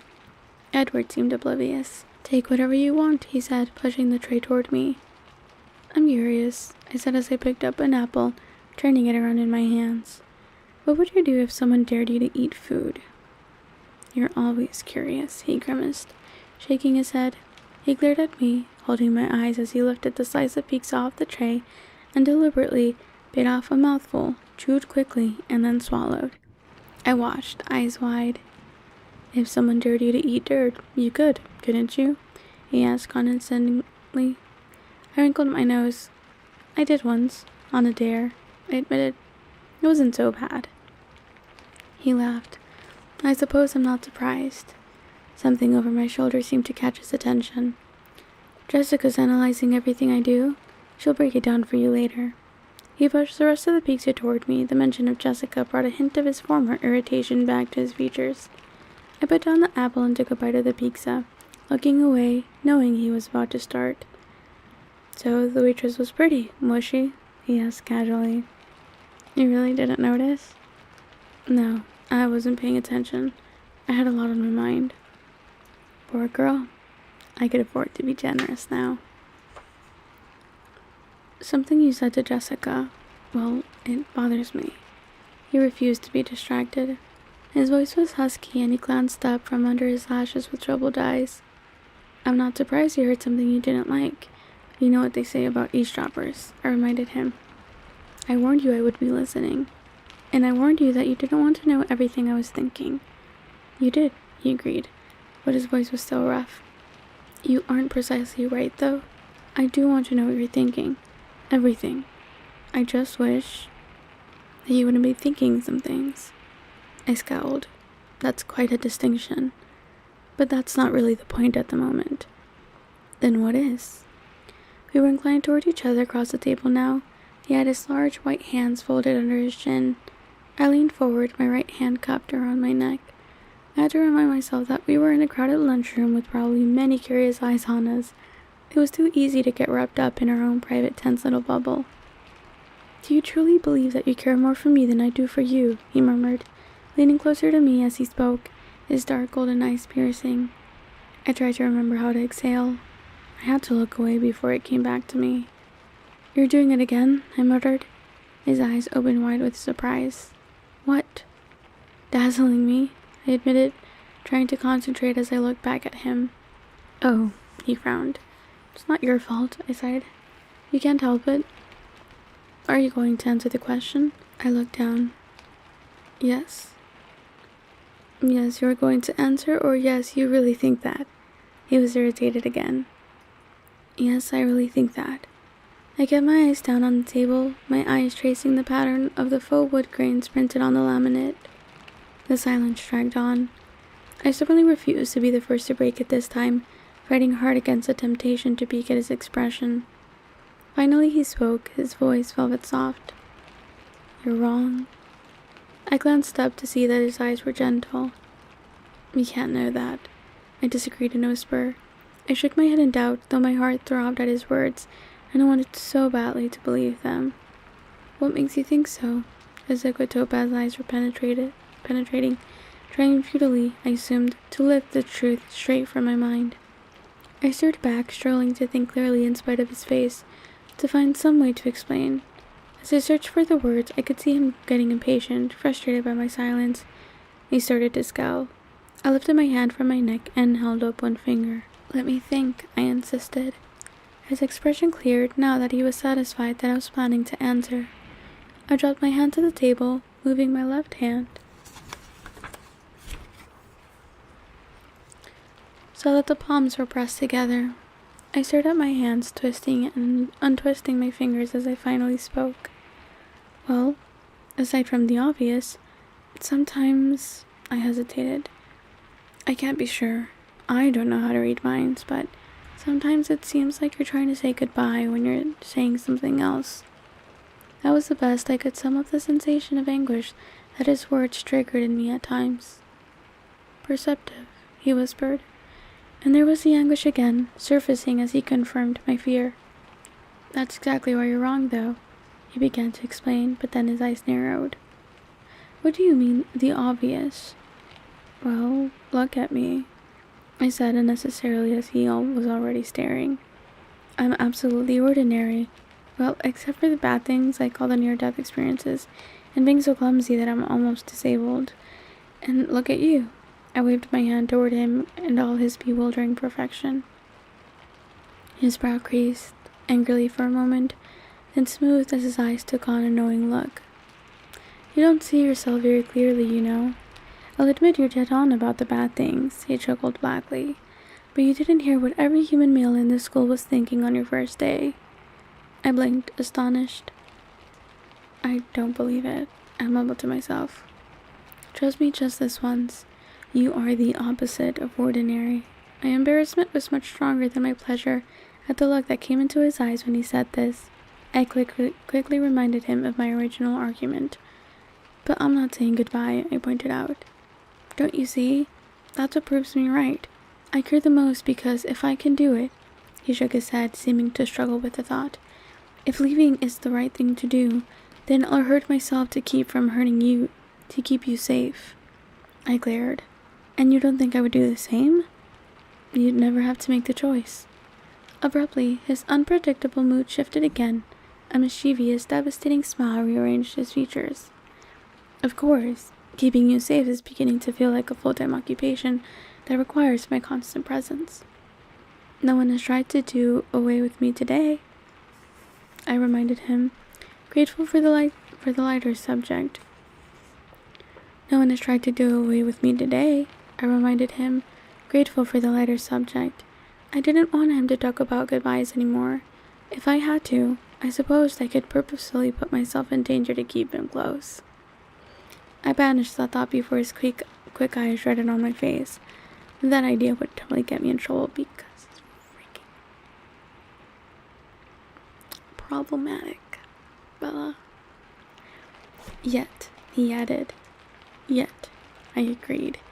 I would have argued, but now I wanted him to be expecting disasters.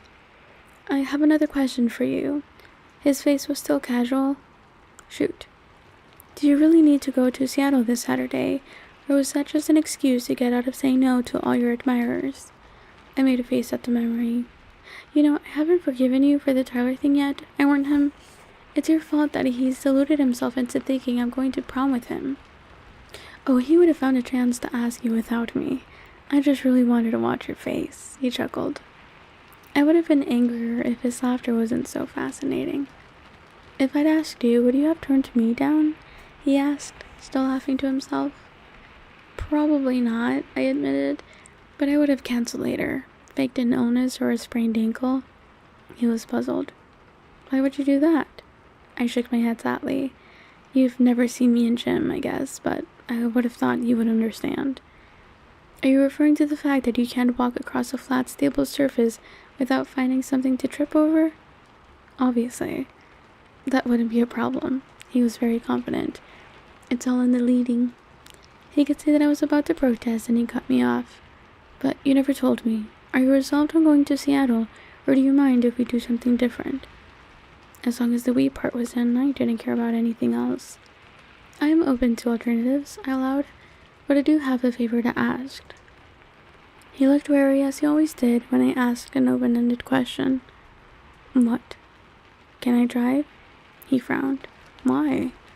Well, mostly because when I told Charlie I was going to Seattle, he specifically asked if I was going alone, and at the time, I was.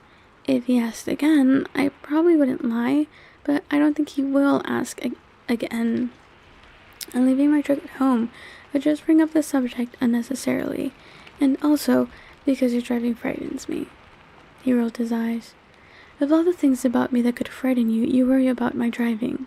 He shook his head in disgust, but then his eyes were serious again. What, you want to tell your father that you were spending the day with me? There was an undercurrent to his question that I didn't understand. With Charlie, less is always more. I was definite about that. Where are we going anyway? The weather will be nice, so I'll be staying out of the public eye, and you can stay with me if you'd like to. Again, he was leaving the choice up to me. And you'll show me what you meant about the sun? I asked, excited by the idea of unraveling another of the unknowns. Yes, he smiled and then paused. But if you don't want to be alone with me, I'd still rather you didn't go to Seattle by yourself. I shudder to think of the trouble you could find in a city that size. I was miffed. Phoenix is 3 times bigger than Seattle, just in population, in physical size, but apparently, he interrupted me, your number wasn't up in Phoenix, so I'd rather you stayed near me. His eyes did that unfair smoldering thing again. I couldn't argue with the eyes or the motivation, and it was a moot point anyway. As it happens, I don't mind being alone with you. I know, he sighed, brooding. You should tell Charlie, though. Why in the world would I do that? His eyes were suddenly fierce. To give me some small incentive to bring you back. I gulped, but after a moment of thought, I was sure. I think I'll take my chances. He exhaled angrily and looked away. Let's talk about something else, I suggested. What do you want to talk about? He asked. He was still annoyed. I glanced around, just making sure we were well out of anyone's hearing. As I cast my eyes around the room, I caught the eyes of his sister, Alice, staring at me. The others were looking at Edward. I looked away swiftly, back to him, and I asked the first thing that came to mind. Why did you go to that Goat Rocks place last weekend? To hunt? Charlie said it wasn't a good place to hike because of bears. He stared at me as if I was missing something very obvious. Bears? I gasped, and he smirked. You know, bears are not in season, I added sternly to hide my shock. If you read carefully, the laws only cover hunting with weapons, he informed me. He watched my face with enjoyment as that slowly sank in. Bears? I repeated with difficulty. Grizzly is Emmett's favorite. His voice was still offhand, but his eyes were scrutinizing my reaction. I tried to pull myself together. I said, taking another bite of pizza as an excuse to look down. I chewed slowly, and then took a long drink of Coke without looking up. So, I said after a moment, finally meeting his now anxious gaze. What's your favorite? He raised an eyebrow, and the corners of his mouth turned down in disapproval. Mountain lion. Ah, I said in a politely disinterested tone, looking for my soda again.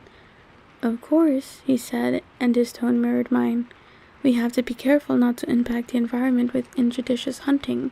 We try to focus on areas with an overpopulation of predators, ranging as far away as we need.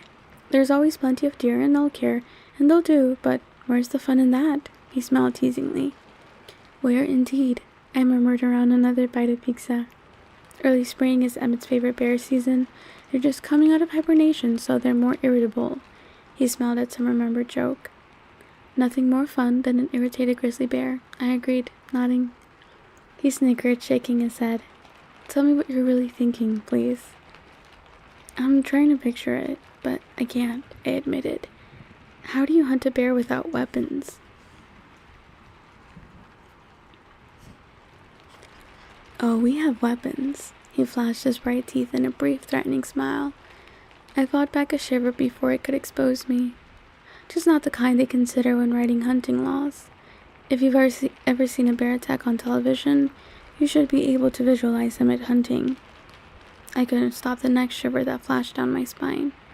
I peeked across the cafeteria toward Emmett, grateful that he wasn't looking my way. The thick bands of muscle that wrapped his arms and torso were somehow even more menacing now. Edward followed my gaze and chuckled. I stared at him, unnerved.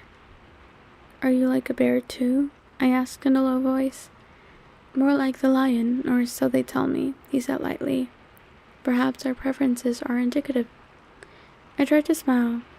"Perhaps," I repeated, but my mind was filled with opposing images that I couldn't merge together.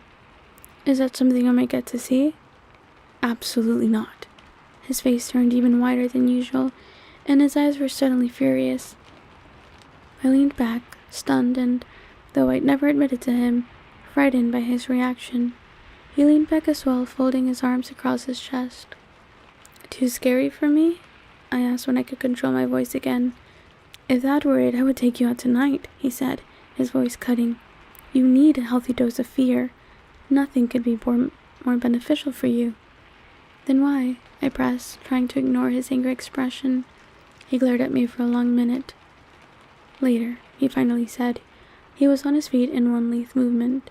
"We're going to be late." I glanced around, startled to see that he was right, and the cafeteria was nearly vacant. When I was with him, the time and the place were such a muddled blur that I completely lost track of both. I jumped up, grabbing my bag from the back of my chair.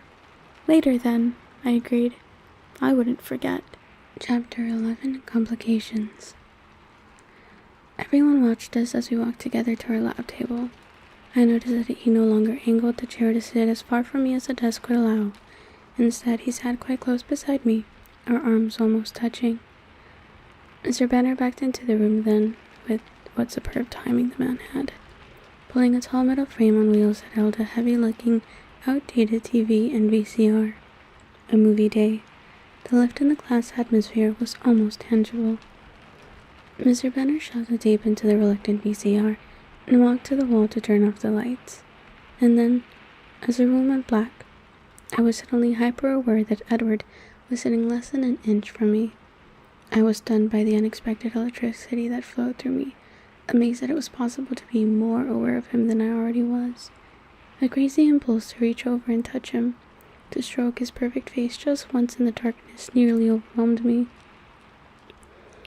I crossed my arms tightly across my chest, my hands balling into fists. I was losing my mind. The opening credits began, lighting the room by a token amount. My eyes, of their own accord, flickered to him. I smiled sheepishly as I realized his posture was identical to mine, fist clenched under his arms, right down to the eyes peering sideways at me. He grinned back, his eyes somehow managing to smolder, even in the dark. I looked away before I could start hyperventilating.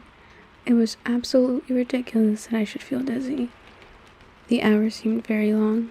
I couldn't concentrate on the movie. I didn't even know what subject it was on. I tried unsuccessfully to relax, but the electric current that seemed to be originating from somewhere in his body never slackened. Occasionally, I would permit myself a quick glance in his direction, but he never seemed to relax either. The overpowering craving to touch him also refused to fade, and I crushed my fist safely against my ribs until my fingers were aching with the effort. I breathed a sigh of relief when Mr. Banner flicked the lights back on at the end of class and stretched my arms out in front of me, flexing my stiff fingers. Edward chuckled beside me. "Well, that was interesting," he murmured. His voice was dark and his eyes were cautious.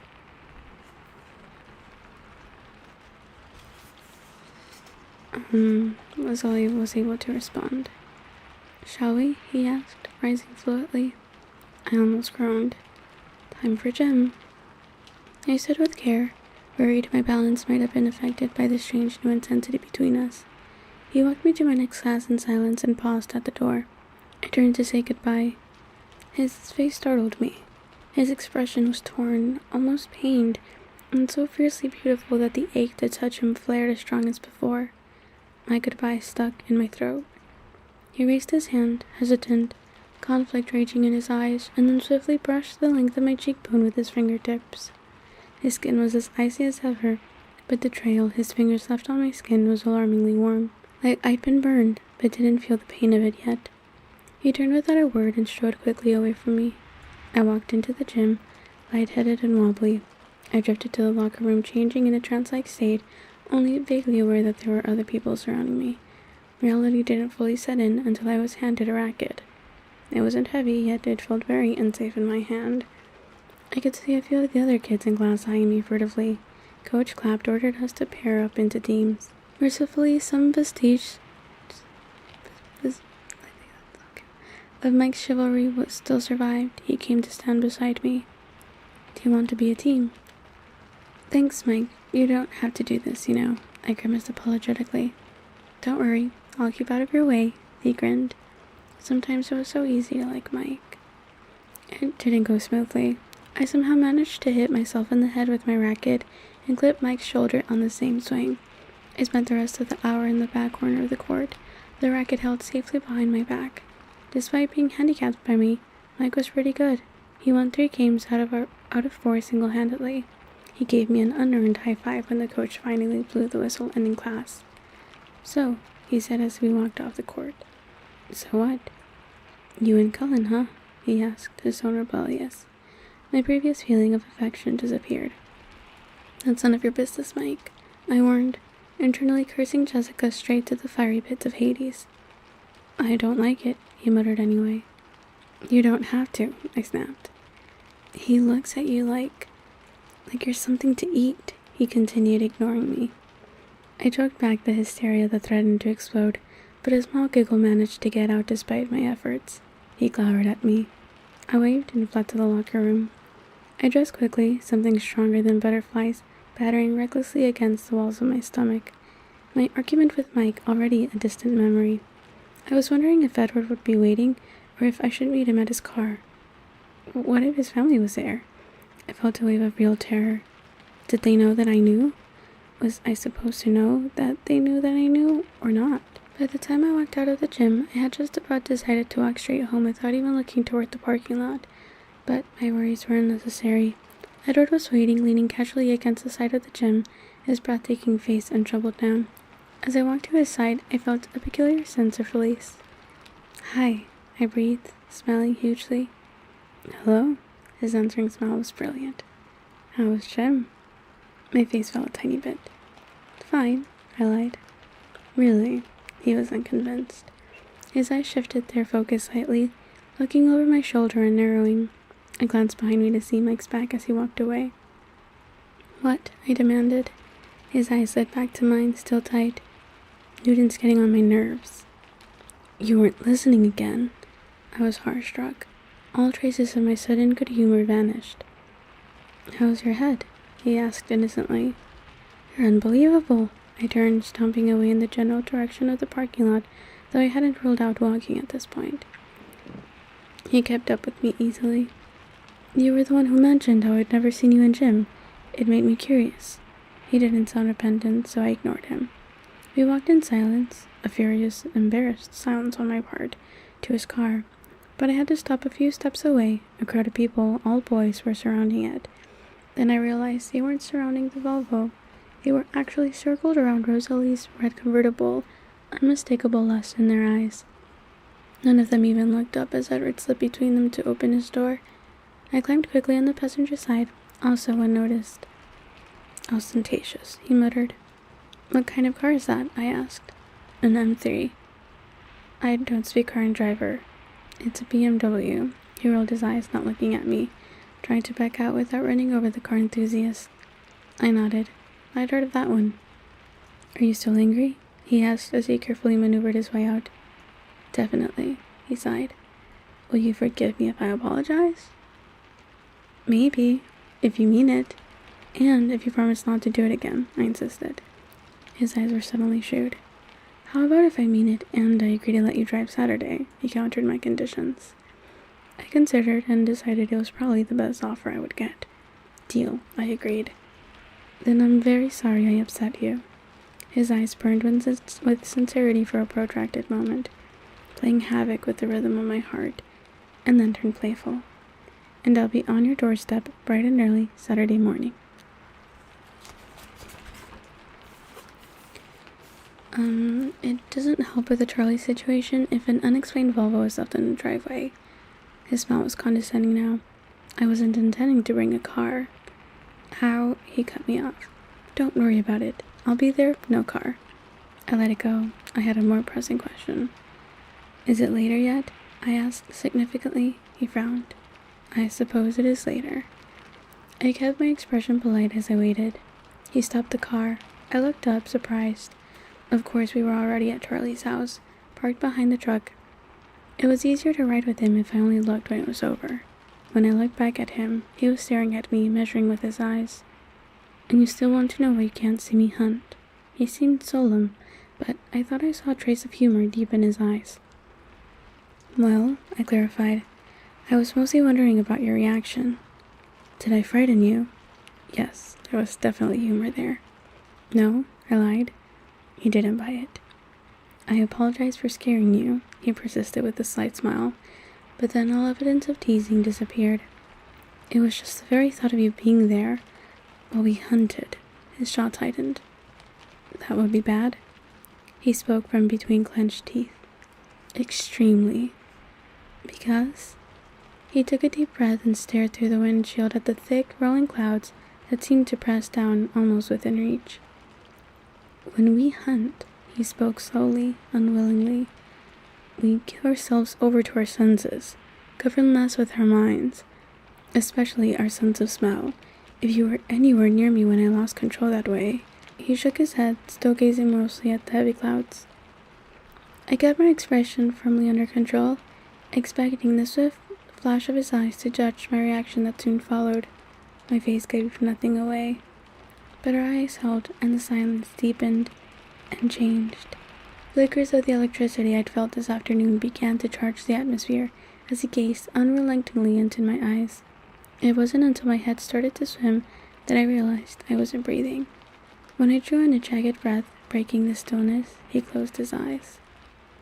Bella, I think you should go inside now. His low voice was rough, his eyes on the clouds again. I opened the door and the Arctic draft that burst into the car helped clear my head. Afraid I might stumble in my woozy state, I stepped carefully out of the car and shut the door behind me without looking back. The whir of the automatic window unrolling made me turn. Oh, Bella? He called after me, his voice more even. He leaned toward the open window with a faint smile on his lips. Yes? Tomorrow it's my turn. Your turn to what? He smiled wider, flashing his gleaming teeth. Ask the questions. And then he was gone, the car speeding down the street and disappearing around the corner before I could even collect my thoughts. I smiled as I walked to the house. It was clear he was planning to see me tomorrow, if nothing else. That night, Edward stirred in my dreams as usual. However, the climate of my unconsciousness had changed. It thrilled with the same electricity that had charged the afternoon, and I tossed and turned restlessly, waking often. It was only in the early hours of the morning that I finally sank into an exhausted, dreamless sleep. When I woke, I was so tired, but edgy as well. I pulled on my brown turtleneck and the inescapable jeans, sighing as I daydreamed of spaghetti straps and shorts. Breakfast was the usual, quiet event I expected. Charlie fried eggs for himself. I had my bowl of cereal. I wondered if he had forgotten about this Saturday. He answered my unspoken question as he stood up to take his plate to the sink. About this Saturday, he began walking across the kitchen and turning on the faucet. I cringed. Yes, Dad? Are you still set on going to Seattle? He asked. That was the plan. I grimaced, wishing he hadn't brought it up so I wouldn't have to compose careful half-truths. He squeezed some dish soap onto his plate and swirled it around with the brush. And you're sure you can't make it back in time for the dance? I'm not going to the dance, Dad, I glared. Didn't anyone ask you? He asked, trying to hide his concern by focusing on rinsing the plate. I sidestepped a minefield. It's a girl's choice. Oh, he frowned as he dried his plate. I sympathized with him. It must be a hard thing to be a father, living in fear that your daughter would meet a boy she liked, but also having to worry if she didn't.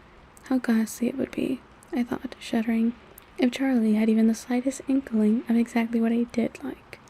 Charlie left then with a goodbye wave, and I went upstairs to brush my teeth and gather my books. When I heard the cruiser pull away, I could only wait a few seconds before I had to peek out of my window. The silver car was already there, waiting in Charlie's spot on the driveway. I bounded down the stairs and out the front door, wondering how long this bizarre routine would continue. I never wanted it to end. He waited in the car, not appearing to watch as I shut the door behind me without bothering to lock the deadbolt. I walked to the car, pausing shyly before opening the door and stepping in. He was smiling, relaxed, and as usual, perfect and beautiful to an excruciating degree. "Good morning." His voice was silky. "How are you today?" His eyes roamed over my face as if his question was something more than simple courtesy. "Good, thank you." I was always good, much more than good, when I was near him. His gaze lingered on the circles under my eyes. He looked tired. I couldn't sleep, I confessed, automatically swinging my hair around my shoulder to provide some measure of cover. "Neither could I," he teased as he started the engine. I was becoming used to the quiet purr. I was sure the roar of my truck would scare me whenever I got to drive it again. I laughed. "I guess that's right. I suppose I slept just a little bit more than you did." "I'd wager you did." "So what did you do last night?" I asked. He chuckled. "Not a chance. It's my day to ask questions." "Oh, that's right. What do you want to know?" My forehead creased. I couldn't imagine anything about me that could be in any way interesting to him. "What's your favorite color?" he asked, his face grave. I rolled my eyes. "It changes from day to day." "What's your favorite color today?" He was still solemn. "Probably brown." I tended to dress according to my mood. He snorted, dropping a serious expression. "Brown?" he asked skeptically. "Sure. Brown is warm. I miss brown. Everything that's supposed to be brown, tree trunks, rocks, dirt, is all covered up with squashy green stuff here," I complained. He seemed fascinated by my little rant. He considered for a moment, staring into my eyes. "You're right," he decided, serious again. "Brown is warm." He reached over swiftly, but somehow still hesitantly, to sweep my hair back behind my shoulder.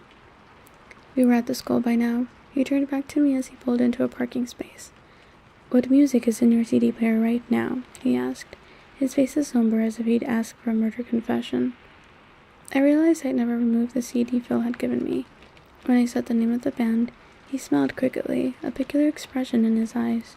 He flipped open a compartment under his car CD player, pulled out one of 30 or so CDs that were jammed into the small space, and handed it to me. "Debussy to this?" He raised an eyebrow. It was the same CD. I examined the familiar cover art, keeping my eyes down. It continued like that for the rest of the day, while he walked me to English. When he met me after Spanish, all through the lunch hour, he questioned me relentlessly about every insignificant detail of my existence.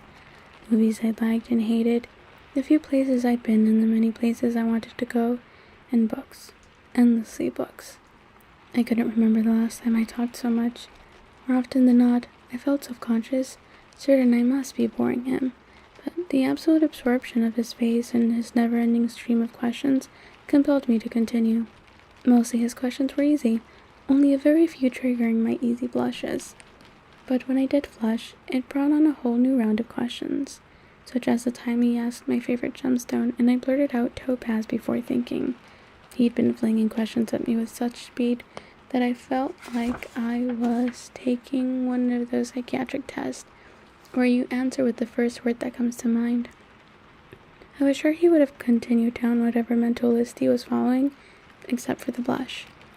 My face reddened because, until very recently, my favorite gemstone was guarded. It was impossible, while staring back into his topaz eyes, not to remember the reason for the switch. And naturally, he wouldn't rest until I'd admitted why I was embarrassed. "Tell me," he finally commanded after persuasion failed only because I kept my eyes safely away from his face. "It's the color of your eyes today," I sighed, surrendering, staring down at my hands as I fiddled with a piece of my hair. "I suppose, if you asked me in 2 weeks, I'd say onyx." I'd given more information than necessary in my unwilling honesty, and I worried it would provoke the strange anger that flared whenever I slipped and revealed too clearly how obsessed I was. But his pause was very short. "What kinds of flowers do you prefer?" he fired off. I sighed in relief and continued with the psychoanalysis. Biology was a complication again. Edward had continued with his quizzing up until Mr. Benner entered the room, dragging the audiovisual frame again. As the teacher approached the light switch, I noticed Edward slide his chair slightly further away from mine. It didn't help. As soon as the room was dark, there was the same electric spark, the same restless craving to stretch my hand across a short space and touch his cold skin as yesterday. I leaned forward on the table, resting my chin on my folded arms, my hidden fingers gripping the table's edge as I fought to ignore the irrational longing that unsettled me. I didn't look at him, afraid that if he was looking at me, it would only make self-control that much harder. I sincerely tried to watch the movie, but at the end of the hour, I had no idea what I'd just seen. I sighed in relief again when Mr. Banner turned the lights on, finally glancing at Edward. He was looking at me, his eyes ambivalent. He rose in silence and then stood still, waiting for me. We walked toward the gym in silence, like yesterday. And also like yesterday, he touched my face wordlessly, this time with the back of his cool hand, stroking once from my temple to my jaw, before he turned and walked away. Gym passed quickly as I watched Mike's one-man badminton show. He didn't speak to me today, either in response to my vacant expression or because he was still angry about our squabble yesterday. Somewhere, in a corner of my mind, I felt bad about that, but I couldn't concentrate on him. I hurried to change forward, ill at ease, knowing the faster I moved, the sooner I would be with Edward. The pressure made me more clumsy than usual, but eventually I made it out the door, feeling the same release when I saw him standing there, a white smile automatically spreading across my face. He smiled in reaction before launching into more cross-examination. His questions were different now, though not as easily answered. He wanted to know what I missed about home, insisting on descriptions of anything he wasn't familiar with. We sat in front of Charlie's house for hours as the sky darkened and rain plummeted around us in a sudden deluge. I tried to describe impossible things like the scent of creosote, bitter, slightly resinous, but still pleasant, the high keening sound of the cicadas in July, the feathery barrenness of the trees, the very size of the sky, extending white blue from horizon to horizon, barely interrupted by the low mountains covered with purple volcanic rock. The hardest thing to explain was why it was so beautiful to me, to justify a beauty that didn't depend on the sparse, spiny vegetation that often looked half dead, a beauty that had more to do with the exposed shape of the land, with the shallow bowls of valleys between the craggy hills and the way they held on to the sun. I found myself using my hands as I tried to describe it to him. His quiet, probing questions kept me talking freely, forgetting, in the dim light of the storm, to be embarrassed for monopolizing the conversation. Finally, when I had finished detailing my cluttered room at home, he paused, instead of responding with another question. "Are you finished?" I asked in relief. "Not even close, but your father will be home soon." "Charlie!" I suddenly recalled his existence and sighed. I looked out at the rain-darkened sky, but it gave nothing away. "How late is it?" I wondered out loud as I glanced at the clock. I was surprised by the time. Charlie would be driving home now. "It's twilight," Edward murmured, looking at the western horizon, obscured as it was with clouds. His voice was thoughtful, as if his mind was somewhere far away. I stared at him as he gazed unseeingly out the windshield. I was still staring when his eyes suddenly shifted back to mine. "It's the safest time of day for us," he said, answering the unspoken question in my eyes. "The easiest time, but also the saddest in a way. The end of another day, the return of the night. Darkness is so predictable, don't you think?" He smiled wistfully. "I like the night. Without the dark, we'd never see the stars," I frowned. "Not that you see them here much." He laughed and the mood abruptly lightened. "Charlie will be here in a few minutes, so, unless you want to tell him that you'll be with me Saturday." He raised one eyebrow. "Thanks, but no thanks." I gathered my books, realizing I was stiff from sitting still so long. "So is it my turn tomorrow then?" "Certainly not." His face was teasingly outraged. "I told you I wasn't done, didn't I?" "What more is there?" "You'll find out tomorrow," He reached across to open my door for me, and his sudden proximity sent my heart into frenzied palpitations. But his hand froze on the handle. "Not good," he muttered. "What is it?" I was surprised to see that his jaw was clenched, his eyes disturbed. He glanced at me for a brief second. "Another complication," he said glumly.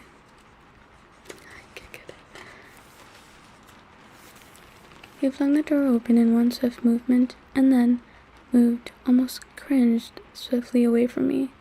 The flash of headlights through the rain caught my attention as a dark car pulled up to the curb just a few feet away, facing us. "Charlie's around the corner," he warned, staring through the downpour at the other vehicle. I hopped out at once, despite my confusion and curiosity.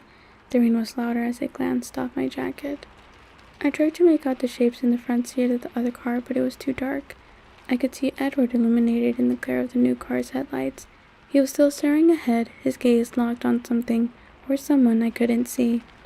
His expression was a strange mix of frustration and defiance.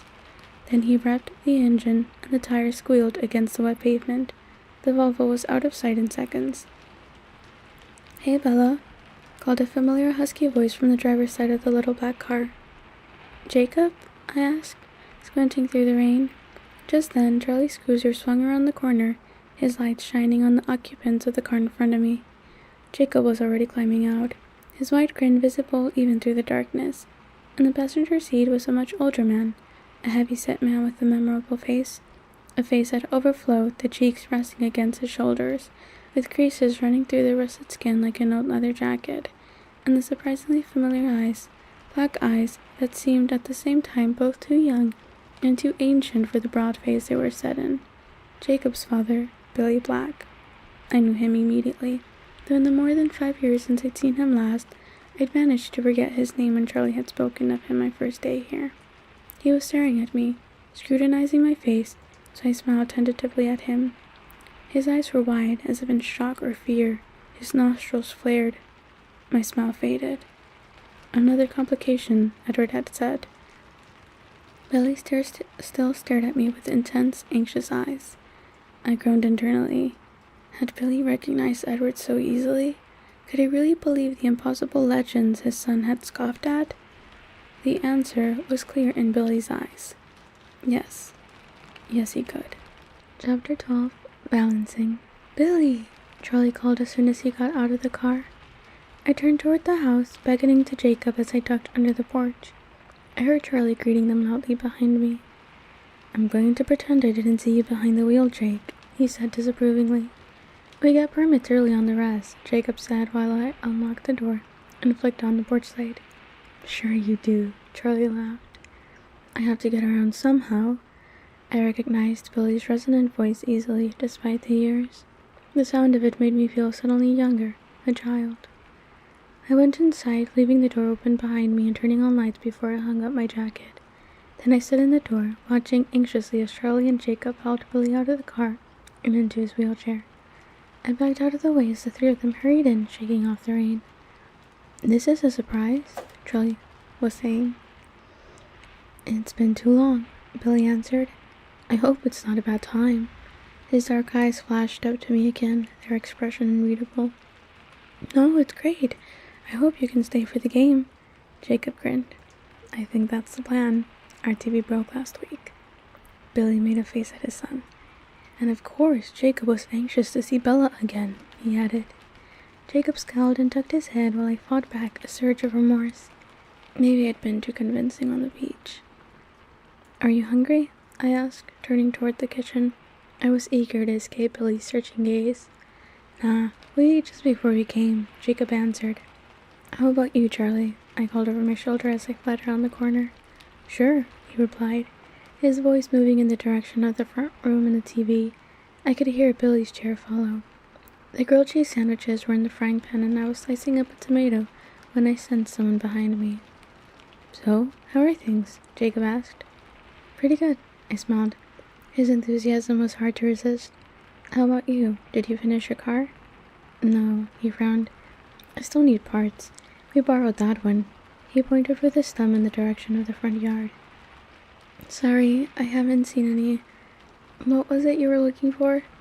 Master cylinder, he grinned. Is something wrong with the truck? He added suddenly. No. Oh, I just wondered because you weren't driving it. I stared down at the pan, pulling up the edge of a sandwich to check the bottom side. I got a ride with a friend. Nice ride. Jacob's voice was admiring. I didn't recognize the driver, though.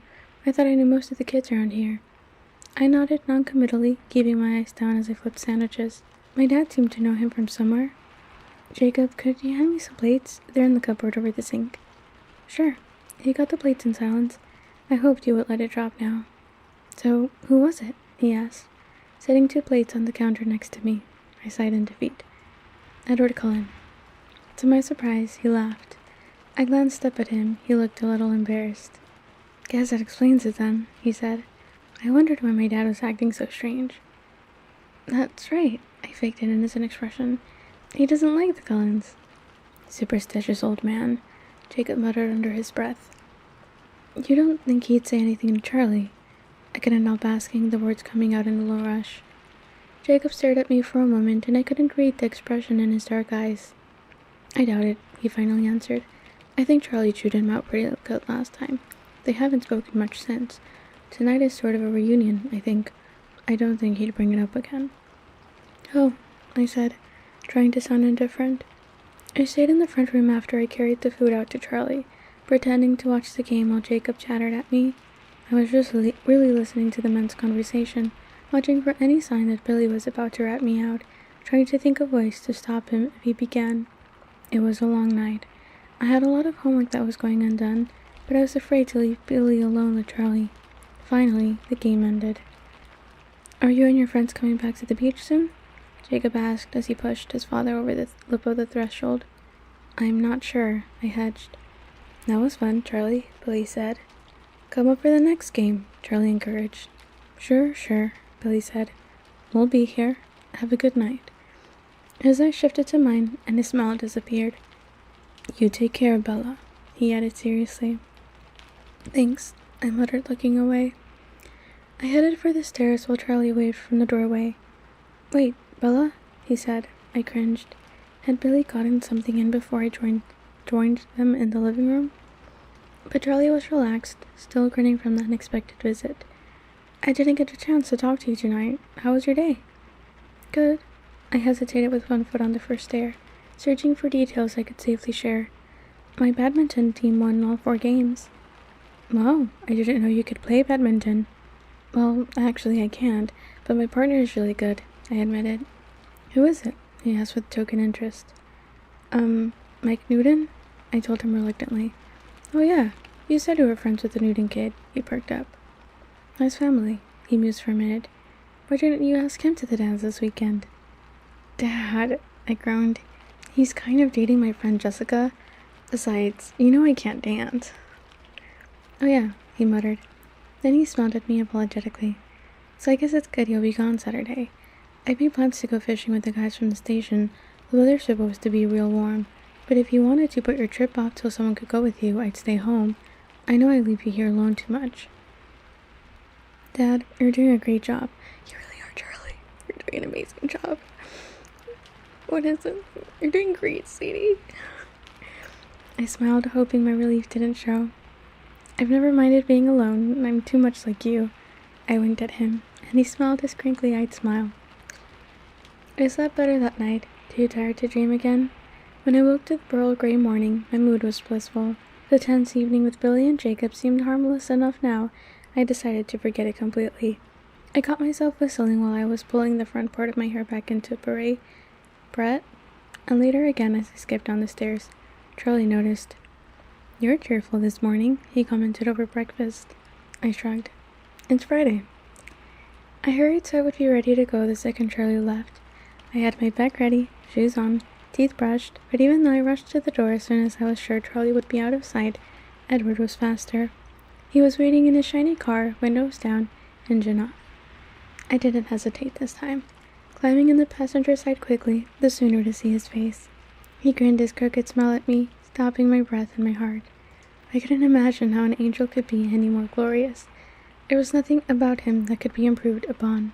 How did you sleep? He asked. I wondered if he had any idea how appealing his voice was. Fine, How was your night? Pleasant? His smile was amused. I felt like I was missing an inside joke. Can I ask what you did? I asked. No, he grinned. Today is still mine. He wanted to know about people today. More about Renee, her hobbies, what we'd done in our free time together, and then the one grandmother I'd known, my few school friends, embarrassing me when he asked about boys I dated. I was relieved that I'd never really dated anyone, so that particular conversation couldn't last long. He seemed as surprised as Jessica and Angela by my lack of romantic history. So you never met anyone you wanted? He asked in a serious tone that made me wonder what he was thinking about. I was grudgingly honest. Not in Phoenix. His lips pressed together into a hard line. We were in the cafeteria at this point. The day had sped by in the blur that was rapidly becoming routine. I took advantage of his brief pause to take a bite of my bagel. I should have let you drive yourself today, he announced, apropos of nothing, while I chewed. Why? I demanded. I'm leaving with Alice after lunch. Oh, I blinked, bewildered and disappointed. It's okay, it's not that far of a walk. He frowned at me impatiently. I'm not going to make you walk home. We'll go get your truck and leave it here for you. I don't have my key with me, I sighed. I really don't mind walking. What I minded was losing my time with him. He shook his head. Your truck will be here, and the key will be in the ignition, unless you're afraid someone might steal it. He laughed at the thought. All right, I agreed, pursing my lips. I was pretty sure my key was in the pocket of a pair of jeans I wore Wednesday under a pile of clothes in the laundry room. Even if he broke into my house, or whatever he was planning, he'd never find it. He seemed to feel the challenge in my consent. He smirked, overconfident. So, where are you going? I asked, as casually as I could manage. Hunting, he answered grimly. If I'm going to be alone with you tomorrow, I'm going to take whatever precautions I can. His face grew morose and pleading. You can always cancel, you know. I looked down, afraid of the persuasive power of his eyes. I refused to be convinced to fear him, no matter how real the danger might be. It doesn't matter, I repeated in my head. No, I whispered, glancing back at his face. I can't. Perhaps you're right, he murmured bleakly. His eyes seemed to darken in color as I watched. I changed the subject. What time will I see you tomorrow? I asked, already depressed by the thought of him leaving now. That depends. It's a Saturday. Don't you want to sleep in? He offered. No, I answered too fast. He restrained a smile. The same time as usual, then, he decided. Will Charlie be there? No, he's fishing tomorrow. I beamed at the memory of how conveniently things had worked out. His voice turned sharp. And if you don't come home, what will he think? I have no idea, I answered coolly. He knows I've been meaning to do the laundry. Maybe he'll think I fell in the washer. He scowled at me, and I scowled back. His anger was much more impressive than mine. What are you hunting tonight? I asked, when I was sure I had lost the glowering contest. Whatever we find in the park, we aren't going far. He seemed bemused by my casual reference to his secret realities. Where are you going with Alice? I wondered. Alice is the most supportive, he frowned as he spoke. And the others? I asked timidly. What are they? His brow puckered for a brief moment. Incredulous, for the most part.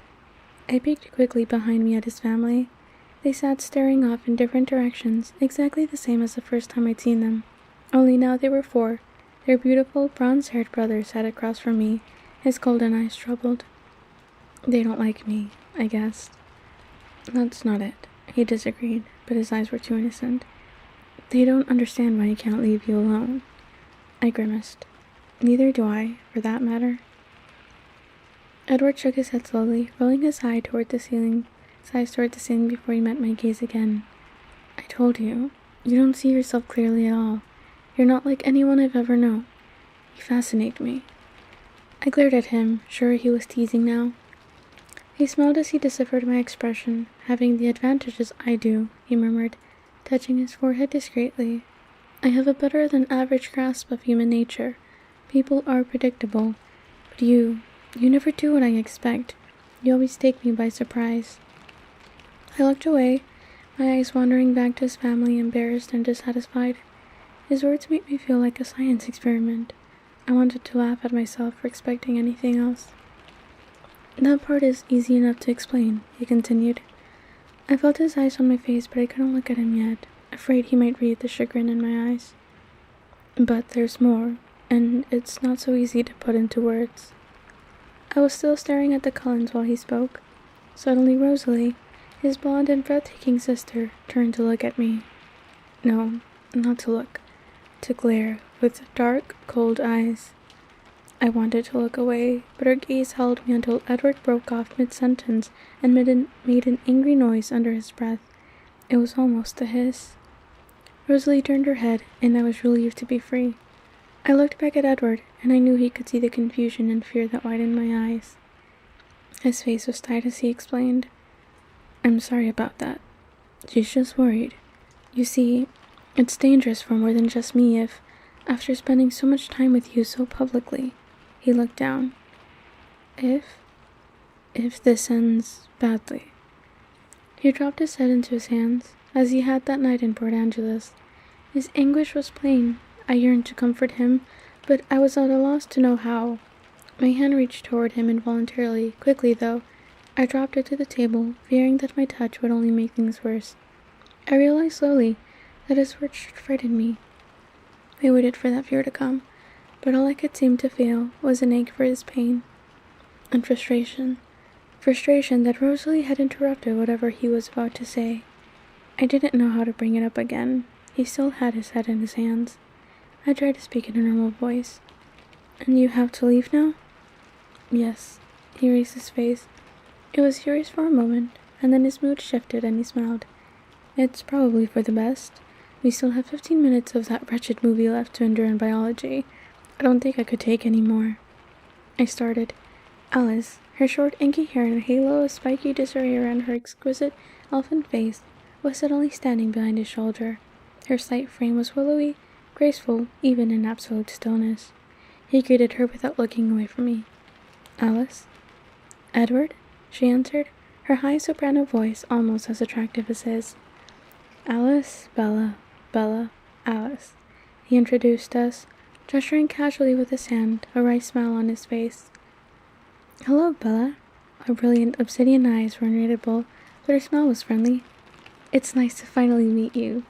Edward flashed a dark look at her. Hi, Alice, I murmured shyly.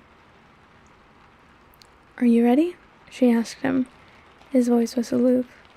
Nearly. I'll meet you at the car. She left without another word. Her walk was so fluid, so sinuous that I felt a sharp pang of jealousy. Should I say have fun, or is that the wrong sentiment? I asked, turning back to him.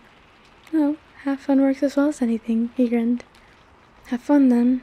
I worked to sound wholehearted. Of course I didn't fool him. I'll try, he still grinned.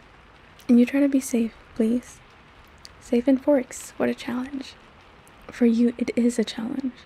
His jaw hardened. Promise. I promise to try to be safe, I recited. I'll do the laundry tonight. That ought to be fraught with peril.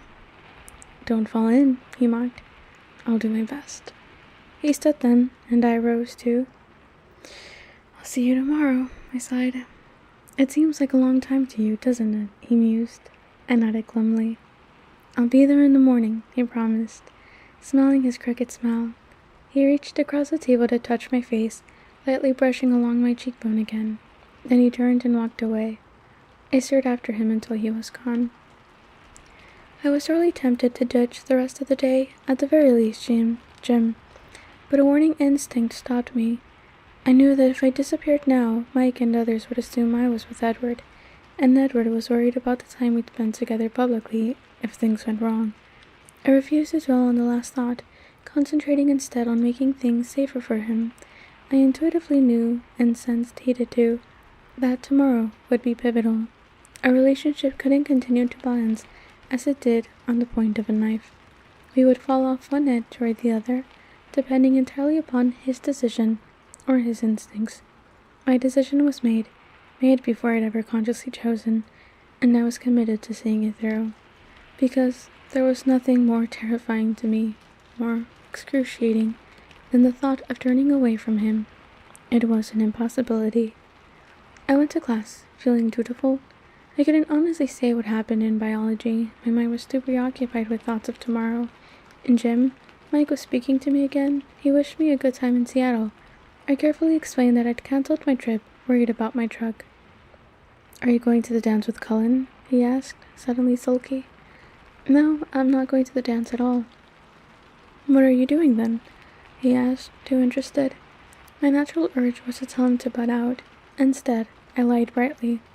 "Laundry, and then I have to study for the trig test, or I'm going to fail." "Is Cullen helping you study?" "Edward," I emphasized, "is not going to help me study. He's gone away somewhere for the weekend." The lies came more naturally than usual, I noted with surprise. "Oh," he barked up. "You know, you could come to the dance with our group anyway. That would be cool. We'd all dance with you," he promised. The mental image of Jessica's face made my tone sharper than necessary.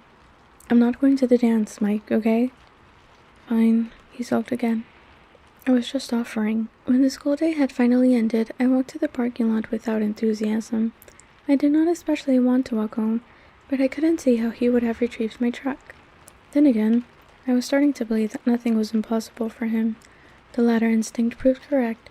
My truck sat in the same space he'd parked his Volvo in this morning. I shook my head incredulous as I opened the unlocked door and saw the key in the ignition. There was a piece of white paper folded on my seat. I got in and closed the door before I unfolded it. 2 words were written in this elegant script: "Be safe." The sound of the truck roaring to life frightened me. I laughed at myself. When I got home, the handle of the door was locked, the deadbolt unlocked, just as I'd left it this morning. Inside, I went straight to the laundry room. It looked just the same as I left it, too. I dug for my jeans and, after finding them, checked the pockets. Empty. Maybe I'd hung my key up after all, I thought, shaking my head. Following the same instinct that had prompted me to lie to Mike, I called Jessica on the pretense of wishing her luck at the dance. When she offered the same wish for my date with Edward, I told her about the cancellation. She was more disappointed than really necessary for a third-party observer to be. I said goodbye quickly after that. Charlie was absent-minded at dinner, worried over something at work, I guessed, or maybe a basketball game, or maybe he was just really enjoying the lasagna. It was hard to tell with Charlie. "You know, Dad," I began, breaking into his reverie. "What's that, Belle?"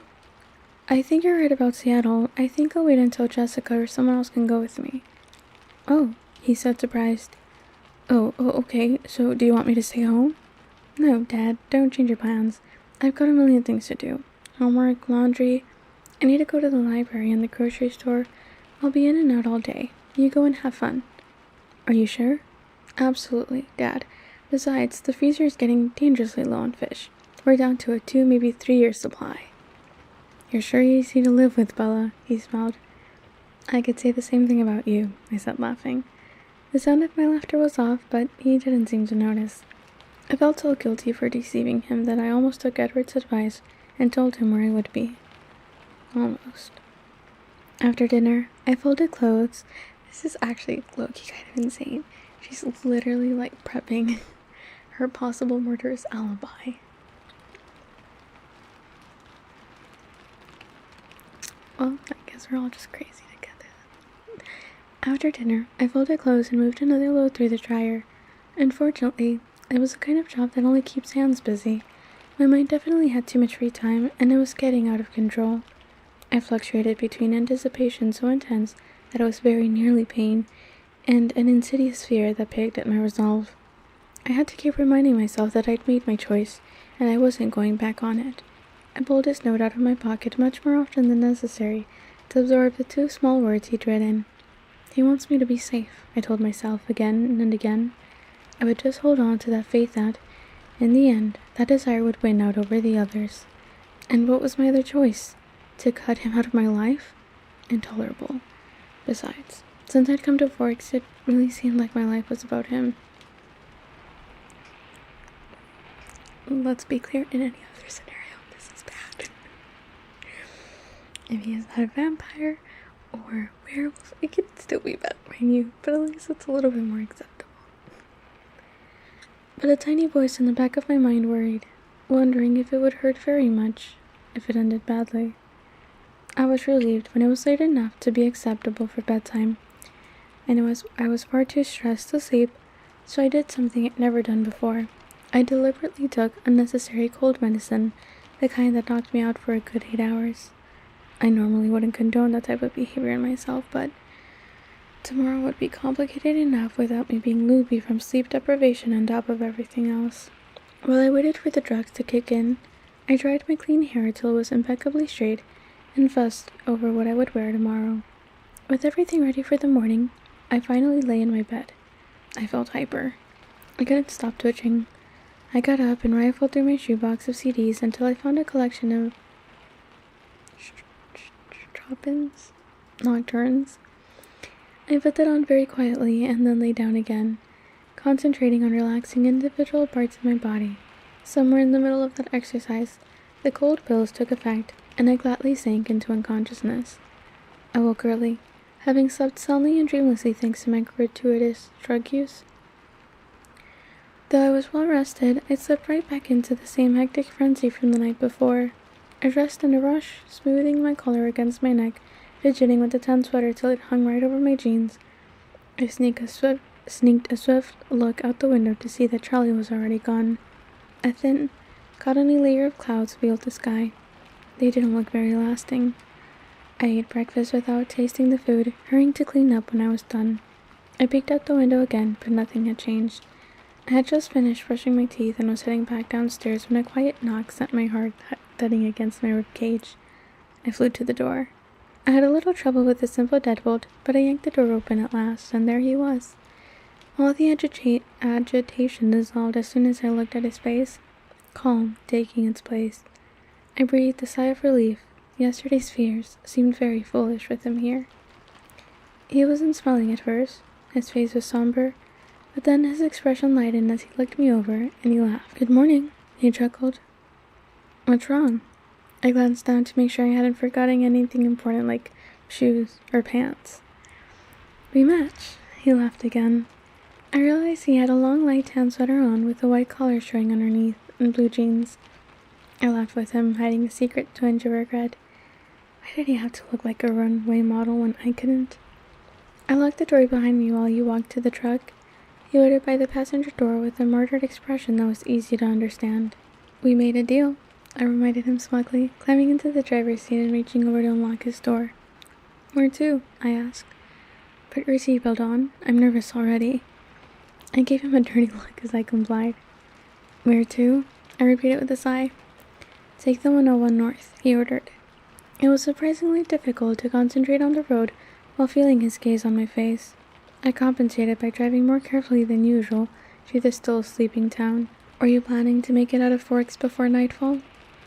"This truck is old enough to be your car's grandfather. Have some respect," I retorted. We were soon out of the town limits, despite his negativity. Thick underbrush and green swath trunks replaced the lawns and houses. "Turn right on the 110, he instructed just as I was about to ask. I obeyed silently. Now we drive until the pavement ends. I could hear a smile in his voice, but I was too afraid of driving off the road and proving him right to look over and be sure.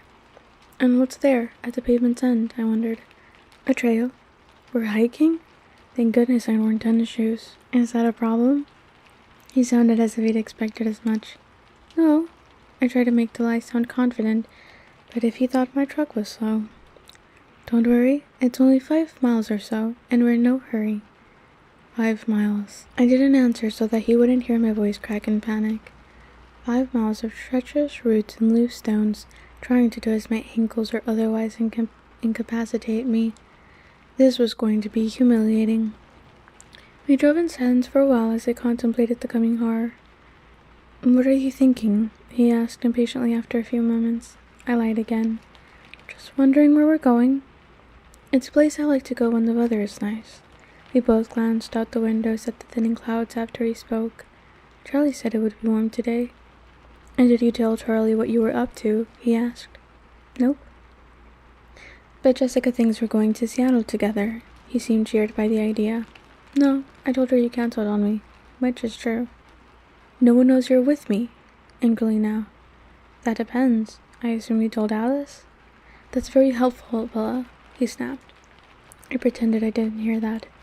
"Are you so depressed by Forks that it's made you suicidal?"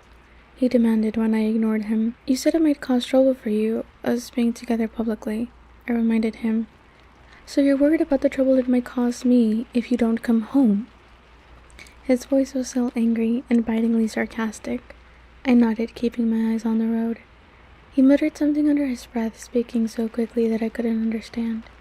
We were silent for the rest of the drive. I could feel the waves of infuriated disapproval rolling off of him, and I could think of nothing to say.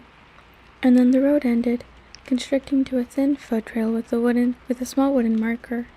I parked on the narrow shoulder and stepped out, afraid because he was angry with me, and I didn't have driving as an excuse not to look at him.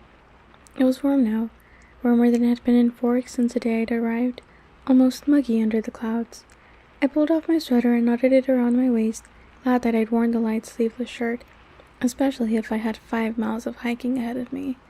I heard his door slam, and looked over to see that he'd removed his sweater too. He was facing away from me, into the unbroken forest beside my truck. This way, he said, glancing over his shoulder at me, eyes still annoyed. He started into the dark forest. The trail! Panic was clear in my voice as I hurried around the truck to catch up to him.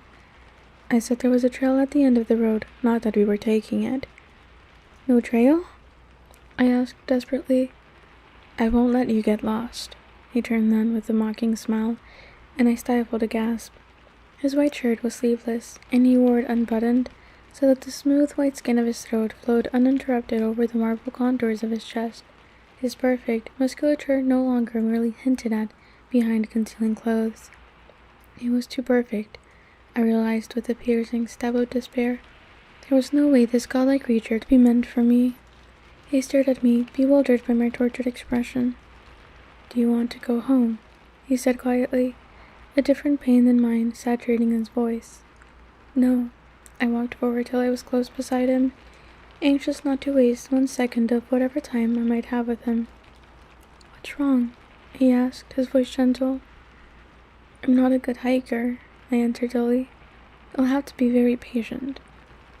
I can be patient if I make a great effort, he smiled, holding my glance, trying to lift me out of my sudden, unexplained dejection. I tried to smile back, but the smile was unconvincing. He scrutinized my face. I'll take you home, he promised. I couldn't tell if the promise was unconditional or restricted to an immediate departure. I knew he thought it was fear that upset me, and I was grateful again that I was the one person whose mind he couldn't hear.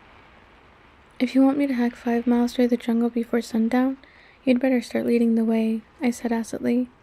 He frowned at me, struggling to understand my tone and expression. He gave up after a moment and led the way into the forest. It wasn't as hard as I had feared. The way was mostly flat, and he held the damp ferns and webs of moss aside from me. When a straight path took us over fallen trees or boulders, he would help me, lifting me by the elbow, and then releasing me instantly when I was clear. His cold touch on my skin never failed to make my heart thud erratically. Twice, when that happened, I got a look on his face that made me sure he could somehow hear it. I tried to keep my eyes away from his perfection as much as possible, but I slept often. Each time his beauty pierced me through with sadness. For the most part, we walked in silence. Occasionally he would ask a random question that he hadn't gotten to in the past 2 days of interrogation. He asked about my birthdays, my grade school teachers, my childhood pets, and I had to admit that after killing 3 fish in a row, I'd given up on the whole institution. He laughed at that, louder than I was used to. Bell like echoes bouncing back to us from the empty woods. The hike took me most of the morning, but he never showed any sign of impatience. The forest spread out around us in a boundless labyrinth of ancient trees, and I began to be nervous that we would never find our way out again. He was perfectly at ease, comfortable in the green maze, never seeming to feel any doubt about our direction. After several hours, the light that filtered through the canopy transformed, the murky olive tone shifting to a brighter jade. The day had turned sunny, just as he'd foretold. For the first time since we'd entered the woods, I felt a thrill of excitement, which quickly turned to impatience. Are we there yet? I teased, pretending to scowl. Nearly. He smiled at the change in my mood. Do you see the brightness ahead? I peered into the thick forest. Should I? He smirked. Maybe it's a bit too soon for your eyes. Time to visit the optometrist, I muttered. His smirk grew more pronounced. I actually do need to go get my eyes checked. So I'll be be wearing glasses probably at some point soon because they're not good. But then, after another 100 yards, I could definitely see a lightning in the trees ahead, a glow that was yellow instead of green. I picked up the pace, my eagerness growing with every step. He let me lead now, following noiselessly. I reached the edge of the pool of light and stepped through the last fringe of ferns into the loveliest place I had ever seen. The meadow was small, perfectly round, and filled with wildflowers, violet, yellow, and soft white. Somewhere nearby I could hear the bubbling music of a stream. The sun was directly overhead, filling the circle with a haze of buttery sunshine. I walked slowly, awestruck, through the soft grass, swaying flowers, and warm, gilded air.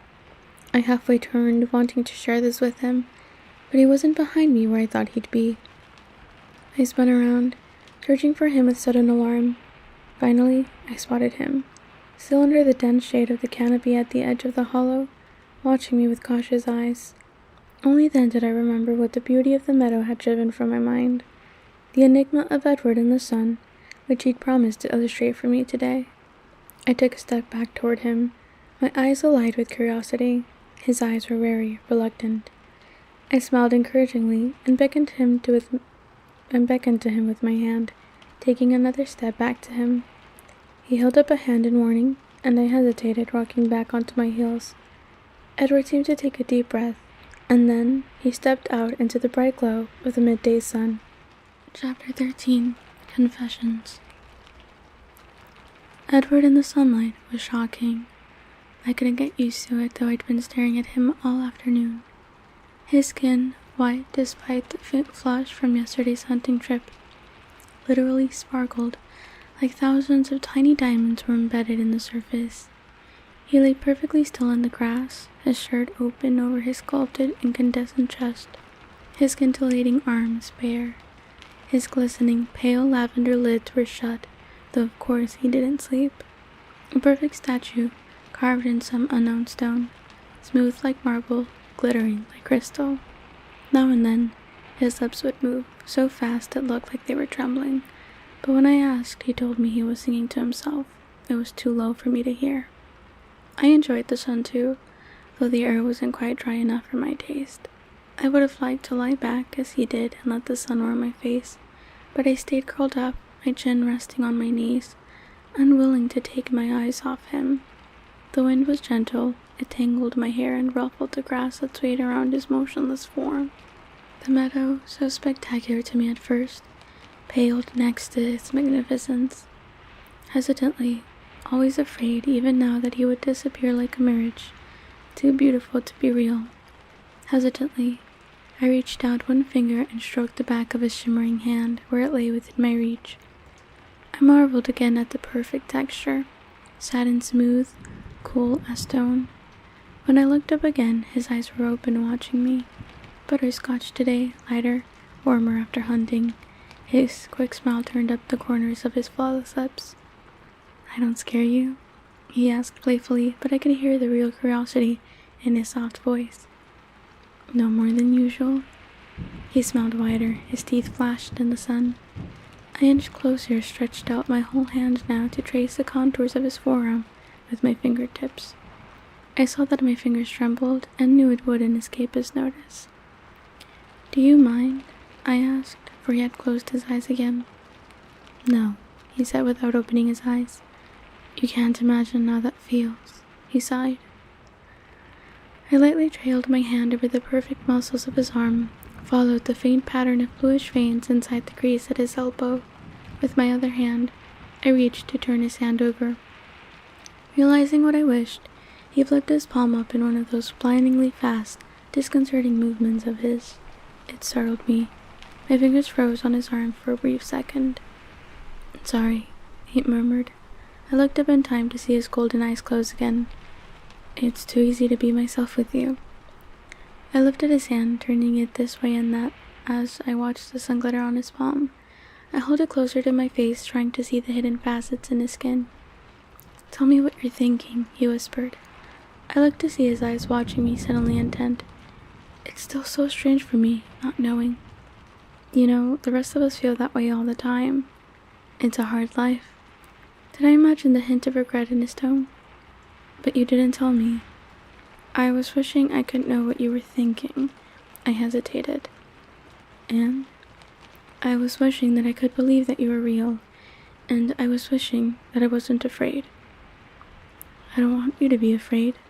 His voice was just a soft murmur. I heard what he couldn't truthfully say, that I didn't need to be afraid, that there was nothing to fear. Well, it's not exactly the fear I meant, though that's certainly something to think about. So quickly that I missed his movement. He was half sitting, propped up on his right arm, his left palm still in my hands. His angel's face was only a few inches from mine. I should have, flinched away from his unexpected closeness, but I was unable to move. His golden eyes mesmerized me. What are you afraid of then? He whispered intently, but I couldn't answer. As I had just that once before, I smelled his cool breath in my face. Sweet, delicious, the scent made my mouth water. It was unlike anything else. Instinctively, unthinkingly, I leaned closer, inhaling. And he was gone, his hand ripped from mine. In the time it took my eyes to focus, he was 20 feet away, standing at the edge of the small meadow, in the deep shade of a huge fir tree. He stared at me, his eyes dark in the shadows, his expression unreadable. I could feel the hurt and shock on my face. My empty hand stung.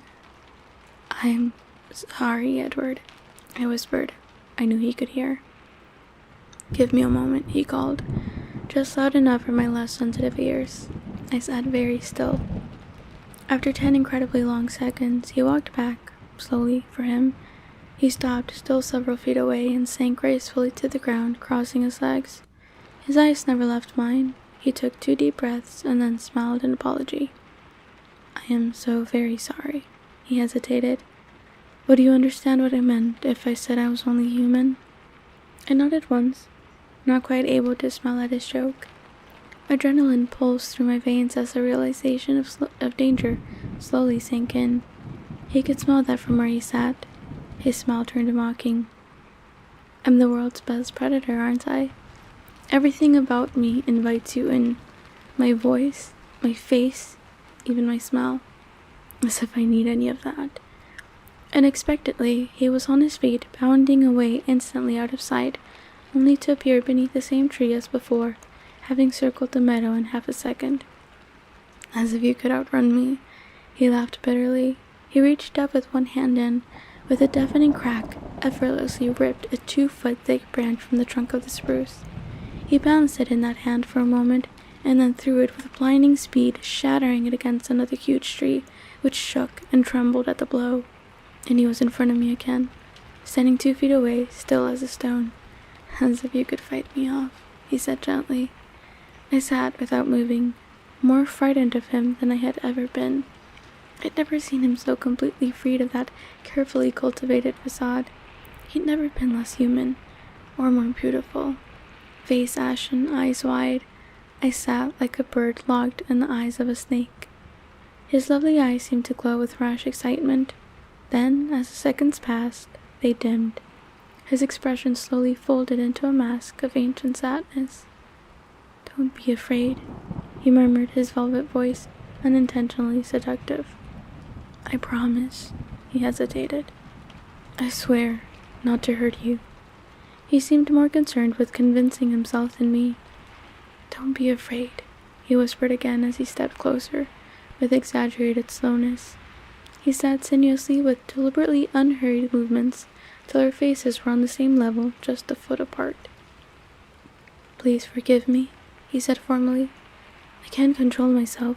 You caught me off guard, but I'm on my best behavior now. He waited, but I still couldn't speak. I'm not thirsty today, honestly, he winked. At that I had to laugh, though the sound was shaky and breathless.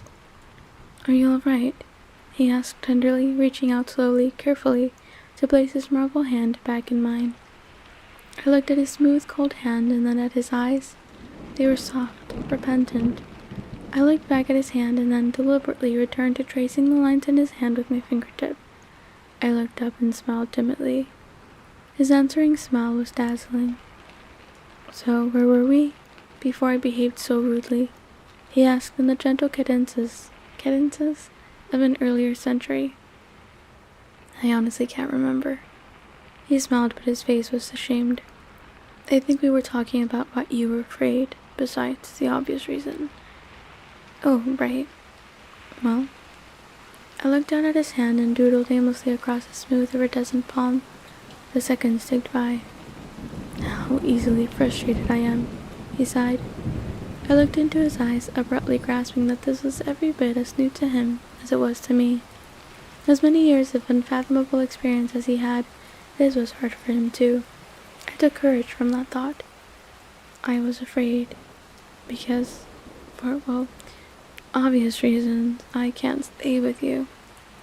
And I'm afraid that I'd like to stay with you much more than I should.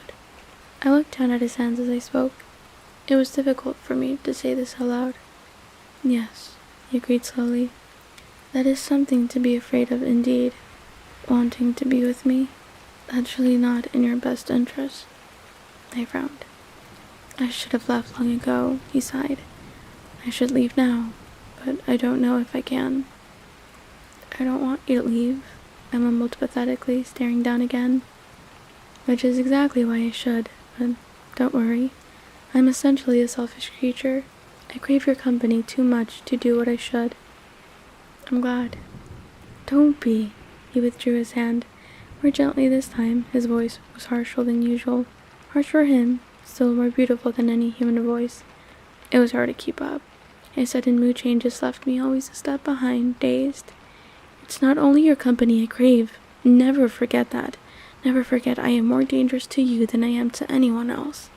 He stopped, and I looked to see him gazing unseeingly into the forest. I thought for a moment. I don't think I understand exactly what you mean. By that last part anyway, I said. He looked back at me and smiled, his mood shifting yet again. How do I explain, he mused, and without frightening you again? Without seeming to think about it, he placed his hand back in mine. I held it tightly in both of mine. He looked at our hands. That's amazingly pleasant, the warmth, he sighed. A moment passed as he assembled his thoughts. You know how everyone enjoys different flavors, he began. Some people love chocolate ice cream, others prefer strawberry. I nodded. Sorry about the food analogy. I couldn't think of another way to explain. I smiled. He smiled ruefully back. You see, every person smells different, has a different essence.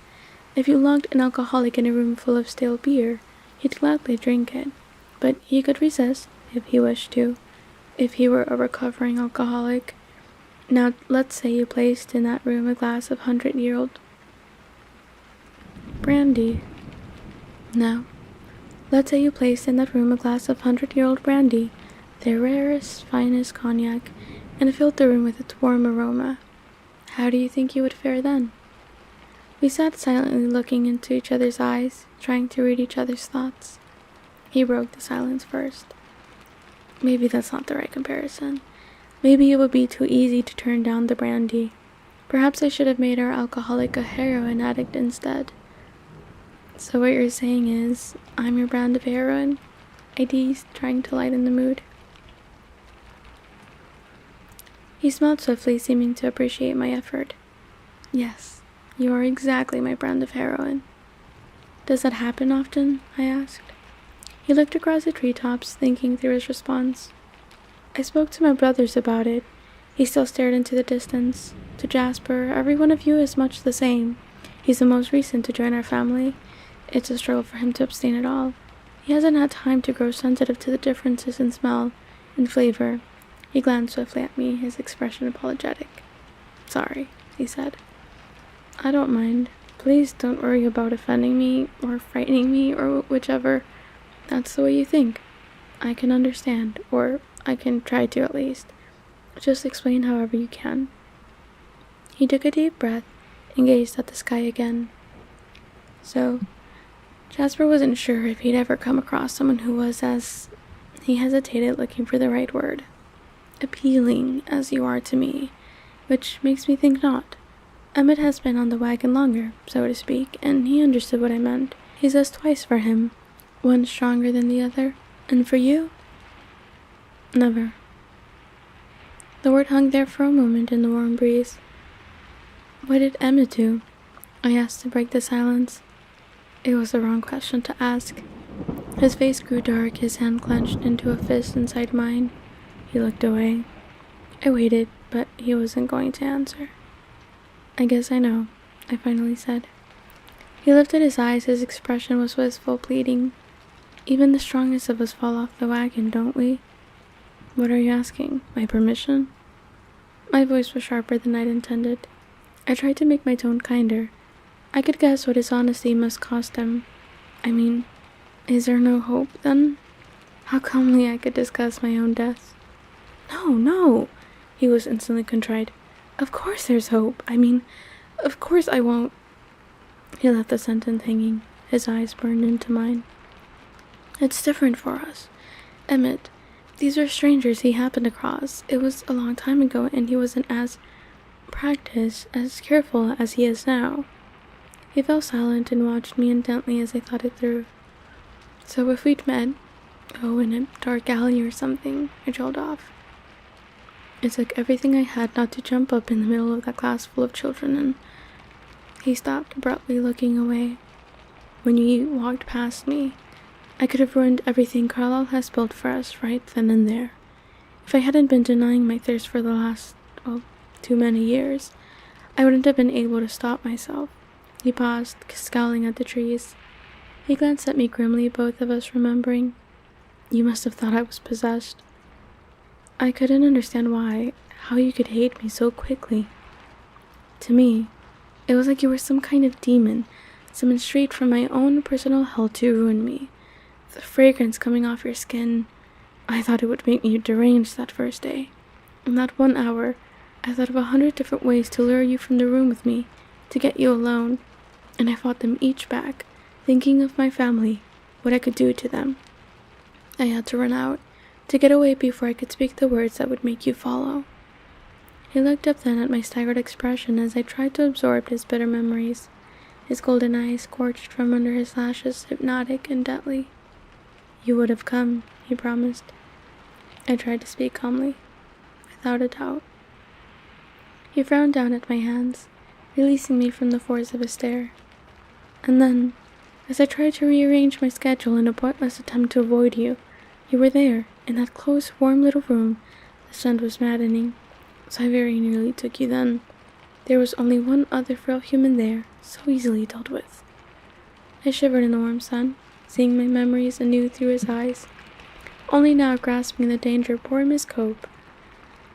I shivered again at how close I'd come to being inadvertently responsible for her death.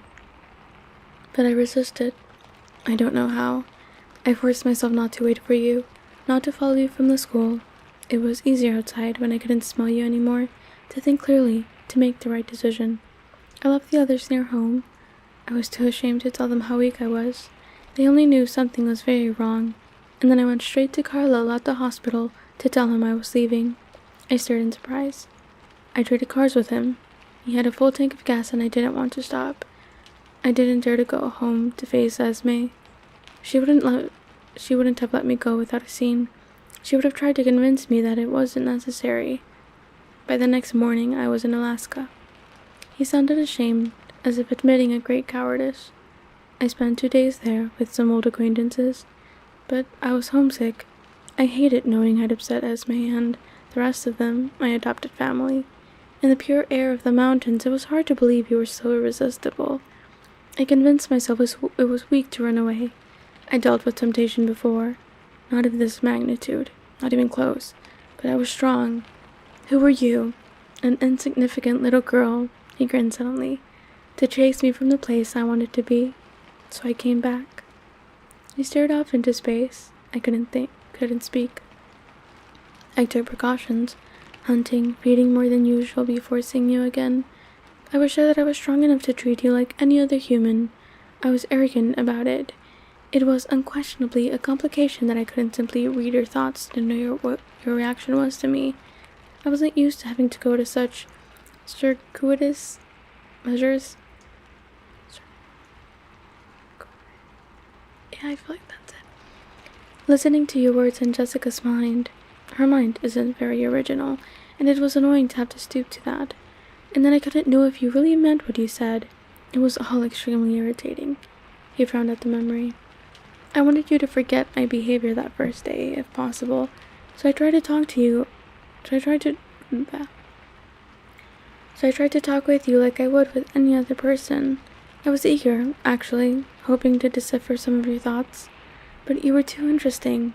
I found myself caught up in your expressions, and every now and then you would stir the air with your hand or your hair, and the scent would stun me again. Of course, then you were nearly crushed to death in front of my eyes. Later, I thought of a perfectly good excuse for why I acted at that moment, because if I hadn't saved you, if your blood had been spilled there in front of me, I don't think I could have stopped myself from exposing us for what we are.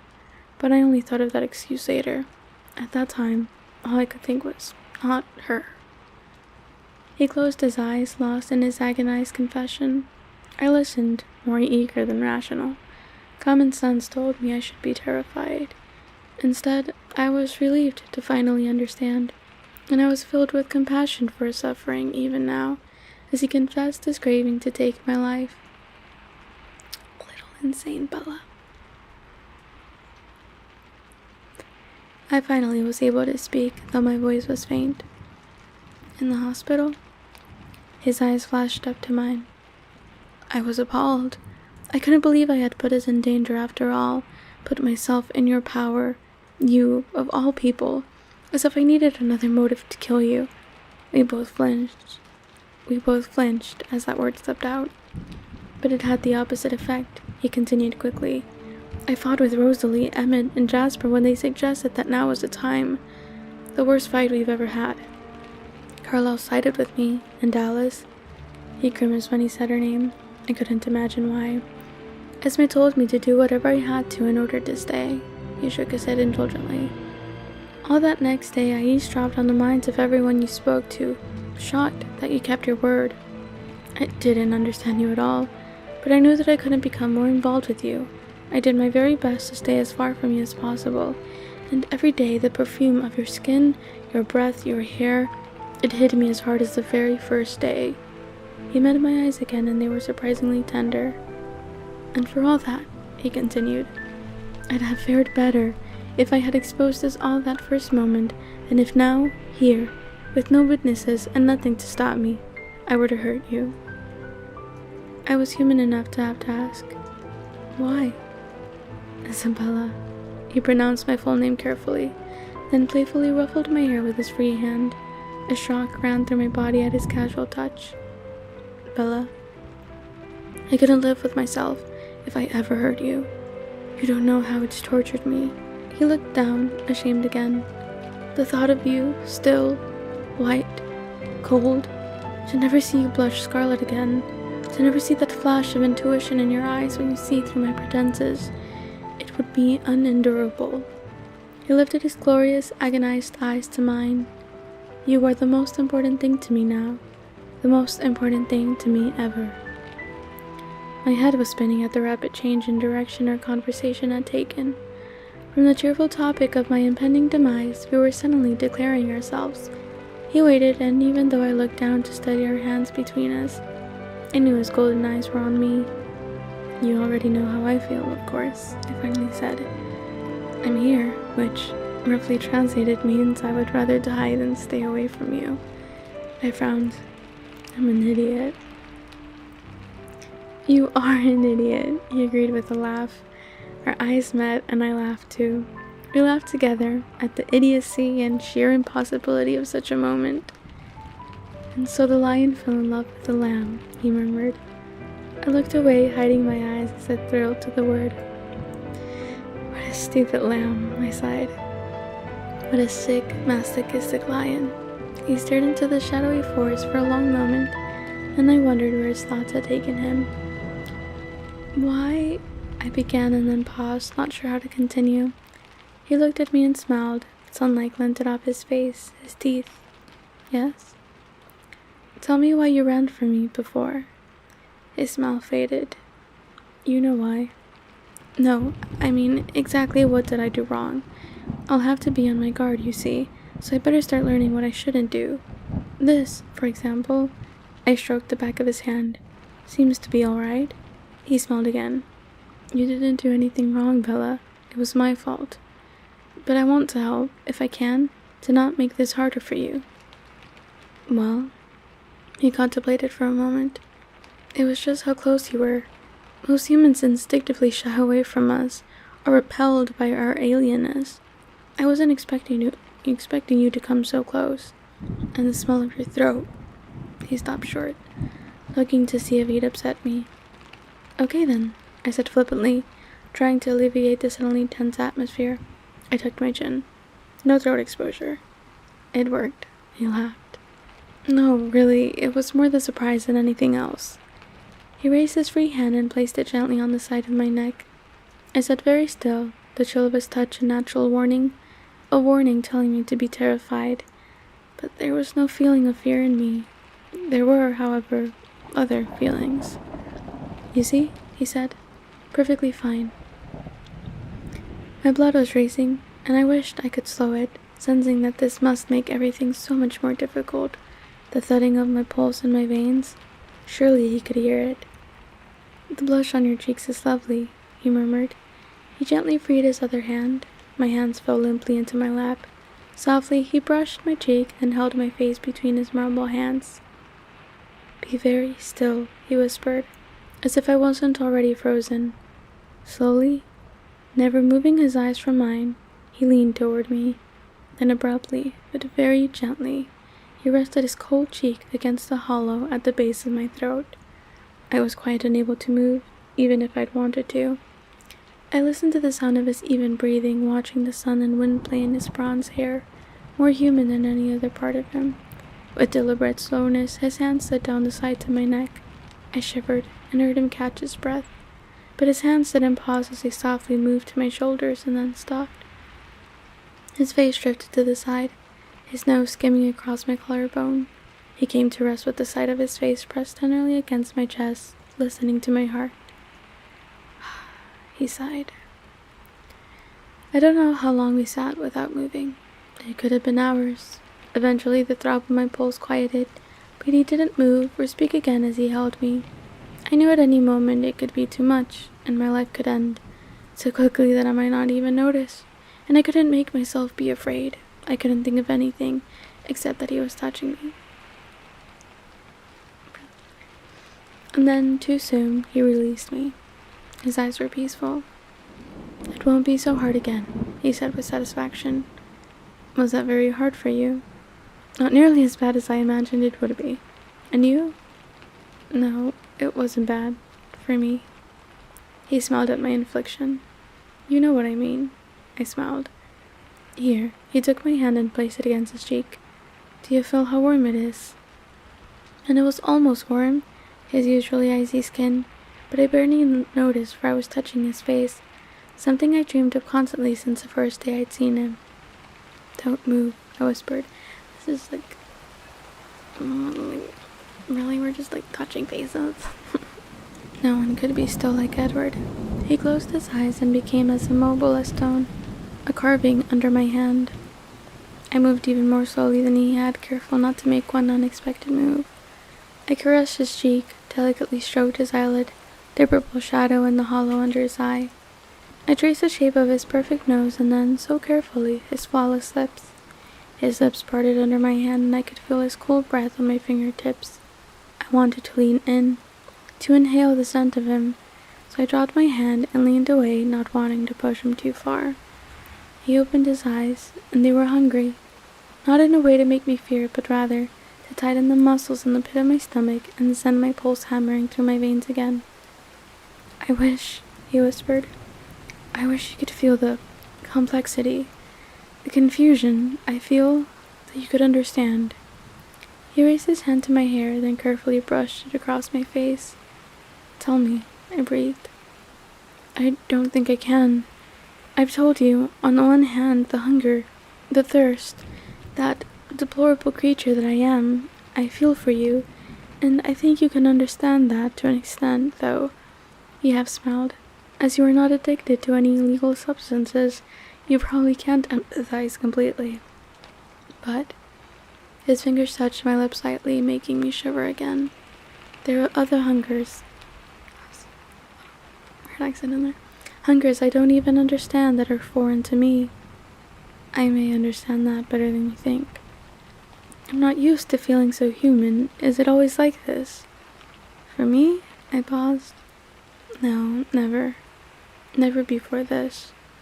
He held my hands between his. They felt so feeble in his iron strength. I don't know how to be close to you, he admitted. I don't know if I can. I leaned forward very slowly, cautioning him with my eyes. I placed my cheek against his stone chest. I could hear his breath and nothing else.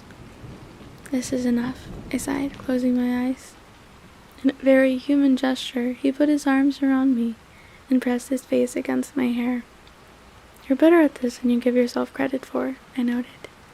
I have human instincts. They may be buried deep, but they're there. He sat like that for another immeasurable moment. I wondered if he could be as unwilling to move as I was, but I could see the light was fading, the shadows of the forest beginning to touch us, and I sighed. You have to go. I thought you couldn't read my mind. It's getting clearer. I could hear a smile in his voice. He took my shoulders and I looked into his face. Can I show you something? He asked, sudden excitement flaring in his eyes. Show me what? I'll show you how I travel in the forest. He saw my expression. Don't worry, you'll be very safe and we'll get to your truck much faster. His mouth twitched up into the crooked smile so beautiful my heart nearly stopped. Will you turn into a bat? I asked wearily. He laughed, louder than I'd ever heard. Like I haven't heard that one before. Right, I'm sure you get that all the time. Come on, little coward, climb on my back. I waited to see if he was kidding, but apparently he meant it. He smiled as he read my hesitation and reached for me. My heart reacted. Even though he couldn't hear my thoughts, my pulse always gave me away. He then proceeded to sling me onto his back with very little effort on my part. Besides, when in place, clamping my legs and arms so tightly around him that it would choke a normal person. It was like clinging to a stone. I'm a bit heavier than your average backpack, I warned. Huh, he snorted. I could almost hear his eyes rolling. I'd never seen him in such high spirits before. He startled me, suddenly grabbing my hand, pressing my palm to his face and inhaling deeply. Easier all the time, he muttered. And then he was running. If I'd ever feared death before in his presence, it was nothing compared to how I felt now. He streaked through the dark, thick underbrush of the forest like a bullet, like a ghost. There was no sound, no evidence that his feet touched the earth. His breathing never changed, never indicated any effort, but the trees flew by at deadly speeds, always missing us by inches. I was too terrified to close my eyes, though the cool forest air whipped against my face and burned them. I felt as if I were stupidly sticking my head out the window of an airplane in flight, and for the first time in my life, I felt the dizzy faintness of motion sickness. Then it was over. We'd hiked hours this morning to reach Edward's Meadow, and now, in a matter of minutes, we were back to the truck. Exhilarating, isn't it? His voice was high, excited. He stood motionless, waiting for me to climb down. I tried, but my muscles wouldn't respond. My arms and legs stayed locked around him, while my head spun uncomfortably. Bella? He asked, just now. I think I need to lie down, I gasped. Oh, sorry. He waited for me, but I still couldn't move. I think I need help, I admitted. He laughed quietly and gently unloosened my strangled hold on his neck. There was no resisting the iron strength of his hands, and he pulled me around to face him, cradling me in his arms like a small child. He held me for a moment, then carefully placed me on the springy ferns. How do you feel? He asked.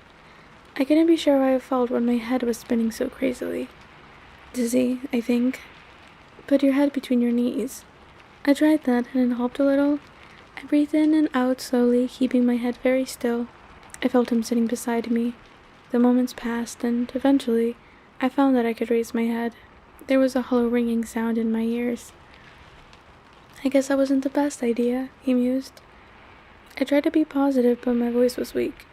No, it was very interesting. You're as white as a ghost. No, you're as white as me. I think I should have closed my eyes. Remember that next time. Next time, I groaned. He laughed, his mood still radiant. Show off, I muttered. Open your eyes, Bella, he said quietly. And he was right there, his face so close to mine. His beauty stunned my mind. It was too much. An excess I couldn't grow accustomed to. I was thinking, while I was running, he paused. About not hitting the trees, I hope. Silly Bella, he chuckled. Running is second nature to me. It's not something I have to think about. Show off, I muttered again. He smiled. No, he continued. I was thinking there was something I wanted to try. And he took my face in his hands again. I couldn't breathe. He hesitated. Not in the normal way, the human way. Not the way a man might hesitate before he kissed a woman to gauge her reaction, to see how he would be received. Perhaps he would hesitate to prolong the moment, that ideal moment of anticipation, sometimes better than the kiss itself. Edward hesitated to test himself, to see if this was safe, to make sure he was still in control of his need. And then his cold marble lips pressed very softly against mine. What neither of us was prepared for was my response. Blood boiled under my skin, burned in my lips. My breath came in a wild gasp. My fingers knotted in his hair, clutching him to me. My lips parted as I breathed in his heady accent. Immediately, I felt him turn to unresponsive stone beneath my lips. His hands gently, but with irresistible force, pushed my face back. I opened my eyes and saw his guarded expression. Oops, I breathed. That's an understatement. His eyes were wild, his jaw clenched in acute restraint, yet he didn't lapse from his perfect articulation. He held my face just inches from his. He dazzled my eyes. Should I tried to disengage myself, to give him some room. His hands refused to let me move so much as an inch. No, it's tolerable. Wait for a moment, please. His voice was polite, controlled. I kept my eyes on him, watched as the excitement in them faded and gentled. Then he smiled a surprisingly impish grin. There, he said, obviously pleased with himself. Tolerable? I asked. He laughed aloud. I'm stronger than I thought. It's nice to know. I wish I could say the same. I'm sorry. You are only human, after all. Thanks so much, I said, my voice acerbic. He was on his feet in one of his lithe, almost invisibly quick movements. He held out his hand to me, an unexpected gesture. I was so used to our standard of careful non-contact. I took his icy hand, needing the support more than I thought. My balance had not yet returned. Are you still faint from the run, or was it my kissing expertise? How light-hearted, how human he seemed as he laughed now, his seraphic face untroubled. He was a different Edward than the one I had known, and I felt all the more besotted by him. It would cause me physical pain to be separated from him now. I can't be sure, I'm still woozy. I managed to respond. I think it's some of both, though. Maybe you should let me drive. Are you insane? I protested. I can drive better than you on your best day, he teased. You have much slower reflexes. I'm sure that's true, but I don't think my nerves or my truck could take it. Some trust, please, Bella? My hand was in my pocket, curled tightly around the key. I pursed my lips, deliberated, then shook my head with a tight grin. Nope, not a chance. He raised his eyebrows in disbelief. I started to step around him, heading for the driver's side. He might have let me pass if I hadn't wobbled slightly. Then again, he might not have. His arm created an inescapable snare around my waist. Bella, I've already expended a great deal of personal effort at this point to keep you alive. I'm not about to let you behind the wheel of a vehicle when you can't even walk straight. Besides, friends don't let friends drive drunk, he quoted with a chuckle. I could smell the unbearably sweet fragrance coming off his chest. Drunk? I objected. You're intoxicated by my very presence. He was grinning, that playful smirk again. Can't argue with that, I sighed. There was no way around it. I couldn't resist him in anything. I held the key high and dropped it, watching his hand flash like lightning to catch it soundlessly. Take it easy. My truck is a senior citizen. Very sensible, he approved. And are you not affected at all? I asked, irked. By my presence? Again, his mobile features transformed. His expression became soft, warm. He didn't answer at first. He simply bent his face to mine and brushed his lips slowly along my jaw, from my ear to my chin, back and forth. I trembled. Regardless, he finally murmured, I have better reflexes. Chapter 14. Mind over Matter. He could drive well when he kept the speed reasonable, I had to admit. Like so many things, it seemed to be effortless to him. He barely looked at the road, yet the tires never deviated so much as a centimeter from the center of the lane.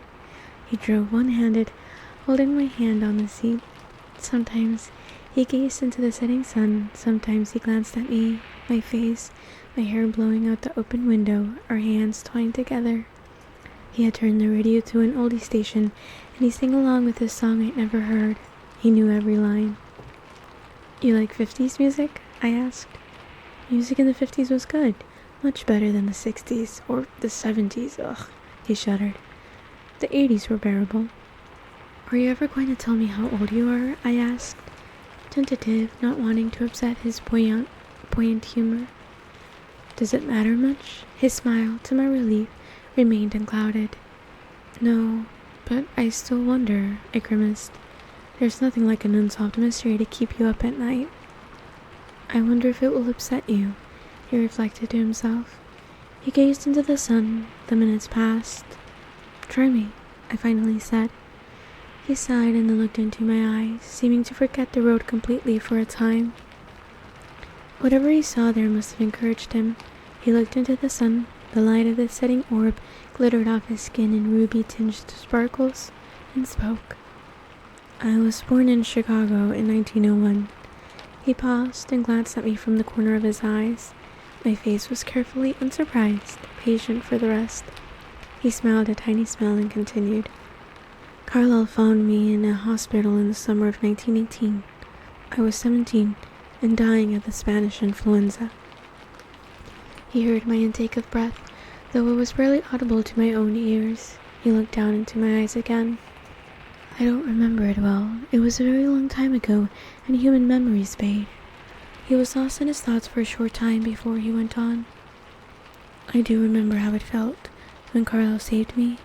It's not an easy thing, not something you could forget. Your parents? They had already died from the disease. I was alone. That was why he chose me. In all the chaos of the epidemic, no one would ever realize I was gone. How did he save you? A few seconds passed before he answered. He seemed to choose his words carefully.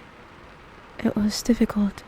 Not many of us have the restraint necessary to accomplish it, but Carlyle has always been the most humane, the most compassionate of us. I don't think you could find his equal throughout all of history. He paused. For me, it was merely very, very painful.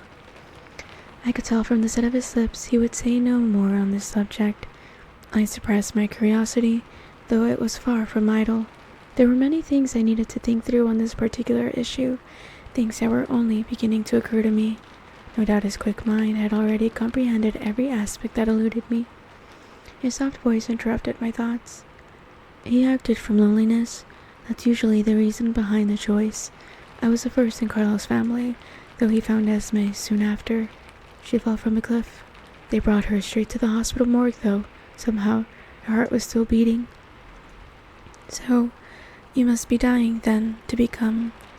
We never said the word, and I couldn't frame it now. No, that's just Carlyle. He would never do that to someone who had another choice. The respect in his voice was profound whenever he spoke of his father figure. It is easier, he says, though, he continued, if the blood is weak. He looked at the now dark road, and I could feel the subject closing again. And Emmett and Rosalie? Carlyle brought Rosalie to our family next.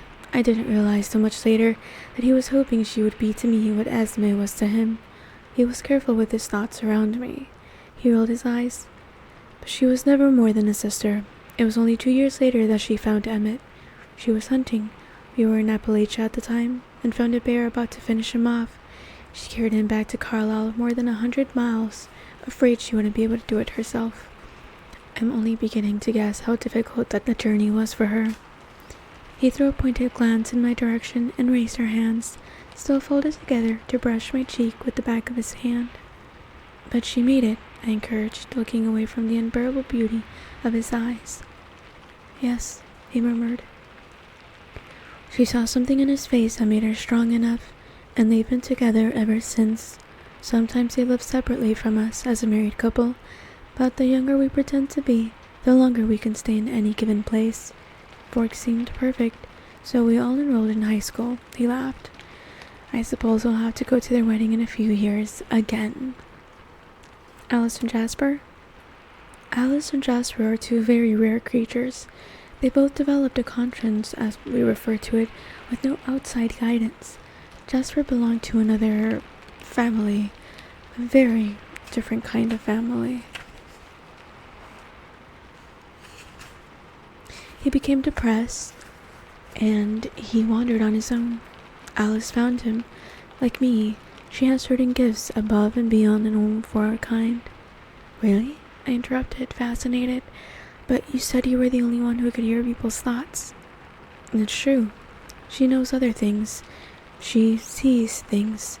Things that might happen, things that are coming. But it's very subjective. The future isn't set in stone. Things change. His jaw set when he said that, and his eyes started to my face in a way so quickly that I wasn't sure if I only imagined it. Wouldn't it be so fun to do a tandem read of Twilight and Midnight Sun at the same time? That's what a tandem read is, obviously. Oh my gosh, that would be so fun. Maybe I'll do it like next year or something. Cause yeah, I already read it this year, so. But that'd be so cool. Oh, it would also take forever. Midnight Sun is so big. What kinds of things does she see? She saw Jasper and knew that he was looking for her before he knew it himself. She saw Carlisle and our family, and they came together to find us. She's most sensitive to non-humans. She always sees, for example, when another group of our kind is coming near, and any threat they may pose. Are there a lot of your kind? I was surprised. How many of them could walk among us undetected? No, not many, but most won't settle in any one place. Only those like us, who've given up hunting you people, a slight glance in my direction, can live together with humans for any length of time. We've only found one other family like ours in a small village in Alaska. We lived together for a time, but there were so many of us that we became too noticeable. Those of us who live differently tend to band together. And the others? Nomads, for the most part. We've all lived that way at times. It gets tedious like anything else, but we run across the others now and then, because most of us prefer the north. Why is that? We were parked in front of my house now, and he turned off the truck. It was very quiet and dark. There was no moon. The porch light was off, so I knew my father wasn't home yet. Did you have your eyes open this afternoon? He teased. Do you think I could walk down the street in the sunlight without causing traffic accidents? There's a reason why we choose the Olympic Peninsula, one of the most sunless places in the world. It's nice to be able to go outside in the day. You wouldn't believe how tired you can get of nighttime in 80-odd years. I would believe that because I've been working overnight for almost 3 years now, and it is in fact tiring. So that's where the legends came from? Probably. And Alice came from another family like Jasper? No, and that is a mystery. Alice doesn't remember her human life at all, and she doesn't know who created her. She awoke alone. Whoever made her walked away, and none of us understand why or how he could. If she hadn't had that other sense, if she hadn't seen Jasper and Carlisle and known that she would someday become one of us, she probably would have turned into a total savage. There was so much to think through, so much I still wanted to ask, but to my great embarrassment, my stomach growled. I'd been so intrigued I hadn't even noticed I was hungry. I realized now that I was ravenous. I'm sorry I'm keeping you from dinner. I'm fine, really. I've never spent much time around anyone who eats food. I forget. I want to stay with you. It was easier to stay in the darkness, knowing as I spoke how my voice would betray me, my hopeless addiction to him. Can't I come in? He asked. Would you like to? I couldn't picture it. This godlike creature sitting in my father's shabby kitchen chair. Yes, if it's all right. I heard the door close quietly, and almost simultaneously, he was outside my door, opening it for me. Very human, I complimented him. It's definitely resurfacing. They're so cute. He walked beside me in the night, so quietly I had to peek at him constantly to be sure he was still there. In the darkness, he looked much more normal. Still pale, still dreamlike in his beauty, but no longer the fantastic sparkling creature of our sunlit afternoon. He reached the door ahead of me and opened it for me. I paused halfway through the frame. The door was unlocked? No, I used a key from under the eave. I stepped inside, flicked on the porch light, and turned to look at him with my eyebrows raised. I wished I'd never used that key in front of him. I was curious about you. You spied on me? But somehow, I couldn't infuse my voice with the proper outrage. I was flattered. He was unrepentant. What else is there to do at night? I let it go for the moment and went down the hall to the kitchen. He was there before me, needing no guide. He sat in the very chair I tried to picture him in. His beauty lit up the kitchen. It was a moment before I could look away. I told my boyfriend that I can't blame Bella, because I too would be okay if Edward Cullen stalked me, and I was very clear. It's like, no, I know, not just a random vampire, no, not just a random hot guy who maybe is rich, maybe a more, like, no, it literally has to be Edward Cullen, the only person I'd be okay with stalking me. I don't blame her. Maybe that makes me, maybe that means I need therapy, but I am okay with that. I concentrated on getting my dinner, taking last night's lasagna from the fridge, placing a square on a plate, heating it in the microwave. It revolved, filling the kitchen with the smell of tomatoes and oregano. I didn't take my eyes from the plate of food as I spoke. How often? I asked casually. He sounded as if I had pulled him from some other train of thought. I still didn't turn around. How often did you come here? I come here almost every night. I whirled, stunned. Why? You're interesting when you sleep, he spoke matter-of-factly. You talk. No, I gasped, heat flooding my face all the way to my hairline. I gripped the kitchen counter for support. I know I talked in my sleep, of course. My mother teased me about it. I hadn't thought it was something I needed to worry about here, though. His expression shifted instantly to chagrin. Are you very angry with me? That depends. I felt and sounded like I'd had the breath knocked out of me. He waited. On? He urged. What you heard, I wailed.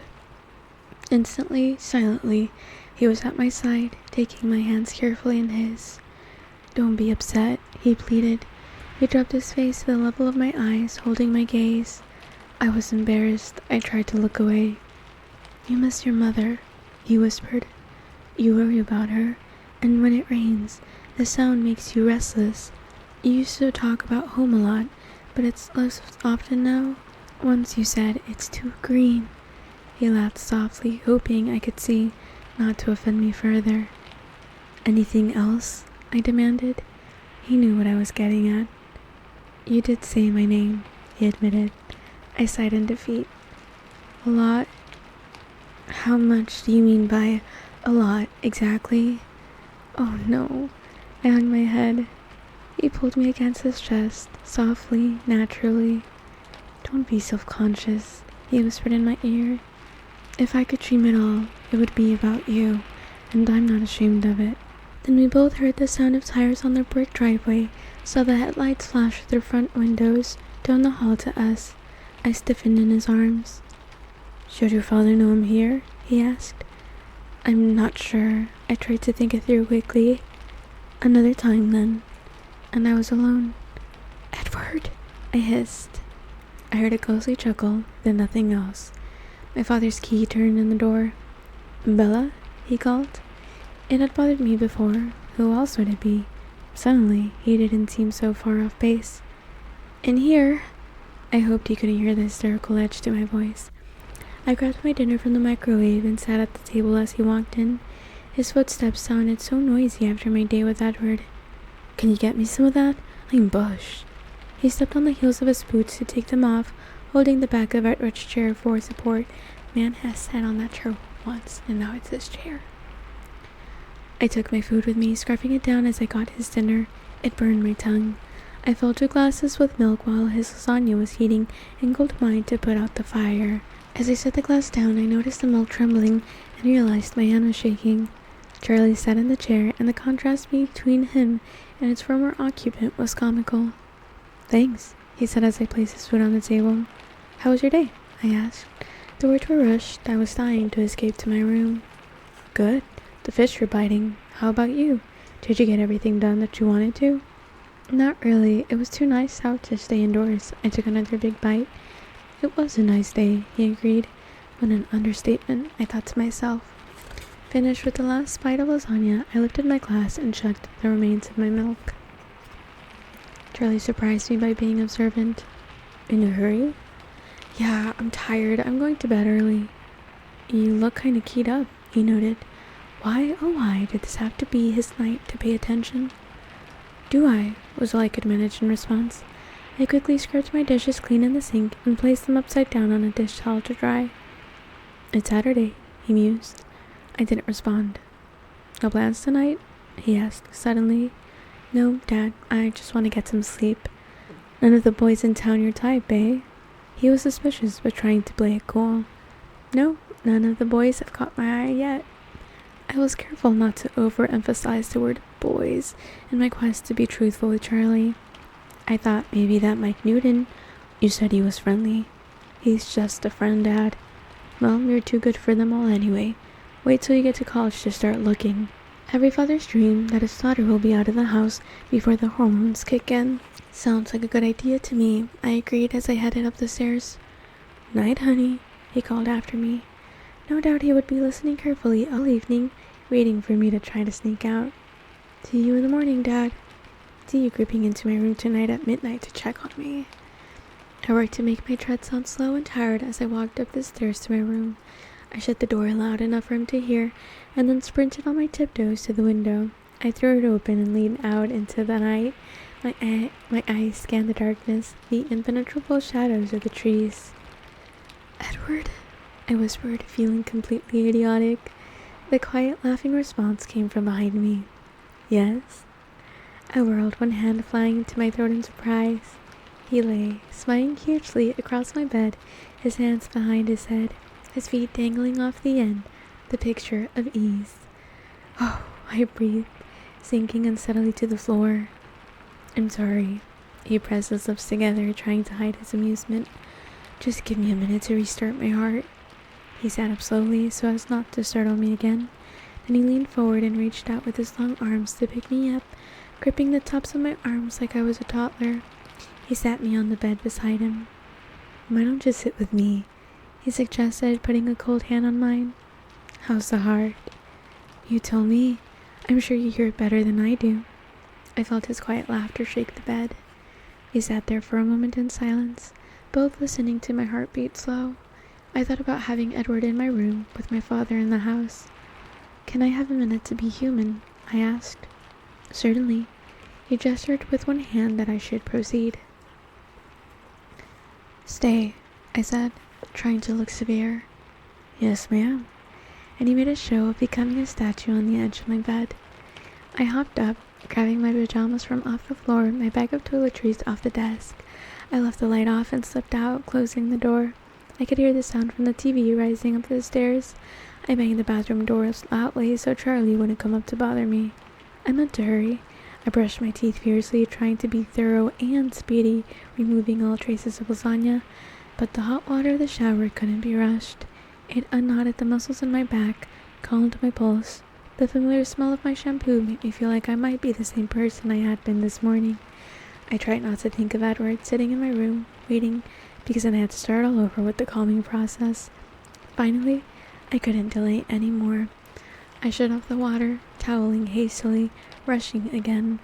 I pulled on my holy t-shirt and gray sweatpants, too late to regret not packing the Victoria's Secret silk pajamas my mother got me 2 birthdays ago, which still had the tags on them in a drawer somewhere back home. I rubbed the towel through my hair again, and then yanked the brush through it quickly. I threw the towel in the hamper, flung my brush and toothpaste into my bag, then I dashed down the stairs so Charlie could see that I was in my pajamas with wet hair. "Night, Dad." "Night, Bella." He did look startled by my appearance, Maybe that would keep him from checking on me tonight. I took the stairs 2 at a time, trying to be quiet, and flew into my room, closing the door tightly behind me. Edward hadn't moved a fraction of an inch. A carving of Adonis perched on my faded quilt. I smiled and his lips twitched, the statue coming to life. His eyes embraced me, taking in the damp hair, the tattered shirt. He raised one eyebrow. Nice? I grimaced. No, it looks good on you. Thanks, I whispered. I went back to his side, sitting cross-legged beside him. I looked at the lines in the wooden floor. What was all that for? Charlie thinks I'm sneaking out. Oh, he contemplated that. Why? As if he couldn't know Charlie's mind much more clearly than I could guess. Apparently, I look a little overexcited. He lifted my chin, examining my face. You look very warm, actually. He bent his face slowly to mine, laying his cold cheek against my skin. I held perfectly still. He breathed. It was very difficult, while he was touching me, to frame a coherent question. It took me a minute of scattered concentration to begin. It seems to be much easier for you now to be close to me. Does it seem that way to you? He murmured, his nose gliding to the corner of my jaw. I felt his hand, lighter than a moth's wing, brushing my damp hair back so that his lips could touch the hollow beneath my ear.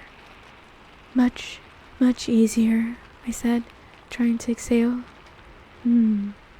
So I was wondering, I began again, but his fingers were slowly tracing my collarbone, and I lost my train of thought.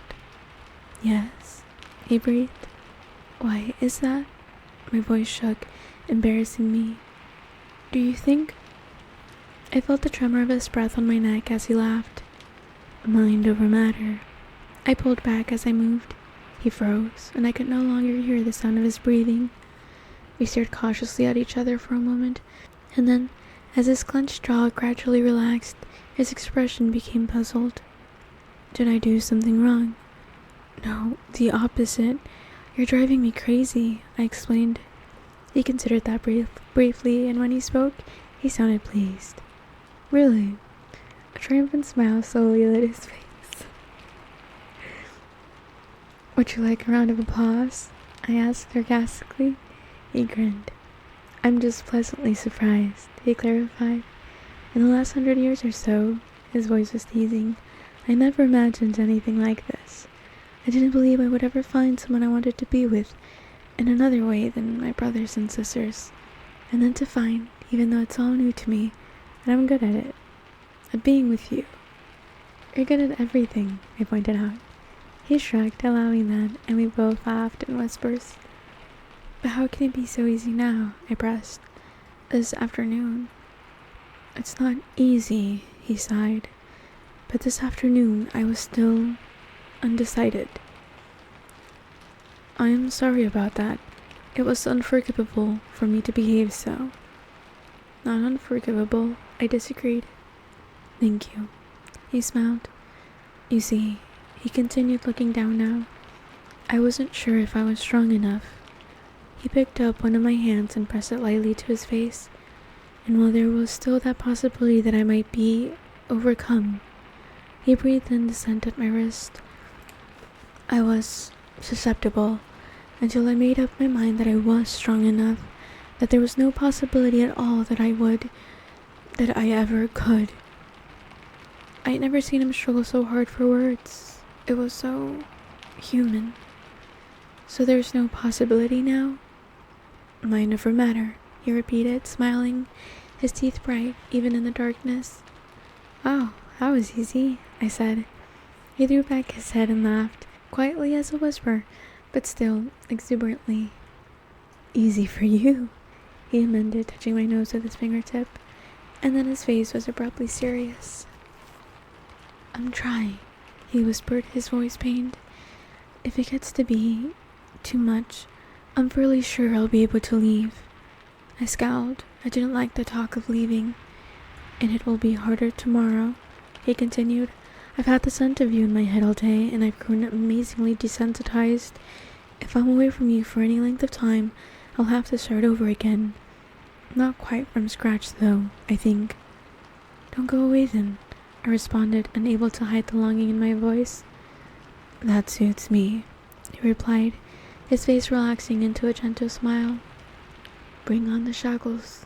I'm a prisoner. But his long hands formed manacles around my wrist as he spoke. He laughed his quiet musical laugh. He laughed more tonight than I'd ever heard in all the time I'd spent with him. You seem more optimistic than usual, I observed. I haven't seen you like this before. Isn't it supposed to be like this? He smiled. The glory of first love and all that. It's incredible, isn't it? The difference between reading about something, seeing it in the pictures, and experiencing it. Very different, I agreed. More forceful than I'd imagined. For example, his words flowed swiftly now. I had to concentrate to catch it all. The emotion of jealousy. I've read about it 100,000 times, seen actors portrayed in 1,000 different plays and movies. I believed I understood that one pretty clearly, but it shocked me. He grimaced. Do you remember the day that Mike asked you to the dance?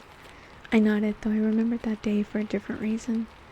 The day you started talking to me again. I was surprised by the flare of resentment, almost fury that I felt. I didn't recognize what it was at first. I was even more aggravated than usual that I couldn't know what you were thinking, why you refused him. Was it simply for your friend's sake? Was there someone else? I knew I had no right to care either way. I tried not to care. And then the lines started forming. He chuckled. I scowled in the darkness. I waited, unreasonably anxious to hear what you would say to them, to watch your expressions. I couldn't deny the relief I felt, watching the annoyance on your face, but I couldn't be sure. That was the first night I came here. I wrestled all night while watching you sleep, with the chasm between what I knew was right, moral, ethical, and what I wanted. I knew that if I continued to ignore you as I should, or if I let for a few years till you were gone, that someday you would say yes to Mike, or someone like him. It made me angry. And then, he whispered, as you were sleeping, you said my name. You spoke so clearly, at first I thought you'd woken, but you rolled over restlessly and mumbled my name once more inside. The feeling that coursed through me then was unnerving, staggering, and I knew I couldn't ignore you any longer. He was silent for a moment, probably listening to the suddenly uneven pounding of my heart. But jealousy, it's a strange thing, so much more powerful than I would have thought, and irrational. Just now, when Charlie asked you about that vile Mike Newton, he shook his head angrily. I should have known you'd be listening, I groaned. Of course. That made you feel jealous, though, really? I knew at this. You're resurrecting the human in me, and everything feels stronger because it's fresh. But honestly, I teased, for that to bother you after I have to hear that Rosalie, the incarnation of pure beauty, Rosalie, was meant for you? Emmett or no Emmett, how can I compete with that? There's no competition. His teeth gleamed. He drew my trapped hands around his back, holding me to his chest. I kept as still as I could, even breathing with caution. I know there's no competition, I mumbled into his cold skin. That's the problem. Of course, Rosalie is beautiful in her way, but even if she wasn't like a sister to me, even if Emma didn't belong with her, she could never have 1/100th of the attraction you hold for me. He was serious now, thoughtful. For almost 90 years I walked among my kind and yours, all the time thinking I was complete in myself, not realizing what I was seeking, and not finding anything because you weren't alive yet. It hardly seems fair, I whispered, my face still resting on his chest, listening to his breath come and go. I haven't had to wait at all. Why should I get off so easily? You're right, he agreed with amusement. I should make this harder for you, definitely. He freed one of his hands, released my wrist, only to gather it carefully into his other hand. He stroked my wet hair softly, from the top of my head to my waist. You only have to risk your life every second you spend with me. That's surely not much. You only have to turn your back on nature, on humanity. What's that worth? Very little. I don't feel deprived of anything. not yet," and his voice was abruptly full of ancient grief. I tried to pull back, to look in his face, but his hand locked my wrist in an unbreakable hold. "What?" I started to ask when his body became alert. I froze, but he suddenly released my hands and disappeared. I narrowly avoided falling on my face. "Lie down," he hissed. I couldn't tell where he spoke from in the darkness. I rolled under my quilt, balling up on my side the way I usually slept. I heard the door crack open as Charlie peeked in to make sure I was where I was supposed to be. I breathed evenly, exaggerating the movement. A long minute passed. I listened, not sure if I'd heard the door close. Then Edward's cool arm was around me, under the covers, his lips at my ear. "You are a terrible actress. I'd say that career path is out for you." "Darn it," I muttered. My heart was crashing in my chest. He hummed a melody I didn't recognize. It sounded like a lullaby. He paused. "Should I sing you to sleep?" "Right," I laughed. "Like I could sleep with you here." "You do it all the time," he reminded me. "But I didn't know you were here," I replied icily. "So if you don't want to sleep," he suggested, ignoring my tone. My breath caught. "If I don't want to sleep," he chuckled. "What do you want to do then?" I couldn't answer at first. "I'm not sure," I finally said. "Tell me when you decide." I could feel his cool breath on my neck, feel the snow sliding along my jaw, inhaling. "I thought you were desensitized." "Just because I'm resisting the wine doesn't mean I can't appreciate the bouquet," he whispered. "You have a very floral smell, like lavender or freesia," he noted. "It's mouth-watering." "Yeah, it's an off day when I don't get somebody telling me how edible I smell." He chuckled and then sighed. "I've decided what I want to do," I told him. "I want to hear more about you." "Ask me anything." I sifted through my questions for the most vital. "Why do you do it?" I said. "I still don't understand how you can work so hard to resist what you are." "Please don't misunderstand. Of course, I'm glad that you do. I just don't see why you would bother in the first place." He hesitated before answering. "That's a good question, and you are not the first one to ask it. The others, the majority of our kind who are quite content with their lot, they too wonder at how we live. But you see, just because we've been dealt a certain hand, it doesn't mean that we can't choose to rise above, to conquer the boundaries of a destiny that none of us wanted, to try to retain whatever essential humanity we can." I lay unmoving, locked in odd silence. "Did you fall asleep?" he whispered after a few minutes. "No." "Is that all you were curious about?" I rolled my eyes. "Not quite." "What else do you want to know?" "Why can you read minds? Why only you and Alice seeing the future? Why does that happen?" I felt him shrug in the darkness. "We don't really know. Carlyle has a theory. He believes that we all bring something of our strongest human traits with us into the next life, where they are intensified, like our minds and our senses. He thinks that I must have already been very sensitive to the thoughts of those around me, and that Alice had some precognition wherever she was. What did he bring into the next life, and the others? Carlyle brought his compassion. Esmond brought her ability to love passionately. Emmett brought his strength. Rosalie her tenacity, or you could call it pig-headedness." He chuckled. "Jasper is very interesting. He was quite charismatic in his first life, able to influence those around him to see things his way. Now he is able to manipulate the emotions of those around him, calm down a room of angry people, for example, or excite a lethargic crowd. Conversely, it's a very subtle gift." I considered the impossibilities he described, trying to take it in. He waited patiently while I thought. "So, where did it all start? I mean, Carlyle changed you, and then someone must have changed him, and so on." "Well, where did you come from? Evolution? Creation? Could we have evolved in the same way as other species, predator and prey? Or if you don't believe that all this world could have just happened on its own, which is hard for me to accept myself, is it so hard to believe that the same force that created the delicate angelfish with the shark, the baby seal, and the killer whale could create both our kinds together? Let me get this straight. I'm the baby seal, right?" "Right." He laughed, and something touched my hair, his lips. I wanted to turn toward him to see if it was really his lips against my hair, but I had to be good. I didn't want to make this any harder for him than it already was. "Are you ready to sleep?" he asked, interrupting the short silence. "Or do you have any more questions?" "Only a million or two. We have tomorrow, and the next day, and the next," he reminded me. I smiled, euphoric at the thought. "Are you sure you won't vanish in the morning?" I wanted this to be certain. "You are mythical, after all." "I won't leave you." His voice had the seal of a promise in it, at least not until the next book. "One more, then, tonight," and I blushed. The darkness was no help. I'm sure he could feel the sudden warmth under my skin. "What is it?" "No, forget it. I changed my mind." "Bella, you can ask me anything." I didn't answer, and he groaned.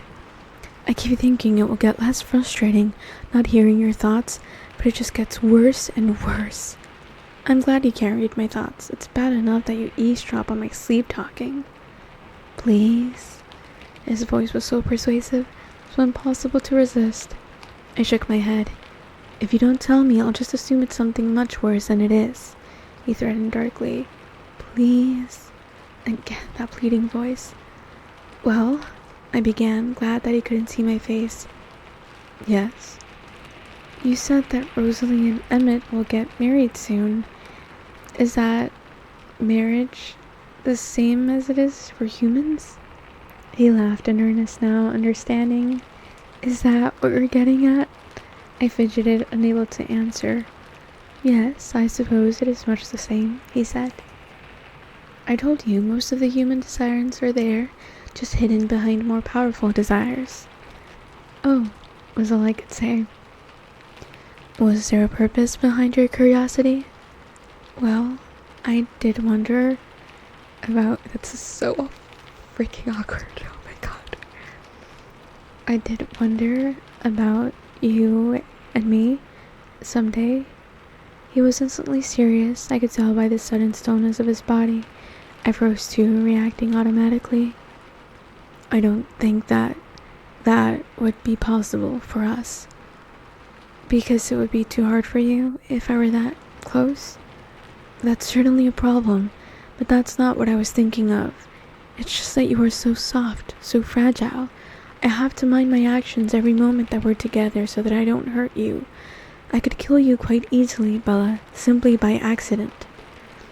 His voice had become just a soft murmur. He moved his icy palm to rest it against my cheek. "If I was too hasty, if for 1 second I wasn't paying enough attention, I could reach out, meaning to touch your face and crush your skull by mistake. You don't realize how incredibly breakable you are.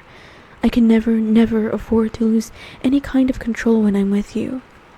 He waited for me to respond, growing anxious when I didn't. "Are you scared?" he asked. I waited for a minute to answer so the words would be true. "No, I'm fine." He seemed to deliberate for a moment. "I'm curious now, though," he said, his voice light again. "Have you ever?" He trailed off suggestively. "Of course not," I flushed. "I told you I've never felt like this about anyone before, not even close." "I know, it's just that I know other people's thoughts." "I know, it's just that I know other people's thoughts. I know love and lust don't always keep the same company. They do for me. Now, anyway, that they exist for me at all." I sighed. "That's nice. We have that one thing in common, at least." He sounded satisfied. "Your human instincts," I began. He waited. "Well, do you find me attractive in that way at all?" He laughed and lightly rumpled my nearly dry hair. "I may not be a human, but I am a man," he assured me. That's such an awkward thing to say. "I may not be a human, but I am a man," he assured me. I yawned involuntarily. That was a little bit better. "I've answered your questions. Now you should sleep," he insisted. "I'm not sure if I can. Do you want me to leave?" "No," I said too loudly. He laughed and then began to hum that same unfamiliar lullaby, the voice of an archangel soft in my ear. More tired than I realized, exhausted from the long day of mental and emotional stress like I'd never felt before, I drifted to sleep in his cold arms. Chapter 15. The Cullens.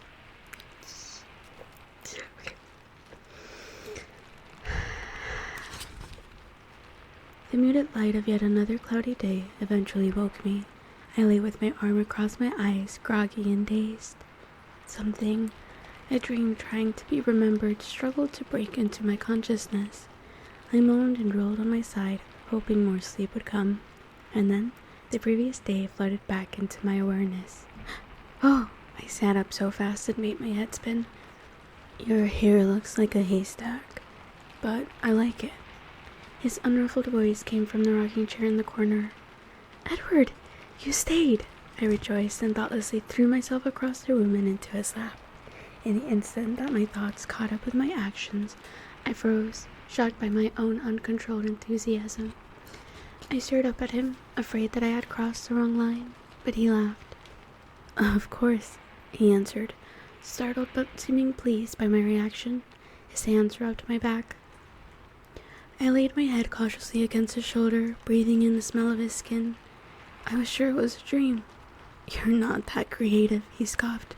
Charlie, I remembered, thoughtlessly jumping up again and heading to the door. You left an hour ago, after reattaching your battery cables, I might add. I have to admit I was disappointed. Is that really all it would take to stop you, if you were determined to go? I deliberated where I stood, wanting to return to him badly, but afraid I might have morning breath. You're not usually this confused in the morning, he noted. He held his arms open for me to return, a nearly irresistible invitation. I need another human minute, I admitted. I'll wait. I skipped to the bathroom, my emotions unrecognizable. I didn't know myself inside or out. The face in the mirror was practically a stranger. Eyes too bright, hectic, spots of red across my cheekbones. After I brushed my teeth, I worked to straighten out the tangled chaos that was my hair. I splashed my face with cold water and tried to breathe normally, with no noticeable success. I half ran back to my room. It seemed like a miracle that he was there, his arms still waiting for me. He reached out to me, and my heart thumped unsteadily. Welcome back, he murmured, taking me into his arms. He rocked me for a while in silence until I noticed that his clothes were changed, his hair smooth.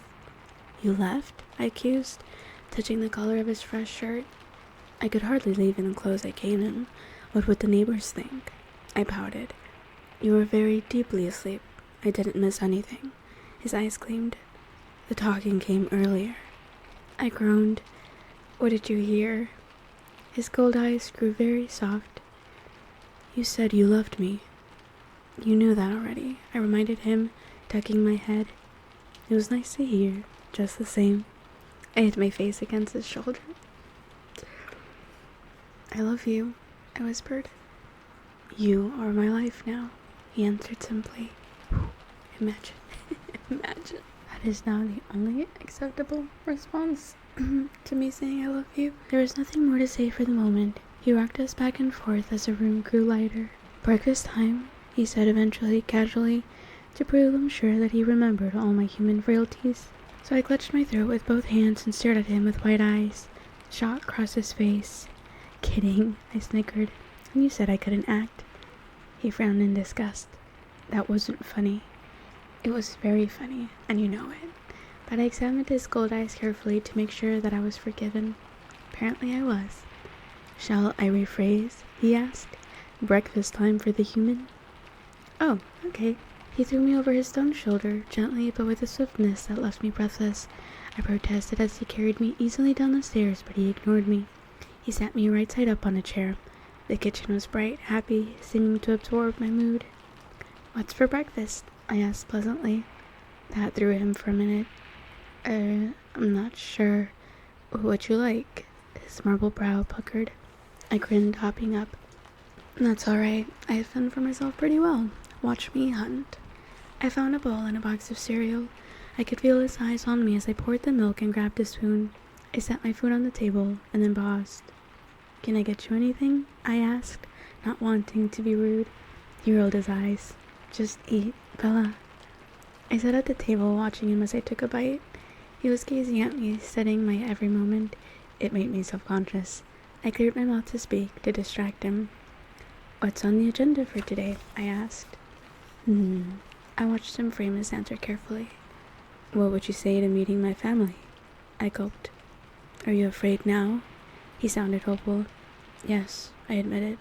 How could I deny it? He could see my eyes. "Don't worry," he smirked. "I'll protect you." "I'm not afraid of them," I explained. "I'm afraid they won't like me." "Won't they be, well, surprised that you would bring someone like me home to meet them? Do they know that I know about them?" "Oh, they already know everything. They've taken bets yesterday, you know." He smiled, but his voice was harsh. "On whether I'd bring you back? Though why anyone would bet against Alice, I can't imagine. At any rate, we don't have secrets in the family. It's not really feasible, what with my mind reading and Alice seeing the future and all that. And Jasper making you feel all warm and fuzzy about spilling your guts. Don't forget that."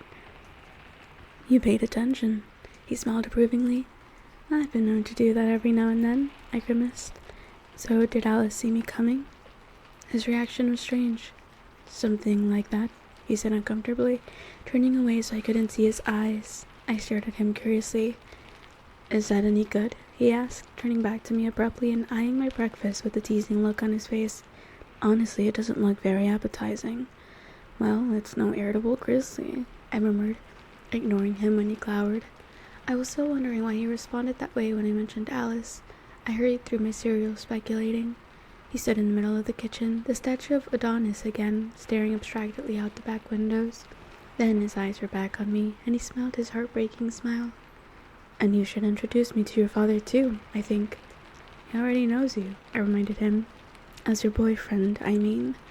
I stared at him with suspicion. "Why?" "Isn't that customary?" he asked innocently. "I don't know," I admitted. My dating history gave me few reference points to work with. Not that any normal rules of dating applied here. "That's not necessary, you know. I don't expect you to. I mean, you don't have to pretend for me." His smile was patient. "I'm not pretending." I pushed the remains of my cereal around the edges of the bowl, biting my lip. "Are you going to tell Charlie I'm your boyfriend or not?" he demanded. "Is that what you are?" I suppressed my internal cringing at the thought of Edward and Charlie and the word boyfriend all in the same room at the same time. Regardless if they're a vampire or not, yeah, it's very uncomfortable. "It's a loose interpretation of the word boy, I'll admit."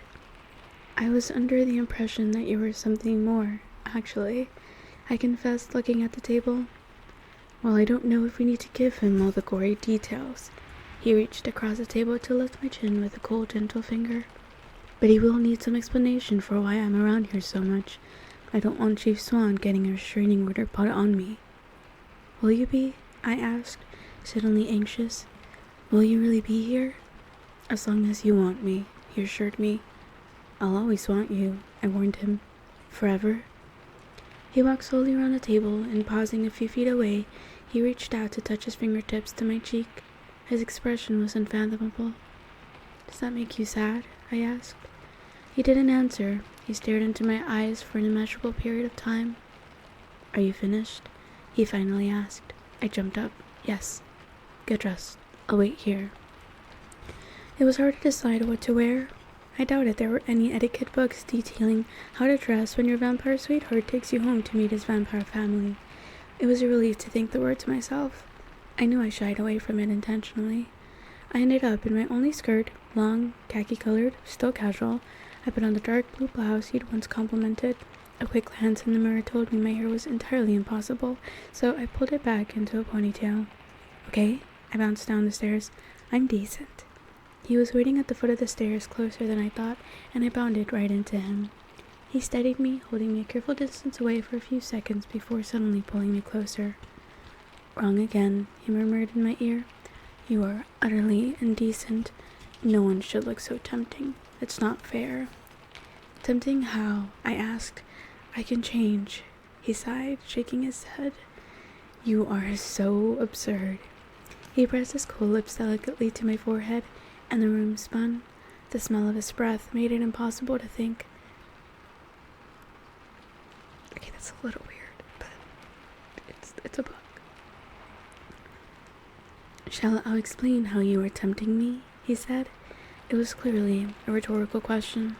His fingers traced slowly down my spine, his breath coming more quickly against my skin.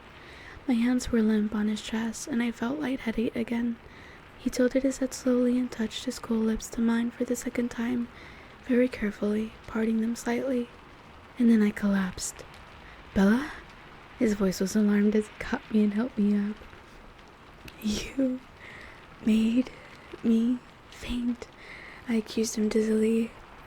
What am I going to do with you? He groaned in exasperation. Yesterday I kissed you and you attacked me. Today you passed out on me.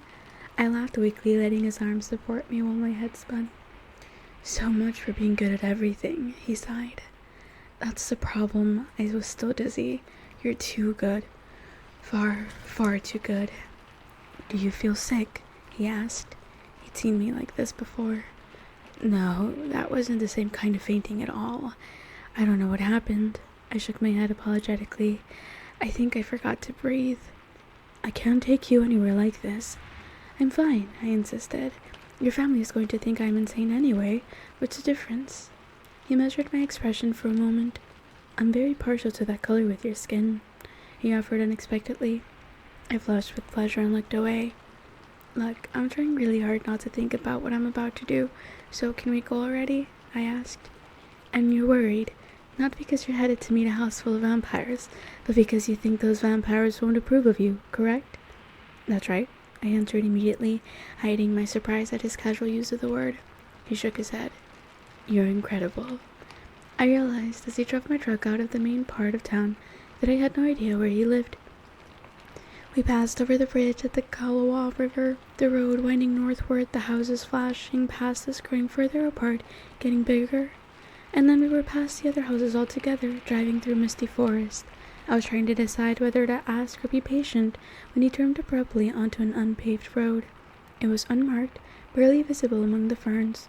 The forest encroached on both sides, leaving the road ahead only discernible for a few meters as a twisted serpent-like around the ancient trees. And then, after a few miles, there was some thinning of the woods, and we were suddenly in a small meadow, or was it actually a lawn? The gloom of the forest didn't relent, though, for there were 6 primordial cedars that shaded an entire acre with their vast sweep of branches. The trees held their protecting shadow right up to the walls of the house that rose among them, making obsolete the deep porch that wrapped around the first story. I don't know what I had expected, but it definitely wasn't this. The house was timeless, graceful, and probably 100 years old. It was painted a soft, faded white, 3 stories tall, rectangular, and well-proportioned. The windows and doors were either part of the original structure or a perfect restoration. My truck was the only car inside. I could hear the river close by, hidden in the obscurity of the forest. Wow. You like it? He smiled. It has a certain charm. He pulled the end of my ponytail and chuckled. Really? He asked, opening my door. Not even a little bit. Let's go. I tried to laugh, but it seemed to get stuck in my throat. I smoothed my hair nervously. You look lovely. He took my hand easily without thinking about it. We walked through the deep shade up to the porch. I knew he could feel my tension. His thumb rubbed soothing circles into the back of my hand. He opened the door for me. The inside was even more surprising, less predictable than the exterior. It was very bright, very open, and very large. This must have originally been several rooms, but the walls had been removed from most of the first floor to create one wide space. The back, south-facing wall had been entirely replaced with glass, and, beyond the shade of the cedars, the lawn stretched bare to the wide river. A massive curving staircase dominated the west side of the room. The walls, the high-beamed ceiling, the wooden floors, and the thick carpets were all varying shades of white. Waiting to greet us, standing just to the left of the door, on a raised portion of the floor by a spectacular grand piano, were Edward's parents. I'd seen Dr. Cullen before, of course, yet I couldn't help but be struck again by his youth, his outrageous perfection. At his side was Esme, I assumed, the only one of the family I'd never seen before. She had the same pale, beautiful features as the rest of them. Something about her heart-shaped face, her billows of soft, caramel-colored hair, reminded me of the ingenues of the silent movie era. She was small, slender, yet less angular, more rounded than the others. They were both dressed casually in light colors that matched the inside of the house. They smiled in welcome, but made no move to approach us, trying not to frighten me, I guessed. "Carlo, Esme?" Edward's voice broke the short silence. "This is Bella." "You're very welcome, Bella." Carlo's step was measured, careful as he approached me. He raised his hand tentatively, and I stepped forward to shake hands with him. "It's nice to see you again, Dr. Cullen." "Please, call me Carlisle." "Carlisle," I grinned at him, my sudden confidence surprising me. I could feel Edward's relief at my side. Esme smiled and stepped forward as well, reaching for my hand. Her cold, stone grasp was just as I expected. "It's very nice to know you," she said sincerely.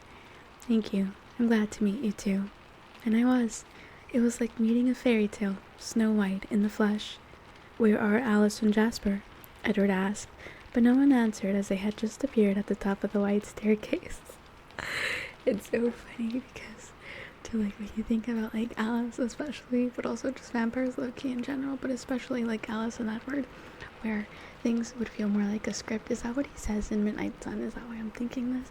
Where it's like acting out a script, because like she saw that that's what she saw, or he read that that's what was gonna happen, and so you're just like waiting for it to happen, instead of just a normal interaction.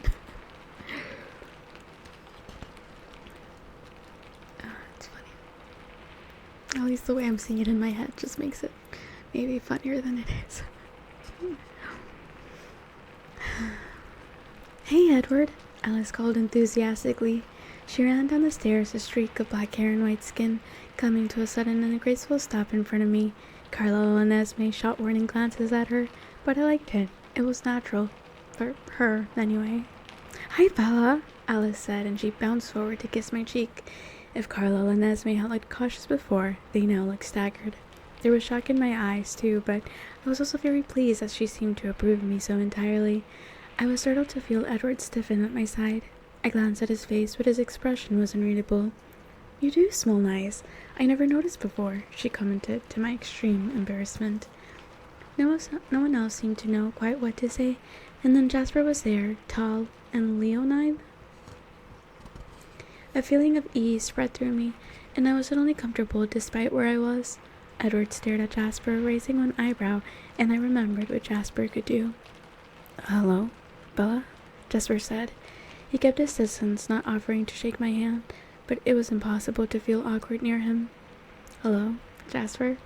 I smiled at him shyly, and then at the others. "It's nice to meet you all. You have a very beautiful home," I added conventionally. "Thank you," Esme said.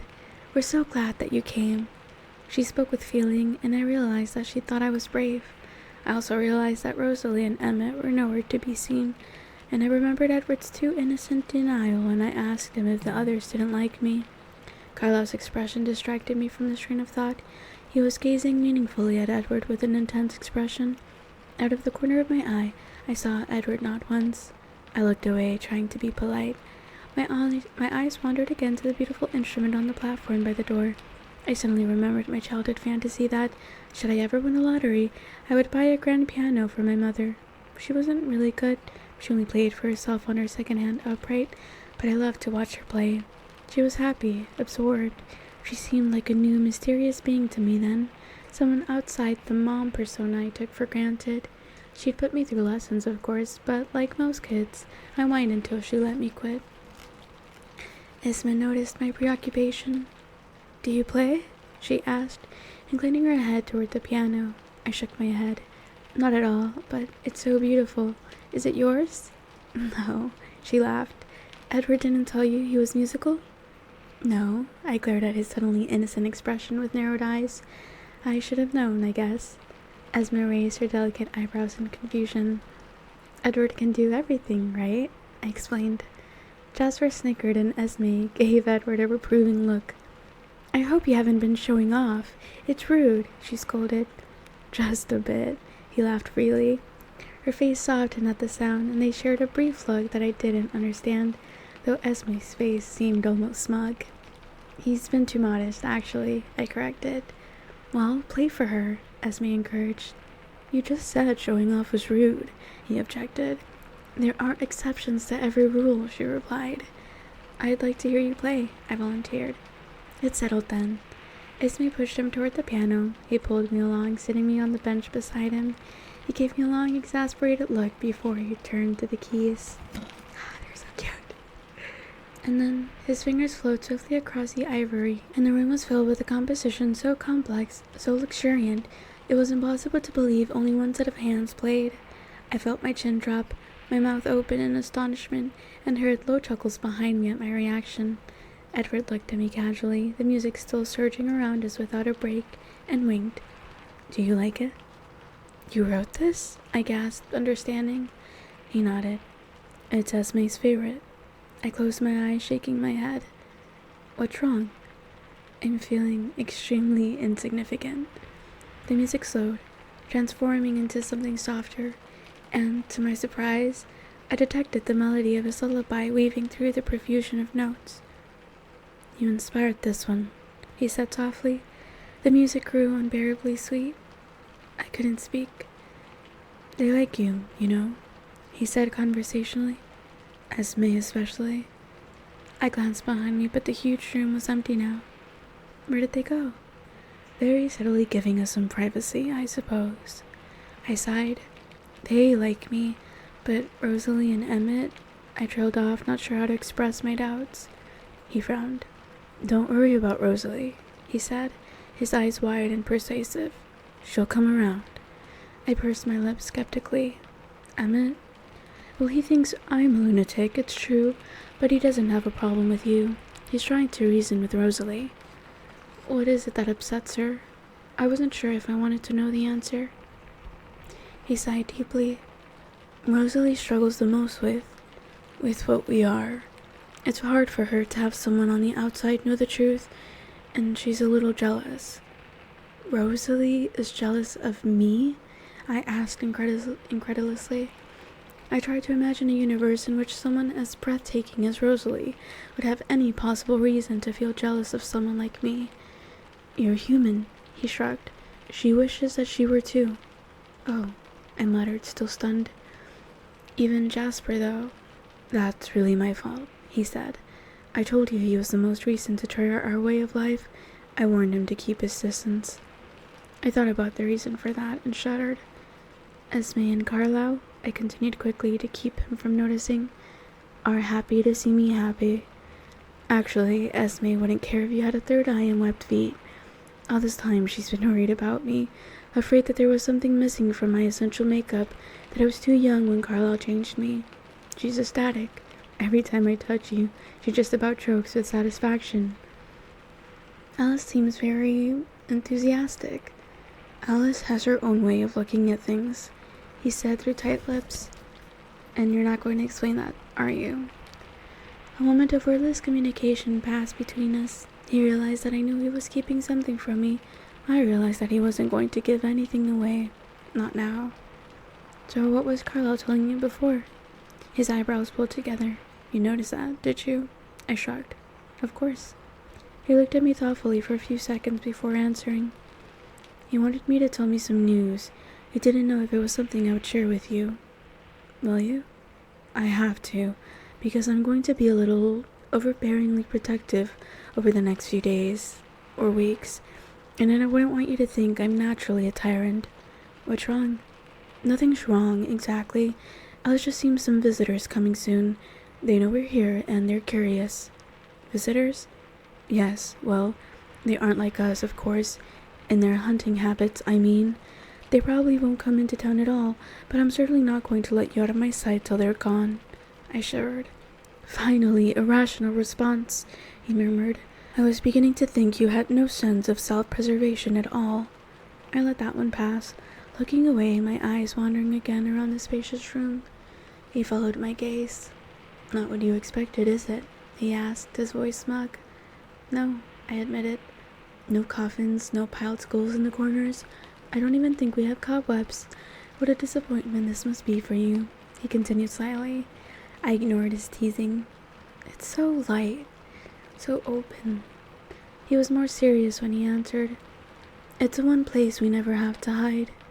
The song he was still playing, my song, drifted to an end, the final chord shifting to a more melancholy key. The last note hovered poignantly in the silence. "Thank you," I murmured. I realized there were tears in my eyes. I dabbed at them, embarrassed.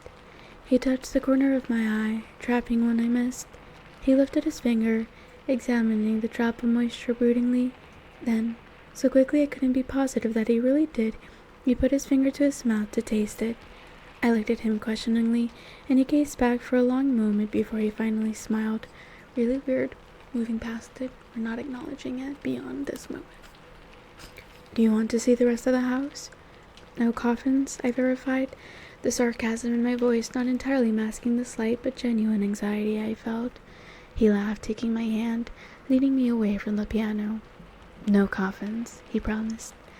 We walked up the massive staircase, my hand trailing along the satin smooth rail. The long hall at the top of the stairs was paneled with a honey-colored wood, the same as the floorboards. Rosalie and Emmett's room, Carlisle's office, Alice's room. He gestured as he led me past the doors. He would have continued, but I stopped dead at the end of the hall, staring incredulously at the ornament hanging on the wall above my head. Edward chuckled at my bewildered expression. "You can laugh," he said. "It is sort of ironic." I didn't laugh. My hand raised automatically, one finger extended as if to touch the large wooden cross, its dark patina contrasting with the lighter tone of the wall. I didn't touch it, though I was curious if the aged wood would feel as silky as it looked. "It must be very old," I guessed. He shrugged. "Early 1630s, more or less." I looked away from the cross to stare at him. "Why do you keep this here?" I wondered. "Nostalgia. It belonged to Carlisle's father." "He collected antiques?" I suggested doubtfully. "No, he carved this himself. It hung on the wall above the pulpit in the vicarage, where he preached." I wasn't sure if my face betrayed my shock, but I returned to gazing at the simple ancient cross just in case. I quickly did the mental math. The cross was over 370 years old. The silence stretched on as I struggled to wrap my mind around the concept of so many years. "Are you all right?" He sounded worried. "How old is Carlisle?" I asked, ignoring his question, still staring up. "He just celebrated his 362nd birthday," Edward said. I looked back at him, a million questions in my eyes. He watched me carefully as he spoke. "Carlisle was born in London in the 1640s, he believes. Time wasn't marked as accurately then, for the common people anyway. It was just before Cromwell's rule, though." I kept my face composed, aware of his scrutiny as I listened. It was easier if I didn't try to believe. He was the only son of an Anglican pastor. His mother died giving birth to him. His father was an intolerant man. As the Protestants came into power, he was enthusiastic in his persecution of Roman Catholics and other religions. He also believed very strongly in the reality of evil. He led hunts for witches, werewolves, and vampires. I grew very still at the word. I'm sure he noticed, but he went on without pausing. "They burned a lot of innocent people. Of course, the real creatures that he sought were not so easy to catch. When the pastor grew old, he placed his obedient son in charge of the raids. At first, Carlisle was a disappointment. He was not quick to accuse, to see demons where they did not exist, but he was persistent and more clever than his father. He actually discovered a coven of true vampires that lived hidden in the sewers of the city, only coming out by night to hunt. In those days, when monsters were not just myths and legends, that was the way many lived. The people gathered their pitchforks and torches, of course." His brief laugh was darker now. "And waited where Carlisle had seen the monsters exit into the street. Eventually, one emerged." His voice was very quiet. I strained to catch the words. "He must have been ancient and weak with hunger.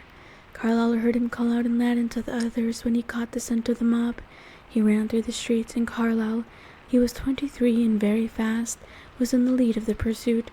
The creature could have easily outrun them, but Carlisle thinks he was too hungry, so he turned and attacked. He fell on Carlisle first, but the others were close behind, and he turned to defend himself. He killed 2 men and made off with the third, leaving Carlisle bleeding in the street." He paused. I can sense he was editing something, keeping something from me. Carlisle knew what his father would do. The bodies would be burned. Anything infected by the monster must be destroyed. Carlisle acted instinctively to save his own life. He crawled away from the alley while the mob followed the fiend and his victim. He hid in a cellar, buried himself in rotting potatoes for 3 days. It's a miracle he was able to keep silent, to stay undiscovered. It was over then, and he realized what he had become. I'm not sure what my face was revealing, but he suddenly broke off.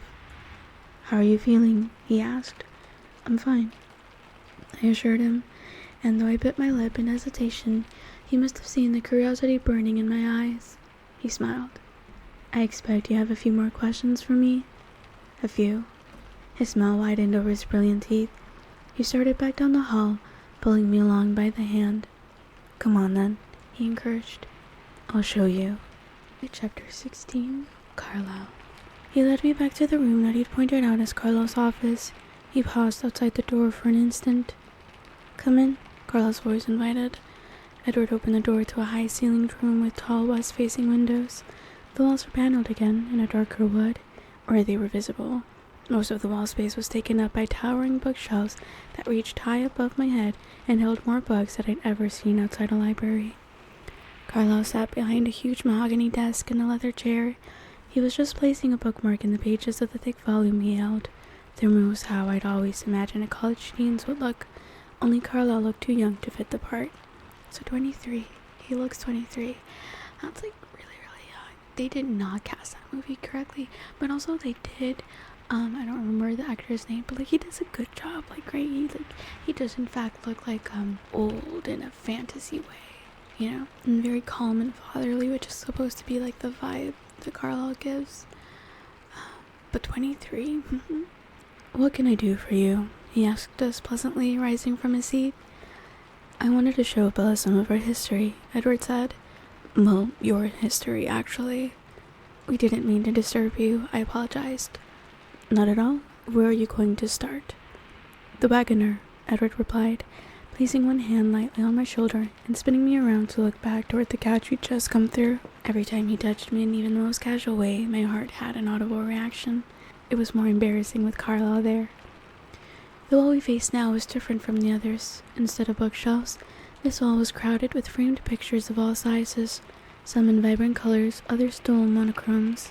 I searched for some logic, some binding motive the collection had in common, but I found nothing in my hasty examination. Edward pulled me toward the far left side, standing me in front of a small square oil painting in a plain wooden frame. This one did not stand out among the bigger and brighter pieces. Painted in varying tones of sepia, it depicted a miniature city full of steeply slanted roofs, with thin spires atop a few scattered towers. A wide river filled the foreground, crossed by a bridge covered with structures that looked like tiny cathedrals. "London in the 1650s, Edward said. "The London of my youth," Carlisle added, from a few feet behind us. I flinched. I hadn't heard him approach. Edward squeezed my hand. "Will you tell the story?" Edward asked. I twisted a little to see Carlisle's reaction. He met my glance and smiled. "I would," he replied, "but I'm actually running a bit late. The hospital called this morning. Dr. Snow is taking a sick day. Besides, you know the stories as well as I do," he added, grinning at Edward now. It was a strange combination to absorb, the everyday concerns of the town doctor stuck in the middle of a discussion of his early days in the 17th century London. It was also unsettling to know that he spoke aloud only for my benefit. After another warm smile from me, Carlisle left the room. I stared at the little picture of Carlisle's hometown for a long moment. "What happened then?" I finally asked, staring up at Edward, who was watching me. "When he realized what had happened to him?" He glanced back to the paintings, and I looked to see which image caught his interest now. It was a larger landscape in dull fall colors, an empty shadowed meadow in a forest with a craggy peak in the distance. "When he knew what he had become," Edward said quietly, "he rebelled against it. He tried to destroy himself, but that's not easily done." "How?" I didn't mean to say it aloud, but the word broke through my shock. "He jumped from great heights," Edward told me, his voice impassive. "He tried to drown himself in the ocean, but he was young to the new life and very strong.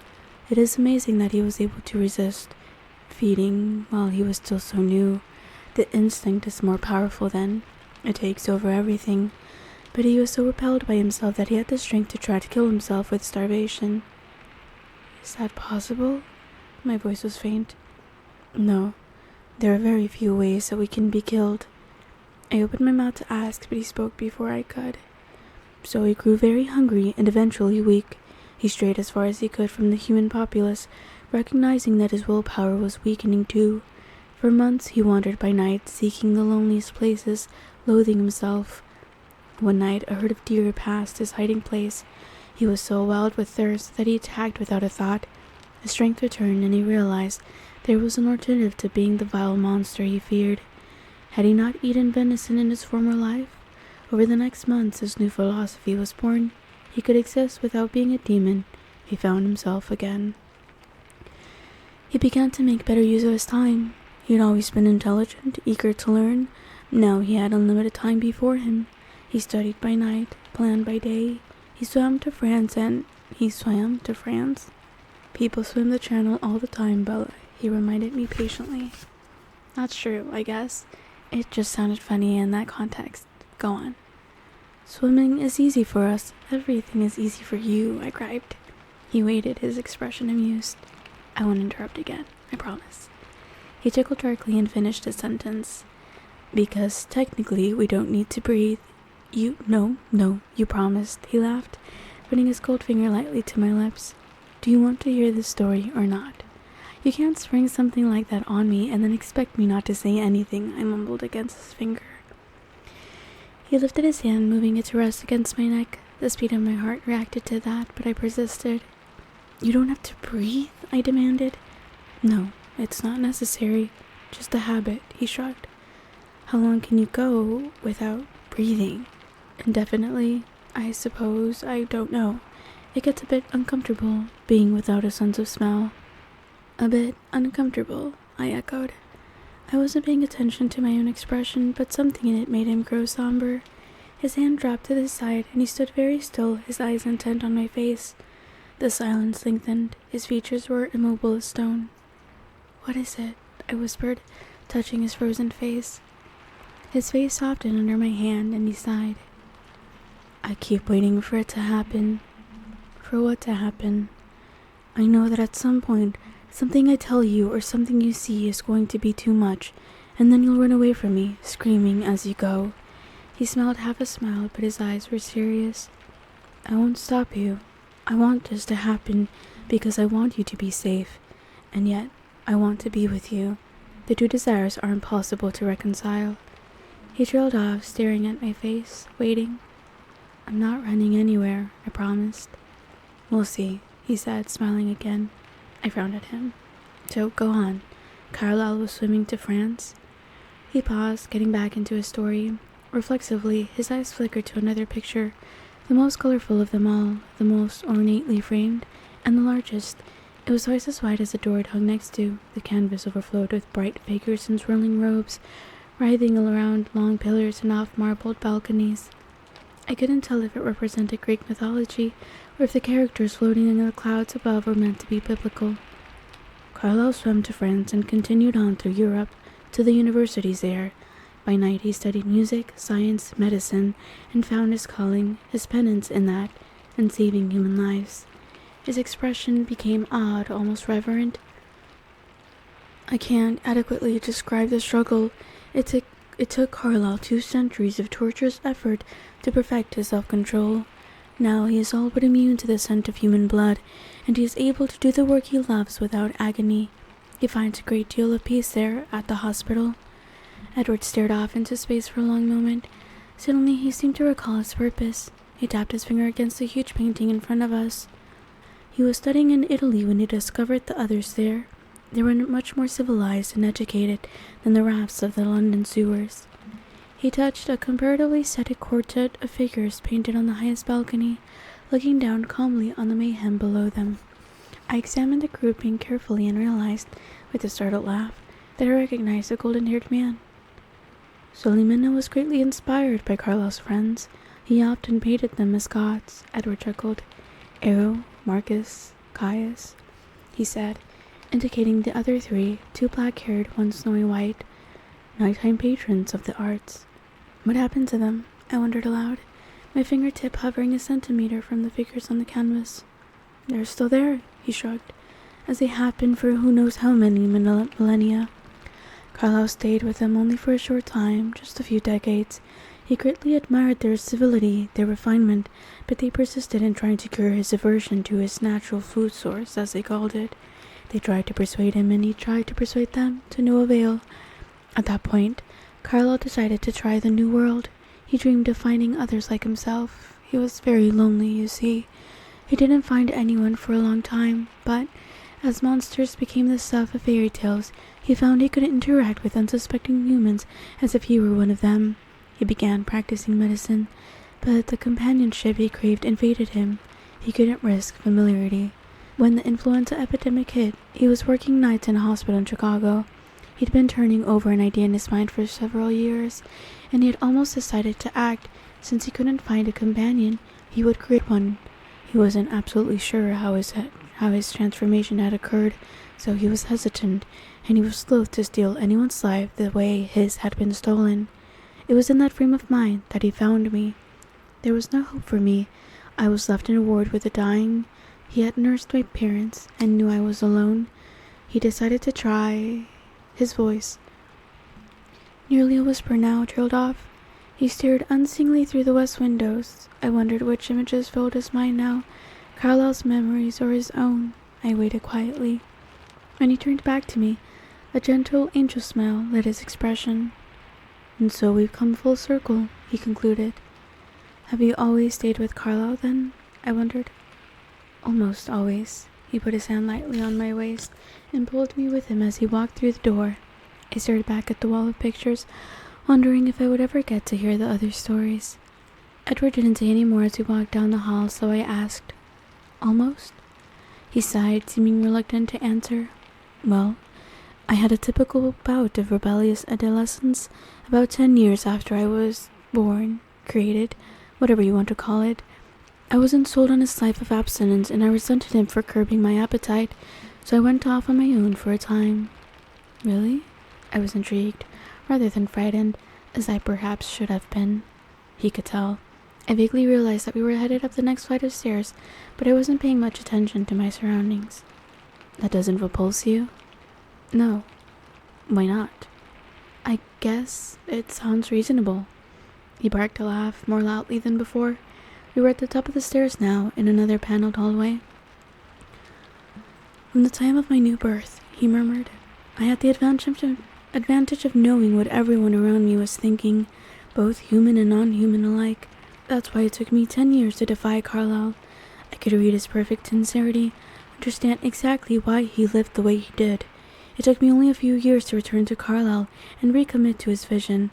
I thought I would be exempt from the depression that accompanies a conscience, because I knew the thoughts of my prey. I could pass over the innocent and pursue only the evil. If I followed a murderer down a dark alley where he stalked a young girl, if I saved her, then surely I wasn't so terrible. I shivered, imagining only too clearly what he had described, the alley at night, the frightened girl, the dark man behind her, and Edward as he hunted, terrible and glorious as a young god, unstoppable. Would she have been grateful with that girl, or more frightened than before? But as time went on, I began to see the monster in my eyes. I couldn't escape the debt of so much human life taken, no matter how justified, and I went back to Carlyle and Esme. They welcomed me back like the prodigal. It was more than I deserved. We'd come to a stop in front of the last door in the hall. My room, he informed me, opening it and pulling me through. His room faced south with a wall-sized window like the great room below. The whole backside of the house must be glass. As he looked down on the winding Solduck River, across the untouched forest to the Olympic mountain range. The mountains were much closer than I would have believed. The western wall was completely covered with shelf after shelf of CDs. CDs. That's funny. We're like so far ahead that people don't even have CDs anymore. Well, actually, some people do, but they probably also have like vinyls. So that's how old this is.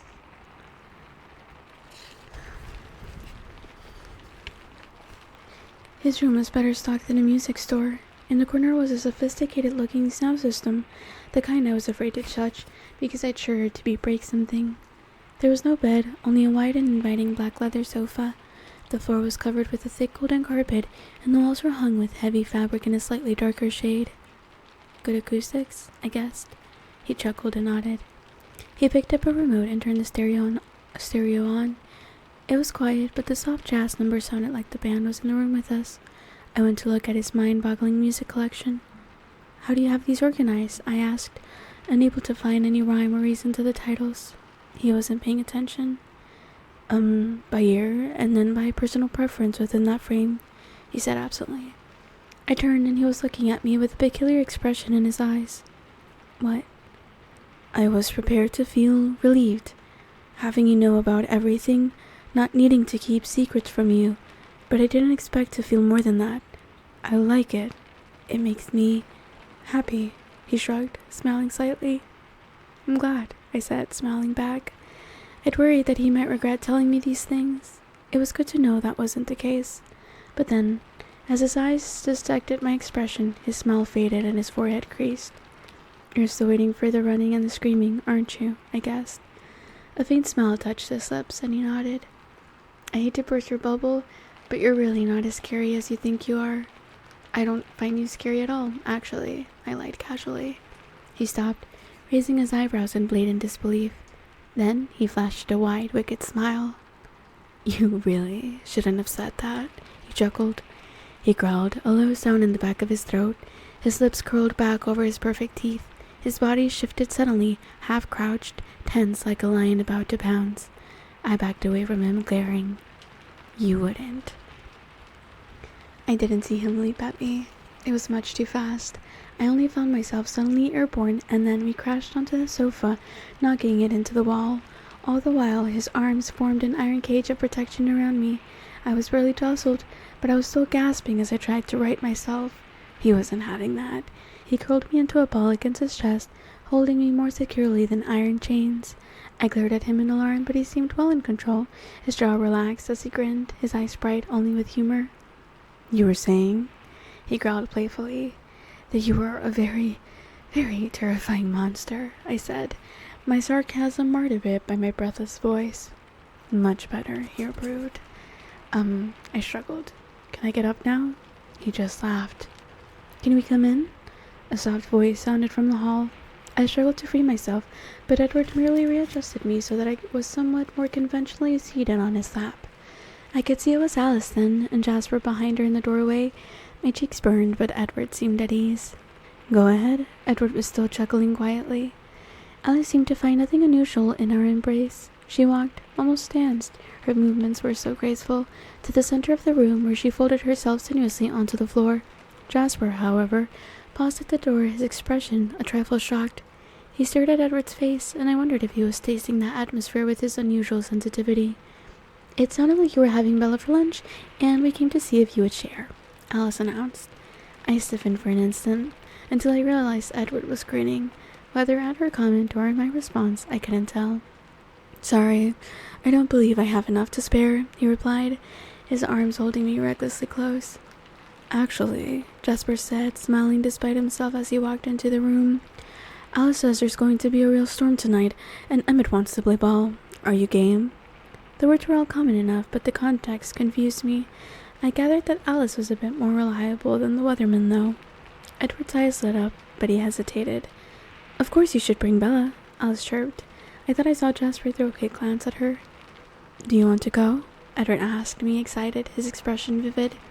"Sure," I couldn't disappoint such a face. Where are we going?" "We have to wait for Thunder to play ball. You'll see why," he promised. "Will I need an umbrella?" They all three laughed aloud. "Will she?" Jasper asked Alice. "No," she was positive. "The storm will hit over town. It should be dry enough in the clearing." "Good then." The enthusiasm in Jasper's voice was catching, naturally. I found myself eager rather than scared stiff. "Let's go see if Carla will come." Alice bounded up and to the door in a fashion that would break any ballerina's heart. "Like you don't know," Jasper teased, and they were swiftly on their way. Jasper managed to inconspicuously close the door behind them. "What will we be playing?" I demanded. You will be watching, Edward clarified. We will be playing baseball. I rolled my eyes. Vampires like baseball? It's the American pastime, he said with mock solemnity. This is Chapter 17, The Game. It was just beginning to drizzle when Edward turned onto my street. Up until that moment, I'd had no doubt that he'd be staying with me while I spent a few interim hours in the real world. And then I saw the black car, a weathered Ford, parked in Charlie's driveway, and heard Edward mutter something unintelligible in a low, harsh voice. Leaning away from the rain under the shallow front porch, Jacob Black stood behind his father's wheelchair. Billy's face was impassive as stone as Edward parked my truck against the curb. Jacob stared down, his expression mortified. Edward's low voice was furious. This is crossing the line. He came to warn Charlie, I guessed, more horrified than angry. Edward just nodded, answering Billy's gaze through the rain with narrowed eyes. I felt weak with relief that Charlie wasn't home yet. Let me deal with this, I suggested. Edward's black glare made me anxious. To my surprise, he agreed. That's probably best. Be careful, though. The child has no idea. I bridled a little at the word child. Jacob is not that much younger than I am, I reminded him. He looked at me then, his anger abruptly fading. Oh, I know, he assured me with a grin.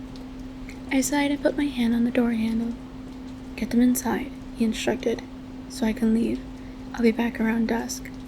Do you want my truck? I offered, meanwhile wondering how I would explain its absence to Charlie.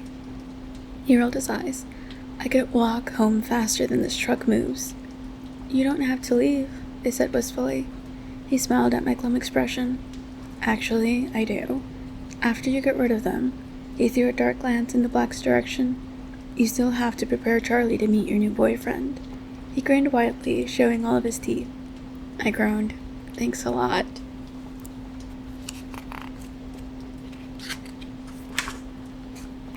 He smiled the crooked smile that I loved. I'll be back soon, he promised. His eyes flickered back to the porch, and then he leaned in to swiftly kiss me just under the edge of my jaw. My heart lurched frantically, and I, too, glanced toward the porch. Billy's face was no longer impassive, and his hands clutched at the armrest of his chair. Soon, I stressed as I opened the door and stepped out into the rain. I could feel his eyes on my back as they half ran through the light sprinkle toward the porch. Hey, Billy. Hi, Jacob. I greeted them as cheerfully as I could manage. Charlie's gone for the day. I hope you haven't been waiting long. Not long, Billy said in a subdued tone. His black eyes were piercing. I just wanted to bring this up. He indicated a brown paper sack resting in his lap. Thanks, I said, though I had no idea what it could be. Why don't you come in for a minute and dry off? I pretended to be oblivious to his intense scrutiny as I unlocked the door and waved him in ahead of me. Here, let me take that, I offered, turning to shut the door. I allowed myself one last glance at Edward. He was waiting, perfectly still, his eyes solemn. You'll want to put it in the fridge, Billy noted as he handed me the package. It's some of Harry Clearwater's homemade fish fry, Charlie's favorite. The fridge keeps it drier, he shrugged. Thanks, I repeated, but with feeling this time. I was running out of new ways to fix fish, and he's bound to bring home more tonight. Fishing again? Billy asked with a subtle gleam in his eye. Down at the usual spot? Maybe I'll run by and see him. No, I quickly lied, my face going hard. He was headed someplace new, but I have no idea where. He took in my changed expression, and it made him thoughtful. Jake, he said, still appraising me, why don't you go get that new picture of Rebecca out of the car? I'll leave that for Charlie, too. Where is it? Jacob asked, his voice morose. I glanced at him, but he was staring at the floor, his eyebrows pulling together. I think I saw it in the trunk, Billy said. You may have to dig for it. Jacob slouched back out into the rain. Billy and I faced each other in silence. After a few seconds, the quiet started to feel awkward, so I turned and headed to the kitchen. I could hear his wet wheels squeaking against the linoleum as he followed. I shoved the bag onto the crowded top shelf of the fridge and spun around to confront him. His deeply lined face was unreadable. Charlie won't be back for a long time. My voice was almost rude. He nodded in agreement, but said nothing. Thanks again for the fish fry, I hinted. He continued nodding. I sighed and folded my arms across my chest. He seemed to sense that I had given up on small talk. "Bella," he said, and then he hesitated. I waited. "Bella," he said again. "Charlie is one of my best friends." "Yes?" He spoke each word carefully in his rumbling voice. "I notice you've been spending time with one of the Cullens." "Yes?" I repeated curtly. His eyes narrowed. "Maybe it's none of my business, but I don't think that is such a good idea." "You're right," I agreed. "It is none of your business." He raised his graying eyebrows at my tone. "You probably don't know this, but the Cullen family has an unpleasant reputation on the reservation." There he is. You wanted to say hi? Oh, it's going back in. "Actually, I did know that," I informed him in a hard voice. This surprised him. "But that reputation couldn't be deserved, could it? Because the Cullens never set foot on the reservation, do they?" I could see that my less than subtle reminder of the agreement that both bound and protected his tribe pulled him up short. "That's true," he acceded. His eyes guarded. "You seem well-informed about the Cullens. More informed than I expected." I stared him down. "Maybe even better informed than you are." He pursed his thick lips as he considered that. "Maybe," he allowed, but his eyes were shrewd. "Is Charlie as well-informed?" He had found the weak chink in my armor. "Charlie likes the Cullens a lot," I hedged. He clearly understood my evasion. His expression was unhappy but unsurprised. "It's not my business," he said, "but it may be Charlie's. Though it would be my business again whether or not I think that it's Charlie's business, right?" I wondered if he even understood my confused question, as I struggled not to say anything compromising. But he seemed to. He thought about it while the rain picked up against the roof, the only sound breaking the silence. "Yes," he finally surrendered. "I guess that's your business too." I sighed with relief. "Thanks, Billy." "Just think about what you're doing, Bella," he urged. "Okay," I agreed quickly. He frowned. "What I meant to say was, don't do what you're doing." I looked into his eyes filled with nothing but concern for me, and there was nothing I could say. Just then the front door banged loudly and I jumped at the sound. "There's no picture anywhere in that car." Jacob's complaining voice reached us before he did. The shoulders of his shirt were stained with the rain, his hair dripping when he rounded the corner. Billy grunted, suddenly detached, spinning his chair around to face the sun. "I guess I left it at home." Jacob rolled his eyes dramatically. "Great." "Well, Bella told Charlie." Billy paused before continuing. "That we stopped by, I mean." "I will," I muttered. Jacob was surprised. "Are we leaving already?" "Charlie's gonna be out late," Billy explained as he rolled himself past Jacob. "Oh," Jacob looked disappointed. "Well, I guess I'll see you later then, Bella." "Sure," I agreed. "Take care," Billy warned me. I didn't answer. Jacob helped his father out the door. I waved briefly, glancing swiftly toward my now empty truck, and then shut the door before they were gone. I stood in the hallway for a minute, listening to the sound of their car as it backed out and drove away. I stayed where I was, waiting for the irritation and anxiety to subside. When the tension eventually faded a bit, I headed upstairs to change out of my dressy clothes.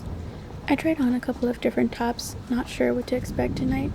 As I concentrated on what was coming, what had just passed became insignificant. Now that I was removed from Jasper's and Edward's influence, I began to make up for not being terrified before. I gave up quickly on choosing an outfit, throwing on an old flannel shirt and jeans, knowing I would be in my raincoat all night anyway. The phone rang and I sprinted down the stairs to get it. There was only one voice I wanted to hear. Anything else would be a disappointment. But I knew that if he wanted to talk to me, he'd probably just materialize in my room. "Hello?" I asked, breathless. "Bella? It's me," Jessica said. "Oh, hey, Jess." I scrambled for a moment to come back down to reality. It felt like months rather than days. It's funny because it has been months to us since I'd spoken to Jess. "How was the dance?" "It was so much fun," Jessica gushed. Needing no more invitation than that, she launched into a minute-by-minute account of the previous night. I and ahhed at the right places, but it wasn't easy to concentrate. Jessica, Mike, the dance, the school, they all seemed strangely irrelevant at the moment. My eyes kept flashing to the window, trying to judge the degree of light behind the heavy clouds. "Did you hear what I said, Bella?" Jess asked, irritated. "I'm sorry, what?" "I said Mike kissed me. Can you believe it?" "That's wonderful, Jess," I said. "So what did you do yesterday?" Jessica challenged, still sounding bothered by my lack of attention, or maybe she was upset because I hadn't asked for details. "Nothing, really. I just hung around outside to enjoy the sun." I heard Charlie's car in the garage. "Did you ever hear anything more from Edward Cullen?"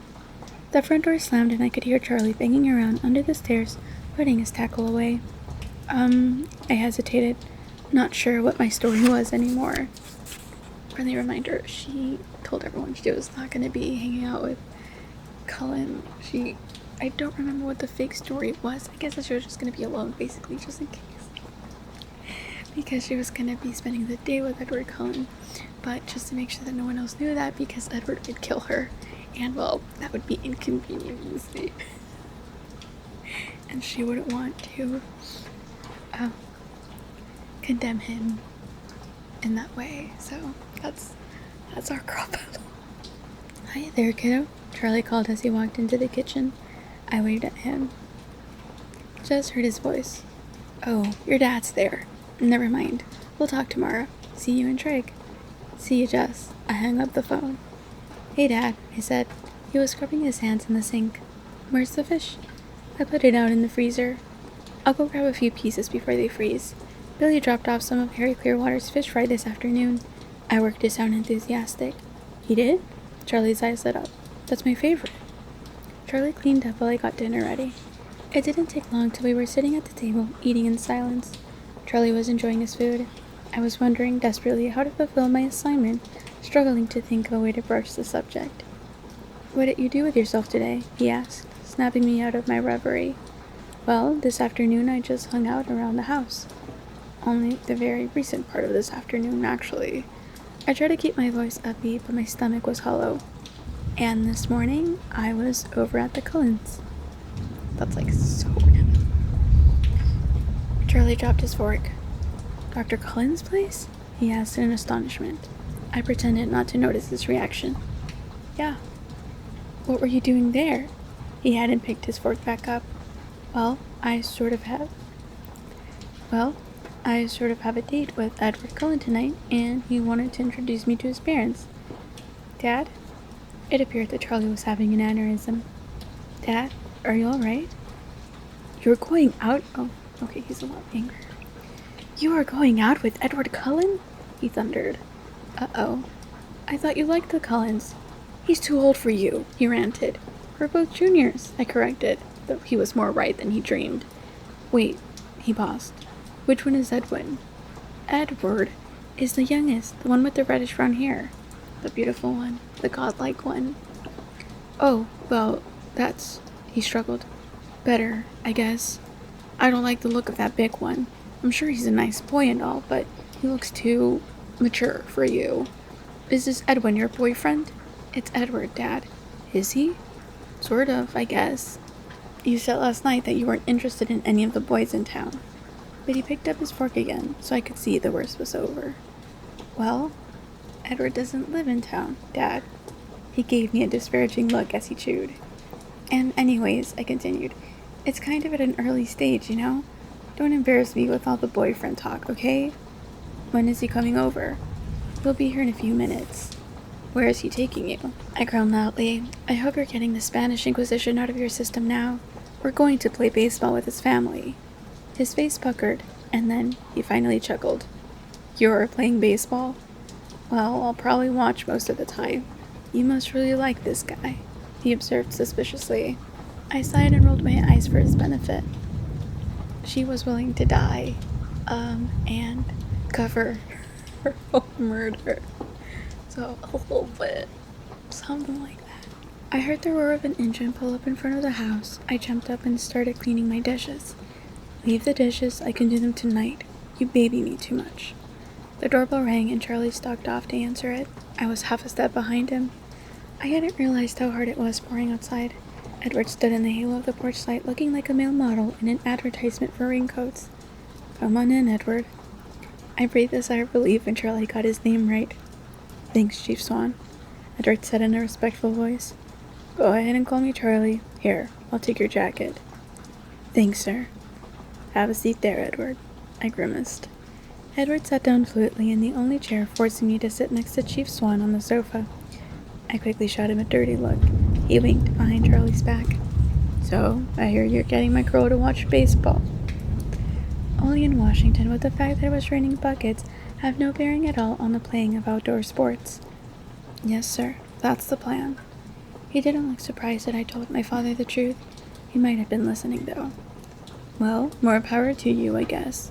Charlie laughed and Edward joined in. Okay, I stood up. Enough humor at my expense. Let's go. I walked back to the hall and pulled on my jacket. They followed. Not too late, Belle. Don't worry, Charlie. I'll have her home early, Edward promised. You take care of my girl, all right? I groaned, but they ignored me. She'll be safe with me. I promise, sir. Charlie couldn't doubt Edward's sincerity. It rang in every word. I stalked out. They both laughed, and Edward followed me. I stepped in on the porch. There behind my truck was a monster Jeep. Its tires were higher than my waist. There were metal guards over the headlights and taillights, and 4 large spotlights attached to the crash bar. The hardtop was shiny red. Charlie let out a low whistle. Wear your seatbelts, he choked out. Edward followed me around to my side and opened the door. I gauged the distance to the seat and prepared to jump for it. He sighed and then lifted me in with one hand. I hoped Charlie didn't notice. As he went around to the driver's side at a normal human pace, I tried to put on my seatbelt, but there were too many buckles. What's all this? I asked when he opened the door. It's an off-roading harness. Uh-oh. I tried to find the right places for all the buckles to fit, but it wasn't going too quickly. He sighed again and reached over to help me. I was glad that the rain was too heavy to see Charlie clearly on the porch. That meant he couldn't see how Edward's hand lingered up my neck, brushed along my collarbones. I gave up trying to help him and focused on not hyperventilating. Edward turned the key and the engine roared to life. We pulled away from the house. This is a, big Jeep you have. It's Emmett's. I didn't think you'd want to run the whole way. Where do you keep this thing? We remodeled one of the outbuildings into a garage. Aren't you going to put on your seatbelt? He threw me a disbelieving look. Then something sunk in. Run the whole way? As in we're still going to run part of the way? My voice edged up a few octaves. He grinned tightly. You're not going to run. I'm going to be sick. Keep your eyes closed, you'll be fine. I bit my lip, fighting the panic. He leaned over to kiss the top of my head and then groaned. I looked at him, puzzled. You smell so good in the rain, he explained. In a good way or in a bad way? I asked cautiously. He sighed. Both. Always both.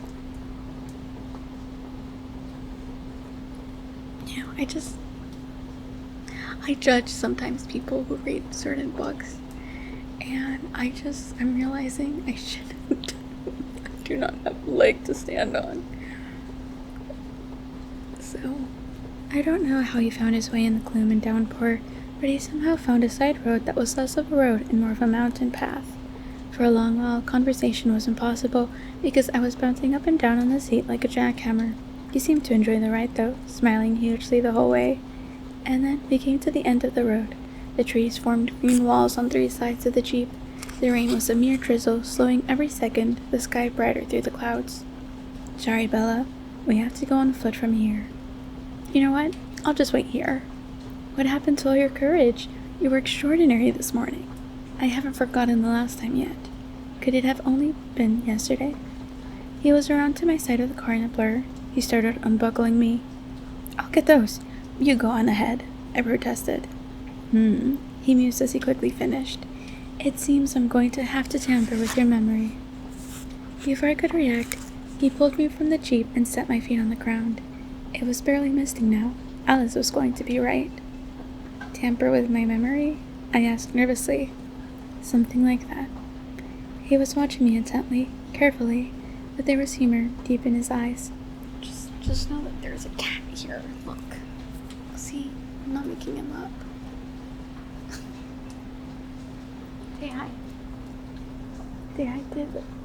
Okay. He placed his hands against the Jeep on either side of my head and leaned forward. forcing me to press back against the door. He leaned in even closer, his face inches from mine. I had no room to escape. "No," he breathed, and just a smell disturbed my thought processes. "What exactly are you worrying about?" "Well, hitting a tree," I gulped, "and dying, and then getting sick." He fought back a smile, and he bent his head down and touched his cold lips softly to the hollow at the base of my throat. "Are you still worried now?" he murmured against my skin. "Yes," I struggled to concentrate. "About hitting trees and getting sick." His nose drew a line up the skin of my throat to the point of my chin. His cold breath tickled my skin. "And now?" His lips whispered against my jaw. "Trees?" I gasped. "Motion sickness?" He lifted his face to kiss my eyelids. "Bella, you don't really think I would hit a tree, do you?" "No, but I might." There was no confidence in my voice. He smelled an easy victory. He kissed slowly down my cheek, stopping just at the corner of my mouth. "Would I let a tree hurt you?" His lips barely brushed against my trembling lower lip. "No," I breathed. I knew there was a second part to my brilliant defense, but I couldn't quite call it back. "You see," he said, his lips moving against mine, "there's nothing to be afraid of, is there?" "No," I sighed, giving up. Then he took my face in his hands almost roughly and kissed me in earnest, his unyielding lips moving against mine. There really was no excuse for my behavior. Obviously, I knew better by now, and yet I couldn't seem to stop from reacting exactly as I had the first time. Instead of keeping safely motionless, my arms reached up to twine tightly around his neck, and I was suddenly welded to his stone figure. I sighed and my lips parted. He staggered back, breaking my grip effortlessly. "Damn it, Bella," he broke off, gasping. "You'll be the death of me, I swear you will." I leaned over, bracing my hands against my knees for support. "You're indestructible," I mumbled, trying to catch my breath. "I might have believed that before I met you. Now let's get out of here before I do something really stupid," he growled. He threw me across his back as he had before, and I could see the extra effort it took for him to be as gentle as he was. I locked my legs around his waist and secured my arms in a chokehold around his neck. "Don't forget to close your eyes," he warned severely. I quickly turned my face into a shoulder blade under my own arm and squeezed my eyes shut. "I am sorry, but he is stone. He is hard. It cannot be comfortable. Come on." I think this is the hardest part that I have. I don't believe it. I don't believe it. Because every time she talks about them, touching, I just think about how, touching, the floor. But very well, Stephanie, if you say so. And I could hardly tell we were moving. I could feel him gliding along beneath me, but he could have been strolling down the sidewalk. The movement was so smooth. I was tempted to be just to see if he was really flying through the forest like before, but I resisted. It wasn't worth that awful dizziness. I contented myself with listening to his breath come and go evenly. I wasn't quite sure we had stopped until he reached back and touched my hair. "It's over, Bella." I dared to open my eyes, and sure enough, we were at a standstill. I stiffly unlocked my stranglehold on his body and slipped to the ground, landing on my backside. "Oh," I huffed as I hit the wet ground. He stared at me incredulously, evidently not sure whether he was still too mad to find me funny, but my bewildered expression pushed him over the edge, and he broke into a roar of laughter. I picked myself up, ignoring him as I brushed the mud and bracken off the back of my jacket. That only made him laugh harder. Annoyed, I began to stride off into the forest. I felt his arm around my waist. "Where are you going, Bella?" "To watch a baseball game. You don't seem to be interested in playing anymore, but I'm sure the others will have fun without you." "You're going the wrong way." I turned around without looking at him and stalked off in the opposite direction. He caught me again. "Don't be mad. I couldn't help myself.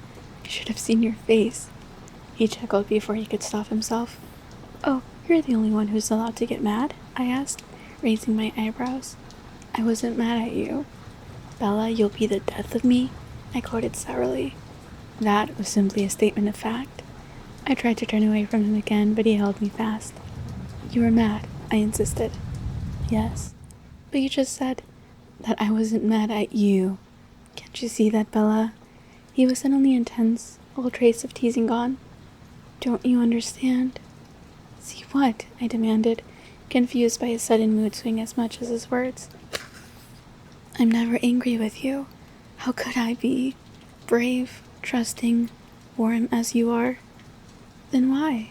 I whispered, remembering the black moods that pulled him away from me, that I'd always interpreted as well-justified frustration. Frustration at my weakness, my slowness, my unruly human reactions. He put his hands carefully on both sides of my face. "I infuriate myself," he said gently. "The way I can't seem to keep from putting you in danger. My very existence puts you at risk. Sometimes I truly hate myself. I should be stronger. I should be able to." I placed my hand over his mouth. "Don't." He took my hand, moving it from his lips, but holding it to his face. "I love you," he said. "It's a poor excuse for what I'm doing, but it's still true." See, this is so toxic. Let's be very, very clear. It's so bad.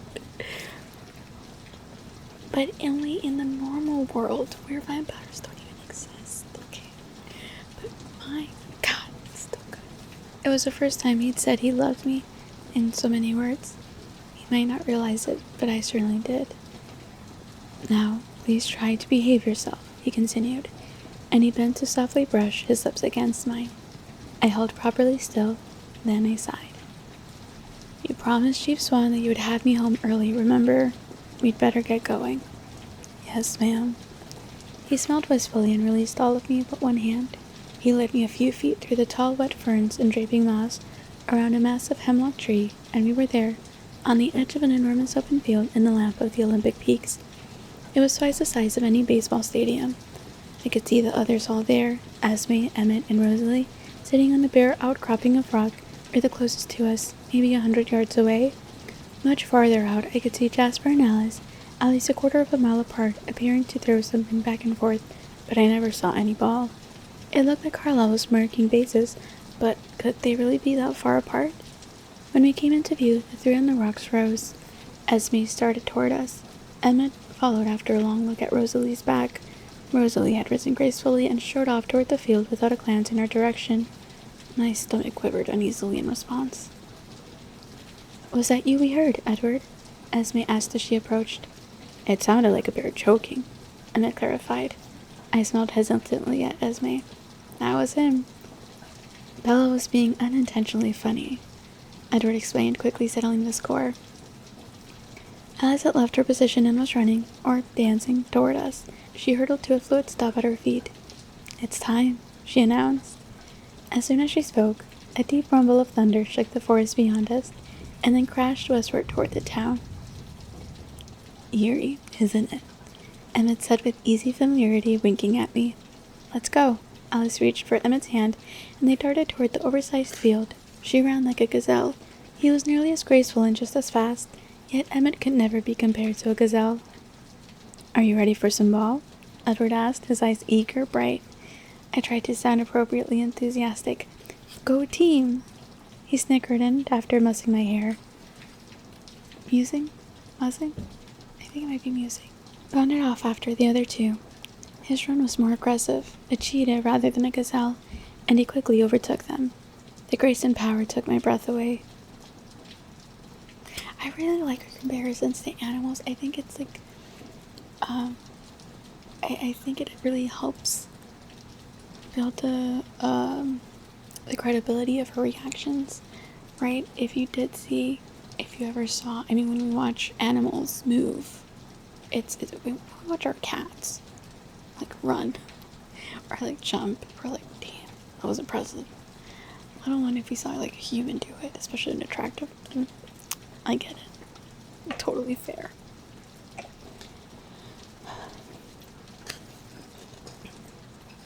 "Shall we go down?" Esme asked in her soft, melodic voice, and I realized I was staring open-mouthed after him. I quickly resembled my expression and nodded. Esme kept a few feet between us, and I wondered if she was still being careful not to frighten me. She matched her stride to mine without seeming impatient at the pace. "You don't play with them?" I asked shyly. "No, I prefer to referee. I like keeping them honest," she explained. "Do they like to cheat, then?" Oh, yes. You should hear the arguments that you get into. Actually, I hope you don't. You would think they were raised by a pack of wolves. You sound like my mom, I laughed, surprised. She laughed too.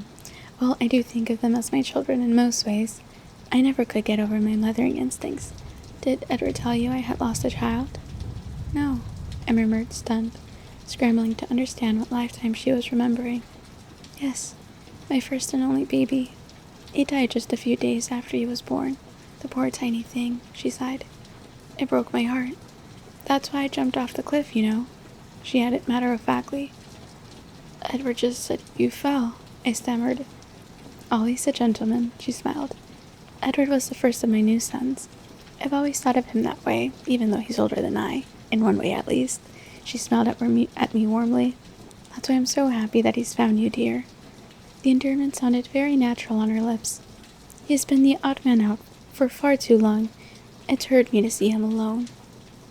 You don't mind, then? I asked, hesitant again. That I'm all wrong for him? No, she was thoughtful. You're what he wants. It will work out, somehow, she said, though her forehead creased with worry. Another peal of thunder began. Esme stopped then. Apparently we'd reached the edge of the field. It looked as if they had formed teams. Edward was far out in the left field, Carlisle stood between the first and second bases, and Alice held the ball positioned on the spot that must be the pitcher's mound. Emmett was swinging an aluminum bat. It whistled almost untraceably through the air. I waited for him to approach home plate, but then I realized as he took his stance that he was already there, farther from the pitcher's mound than I would have thought possible. Jasper stood several feet behind him, catching for the other team. Of course, none of them had gloves. All right, Esme called in a clear voice, which I knew even Edward would hear as far out as he was. Batter up. Alice stood straight, deceptively motionless. Her style seemed to be stealth rather than an intimidating wind-up. She held the ball in both hands at her waist, and then, like the strike of a cobra, her right hand flicked out and the ball smacked into Jasper's hand. Was that a strike? I whispered to Esme. If they don't hit it, it's a strike, she told me. Jasper hurled the ball back to Alice's waiting hand. She permitted herself a brief grin, and then her hand spun out again. This time the bat somehow made it around in time to smash into the invisible ball. The crack of impact was shattering, thunderous. It echoed off the mountains. I immediately understood the necessity of the thunderstorm. The ball shot like a meteor above the field, flying deep into the surrounding forest. Home run, I murmured. Wait, Esme cautioned, listening intently, one hand raised.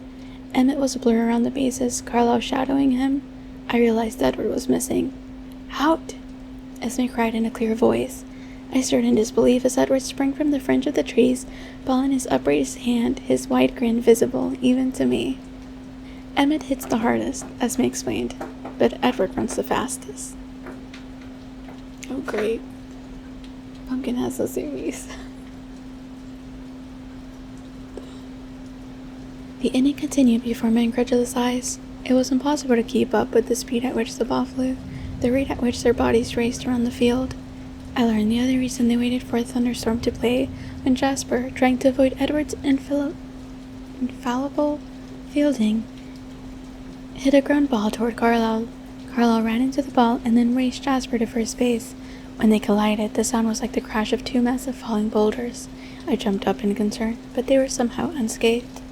Safe, Esme called in a calm voice. Emmett's team was up by one. Rosalie managed to flit around the bases after tagging up on one of Emmett's long flies when Edward caught the third out. He sprinted to my side, sparkling with his excitement. What do you think? He asked. One thing's for sure. I'll never be able to sit through dull old Major League Baseball again.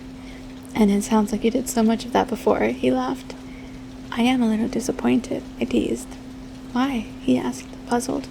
Well, it would be nice if I could find just one thing you didn't do better than everyone else on the planet. He flashed his special crooked smile, leaving me breathless. I'm up, he said, heading for the plate. He played intelligently, keeping the ball low, out of the reach of Rosalie's always ready hand in the outfield, gaining two bases like lightning before Emmett could get the ball back in play. Carlisle knocked out one so far out of the field with a boom that hurt my ears that he and Edward both made it in. Alice slapped them dainty high fives. The score constantly changed as the game continued. and they rashed each other like any street ball players as they took turns with the lead. Occasionally, Esme would call them to order. The thunder rumbled on, but we stayed dry, as Alice had predicted. Carla was up to bat, Edward catching, when Alice suddenly gasped. My eyes were on Edward as usual, and I saw his head snap up to look at her. Their eyes met, and something flowed between them in an instant. He was at my side before the others could ask Alice what was wrong. Alice? Esme's voice was tense. I didn't see. I couldn't tell, she whispered. All the others were gathered by this time. What is it, Alice? Kal-El asked with a calm voice of authority. They were traveling much quicker than I thought. I could see I had the perspective wrong before, she murmured. Jasper leaned over her, his posture protective. What changed? He asked. They heard us playing, and it changed their path, she said, contrite, as if she felt responsible for whatever had frightened her. 7 pairs of quick eyes flashed in my face and away. How soon? Carlo said, turning toward Edward. A look of intense concentration crossed his face. Less than 5 minutes. They're running. They want to play, he scowled. Can you make it? Carlo asked him, his eyes flickering toward me again. No, not caring, he cut short. Besides, the last thing we need is for them to catch the scent and start hunting. How many? Emmett asked Alice. 3, she answered tersely. 3, he scoffed. Let them come.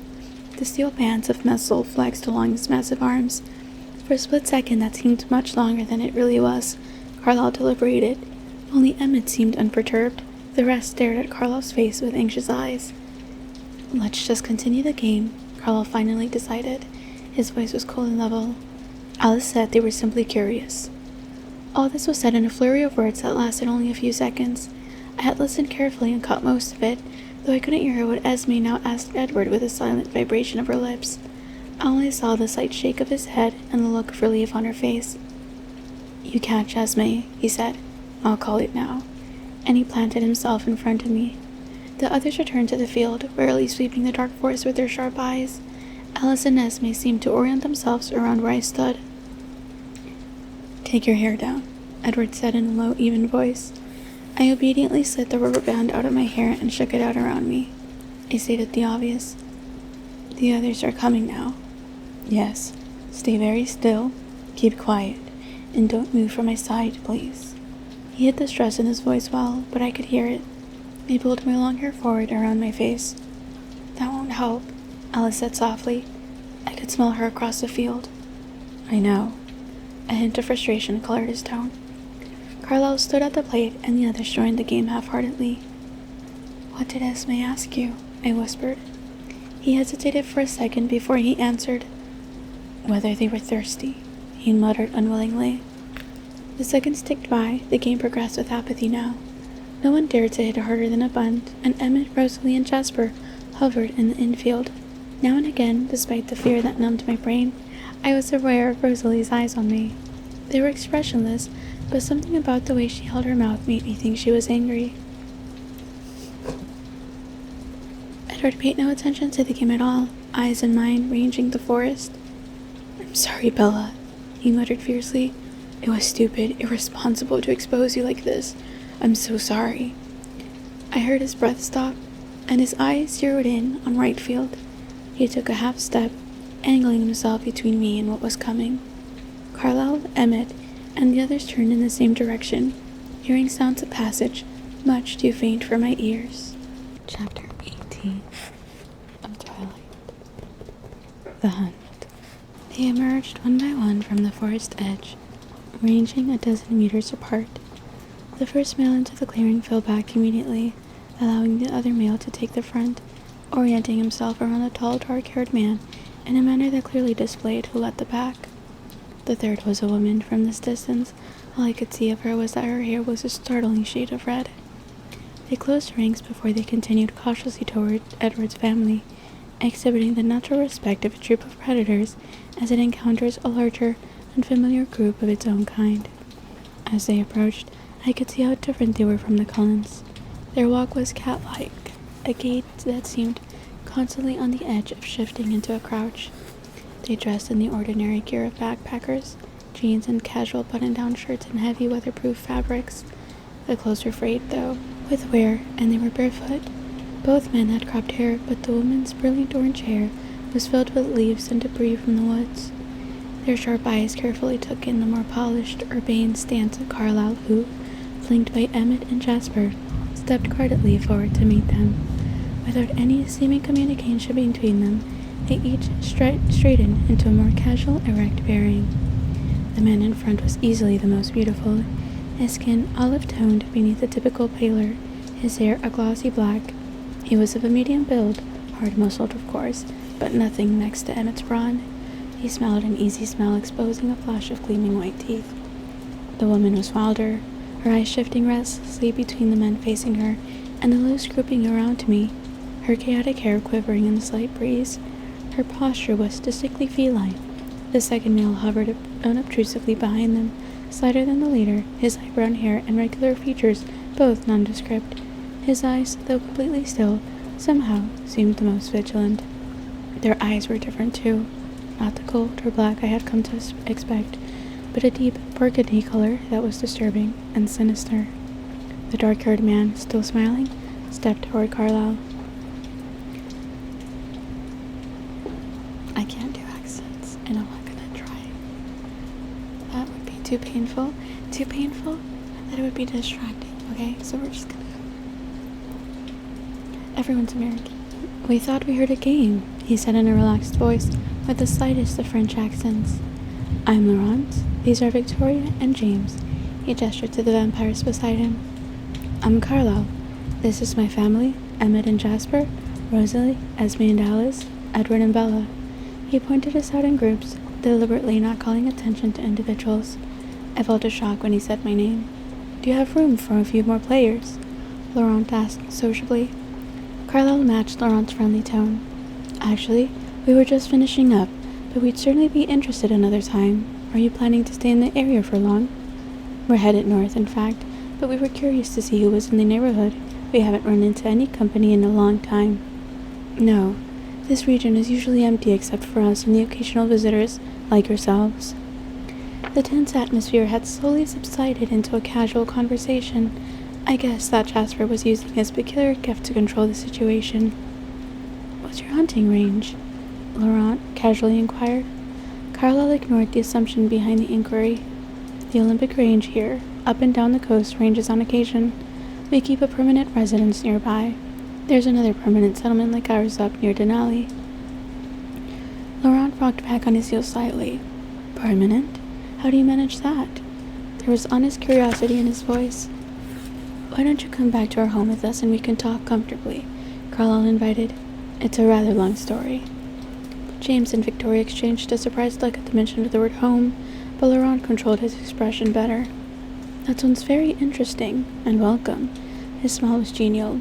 We've been on the hunt all the way down from Ontario, and we haven't had the chance to clean up in a while.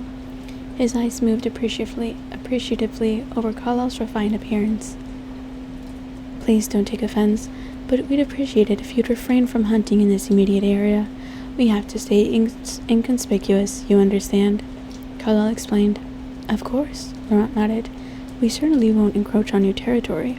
We just ate outside of Seattle anyway, he laughed. A shiver ran up my spine.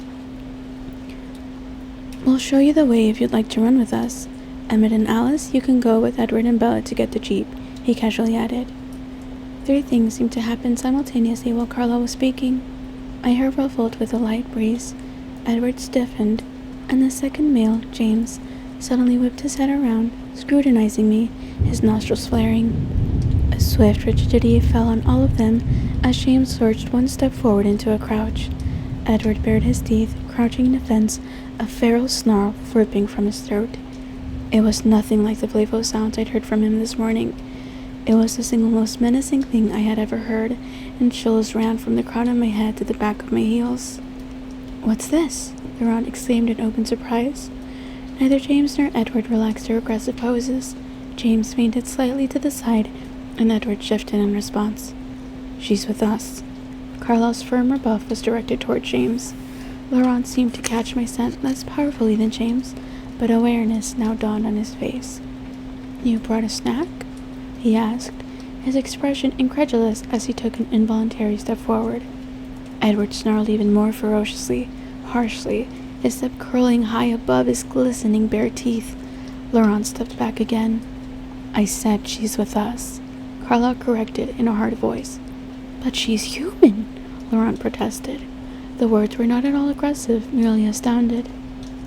"Yes," Emmett was very much in evidence at Carlyle's side, his eyes on James.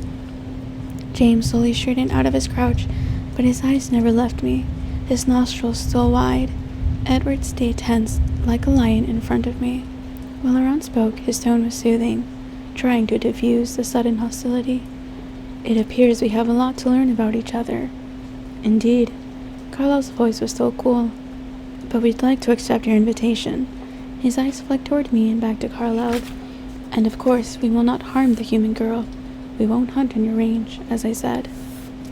James glanced in disbelief and aggravation at Laurent, and exchanged another brief look with Victoria, whose eyes still flickered edgily from face to face. Carlyle measured Laurent's open expression for a moment before he spoke. "We'll show you the way. Jasper, Rosalie, Esme," he called. They gathered together, blocking me from view as they converged. Alice was instantly at my side, and Emmett fell back slowly, his eyes locked on James as he backed toward us. "Let's go, Bella." Edward's voice was low and bleak. This whole time I'd been rooted in place, terrified into absolute immobility. Edward had to grip my elbow and pull sharply to break my trance. Alice and Emmett were close behind us, hiding me. I stumbled alongside Edward, still stunned with fear. I couldn't hear if the main group had left yet. Edward's impatience was almost tangible as we moved at human speed to the forest edge. Once we were into the trees, Edward slung me over his back without breaking stride. I gripped as tightly as possible as he took off, the others close on his heels. I kept my head down, but my eyes, wide with fright, wouldn't close. They plunged through the now black forest like wraiths. The sense of exhilaration that usually seemed to possess Edward as he ran was completely absent, replaced by a fury that consumed him and drove him still faster. Even with me on his back, the others trailed behind. We reached the jeep in an impossibly short time, and Edward barely slowed as he flung me in the back seat. "Strap her in," he ordered Emmett, who slid in beside me. Alice was already in the front seat, and Edward was starting the engine. It roared to life, and we swerved backward, spinning around to face a winding road. Edward was growling something too fast for me to understand, but it sounded a lot like a string of profanities. The jolting trip was much worse this time, and the darkness only made it more frightening. Emmett and Alice both glared out the side windows. We hit the main road, and though our speed increased, I could see much better where we were going, and we were headed south, away from Forks. "Where are we going?" I asked. No one answered. No one even looked at me. "Damn it, Edward, where are you taking me?" We have to get you away from here. Far away. Now." He didn't look back, his eyes on the road. The speedometer read 105 miles an hour. "Turn around! You have to take me home!" I shouted. I struggled with the stupid harness, tearing at the straps. "Emmett," Edward said grimly, and Emmett secured my hands in his steely grasp. "No, Edward, no, you can't do this." "I have to, Bella, now. Please be quiet." "I won't. You have to take me back. Charlie will call the FBI. They'll be all over your family, Carlo and Esme. They'll have to leave, to hide forever." "Calm down, Bella." His voice was cold. "We've been there before." "Not over me, you don't. You're not ruining everything over me." I struggled violently with total futility. Alice spoke for the first time. "Edward, pull over." He flashed her hurt look and then sped up. "Edward, let's just talk this through." "You don't understand," he roared in frustration. I'd never heard his voice so loud. It was deafening in the confines of the jeep. The speedometer neared 115. "He's a tracker, Alice. Did you see that? He's a tracker." I felt Emmett stiffen next to me, and I wondered at his reaction to the word. It meant something more to the three of them than it did to me. I wanted to understand, but there was no opening for me to ask. "Pull over, Edward." Alice's tone was reasonable, but there was a ring of authority in it I'd never heard before. The speedometer inched past 120. "Do it, Edward." "Listen to me, Alice. I saw his mind. Tracking is his passion, his obsession, and he wants her, Alice. Her, specifically. He begins the hunt tonight." "He doesn't know where," he interrupted her. "How long do you think it will take him to cross her scent in town? His plan was already set before the words were out of Laurent's mouth." I gasped, knowing where my scent would lead. "Charlie, you can't leave him there. You can't leave him." I thrashed against the harness. She's right, Alice said. The car slowed slightly. Let's just look at our options for a minute, Alex coaxed. The car slowed again, more noticeably, and then suddenly we screeched to a stop on the shoulder of the highway. I flew against the harness and then slapped back into the seat. There are no options, Edward hissed. I'm not leaving Charlie, I yelled. He ignored me completely. We have to take her back, Emmett finally spoke. No, Edward was absolute. He's no match for us, Edward. He won't be able to touch her. He'll wait, Emmett smiled. I can wait too. You didn't see? You don't understand. Once he commits to a hunt, he's unshakable. We'd have to kill him. Emmett didn't seem upset by the idea. That's an option. And the female, she's with him. If it turns into a fight, the leader will go with him too. There are enough of us. There's another option, Alice said quietly. Edward turned on her in fury, his voice a blistering snarl. There is no other option. It's a lot more dramatic than that, but bear with me. I didn't want to, snarl at you. It's still supposed to be kind of relaxing. Emmett and I both stared at him in shock, but Alice seemed unsurprised. The silence lasted for a long minute as Edward and Alice stared each other down. I broke it. Does anyone want to hear my plan? No, Edward growled. Alice glared at him, finally provoked. Listen, I pleaded. You take me back? No, he interrupted. I glared at him and continued. You take me back. I tell my dad I want to go home to Phoenix. I pack my bags, we wait till this tracker is watching, and then we run. You follow us and leave Charlie alone. Charlie won't call the FBI on your family, and you can take me any damned place you want. They stared at me, stunned. It's not a bad idea, really. Emmett's surprise was definitely an insult. It might work, and we simply can't leave her father unprotected. You know that, Alice said. Everyone looked at Edward. It's too dangerous. I don't want him within 100 miles of her. Emmett was supremely confident. Edward, he's not getting through us. Alice thought for a minute. I don't see him attacking. He'll try to wait for us to leave her alone. It won't take long for him to realize that's not going to happen. I demand that you take me home. I tried to sound firm. Edward pressed his fingers to his temples and squeezed his eyes shut. Please, I said in a much smaller voice. He didn't look up. When he spoke, his voice sounded worn. You're leaving tonight, whether the tracker sees or not. You tell Charlie that you can't stand another minute in Forks. Tell him whatever story works. Pack the first things your hands touch, and then get in your truck. I don't care what he says to you. You have 15 minutes. Do you hear me? 15 minutes from the time you cross the doorstep. The Jeep rumbled to life, and he spun us around, the tire squealing. The needle on the speedometer started to race up the dial. Emmett? I asked, looking pointedly at my hands. Oh, sorry. He let me loose. A few minutes passed in silence, other than the roar of the engine. Then Edward spoke again. This is how it's going to happen. When we get to the house, if the tracker is not there, I will walk her to the door. Then she has 15 minutes. He glared at me in the rearview mirror. Emmett, you take the outside of the house. Alice, you get the truck. I'll be inside as long as she is. After she's out, you two can take the Jeep home and tell Carlisle. No way, Emmett broke in. I'm with you. Think it through, Emmett. I don't know how long I'll be gone. Until we know how far this is going to go, I'm with you. Edward sighed. If the tracker is there, he continued grimly, we keep driving. We're going to make it there before him, Alice said confidently. Edward seemed to accept that. Whatever his problem with Alice was, he didn't doubt her now. What are we going to do with the Jeep? She asked. His voice had a hard edge. You're driving it home. No, I'm not, she said calmly. The unintelligible stream of profanity started again.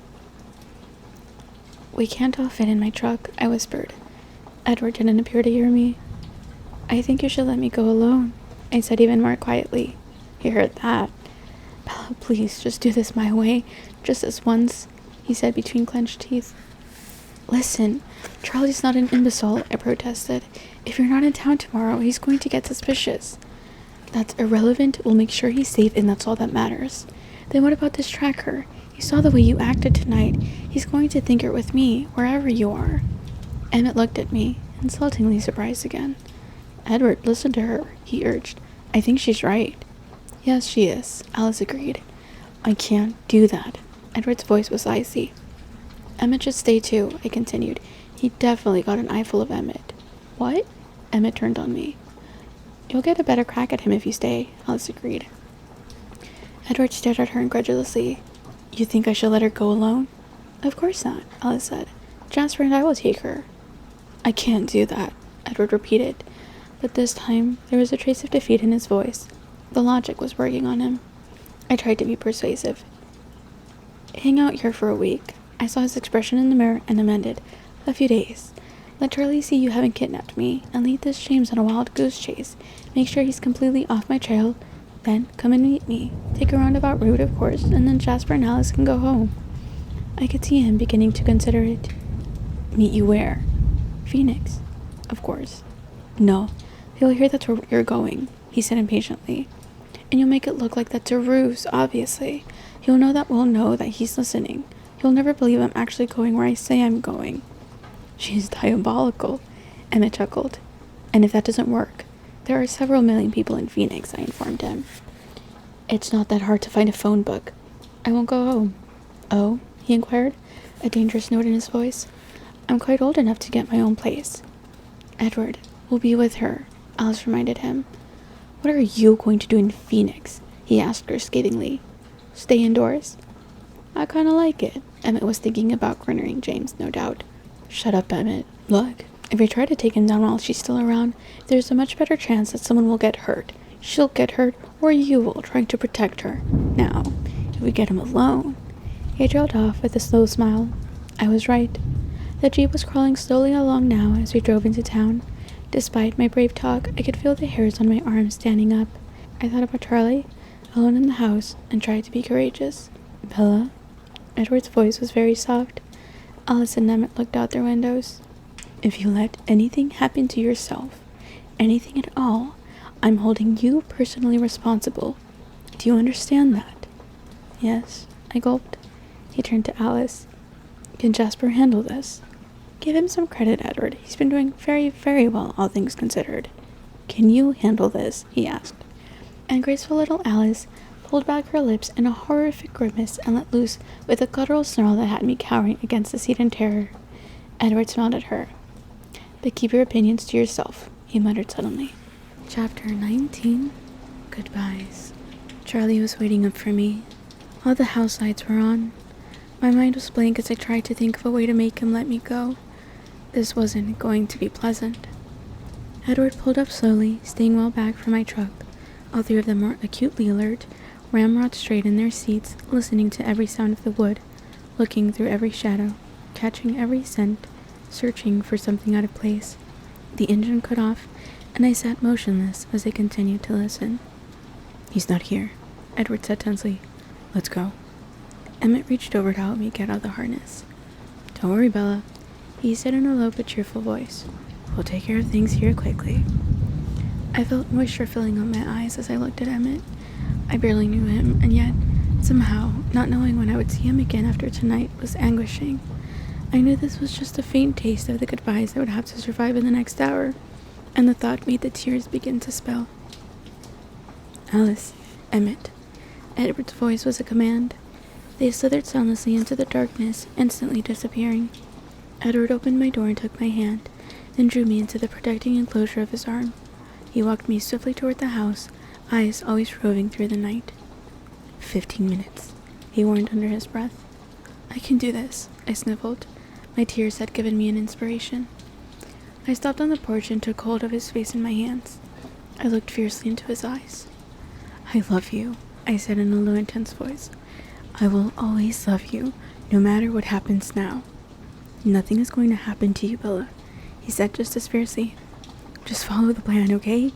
Keep Charlie safe for me. He's not going to like me very much after this, and I want to have the chance to apologize later. Get inside, Bella. We have to hurry. His voice was urgent. One more thing, I whispered passionately. Don't listen to another word I say tonight. He was leaning in, and so all I had to do was stretch up on my toes to kiss his surprised, frozen lips with as much force as I was capable of. Then I turned and kicked the door open. Go away, Edward! I yelled at him, running inside and slamming the door shut in his still shocked face. Bella? Charlie had been hovering in the living room, and he was already on his feet. Leave me alone! I screamed at him through my tears, which were flowing relentlessly now. I feel like I could tell it a lot better if I didn't have to, like, quietly talk, okay? In my defense. I feel like it sounds a little silly, but I'm like, but I feel like I could definitely do a better performance if I was able to yell. I ran up the stairs to my room, throwing the door shut and locking it. I ran to my bed, flinging myself on the floor to retrieve my duffel bag. I reached swiftly between the mattress and box spring to grab the knotted old sock that contained my secret cash hoard. Guys, please just open high-yield savings accounts. Do not do this. Charlie was pounding on my door. Bella, are you okay? What's going on? His voice was frightened. I'm going home, I shouted, my voice breaking in the perfect spot. Did he hurt you? His tone edged toward anger. No, I shrieked a few octaves higher. I turned to my dresser, and Edward was already there, silently yanking out armfuls of random clothes, which he proceeded to throw to me. Did he break up with you? Charlie was perplexed. No, I yelled, slightly more breathless, as I shoved everything into the bag. Edward threw another drawer's contents at me. The bag was pretty much full now. What happened, Bella? Charlie shouted through the door, pounding again. I broke up with him, I shouted back, dragging on the zipper of my bag. Edward's capable hands pushed mine away and tipped it smoothly. He put the strap carefully over my arm. I'll be in the truck. Go, he whispered and pushed me toward the door. He vanished out the window. I unlocked the door and pushed past Charlie roughly, struggling with my heavy bag as I ran down the stairs. What happened? He yelled. He was right behind me. I thought you liked him. He caught my elbow in the kitchen. Though he was still bewildered, his grip was firm. He spun me around to look at him, and I could see in his face that he had no intention of letting me leave. I could think of only one way to escape, and it involved hurting him so much that I hated myself for even considering it. But I had no time, and I had to keep him safe. I glared up at my father, fresh tears in my eyes for what I was about to do. I do like him. That's the problem. I can't do this anymore. I can't put down any more roots here. I don't want to end up trapped in a stupid, boring town like Mom. I'm not going to make the same dumb mistake she did. I hate it. I can't stay here another minute. His hand dropped from my arm like I'd electrocuted him. I turned away from his shocked, wounded face and headed for the door. Bells, you can't leave now. It's nighttime, he whispered behind me. I didn't turn around. I'll sleep in the truck if I get tired. Just wait another week, he pled, still shell-shocked. Renee will be back by then. This completely derailed me. What? Charlie continued eagerly, almost babbling with relief as I hesitated. She called while you were out. Things are going so well in Florida, and if Phil doesn't get signed by the end of the week, they're going back to Arizona. The assistant coach of the Sidewinders said they might have a spot for another shortstop. I shook my head, trying to reassemble my now confused thoughts. Every passing second put Charlie in more danger. I have a key, I muttered, turning the knob. He was too close, one hand extended toward me, his face dazed. I couldn't lose any more time arguing with him. I was going to have to hurt him further. Just let me go, Charlie. I repeated my mother's last words as she'd walked out this same door so many years ago. I said them as angrily as I could manage, and I threw the door open. It didn't work out, okay? I really, really hate forks. My cruel words did their job. Charlie stayed frozen on the doorstep, stunned, while I ran into the night. I was hideously frightened of the empty yard. I ran wildly for the truck, visualizing a dark shadow behind me.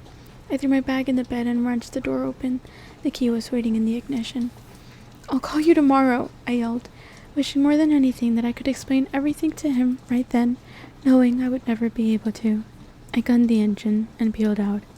Edward reached for my hand. Pull over, he said as the house and Charlie disappeared behind us. I can drive, I said through the tears pouring down my cheeks. His long hands unexpectedly gripped my waist and his foot pushed mine off the gas pedal. He pulled me across his lap, wrenching my hands free of the wheel, and suddenly he was in the driver's seat. The truck didn't swerve an inch. You wouldn't be able to find the house, he explained. Lights flared suddenly behind us. I stared out the back window, eyes wide with horror. It's just Alice, he reassured me. He took my hand again. My mind was filled with the image of Charlie in the doorway. The tracker? You heard the end of your performance, Edward said grimly. Charlie? I asked in dread. The tracker followed us. He's running behind us now. My body went cold. Can we outrun him? No. But he sped up as he spoke. The truck's engine whined in protest. My plan suddenly didn't feel so brilliant anymore. I was staring back at Alice's headlights when the trunk shuddered and a dark shadow sprung up outside the window. My blood-curdling scream lasted a fraction of a second before Edward's hand clamped down on my mouth. It's Emmett. He released my mouth and wound his arm around my waist. It's okay, Bella, he promised. You're going to be safe. We raced through the quiet town toward the North Highway. I didn't realize you were still so bored with small-town life, he said conversationally, and I knew he was trying to distract me. It seemed like you were adjusting fairly well, especially recently. Maybe I was just flattering myself that I was making life more interesting for you. I wasn't being nice, I confessed, ignoring his attempt at diversion, looking down at my knees. That was the same thing my mom said when she left him. You could say I was hitting below the belt. Don't worry, he'll forgive you. He smiled a little, though it didn't touch his eyes. I stared at him desperately, and he saw the naked panic in my eyes. Bella, it's going to be alright. But it won't be alright when I'm not with you, I whispered. We'll be together again in a few days, he said, tightening his arm around me. Don't forget that this was your idea. It was the best idea. Of course it was mine. His entering smile was bleak and disappeared immediately. Why did this happen? I asked, my voice catching. Why me? He stared blackly at the road ahead. It's my fault. I was a fool to expose you like that. The rage in his voice was directed internally. That's not what I meant, I insisted. I was there, big deal. It didn't bother the other two. Why did this James decide to kill me? There are people all over the place. Why me? He hesitated, thinking before he answered. I got a good look at his mind tonight, he began in a low voice. I'm not sure if there's anything I could have done to avoid this. Once he saw you. It is partially your fault. His voice was dry. If you didn't smell so appallingly luscious, he might not have bothered. But when I defended you, well, that made it a lot worse. He's not used to being thwarted, no matter how insignificant the object. He thinks of himself as a hunter and nothing else. His existence is consumed with tracking, and a challenge is all he asks of life. Suddenly, we presented him with a beautiful challenge, a large clan of strong fighters, all bent on protecting the one vulnerable element. You wouldn't believe how euphoric he is now. It's his favorite game, and we've just made it his most exciting game ever. His tone was full of disgust. He paused a moment. If I had stood by, he would have killed you right then, he said with hopeless frustration. I thought I didn't smell the same to the others as I do to you, I said hesitantly. You don't? But that doesn't mean that you aren't still a temptation to every one of them. If you had appealed to the tracker, or any of them, the same way you appeal to me, it would have meant to fight right there. I shuddered. I don't think I have any choice but to kill him now, he muttered. Carla won't like it. I could hear the tires cross the bridge, though I couldn't see the river in the dark. I knew we were getting close. I had to ask him now. How can you kill a vampire? He glanced at me with unreadable eyes, and his voice was suddenly harsh. The only way to be sure is to tear him to shreds, and then burn to pieces. And the other two will fight with him? The women will. I'm not sure about Laurent. They don't have a very strong bond. He's only with him for convenience. He was embarrassed by James in the meadow. But James and the women will try to kill you? I asked, my voice raw. Bella, don't you dare waste time worrying about me. Your only concern is keeping yourself safe, and please, try not to be reckless. Is he still following? Yes. He won't attack the house, though. Not tonight. He turned off onto the invisible drive with Alice following behind. We drove right up to the house. The lights inside were bright, but they did little to alleviate the blackness of the encroaching forest. Emmett had my door open before the truck was stopped. He pulled me out of the seat, tucked me like a football into his vast chest, and ran me through the door. We burst into the large white room, Edward and Alice at our sides. All of them were there. They were already on their feet at the sound of our approach. Laurent stood in their midst. I could hear low growls rumble deep in Emmett's throat as he set me down next to Edward. He's tracking us, Edward announced, glaring balefully at Laurent. Laurent's face was unhappy. I was afraid of that. Alice danced to Jasper's side and whispered in his ear. Her lips quivered with the speed of her silent speech. They flew up the stairs together. Rosalie watched them and then moved quickly to Emmett's side. Her beautiful eyes were intense and, when they flickered unwillingly to my face, furious. "What will he do?" Carlo asked Laurent in chilling tones. "I'm sorry," he answered. "I was afraid, when your boy there defended her, that it would set him off." "Can you stop him?" Laurent shook his head. "Nothing stops James when he gets started." "We'll stop him," Emmett promised. There was no doubt what he meant. "You can't bring him down. I've never seen anything like him in my 300 years. He's absolutely lethal. That's why I joined his coven." His coven, I thought, of course. The show of leadership in the clearing was merely that, a show. Laurent was shaking his head. He glanced at me, perplexed, and back to Carlo. "Are you sure it's worth it?" Edward's enraged roar filled the room. Laurent cringed back. Carlo looked gravely at Laurent. "I'm afraid you're going to have to make a choice." Laurent understood. He deliberated for a moment. His eyes took in every face and finally swept the bright room. "I'm intrigued by the life you've created here, but I won't get in the middle of this. I bear none of you any enmity, but I won't go up against James. I think I will head north to that clan in Denali." He hesitated. "Don't underestimate James. He's got a brilliant mind and unparalleled senses. He's every bit as comfortable in the human world as you seem to be, and he won't come at you head on. I'm sorry for what's been unleashed here. Truly sorry." He bowed his head, but I saw him flicker another puzzled look at me. "Go in peace," was Carlo's formal answer. Laurent took another long look around himself, and then he hurried out the door. The silence lasted less than a second. "How close?" Carlo looked to Edward. Esme was already moving. Her hand touched an inconspicuous keypad on the wall, and with a groan, huge metal shutters began sealing up the glass wall. I gaped. About 3 miles out past the river, he's circling around to meet up with the female. "What's the plan?" "We'll lead him off, and then Jasper and Alice will run her south." "And then?" Edward's tone was deadly. "As soon as Bella's clear, we hunt him." "I guess there's no other choice," Carlo agreed, his face grim.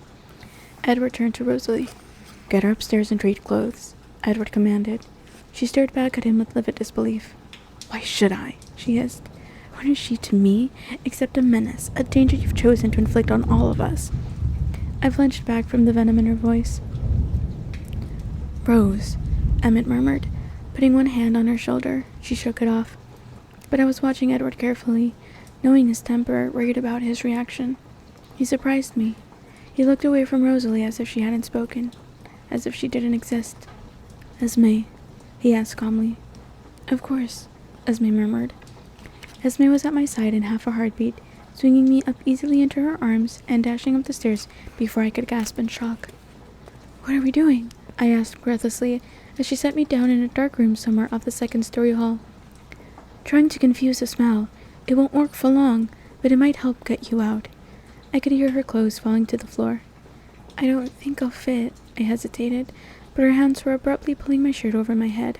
I quickly stripped my jeans off myself. She handed me something. It felt like a shirt. I struggled to get my arms through the right holes. As soon as I was done, she handed me her slacks. I yanked them on, but I couldn't get my feet out. They were too long. She deftly rolled the hems a few times so I could stand. Somehow she was already in my clothes. She pulled me back to the stairs where Alice stood, a small leather bag in one hand. They each grabbed one of my elbows and half carried me as I flew down the stairs. It appeared that everything had been settled downstairs in our absence. Edward and Emmett were ready to leave. Emmett carrying a heavy-looking backpack over his shoulder. Carlyle was handing something small to Esme. He turned and handed Alice the same thing. It was a tiny silver cell phone. "Esme and Rosalie will be taking your truck, Bella," he told me as he passed. I nodded, glancing warily at Rosalie. She was glaring at Carlyle with a resentful expression. "Alice, Jasper, take them straight east. You'll need the dark tint in the south." They nodded as well. "We're taking the Jeep." I was surprised to see that Carlyle intended to go with Edward. I realized, suddenly, with a step of fear, that they made up the hunting party. "Alice?" Carlyle asked. "Will they take the bait?" Everyone watched Alice as she closed her eyes and became incredibly still. Finally, her eyes opened. "He'll track you. The mom will follow the truck. We should be able to leave after that." Her voice was certain. "Let's go." Carlyle began to walk toward the kitchen, but Edward was at my side at once.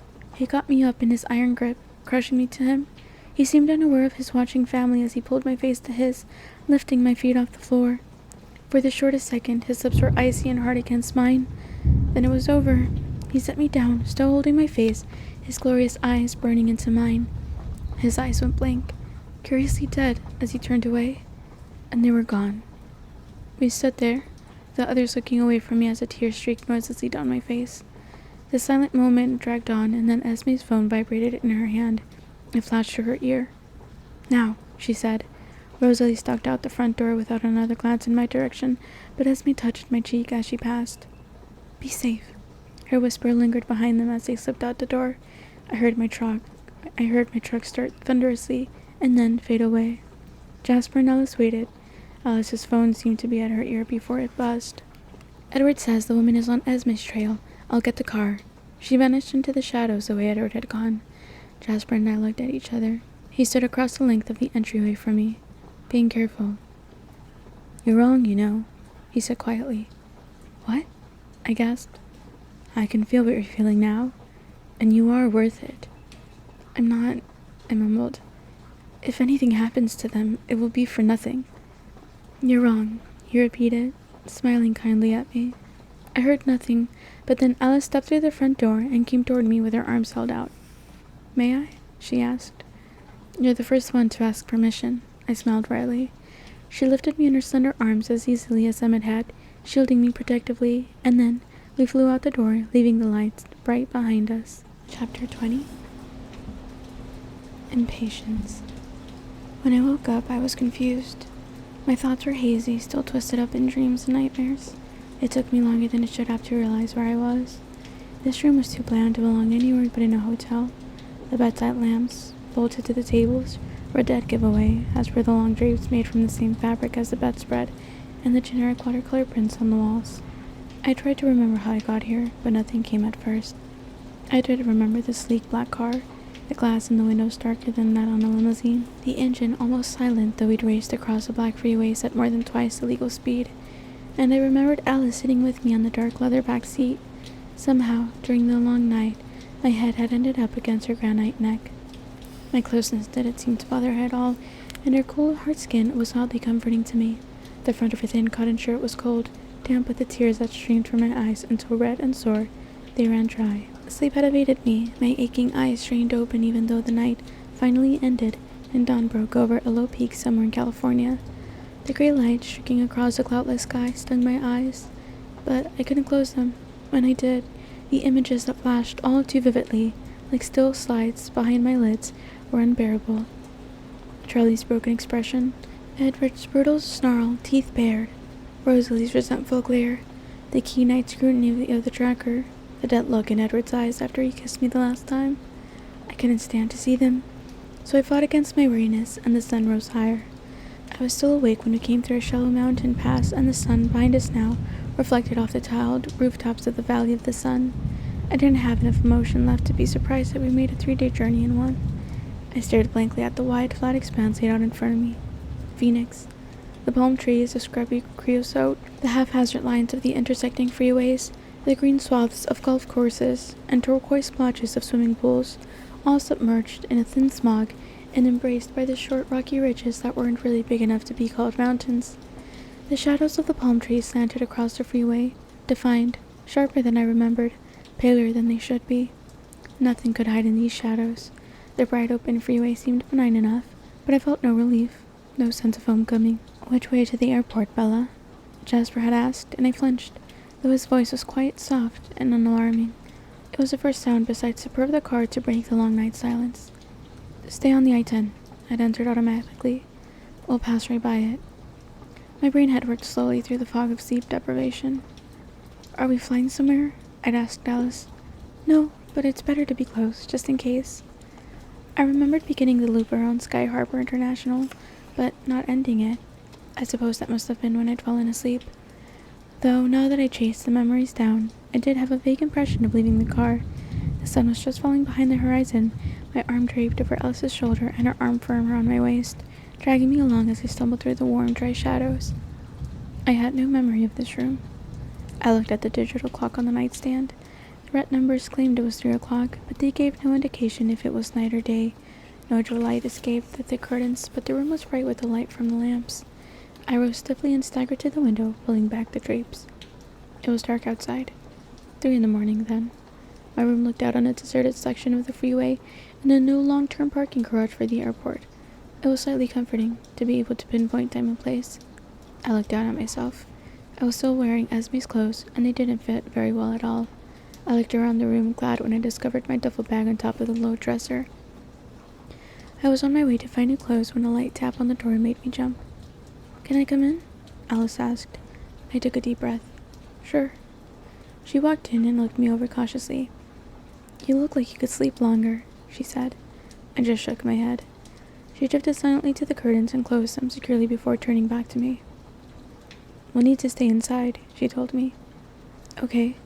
My voice was hoarse. It cracked. "Thirsty?" she asked. I shrugged. "I'm okay. How about you?" "Nothing unmanageable," she smiled. "I ordered some food for you. It's in the front room. Edward reminded me that you have to eat a lot more frequently than we do." I was instantly more alert.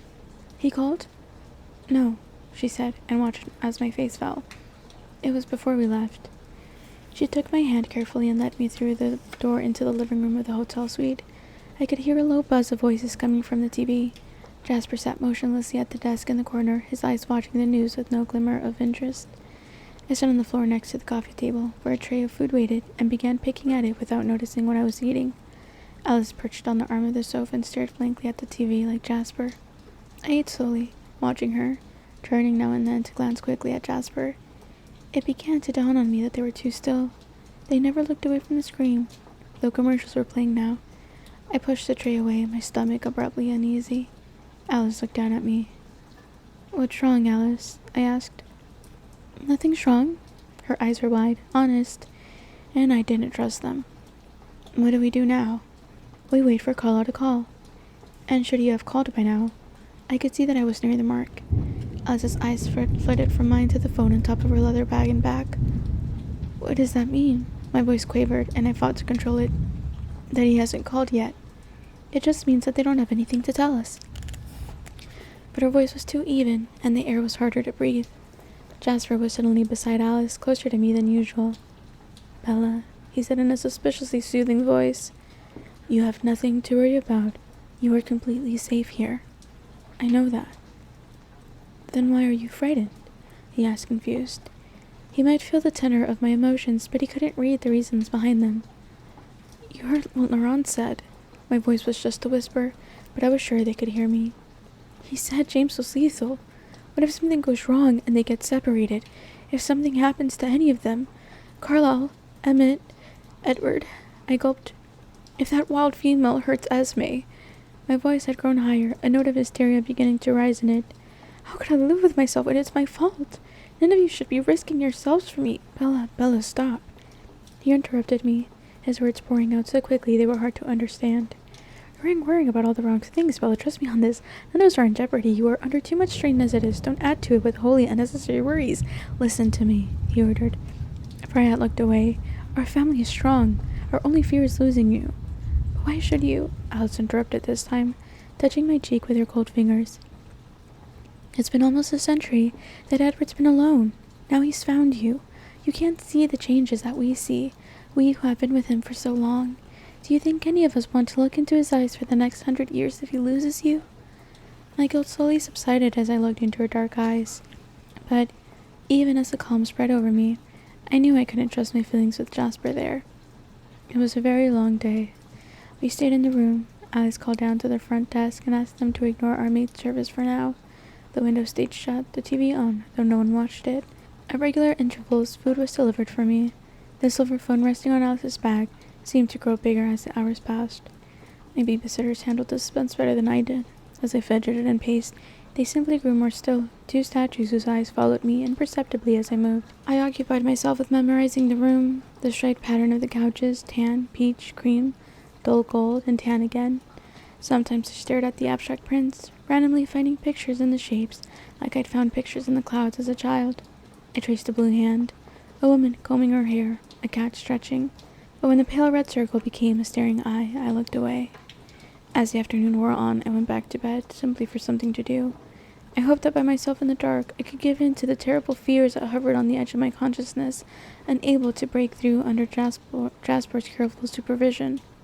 But Alice folded me casually, As if by some coincidence she had grown tired of the front room at the same time. I was beginning to wonder exactly what sort of instructions Edward had given her. I lay across the bed and she sat, legs folded, next to me.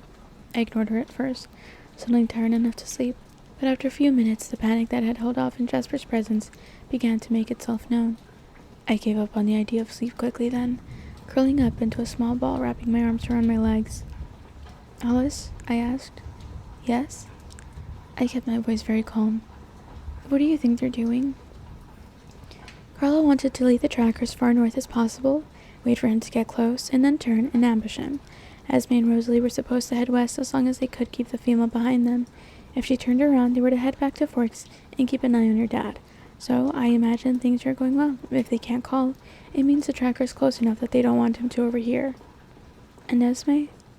I think she must be back in Forks. She won't call if there's any chance the female will overhear.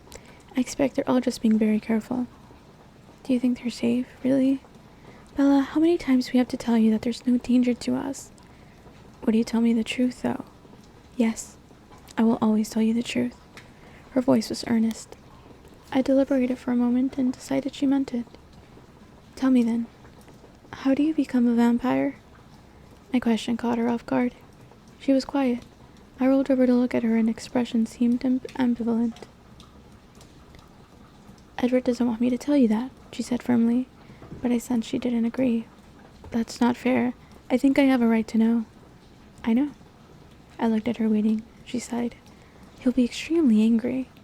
It's none of his business. It is between you and me. Alice, as a friend, I'm begging you. And we were friends now, somehow, as she must have known we would be all along. She looked at me with her splendid wise eyes, choosing. I'll tell you the mechanics of it, she said finally. But I don't remember it myself, and I've never done it or seen it done, so keep in mind that I can only tell you the theory. I waited. As predators, we have a glut of weapons in our physical arsenal, much, much more than really necessary. The strength, the speed, the acute senses, not to mention those of us like Edward, Jasper, and I, who have extra senses as well. And then, like a carnivorous flower, we're physically attractive to our prey. I was very still, remembering how pointedly Edward had demonstrated the same concept for me in the meadow. She smiled a wide, ominous smile. We have another fairly superfluous weapon. We're also venomous, she said, her teeth glistening. The venom doesn't kill, it's merely incapacitating. It works slowly, spreading through the bloodstream so that, once bitten, our prey is in too much physical pain to escape us. Mostly superfluous, as I said. If we're that close, the prey doesn't escape. Of course, there are always exceptions. Carla, for example. So, if the venom is left to spread, I murmured. It takes a few days for the transformation to be complete, depending on how much venom is in the bloodstream, how close the venom enters to the heart. As long as the heart keeps beating, the poison spreads, healing, changing the body as it moves through it. Eventually, the heart stops, and the conversion is finished. But all that time, every minute of it, a victim would be wishing for death. I shivered. It's not pleasant, you see. Edward said that it was very hard to do. I don't quite understand, I said. We're also like sharks in a way. Once we taste the blood, or even smell it for that matter, it becomes very hard to keep from feeding, sometimes impossible. So, you see, to actually bite someone, to taste the blood, it would begin the frenzy. It's difficult on both sides, the bloodlust on the one hand, the awful pain on the other. Why do you think you don't remember? I don't know. For everyone else, the pain of transformation is the sharpest memory they have of their human life. I remember nothing of being human. Her voice was wistful. We lay silently, wrapped in our individual meditations. The seconds ticked by, and I had almost forgotten her presence. I was so enveloped in my thoughts. Then, without any warning, Alice leaped from the bed, landing lightly on her feet. My head jerked up as I stared at her, startled. Something's changed. Her voice was urgent, and she wasn't talking to me anymore. She reached the door at the same time Jasper did. He had obviously heard our conversation, and her sudden exclamation, he put his hands on her shoulders and guided her back to the bed, sitting her on the edge. What do you see? He asked intently, staring into her eyes. Her eyes were focused on something very far away. I sat close to her, leaning in to catch her low, quick voice. I see a room. It's long, and there are mirrors everywhere. The floor is wooden. He's in the room, and he's waiting. There's gold. A gold stripe across the mirrors. Where's the room? I don't know. Something is missing. Another decision hasn't been made yet. How much time? It's soon. He'll be in the mirror room today, or maybe tomorrow. It all depends. He's waiting for something, and he's in the dark now. Jasper's voice was calm, methodical as he questioned her in a practiced way. What is he doing? He's watching TV. No, he's running a VCR in the dark, in another place. Can you see where he is? No, it's too dark. And the mirror room. What else is there? Just the mirrors and the gold. It's a band around the room, and there's a black table with a big stereo and a TV. He's touching the VCR there, but he doesn't watch the way he does in the dark room. This is the room where he waits. Her eyes drifted, then focused on Jasper's face. There's nothing else? She shook her head. They looked at each other, motionless. What does it mean? I asked. Neither of them answered for a moment, then Jasper looked at me. It means the tracker's plans have changed. He's made a decision that will lead him to the mirror room and the dark room. But we don't know where those rooms are? No, but we do know that he won't be in the mountains north of Washington being hunted. He'll elude them. Alice's voice was bleak. Should we call? I asked. They traded a serious look, undecided, and the phone rang. Alice was across the room before I could lift my head to look at it. She pushed a button and held the phone to her ear, but she didn't speak first. Carlisle, she breathed. She didn't seem surprised or relieved the way I felt. Yes, she said, glancing at me. She listened for a long moment. I just saw him. She described again the vision she'd seen. Whatever made him get on that plane, it was leading him to those rooms. She paused. Yes? Alice said into the phone and then she spoke to me. Bella? She held the phone out toward me. I ran to it. Hello? I breathed. Bella, Edward said. Oh, Edward, I was so worried. Bella, he sighed in frustration. I told you not to worry about anything but yourself. It was so unbelievably good to hear his voice. I felt the hovering cloud of despair lighten and drift back as he spoke. Where are you? We're outside of Vancouver. Bella, I'm sorry. We lost him. He seems suspicious of us. He's careful to stay just far enough away that I can't hear what he's thinking. But he's gone now. It looks like he got on a plane. We think he's heading back to Forks to start over. I could hear Alice filling in Jasper behind me, her quick words blurring together into a humming noise. I know. Alice saw that he got away. You don't have to worry, though. He won't find anything to lead him to you. You just have to stay there and wait till we find him again. I'll be fine. Is Esme with Charlie? Yes. The female has been in town. She went to the house, but while Charlie was at work.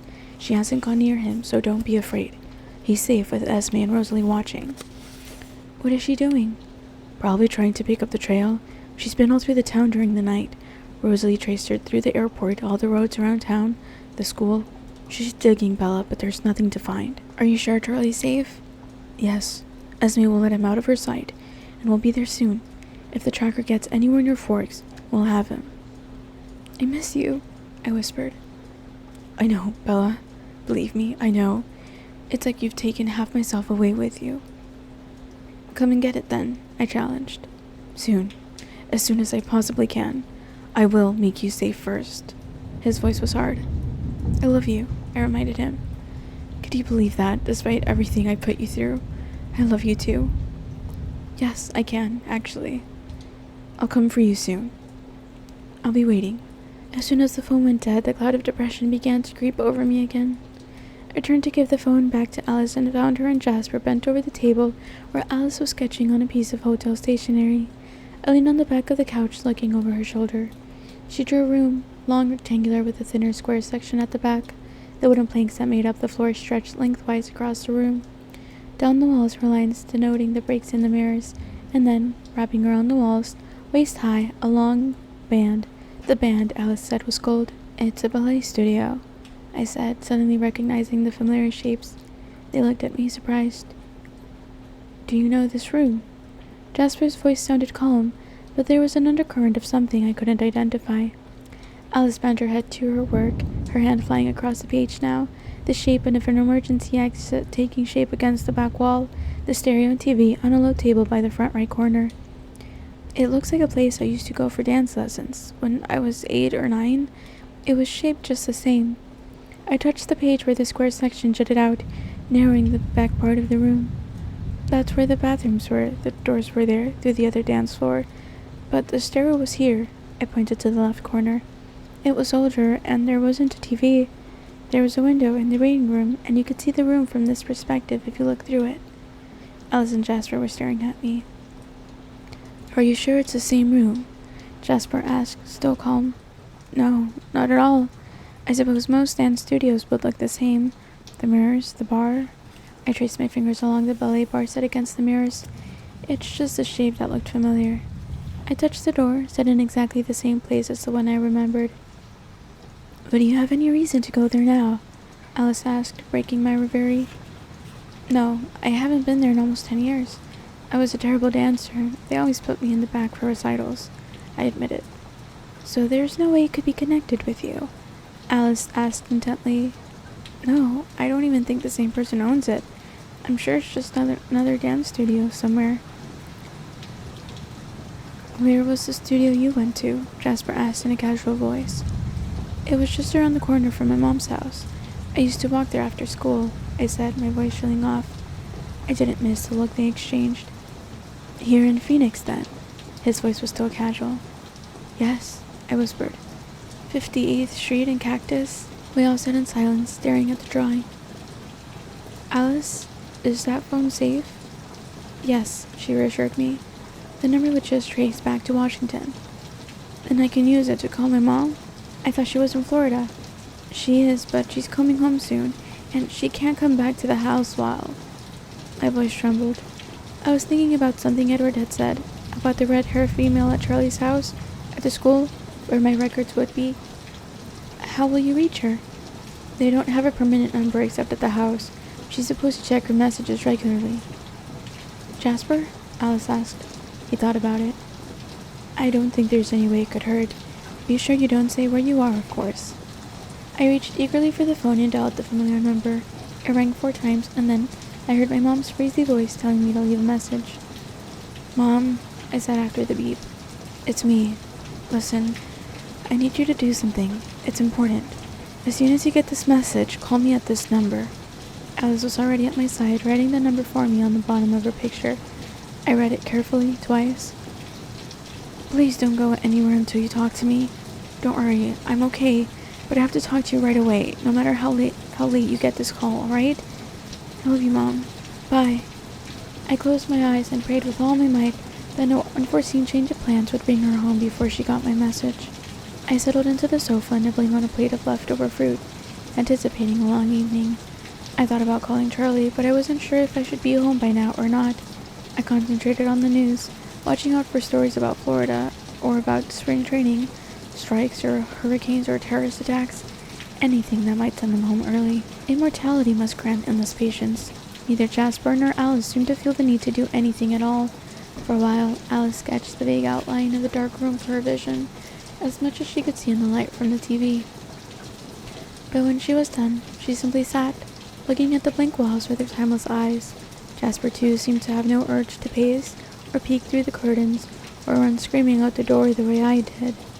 I must have fallen asleep on the couch, waiting for the phone to ring again. The touch of Alice's cold hands woke me briefly as she carried me to the bed, but I was unconscious again before my head hit the pillow. Chapter 21. Phone Call.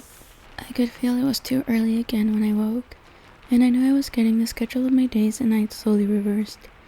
I lay in my bed and listened to the quiet voices of Alice and Jasper in the other room. That they were loud enough for me to hear it all was strange. I rolled till my feet touched the floor, and then staggered to the living room. The clock on the TV said it was just after 2 in the morning. Alice and Jasper were sitting together on the sofa, Alice sketching again while Jasper looked over his shoulder.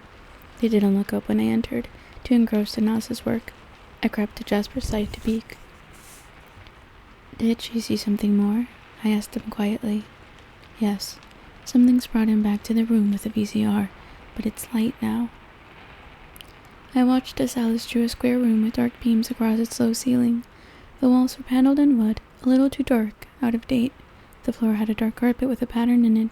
There was a large window against the south wall, and an opening through the west wall led to the living room. One side of that entrance was stone, a large tan stone fireplace that was open to both rooms.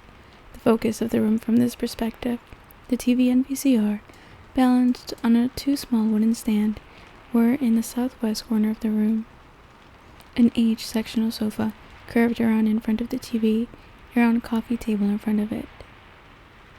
"The phone goes there," I whispered, pointing. 2 pairs of eternal eyes stared at me. "That's my mother's house." Alice was already off the couch, phone in hand, dialing. I stared at the precise rendering of my mother's family room. Uncharacteristically, Jasper slid closer to me. He lightly touched his hand to my shoulder, and the physical contact seemed to make his calming influence stronger. The panic stayed dull, unfocused. Alice's lips were trembling with the speed of her words, the low buzzing impossible to decipher. I couldn't concentrate. "Bella," Alice said. I looked at her numbly. "Bella, Edward is coming to get you. He and Emmett and Carlisle are going to take you somewhere, to hide you for a while." "Edward is coming?" The words were like a life vest, holding my head above the flood. "Yes, he's catching the first flight out of Seattle. We'll meet him at the airport, and you'll leave with him." "But my mother. He came here for my mother, Alice." Despite Jasper, the hysteria bubbled up in my voice. "Jasper and I will stay till she's safe." "I can't win, Alice. You can't guard everyone I know forever. Don't you see what he's doing? He's not tracking me at all. He'll find someone. He'll hurt someone I love. Alice, I can't." "We'll catch him, Bella," she assured me. "And what if you get hurt, Alice? Do you think that's okay with me? Do you think it's only my human family he can hurt me with?" Alice looked meaningfully at Jasper. A deep, heavy fog of lethargy washed over me, and my eyes closed without my permission.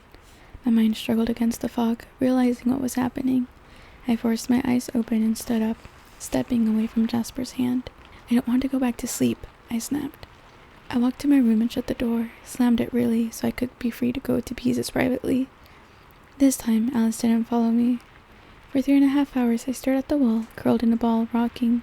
My mind went around in circles, trying to come up with some way out of this nightmare.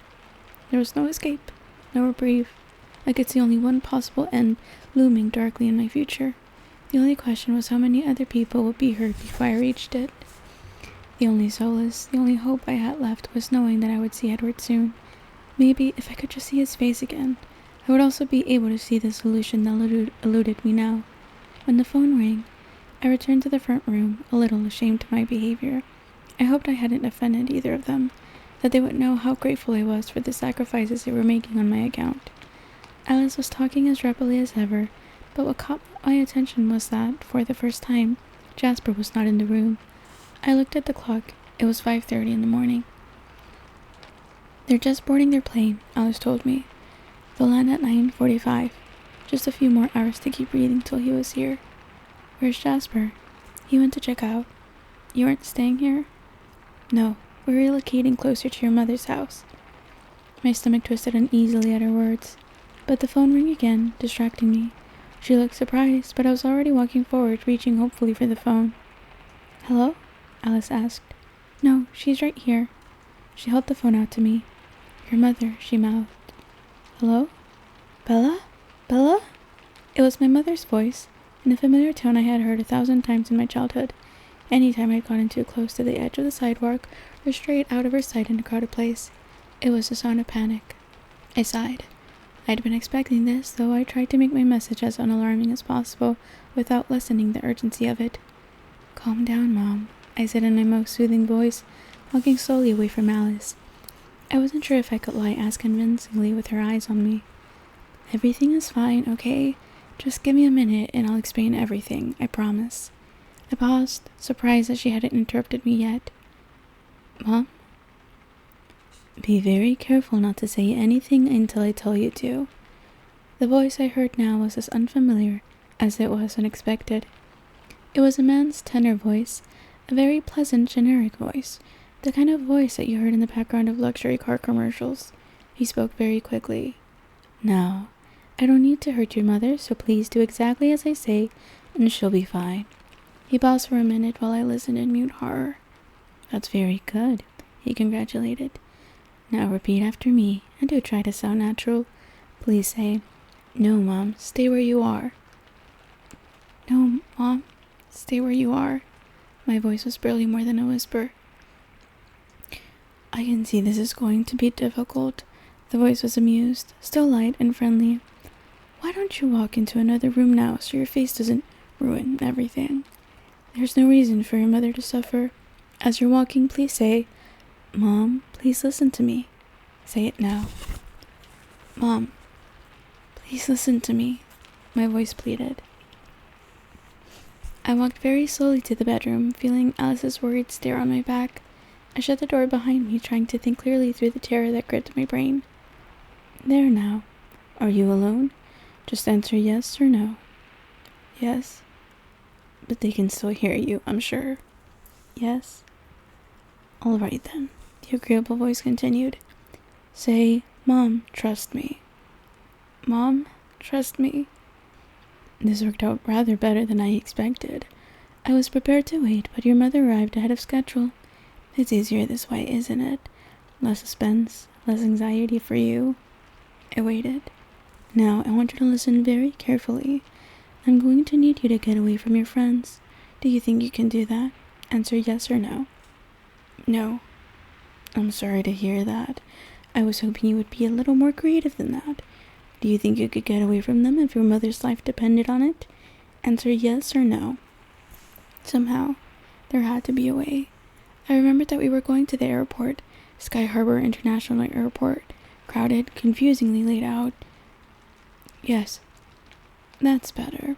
I'm sure it won't be easy, but if I get the slightest hint that you have any company, well, that would be very bad for your mother. The friendly voice promised. You must know enough about us by now to realize how quickly I would know if you tried to bring anyone along with you, and how little time I would need to deal with your mother if that was the case. Do you understand? Answer yes or no. Yes, my voice broke. Very good, Bella. Now this is what you have to do. I want you to go to your mother's house. Next to the phone there will be a number. Call it, and I'll tell you where to go from there. I already knew where I would go, and where this would end, but I would follow his instructions exactly. Can you do that? Answer yes or no. Yes. Before noon, please, Bella. I haven't got all day, he said politely. Where's Phil? I asked tersely. Be careful now, Bella. Wait until I ask you to speak, please. I waited. It's important now that you don't make your friends suspicious when you go back to them. Tell them that your mother called and that you talked her out of coming home for the time being. Now repeat after me. Thank you, Mom. Say it now. Thank you, Mom. The tears were coming. I tried to fight them back. Say, I love you, Mom. I'll see you soon. Say it now. I love you, Mom. My voice was thick. I'll see you soon, I promised. Goodbye, Bella. I look forward to seeing you again. He hung up. I held the phone to my ear. My joints were frozen with terror. I couldn't unbend my fingers to drop it. I knew I had to think, but my head was filled with the sound of my mother's panic. Seconds ticked by while I fought for control. Slowly, my thoughts started to break past that brick wall of pain. To plan, for I had no choices now but one. To go to the mirrored room, and I had no guarantees, nothing to give to keep my mother alive. I could only hope that James would be satisfied with winning the game, that beating Edward would be enough. Despair gripped me. There was no way to bargain, nothing I could offer or withhold that could influence him. But I still had no choice. I had to try. I pushed the terror back as well as I could. My decision was made. It did no good to waste time agonizing over the outcome. I had to think clearly, because Alice and Jasper were waiting for me, and evading them was absolutely essential and absolutely impossible. I was suddenly grateful that Jasper was gone. If he had been here to feel my anguish in the last 5 minutes, how could I have kept them from being suspicious? I choked back the dread. The anxiety tried to stifle it. I couldn't afford it now. I didn't know when he would return. I concentrated on my escape. I had to hope that my familiarity with the airport would turn the odds in my favor. Somehow, I had to keep Alice away. I knew Alice was in the other room waiting for me, curious, but I had to deal with one more thing in private before Jasper was back. I had to accept that I wouldn't see Edward again. Not even one last glimpse of his face to carry with me to the mirror room. I was going to hurt him, and I couldn't say goodbye. I let the waves of torture wash over me, have their way for a time. Then I pushed them back too and went to face Alice. The only expression I could manage was a dull, dead look. I saw her alarm, and I didn't wait for her to ask. I had just one script, and I'd never manage improvisation now. My mom was worried. She wanted to come home, but it's okay. I convinced her to stay away. My voice was lifeless. "We'll make sure she's fine, Bella. Don't worry." I turned away. I couldn't let her see my face. My eye fell on a blank page of the hotel stationery on the desk. I went to it slowly, a plan forming. There was an envelope there, too. That was good. "Alice," I asked slowly without turning, keeping my voice level. "If I write a letter for my mother, would you give it to her? Leave it at the house, I mean?" "Sure, Bella." Her voice was careful. She could see me coming apart at the seams. I had to keep my emotions under better control. I went into the bedroom again and knelt next to the little bedside table to write. "Edward," I wrote. My hand was shaking, the letters were hardly legible. "I love you. I'm so sorry. Yes, my mom, and I have to try. I know it may not work. I am so very, very sorry. Don't be angry with Alice and Jasper. If I get away from them, it will be a miracle. Tell them thank you for me, Alice especially, please. And please, please don't come after him. That's what he wants, I think. I can't bear it if anyone has to be hurt because of me, especially you. Please, this is the only thing I can ask you now. For me. I love you. Forgive me, Bella." I folded the letter carefully and sealed it in the envelope. Eventually he would find it. I only hoped he would understand and listen to me just this once. And then I carefully sealed away my heart. Chapter 22. Hide and Seek. It had taken much less time than I thought. All the terror, the despair, the shattering of my heart. The minutes were ticking by more slowly than usual. Jasper still hadn't come back when I returned to Alice. I was afraid to be in the same room with her, afraid that she would guess, and afraid to hide from her for the same reason. I would have thought I was far beyond the ability to be surprised, my thoughts tortured and unstable, but I was surprised when I saw Alice bent over the desk, gripping the edge with two hands. "Alice?" She didn't react when I called her name, but her head was slowly rocking side to side, and I saw her face. Her eyes were blank, dazed. My thoughts flew to my mother. Was I already too late? I hurried to her side, reaching out automatically to touch her hand. "Alice!" Jasper's voice whipped, and then he was right behind her, his hands curling over hers, loosening them from their grip on the table. Across the room, the door swung shut with a low click. "What is it?" he demanded. She turned her face away from me into his chest. "Bella," she said. "I'm right here," I replied. Her head twisted around, her eyes locking on mine, their expression still strangely blank. I realized at once that she hadn't been speaking to me. She'd been answering Jasper's question. "What did you see?" I said, and there was no question in my flat and caring voice. Jasper looked at me sharply. I kept my expression vacant and waited. His eyes were confused as he flickered swiftly between Alice's face and mine, feeling the chaos, for I could guess what Alice had seen now. I felt a tranquil atmosphere settle around me. I welcomed it, using it to keep my emotions disciplined, under control. Alice too recovered herself. "Nothing, really," she answered finally, her voice remarkably calm and convincing. "Just the same room as before." She finally looked at me, her expression smooth and withdrawn. "Did you want breakfast?" "No, I'll eat at the airport." I was very calm too. I went to the bathroom to shower.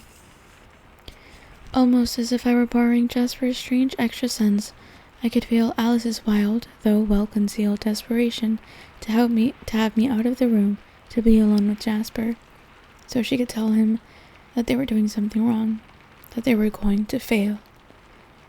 I got ready methodically, concentrating on each little task. I left my hair down, swirling around me, covering my face. The peaceful mood Jasper created worked its way through me and helped me think clearly, helped me plan. I dug through my bag until I found my sock full of money.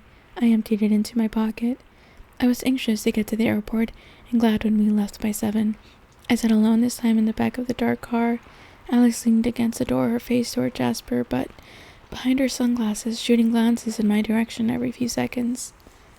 "Alice?" I asked indifferently. She was wary. "Yes?" "How does it work? The things that you see?"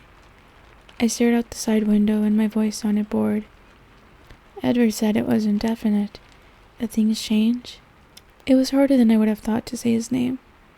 That must have been what alerted Jasper, why a fresh wave of serenity filled the car. "Yes, things change," she murmured. Hopefully, I thought. "Some things are more certain than others, like the weather. People are harder.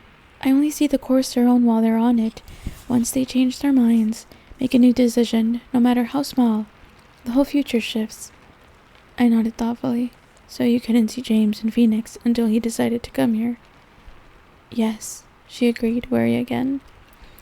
And she hadn't seen me in the mirror room with James until I'd made the decision to meet him there. I tried not to think about what else she might have seen. I didn't want my panic to make Jasper more suspicious. They would be watching me twice as carefully now anyway, after Alice's vision. This was going to be impossible. We got to the airport. Luck was with me, or maybe it was just good odds. Edward's plane was landing in Terminal 4, the largest terminal where most flights landed, so it wasn't surprising that his was.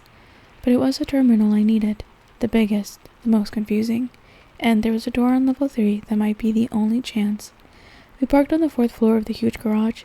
I led the way, for once more knowledgeable about my surroundings than they were. We took the elevator down to level 3, where the passengers unloaded. Alice and Jasper spent a long time looking at the departing flights board. I could hear them discussing the pros and cons of New York, Atlanta, Chicago, places I'd never seen, and would never see. This girl actually thinks she's gonna die. Sorry, and it's not because, what is it? And it's not insane that she thinks she's actually gonna die because it's completely logical. She's going to meet up with a vampire who literally wants her dead and has her mom hostage, or so she thinks. What's insane is that she's just, walking to it. I mean, I get it, right? The point is that she's doesn't feel like she has a choice, but it's still pretty wild. You know, people often say that Bella's, has no personality and that she's boring, whatever. But they're completely, absolutely unequivocally wrong. Bella has a personality. She is psychotically insane. And stubborn and other fun stuff. But mostly just insane. That's, the biggest part. I waited for my opportunity, impatient, unable to stop my toe from tapping. We sat in the long rows of chairs by the metal detectors, Jasper and Alice pretending to people watch, but really watching me. Every inch I shifted in my seat was followed by a quick glance out of the corner of their eyes. It was hopeless. Should I run? Would they dare to stop me physically in this public place? Or would they simply follow? I pulled the unmarked envelope out of my pocket and set it on top of Alice's black leather bag. She looked at me. "My letter," I said. She nodded, tucking it under the top flap. He would find it soon enough. The minutes passed and Edward's arrival grew closer. It was amazing how every cell in my body seemed to know he was coming, to long for his coming. That made it very hard. I found myself trying to think of excuses to stay, to see him first and then make my escape. But I knew that was impossible if I was going to have any chance to get away. Several times Alice offered to go get breakfast with me. Later, I told her, not yet. I stared at the arrival board, watching as flight after flight arrived on time. The flight from Seattle crept closer to the top of the board. And then, when I had only 30 minutes to make my escape, the numbers changed. His plane was 10 minutes early. I had no more time. "I think I'll eat now," I said quickly. Alice stood. "I'll come with you." "Do you mind if Jasper comes instead?" I asked. "I'm feeling a little—" I didn't finish the sentence. My eyes were wild enough to convey what I didn't say. Jasper stood up. Alice's eyes were confused, but I saw to my relief, not suspicious. She must be attributing the change in her vision to some maneuver of the trackers rather than a betrayal by me. Jasper walked silently beside me, his hands on the small of my back as if he were guiding me. I pretended a lack of interest in the first few airport cafes, my head scanning for what I really wanted. And there it was, around the corner, out of Alice's sharp sight, a level 3 ladies' room. Do you mind?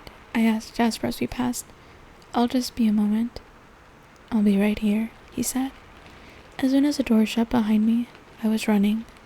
I remembered the time I had gotten lost from this bathroom because it had 2 exits. Outside the far door, it was only a short sprint to the elevators, and if Jasper stayed where he said he would, I'd never be in his line of sight. I didn't look behind me as I ran.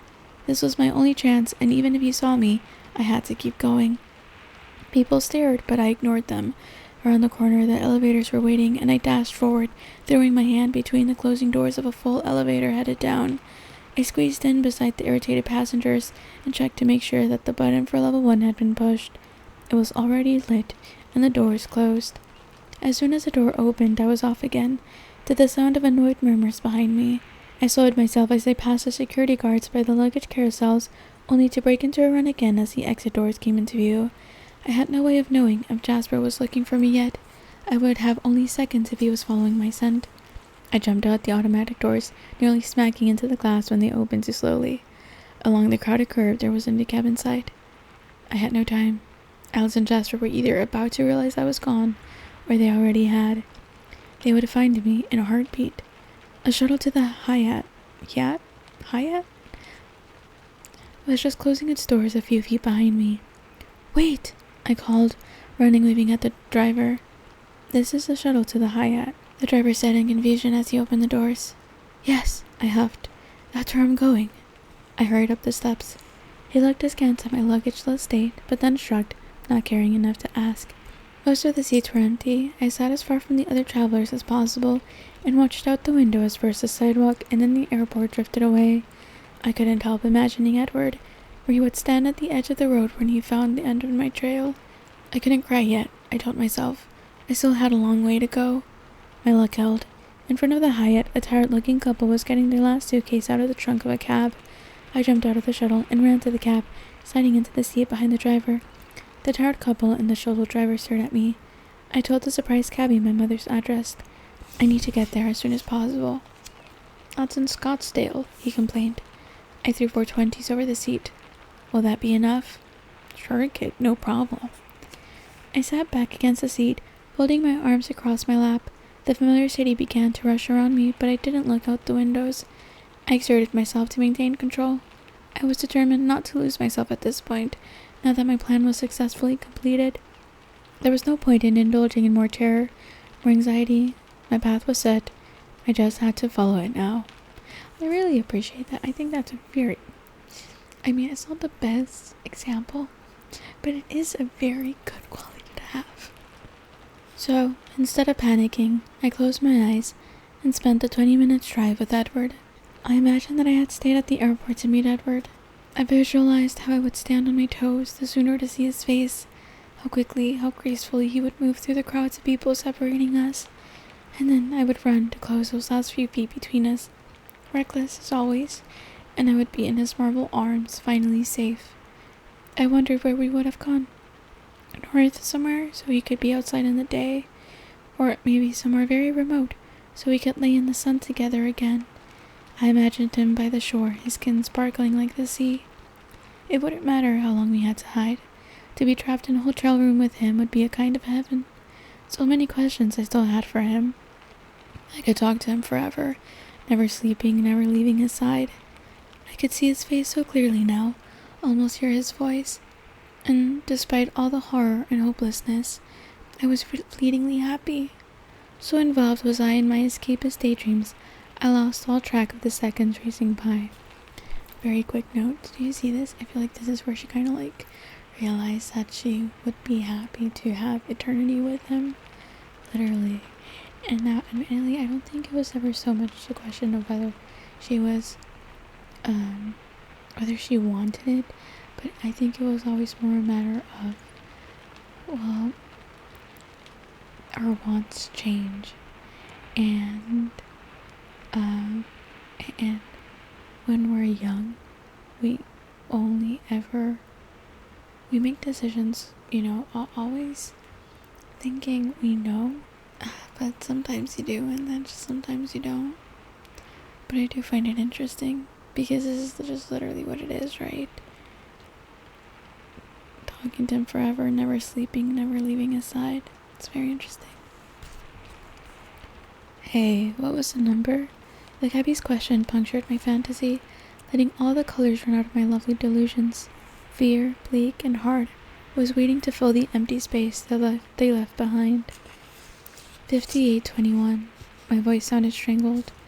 The cabbie looked at me, nervous that I was having an episode or something. Here we are, then. He was anxious to get me out of his car, probably hoping I wouldn't ask for my change. Thank you, I whispered. There was no need to be afraid, I reminded myself. The house was empty. I had to hurry. My mom was waiting for me, frightened, depending on me. I ran to the door, reaching up automatically to grab the key under the eave. I unlocked the door. It was dark inside, empty, normal. I ran to the phone, turning on the kitchen light on my way. There, on the whiteboard, was a 10-digit number written in a small, neat hand. My fingers stumbled over the keypad, making mistakes. I had to hang up and start again. I concentrated only on the buttons this time, carefully pressing each one in turn. I was successful. I held the phone to my ear with a shaking hand. It rang only once. Hello, Bella, that easy voice answered. That was very quick. I'm impressed. Is my mom alright? She's perfectly fine. Don't worry, Bella. I have no quarrel with her. Unless you didn't come alone, of course. Light, amused. I'm alone. I'd never been more alone in my entire life. Very good. Now, do you know the ballet studio just around the corner from your home? Yes, I know how to get there. Well then, I'll see you very soon. I hung up. I ran from the room, through the door, into the baking heat. There was no time to look back at my house, and I didn't want to see it as it was now. Empty. A symbol of fear instead of sanctuary. The last person to walk through those familiar rooms was my enemy. From the corner of my eye, I could almost see my mother standing in the shade of the big eucalyptus tree where I'd played as a child, or kneeling by the little plot of dirt around the mailbox, the cemetery of all the flowers she tried to grow. The memories were better than any reality I would see today, but I raced away from them, toward the corner, leaving everything behind me. I felt so slow, like I was running through wet sand. I couldn't seem to get enough purchase from the concrete. I tripped several times, once falling, catching myself with my hands, scraping them on the sidewalk, and then lurching up to plunge forward again. But at last, I made it to the corner. Just another street now.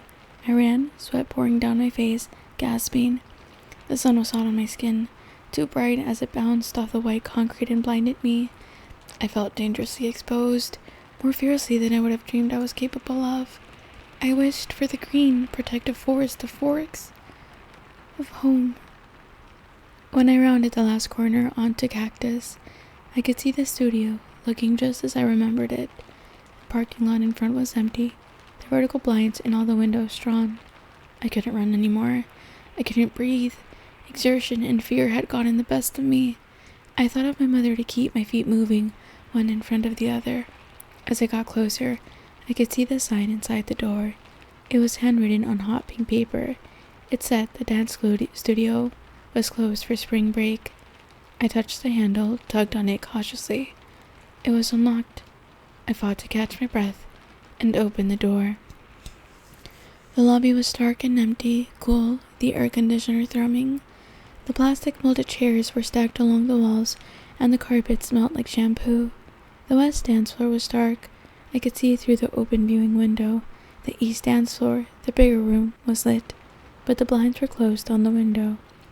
Terror seized me so strongly that I was literally trapped by it.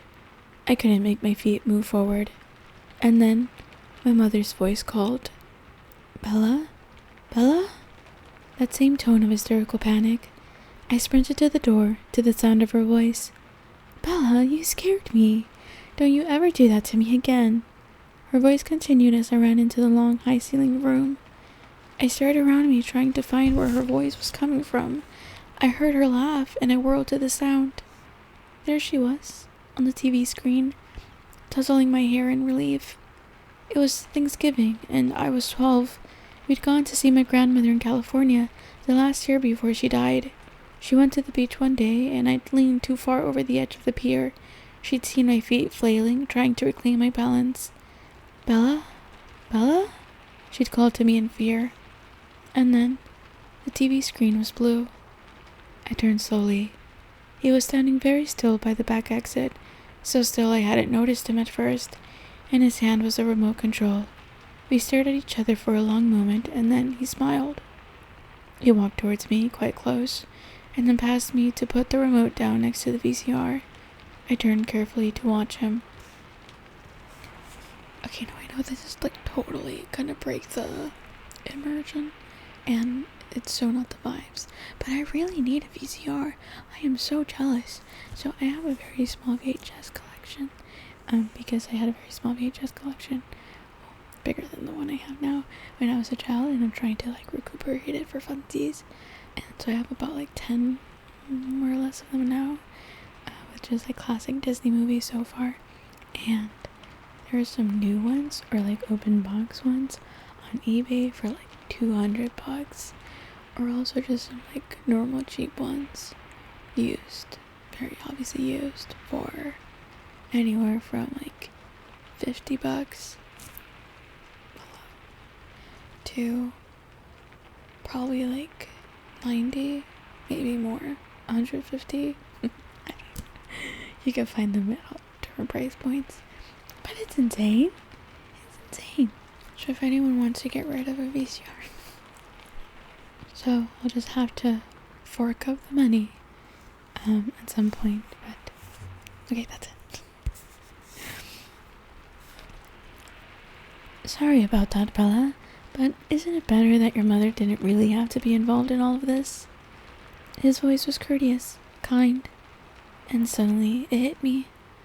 My mother was safe. She was still in Florida. She'd never gotten my message.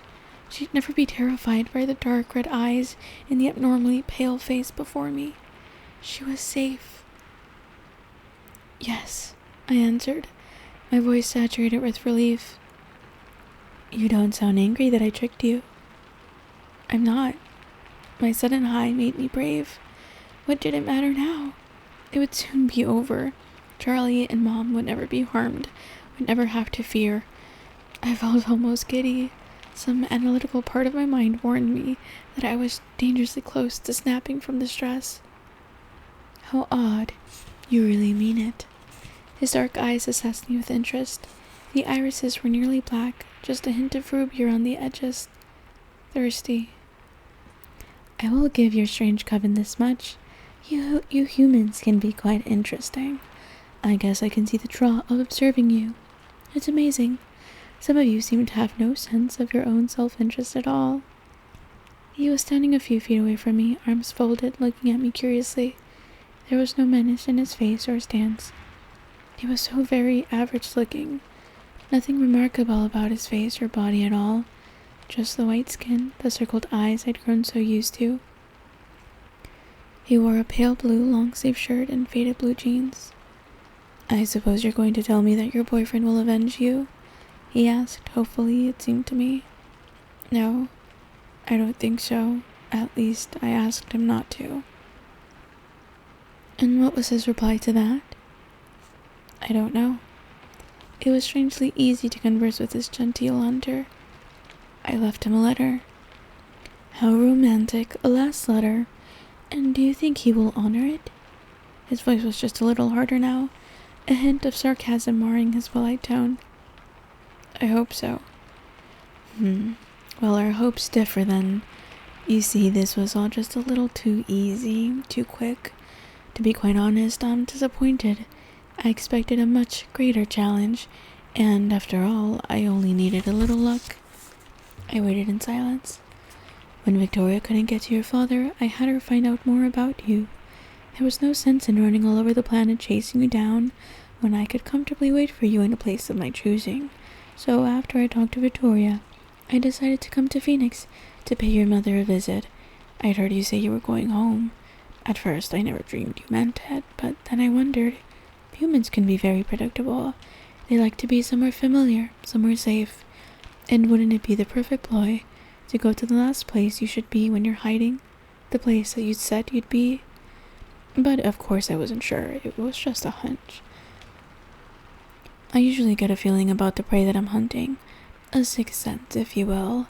I listened to your message when I got to your mother's house, but of course I gotta be sure where you'd called from. It was very useful to have your number, but you could have been in Antarctica for all I knew, and the game wouldn't work unless you were close by. Then your boyfriend got on a plane to Phoenix. Victorious was monitoring them for me, naturally. In a game with this many players, I couldn't be working alone. And so they told me what I'd hoped, that you were here after all. I was prepared. I'd already been through your charming home movies, and then it was simply a matter of the bluff. Very easy, not really up to my standards. So, you see, I'm hoping you're wrong about your boyfriend. Edward, isn't it? I didn't answer. The bravado was wearing off. I sensed that he was coming to the end of his gloat. It wasn't meant for me anyway. There was no glory in beating me, a weak human. Would you mind very much if I left a little letter of my own for your Edward? He took a step back and touched a palm-sized digital video camera balanced carefully on top of the stereo.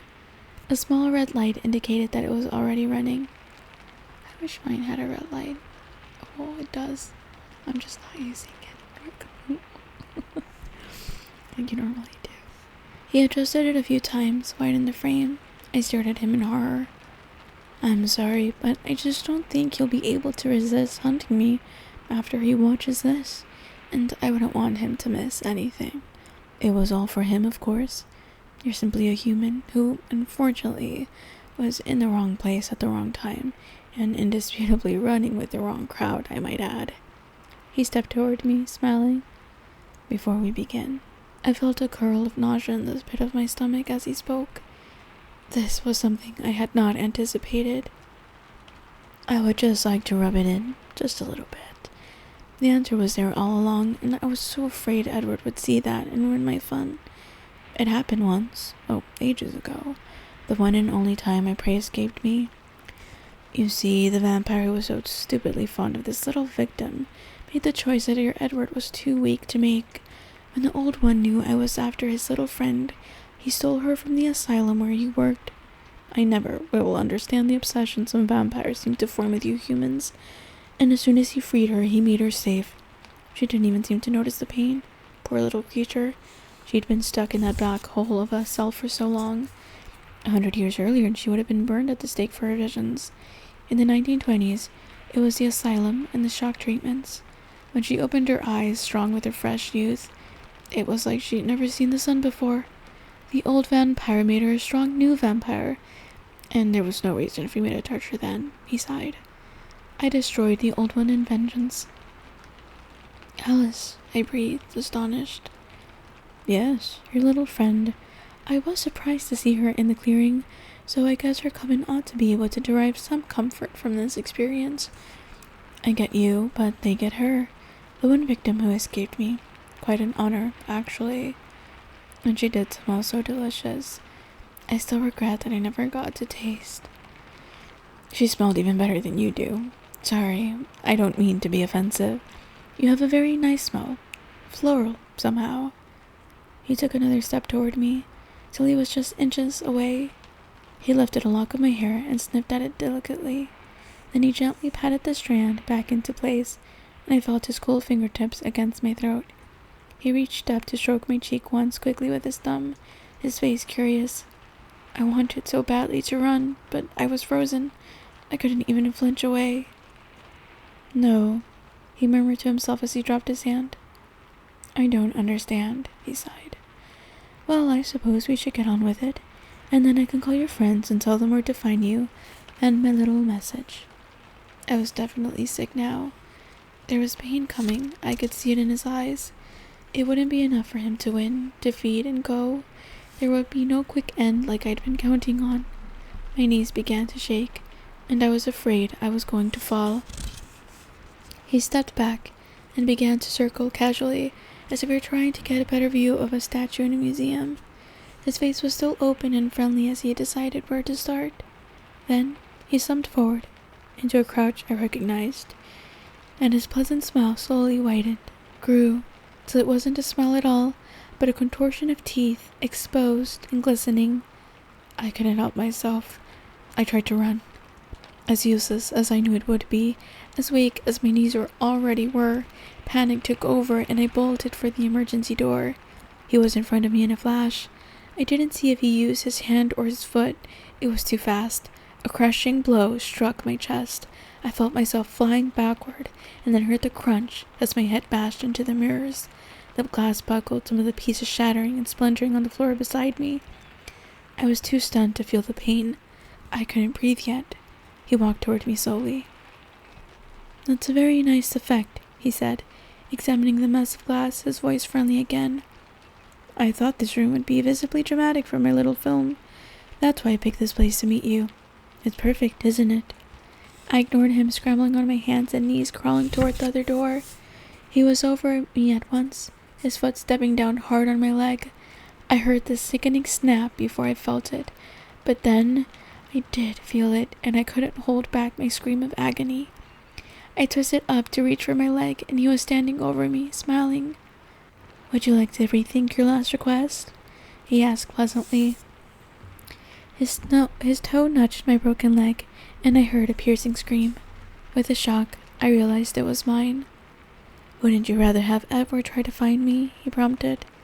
"No," I croaked. "No, Edward, don't." And then something smashed into my face, throwing me back into the broken mirrors. Over the pain of my leg, I felt the sharp rip across my scalp where the glass cut into it, and then the warm wetness began to spread through my hair with alarming speed. I could feel it soaking the shoulder of my shirt, hear it dripping on the wood below. The smell of it twisted my stomach. Through the nausea and dizziness, I saw something that gave me a sudden, final shred of hope. His eyes, nearly intent before, now burned with an uncontrollable need. The blood, spreading crimson across my white shirt, pulling rapidly on the floor, was driving him mad with thirst. No matter his original intentions, he couldn't draw this out much longer.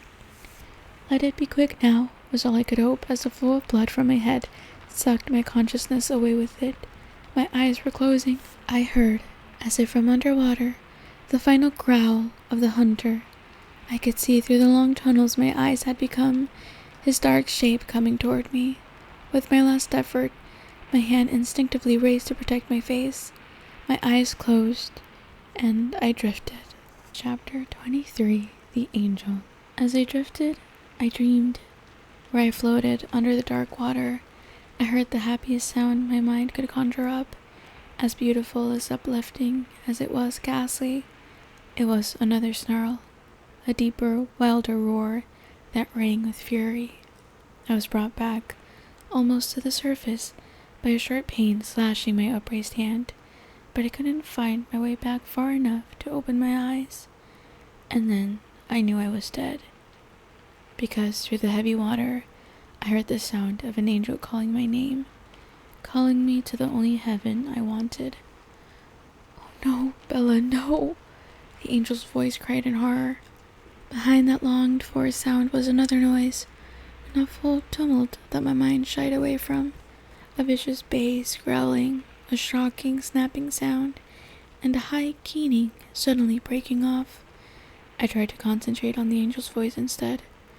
"Bella, please, Bella, listen to me, please, please, Bella, please," he begged. "Yes," I wanted to say, anything, but I couldn't find my lips. "Carlisle," the angel called, agony in his perfect voice. "Bella, Bella, no, oh please, no, no," and the angel was sobbing tearless, broken sobs. The angel shouldn't weep. It was wrong. I tried to find him, to tell him everything was fine, but the water was so deep, it was pressing on me, and I couldn't breathe. There was a point of pressure against my head. It hurt. Then, as that pain broke through the darkness to me, other pains came, stronger pains. I cried out, gasping, breaking through the dark pool. "Bella!" the angel cried. "She saw some blood, but the head wound isn't deep," a calm voice informed me. "Watch out for her leg, it's broken." A howl of rage strangled on the angel's lips. I felt a sharp stab in my side. This couldn't be heaven, could it? There was too much pain for that. Some ribs too, I think, the methodical voice continued. But the sharp pains were fading. There was a new pain, a scalding pain in my hand that was overshadowing everything else. Someone was burning me. Edward, I tried to tell him, but my voice was so heavy and so I couldn't understand myself. Bella, you're going to be fine. Can you hear me, Bella? I love you. Edward, I tried again. My voice was a little clearer. Yes, I'm here. It hurts, I whimpered. I know, Bella, I know. And then, away from me, anguished. Can't you do anything? My bag, please. Hold your breath, Alice. It will help, Carl promised. Alice? I groaned. She's here. She knew where to find you. My hand hurts, I tried to tell him. I know, Bella. Carla will give you something. It will stop. My hand is burning, I screamed, finally breaking through the last of the darkness, my eyes fluttering open. I couldn't see his face. Something dark and warm was clouding my eyes. Why couldn't they see the fire and put it out? His voice was frightened. Bella? The fire! Someone stop the fire! I screamed as it burned me. Carlisle, her hand. He bit her. Carlisle's voice was no longer calm. It was appalled. I heard Edward catch his breath in horror. Edward, you have to do it. It was Alice's voice, close by my head. Cold fingers brushed at the wetness in my eyes. No, he bellowed. Alice, I moaned. There may be a chance, Carlisle said. What? Edward begged. See if you can suck the venom back out. The wound is fairly clean. As Carlisle spoke, I could feel more pressure on my head, something poking and pulling at my scalp. The pain of it was lost in the pain of the fire. Will that work? Alice's voice was strained. I don't know, Carlisle said, but we have to hurry. Carlisle, Edward hesitated. I don't know if I can do that. There was agony in his beautiful voice again. It's your decision, Edward. Either way, I can't help you. I have to get this bleeding stopped here if you're going to be taking blood from her hand. I writhed in the grip of the fiery torture, the movement making the pain in my leg flare sickeningly. Edward! I screamed. I realized my eyes were closed again. I opened them, desperate to find his face. And I found him. Finally, I could see his perfect face staring at me, twisted into a mask of indecision and pain. Alice, get me something to brace your leg. Carlisle was bent over me, working on my head. Edward, you must do it now, or it will be too late. Edward's face was drawn. I watched his eyes as the doubt was suddenly replaced with a blazing determination. His jaw tightened. I felt his cool, strong fingers on my burning hand, locking it in place. Then his head bent over it, and his cold lips pressed against my skin. At first, the pain was worse. I screamed and thrashed against the cool hands that held me back. I heard Alice's voice trying to call me. Something heavy held my leg to the floor, and Carlisle had my head locked in the vice of his stone arms. Then, slowly, my writhing calmed as my hand grew more and more numb. The fire was dulling, focusing into an even smaller point. I felt my consciousness slipping as the pain subsided. I was afraid to fall into the black waters again, afraid I would lose him in the darkness. Edward, I tried to say, but I couldn't hear my voice. They could hear me. He's right here, Bella. Stay, Edward. Stay with me. I will. His voice was strained, but somehow triumphant. I sighed contentedly. The fire was gone, the other pains dulled by a sleepiness seeping through my body. Is it all out? Carlisle asked from somewhere far away. Her blood tastes clean, Edward said quietly. I can taste the morphine. Bella? Carlisle called to me. I tried to answer. Is the fire gone? Yes, I sighed. Thank you, Edward. I love you, he answered. I know. I breathed, so tired. I heard my favorite sound in the world. Edward's quiet laugh, weak with relief. Bella? Carlisle asked again. I frowned. I wanted to sleep. What? Where is your mother? In Florida, I sighed. He tricked me, Edward. He watched our videos. The outrage in my voice was pitifully frail, but that reminded me. Alice, I tried to open my eyes. Alice, the video. He knew you, Alice. He knew where you came from. I meant to speak urgently, but my voice was feeble. I smell gasoline, I added, surprised through the haze in my brain. It's time to move her, Carlos said. No, I want to sleep, I complained. You can sleep, sweetheart. I'll carry you. Edward soothed me, and I was in his arms, cradled against his chest, floating, all the pain gone. Sleep now, Bella, were the last words I heard. Chapter 24, An Impasse. My eyes opened to a bright white light.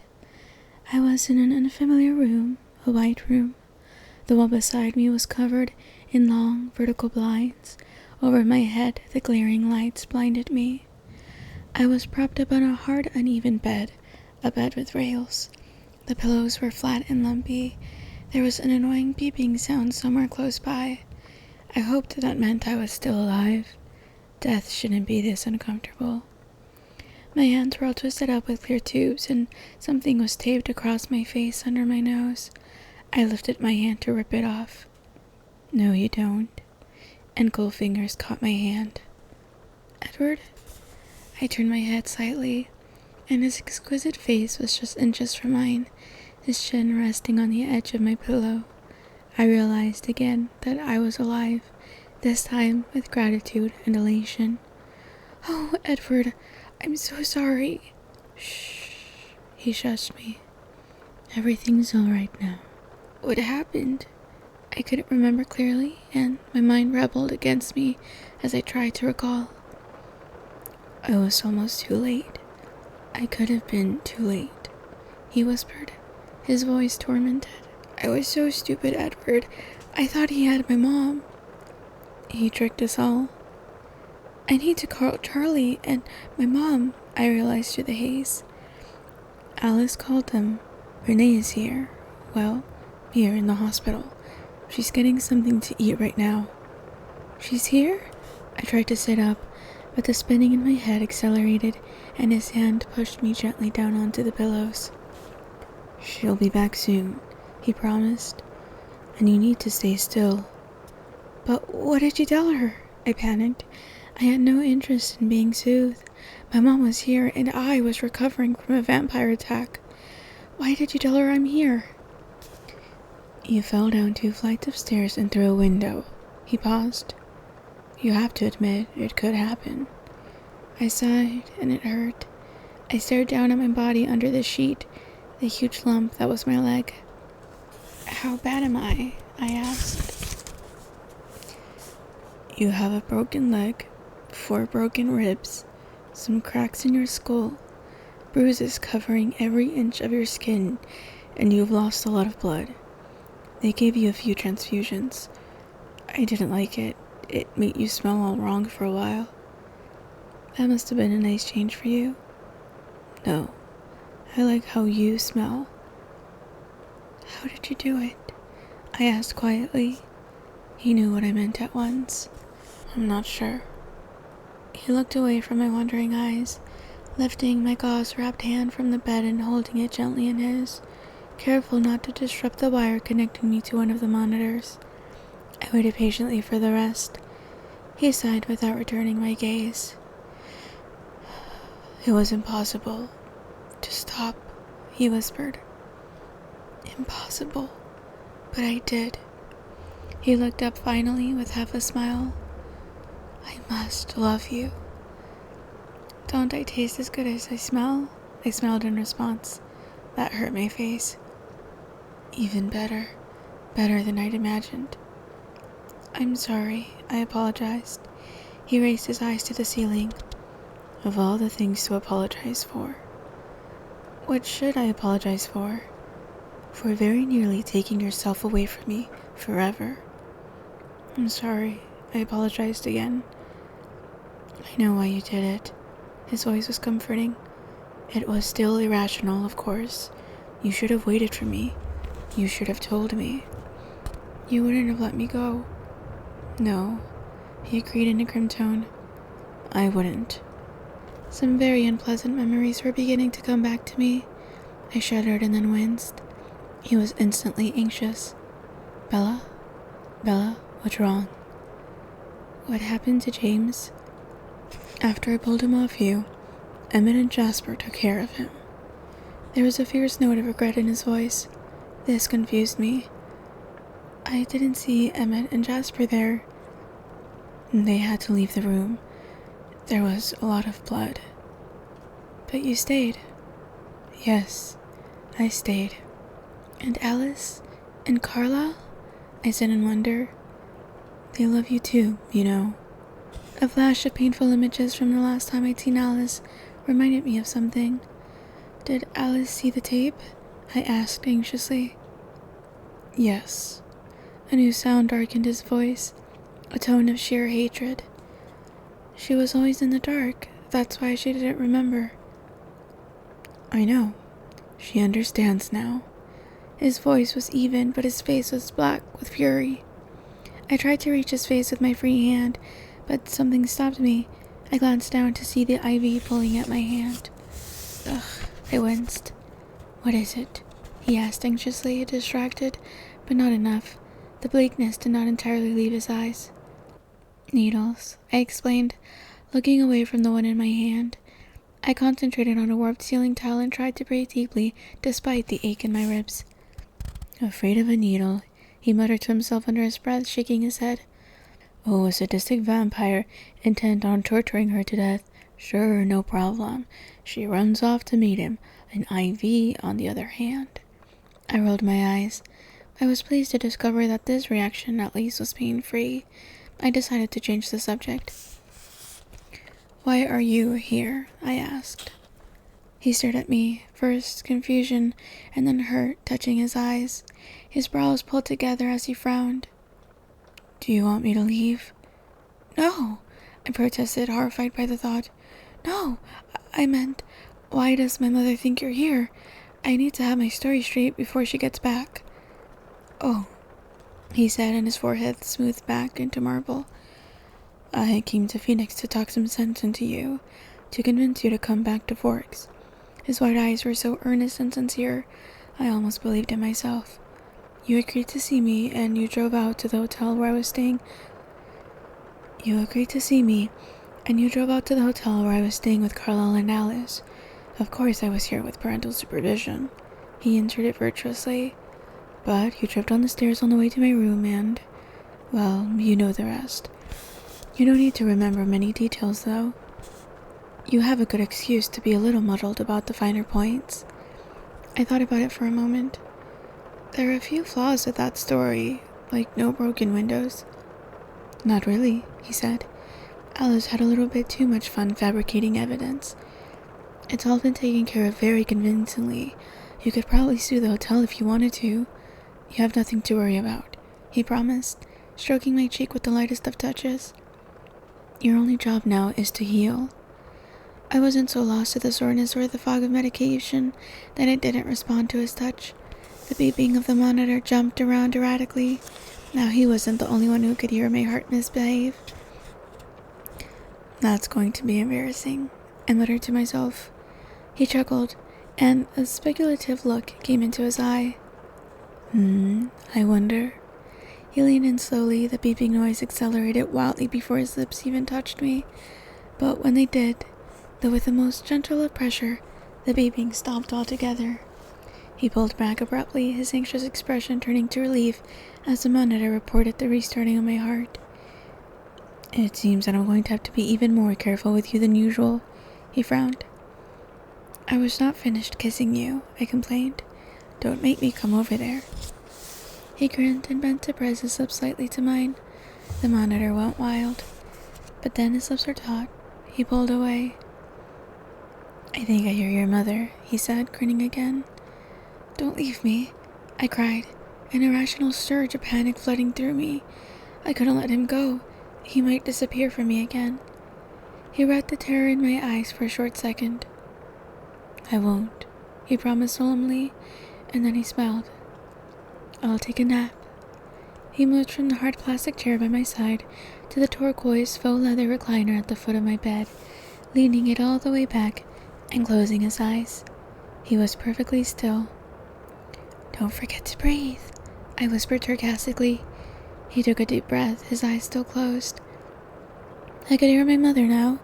She was talking to someone, maybe a nurse, and she sounded tired and upset. I wanted to jump out of the bed and run to her, to calm her, promise that everything was fine, but I wasn't in any sort of shape for jumping, so I waited impatiently. The door opened a crack and she peeked through. "Mom," I whispered, my voice full of love and relief.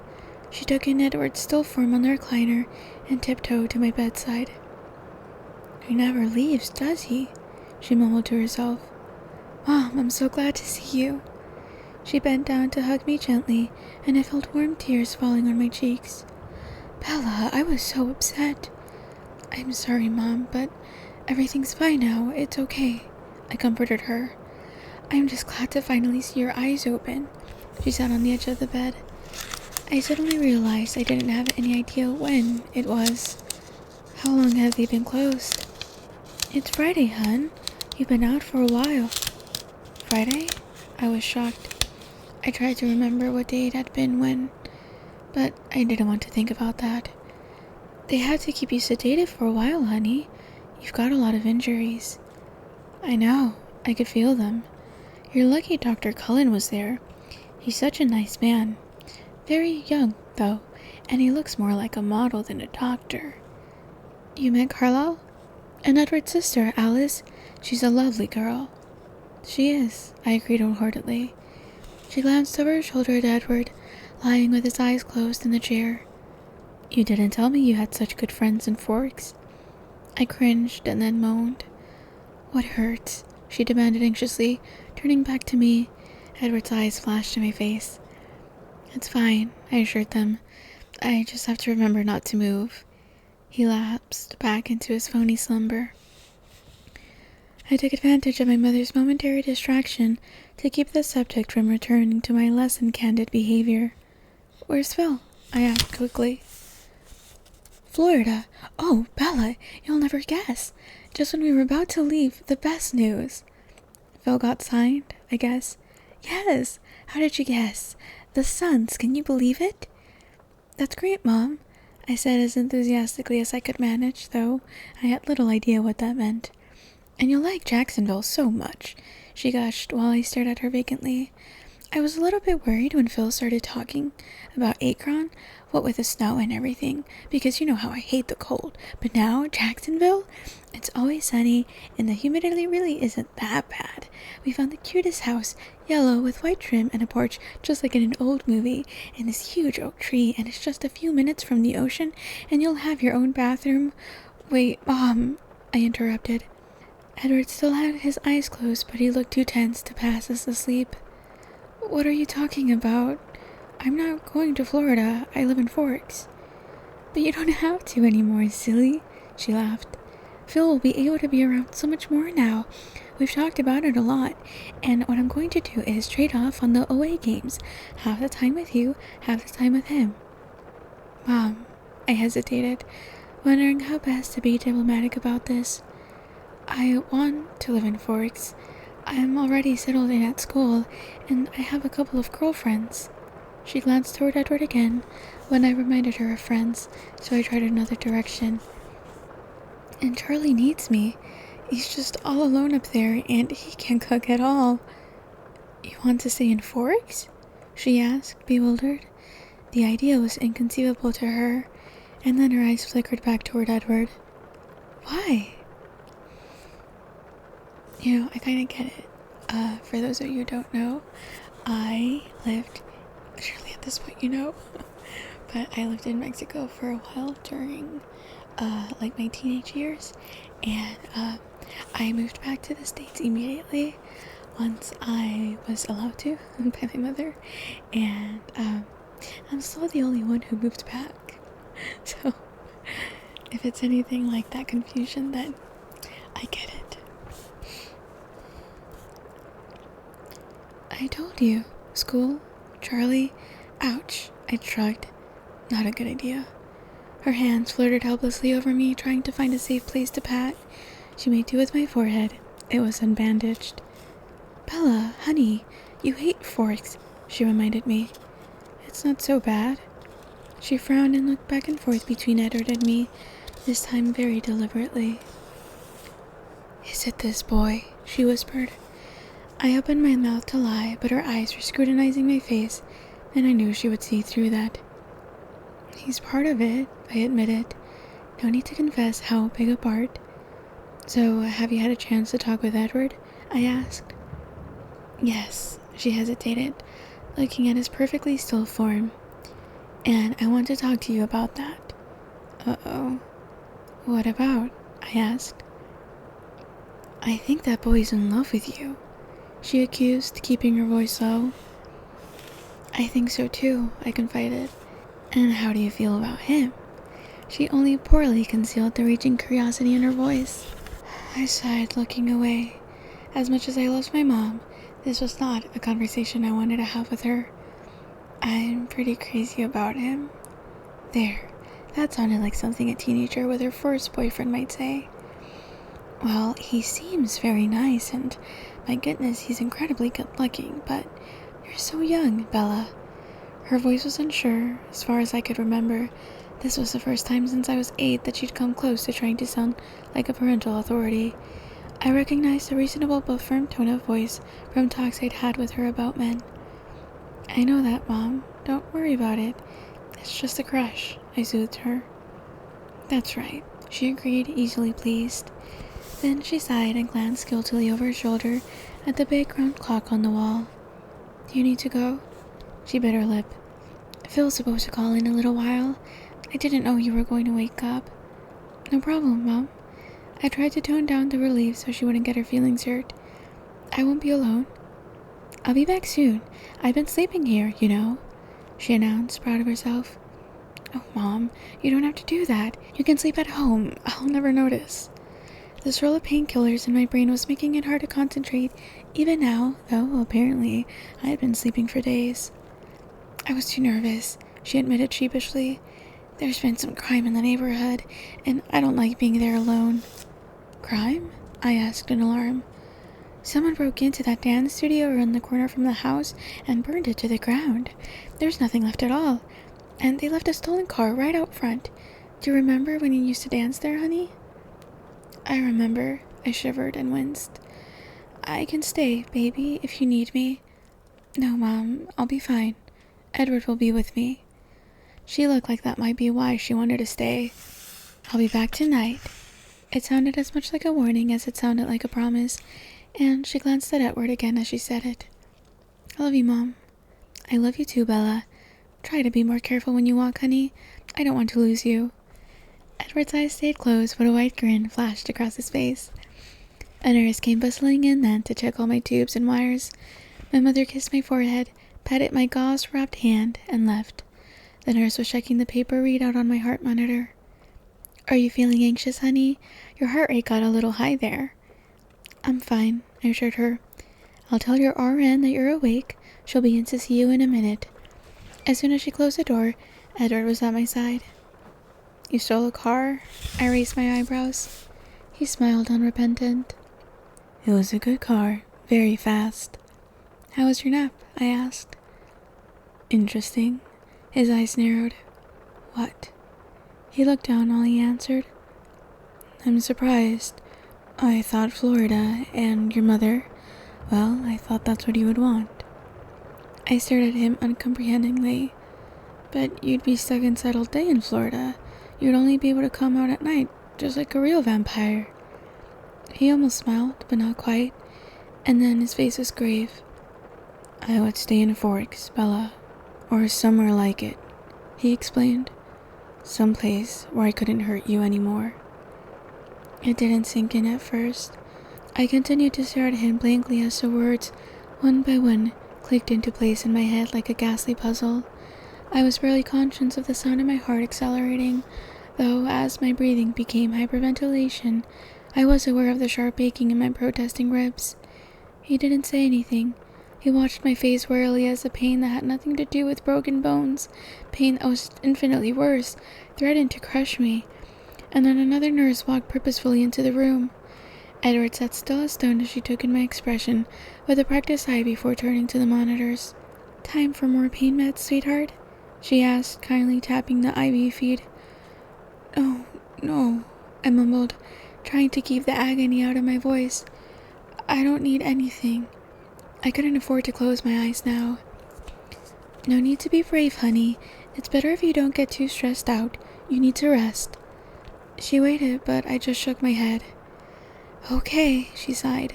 "Hit the call button when you're ready." She gave Edward a stern look and threw one more anxious glance at the machinery before leaving. His cold hands were on my face. I stared at him with wild eyes. "Shh, Bella, calm down." "Don't leave me," I begged in a broken voice. "I won't," he promised. "Now relax before I call the nurse back to sedate you." But my heart couldn't slow. "Bella," he stroked my face anxiously. "I'm not going anywhere. I'll be right here as long as you need me." "Do you swear you won't leave me?" I whispered. I tried to control the gasping at least. My ribs were throbbing. He put his hands on either side of my face and brought his face close to mine. His eyes were wide and serious. "I swear." The smell of his breath was soothing. It seemed to ease the ache of my breathing. He continued to hold my gaze while my body slowly relaxed and the beeping returned to a normal pace. His eyes were dark, closer to black than gold today. "Better?" he asked. "Yes," I said cautiously. He shook his head and muttered something unintelligible. I thought I picked out the word overreaction. "Why did you say that?"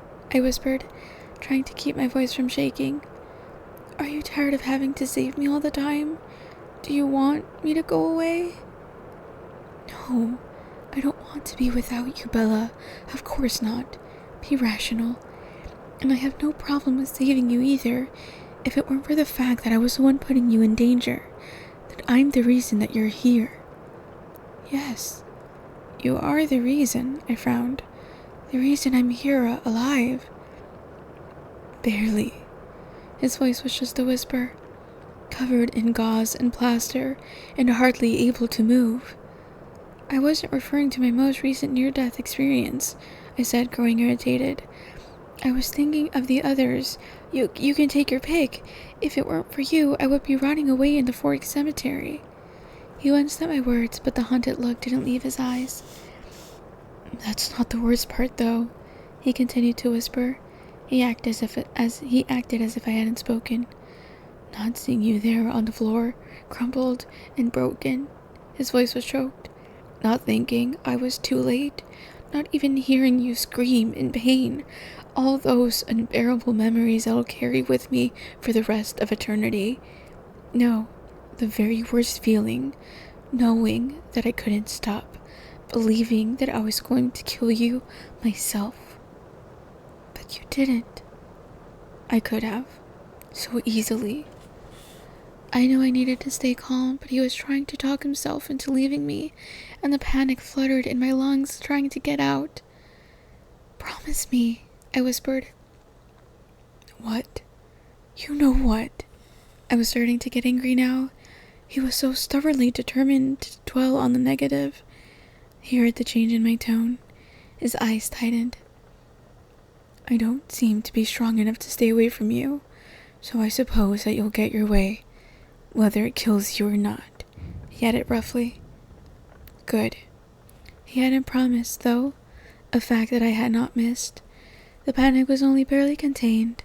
I had no strength left to control the anger. "You told me how you stopped. Now I want to know why," I demanded. "Why?" he repeated wearily. "Why you did it. Why you didn't just let the venom spread. By now I would be just like you." Edward's eyes seemed to turn flat black, and I remembered that this was something he'd never intended me to know. Alice must have been preoccupied by the things she learned about herself, or she'd been very careful with her thoughts around him. Clearly he had no idea that she'd filled me in on the mechanics of vampire conversions. He was surprised and infuriated. His nostrils flared, his mouth looked as if it was chiseled from stone. He wasn't going to answer, that much was clear. I'll be the first to admit that I have no experience with relationships, I said. But it just seems logical.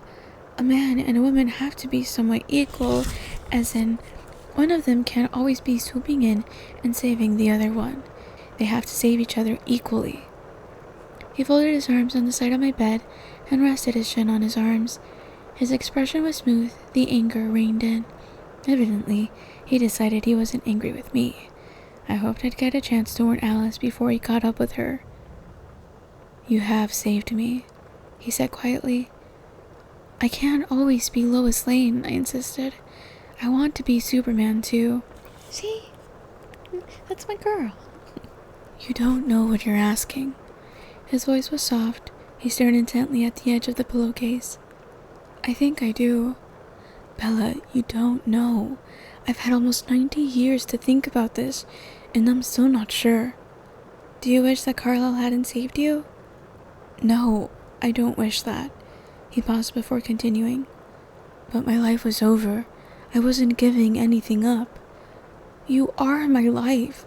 You're the only thing it would hurt me to lose. I was getting better at this. It was easy to admit how much I needed him. He was very calm, though. Decided, I can't do it, Bella. I won't do that to you. Why not? My throat rasped and the words weren't as loud as I'd meant them to be. Don't tell me it's too hard. After today, or I guess it was a few days ago. Anyways, after that, it should be nothing. He glared at me. And the pain? He asked. I blanched. I couldn't help it, but I tried to keep my expression from showing how clearly I remembered the feeling, the fire in my veins.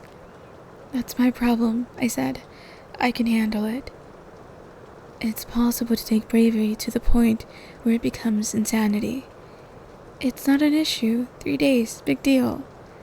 Edward grimaced again as my words reminded him that I was more informed than he ever intended me to be. I watched him repress the anger, watched as his eyes grew speculative. Charlie? He asked curtly. Renee? Minutes passed in silence as I struggled to answer his question. I opened my mouth, but no sound came out. I closed it again. He waited and his expression became triumphant because he knew I had no true answer. Look, that's not an issue either, I finally muttered. My voice was as unconvincing as it always was when I lied. Renee has always made the choices that work for her. She'd want me to do the same. And Charlie's resilient. He's used to being on his own. I can't take care of them forever. I have my own life to live. It's interesting that she calls Renee, and not Mom. Exactly, he snapped. And I won't end it for you. If you're waiting for me to be on my deathbed, I've got news for you. I was just there. You're going to recover, he reminded me. I took a deep breath to calm myself, ignoring the spasm of pain it triggered. I stared at him, and he stared back. There was no compromise in his face.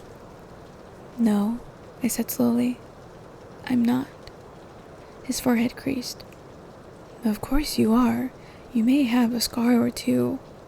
You're wrong, I insisted. I'm going to die. Really, Bella? He was anxious now.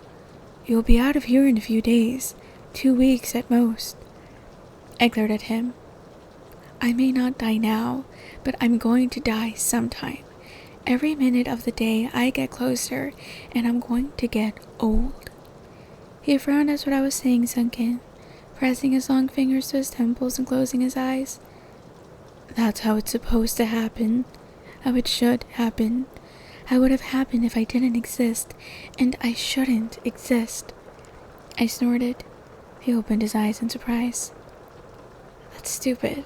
That's like going to someone who's just won the lottery, taking their money and saying, look, let's just go back to how things should be. It's better that way, and I'm not buying it. I'm hardly a lottery prize, he growled.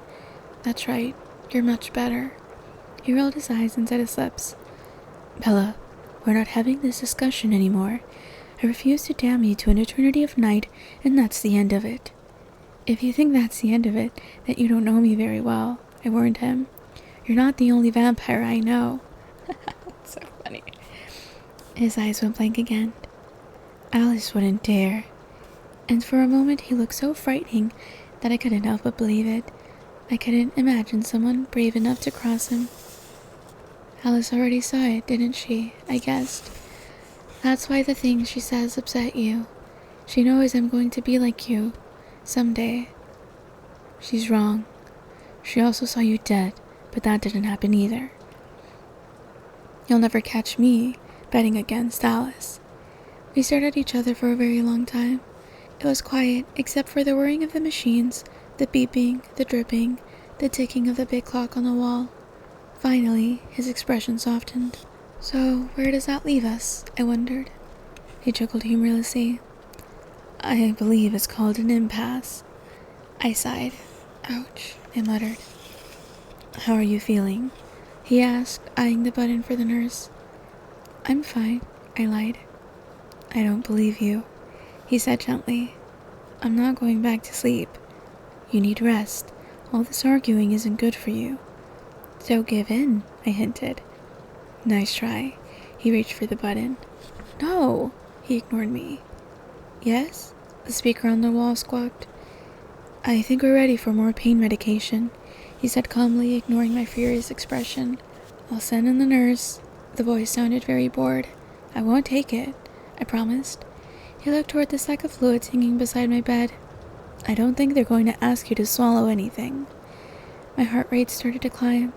He read the fear in my eyes and sighed in frustration. Bella, you're in pain. You need to relax so you can heal. Why are you being so difficult? They're not going to put any more needles in you now. I'm not afraid of the needles, I mumbled. I'm afraid to close my eyes. Then he smiled his crooked smile and took my face between his hands. I told you, I'm not going anywhere. Don't be afraid. As long as it makes you happy, I'll be here. I smiled back, ignoring the ache in my cheeks. You're talking about forever, you know. Oh, you'll get over it. It's just a crush. I shook my head in disbelief. It made me dizzy. I was shocked when Renee swallowed that one. I know you know better. That's the beautiful thing about being human, he told me. Things change. My eyes narrowed. Don't hold your breath. He was laughing when the nurse came in, brandishing a syringe. Excuse me, she said brusquely to Edward. He got up and crossed to the end of the small room, leaning against the wall. He folded his arms and waited. I kept my eyes on him, still apprehensive. He met my gaze calmly. Here you go, honey. The nurse smiled as she injected the medicine into my tube. You'll feel better now. Thanks, I mumbled, unenthusiastic. It didn't take long. I could feel the drowsiness trickling through my bloodstream almost immediately. That ought to do it, she muttered as my eyelids drooped. She must have left the room because something cold and smooth touched my face. Stay. The word was slurred. I will, he promised. His voice was beautiful, like a lullaby. Like I said, as long as it makes you happy, as long as it's what's best for you. I tried to shake my head, but it was too heavy. It's not the same thing, I mumbled. He laughed. Don't worry about that now, Bella. You can argue with me when you wake up. I think I smiled. Okay. I could feel his lips at my ear. I love you, he whispered. Me too. I know, he laughed quietly. I turned my head slightly, searching. He knew what I was after. His lips touched mine gently. Thanks, I sighed. Anytime. I wasn't really there at all anymore, but I fought against the super weakly. There was just one more thing I wanted to tell him.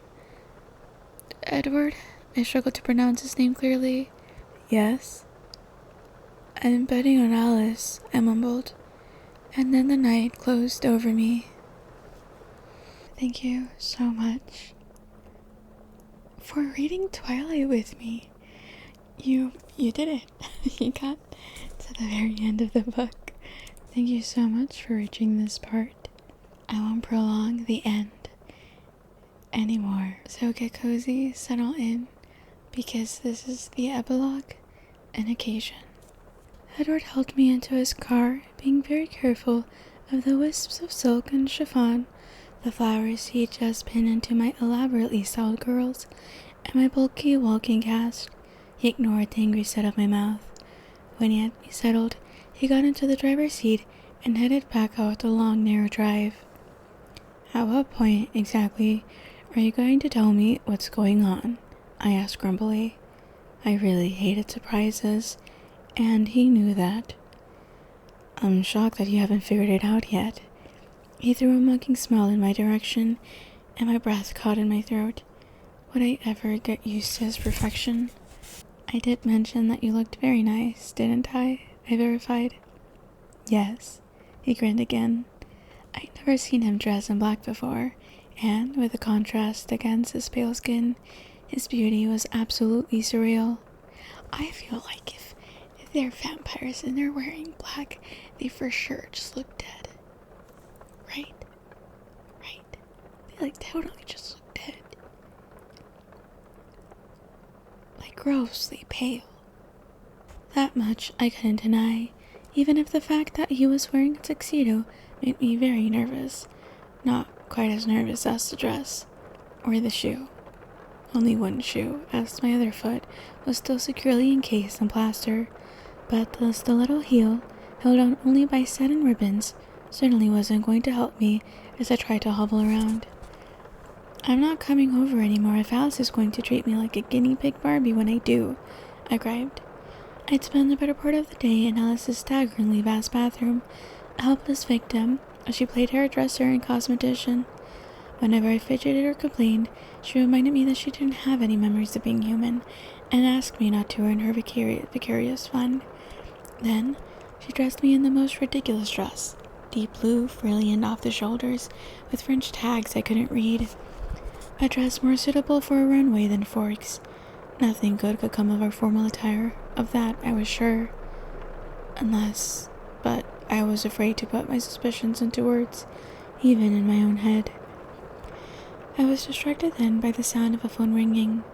Edward pulled his cell phone from a pocket inside his jacket, looking briefly at the caller ID before answering.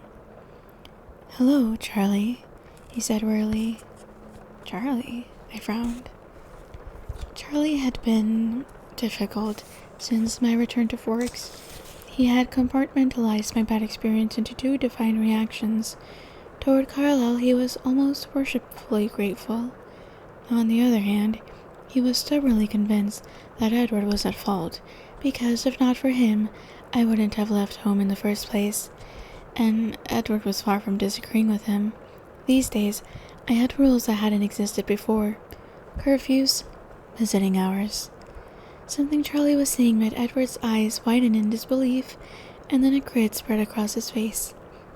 You were kidding, he laughed. What is it? I demanded. He ignored me. Why don't you let me talk to him? Edward suggested, with evident pleasure. He waited for a few seconds. Hello, Tyler. This is Edward Cullen. His voice was very friendly on the surface. I knew it well enough to catch the soft edge of menace. What was Tyler doing at my house? The awful truth began to dawn on me. I looked again at the inappropriate dress Alice had forced me into. I'm sorry if there's been some kind of miscommunication, but Bella is unavailable tonight. Edward's tone changed, and the threat in his voice was suddenly much more evident as he continued. To be perfectly honest, she'll be unavailable every night, as far as anyone besides myself is concerned. No offense, and I'm sorry about your evening. He didn't sound sorry at all, and then he snapped the phone shut, a huge smirk on his face. My face and neck flushed crimson with anger. I could feel the rage-induced tears starting to fill my eyes. He looked at me in surprise. Was that last part of it too much? I didn't mean to offend you. I ignored that. You're taking me to the prom? I yelled. It was embarrassingly obvious now. If I'd been paying any attention at all, I'm sure I would have noticed the date on the posters that decorated the school buildings, but I never dreamed he was thinking of subjecting me to this. Didn't he know me at all? He wasn't expecting the force of my reaction, that was clear. He pressed his lips together and his eyes narrowed. "Don't be difficult, Bella." My eyes flashed through the window. We were halfway to the school already. "Why are you doing this to me?" I demanded in horror. He gestured to the tuxedo. "Honestly, Bella, what did you think we were doing?" I was mortified. First, because I'd missed the obvious, and also because the vague suspicions, expectations really, that I'd been forming all day as Alice tried to transform me into a beauty queen were so far wide off the mark. My half-fearful hopes seemed very silly now. I'd guessed there was some kind of occasion brewing, but prom? That was the furthest thing from my mind. The angry tears rolled over my cheeks. I remembered with dismay that I was very uncharacteristically wearing mascara. I wiped quickly under my eyes to prevent any smudges. My hand was unblackened when I pulled it away. Maybe Alice had known I would need waterproof makeup. "This is completely ridiculous. Why are you crying?" he demanded in frustration. "Because I'm mad." "Bella." He turned the full force of his scorching golden eyes on me. "What?" I muttered, distracted. "Humor me," he insisted. His eyes were melting all my fury. It was impossible to fight with him when he cheated like that. I gave in with poor grace. "Fine," I pouted, unable to glare as effectively as I would have liked. "I'll go quietly, but you'll see. I'm way overdue for more bad luck. I'll probably break my other leg. Look at this shoe. It's a death trap." I held out my good leg as evidence. He stared at my leg longer than was necessary. "Remind me to thank Alice for that tonight." "Alice is going to be there?" That comforted me slightly. "With Jasper and Emmett and Rosalie," he admitted. The feeling of comfort disappeared. There had been no progress with Rosalie, though I was on quite good terms with her sometimes husband. Emmett enjoyed having me around. He thought my bizarre human reactions were hilarious. Or maybe it was just the fact that I felt down a lot that he found so funny. Rosalie acted as if I didn't exist. While I shook my head to dispel the direction my thoughts had taken, I thought of something else. "Is Charlie in on this?" I asked, suddenly suspicious. "Of course," he grinned and then chuckled. "Apparently Tyler wasn't, though." I gritted my teeth. How Tyler could be so delusional, I couldn't imagine. At school, where Charlie couldn't interfere, Edward and I were inseparable, except for those rare sunny days. We were at the school now. Rosalie's red convertible was conspicuous in the parking lot. The clouds were thin today, a few streaks of sunlight escaping through far away in the west. He got out and walked around the car to open my door. He held out his hand. I sat stubbornly in my seat, arms folded, feeling a secret twinge of smugness.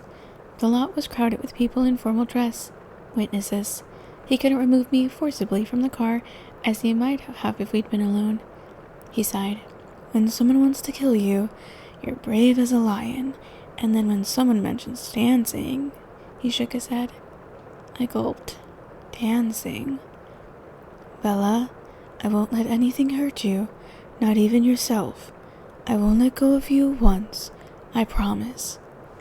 I thought about that and suddenly felt much better. He could see that in my face. "There, now," he said gently. "It won't be so bad." He leaned down and wrapped one arm around my waist. I took his other hand and let him lift me from the car. He kept his arm tightly around me, supporting me as I limped toward the school. In Phoenix, they held proms in hotel ballrooms. This dance was in the gym, of course. It was probably the only room in town big enough for a dance. When we got inside, I giggled. There were actual balloon arches and twisted garlands of pastel crepe paper festooning the walls. "This looks like a horror movie waiting to happen," I snickered. "Well," he muttered as we slowly approached the ticket table. He was carrying most of my weight, but I still had to shuffle and wobble my feet forward. There are more than enough vampires present.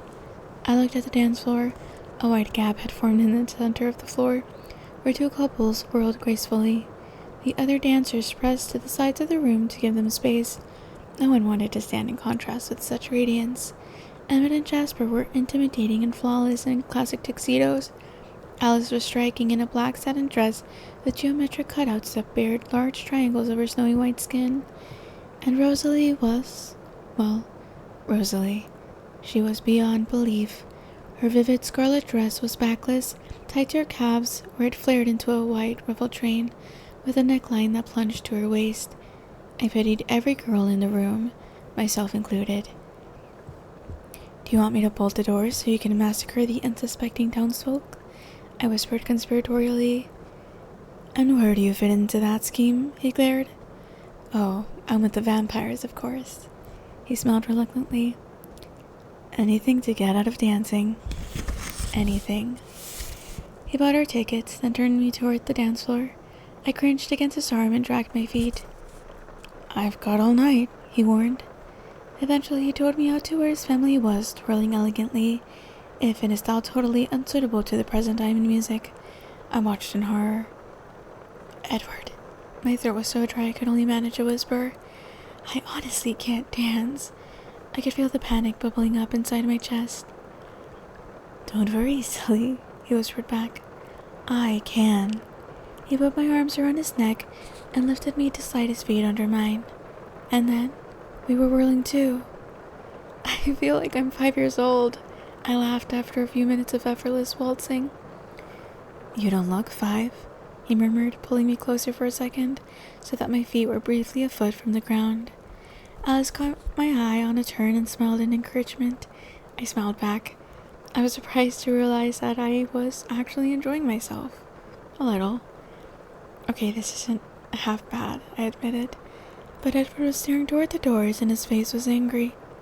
"What is it?" I wondered aloud. I followed his gaze, disoriented by the spinning, but finally I could see what was bothering him. Jacob Black, not in a tux, but in a long-sleeved white shirt and tie, his hair smoothed back into his usual ponytail, was crossing the floor toward us. After the first shock of recognition, I couldn't help but feel bad for Jacob. He was clearly uncomfortable, excruciatingly so. His face was apologetic as his eyes met mine. Edward snarled very, very quietly. "Behave," I hissed. Edward's voice was scathing. "He wants to chat with you." Jacob reached us then, the embarrassment and apology even more evident on his face. "Hey, Bella, I was hoping you would be here." Jacob sounded like he'd been hoping the exact opposite, but his smile was just as warm as ever. "Hi, Jacob," I smiled back. "What's up?" "Can I cut in?" he asked tentatively, glancing at Edward for the first time. I was shocked to notice that Jacob didn't have to look up. He must have grown half a foot since the first time I'd seen him. Edward's face was composed, his expression blank. His only answer was to set me carefully on my feet and take a step back. "Thanks," Jacob said amiably. Edward just nodded, looking at me intently before he turned to walk away. Jacob put his hands on my waist and I reached up to put my hands on his shoulders. "Wow, Jake, how tall are you now?" He was smug. 6'2". We weren't really dancing. My leg made that impossible. Instead, we swayed awkwardly from side to side without moving our feet. It was just as well. The recent growth spurt had left him looking gangly and uncoordinated. He was probably no better a dancer than I was. "So, how did you end up here tonight?" I asked without true curiosity. Considering Edward's reaction, I could guess. "Can you believe my dad paid me $20 to come to your prom?" he admitted, slightly ashamed. "Yes, I can," I muttered. "Well, I hope you're enjoying yourself at least. Seeing anything you like?" I teased, nodding toward a group of girls lined up against the wall like pastel confections. "Yeah," he sighed, "but she's taken." He glanced down to meet my curious gaze for just a second, then we both looked away, embarrassed. "You look really pretty, by the way," he added shyly. Thanks. So, why did Billy pay you to come here?" I asked quickly, though I knew the answer. Jacob didn't seem grateful for the subject change. He looked away, uncomfortable again. "He said it was a safe place to talk to you. I swear the old man is losing his mind." I joined in his laughter weakly. "Anyway, he said that if I told you something, he would get me that master cylinder I need," he confessed with a sheepish grin. "Tell me, then. I want you to get your car finished," I grinned back. At least Jacob didn't believe any of this. It made the situation a bit easier. Against the wall, Edward was watching my face, his own face expressionless.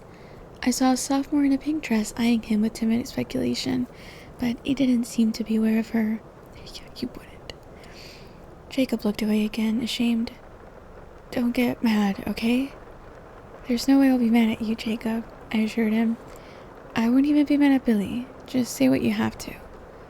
Well, this is so stupid. I'm sorry, Bella. He wants you to break up with your boyfriend. He asked me to tell you, please. He shook his head in disgust. He's still superstitious, eh? Yeah, he was kind of over the top when you got hurt down in Phoenix. He didn't believe... Jacob trailed off self-consciously. My eyes narrowed. I fell. I know that, Jacob said quickly. He thinks Edward had something to do with me getting hurt. It wasn't a question, and despite my promise, I was angry. Jacob wouldn't meet my eyes. We weren't even bothering to sway to the music, though his hands were still on my waist and mine around his neck.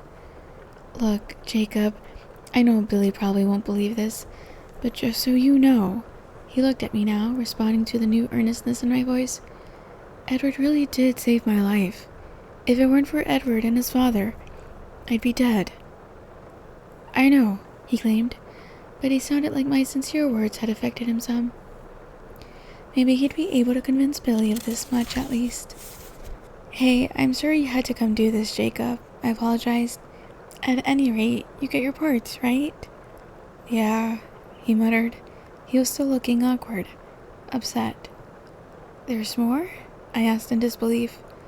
Forget it, he mumbled. I'll get a job and save the money myself. I glared at him until he met my gaze. Spit it out, Jacob.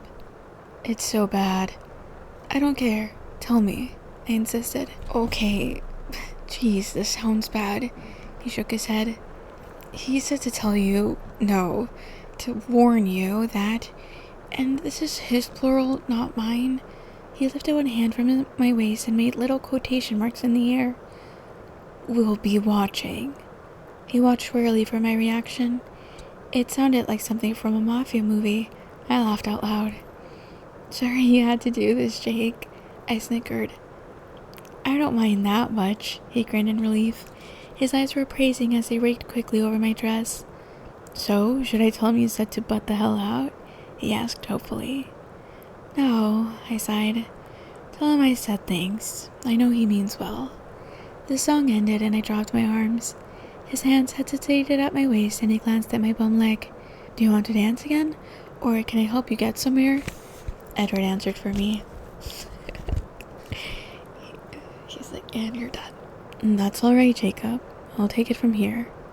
Jacob flinched and stared wide-eyed at Edward, who stood just beside us. Hey, I didn't see you there, he mumbled. I guess I'll see you around, Bella. He stepped back, waving half-heartedly. I smiled.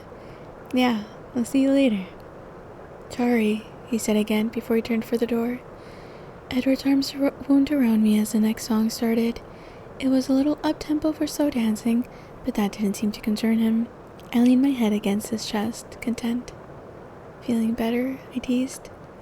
Not really, he said tersely. Don't be mad at Billy, I sighed. He just worries about me for Charlie's sake. It's nothing personal. I'm not mad at Billy, he corrected in a clipped voice, but his son is irritating me. I pulled back to look at him. His face was very serious. Why? First of all, he made me break my promise. I stared at him in confusion. He half smiled. I promised I wouldn't let go of you tonight, he explained. Oh, well, I forgive you. Thanks, but there's something else. Edward frowned. I waited patiently. He called you pretty, he finally continued, his frown deepening. That's practically an insult, the way you look right now. You're much more than beautiful. I laughed. You might be a little biased. I don't think that's it. Besides, I have excellent eyesight. We were twirling again, my feet on his as he held me close. So, are you going to explain the reason for all of this? I wondered. He looked down at me, confused, and I glared meaningfully at the crab paper. He considered for a moment and then changed direction, spinning me through the crowd to the back door of the gym. I caught a glimpse of Jessica and Mike dancing, staring at me curiously. Jessica waved, and I smiled back quickly. Angela was there too, looking blissfully happy in the arms of little Ben Cheney. She didn't look up from his eyes, a head lower than hers. Lee and Samantha, Lauren leering toward us, with Connor. I could name every face that spiraled past me. And then we were outdoors in the cool dim light of the fading sunset.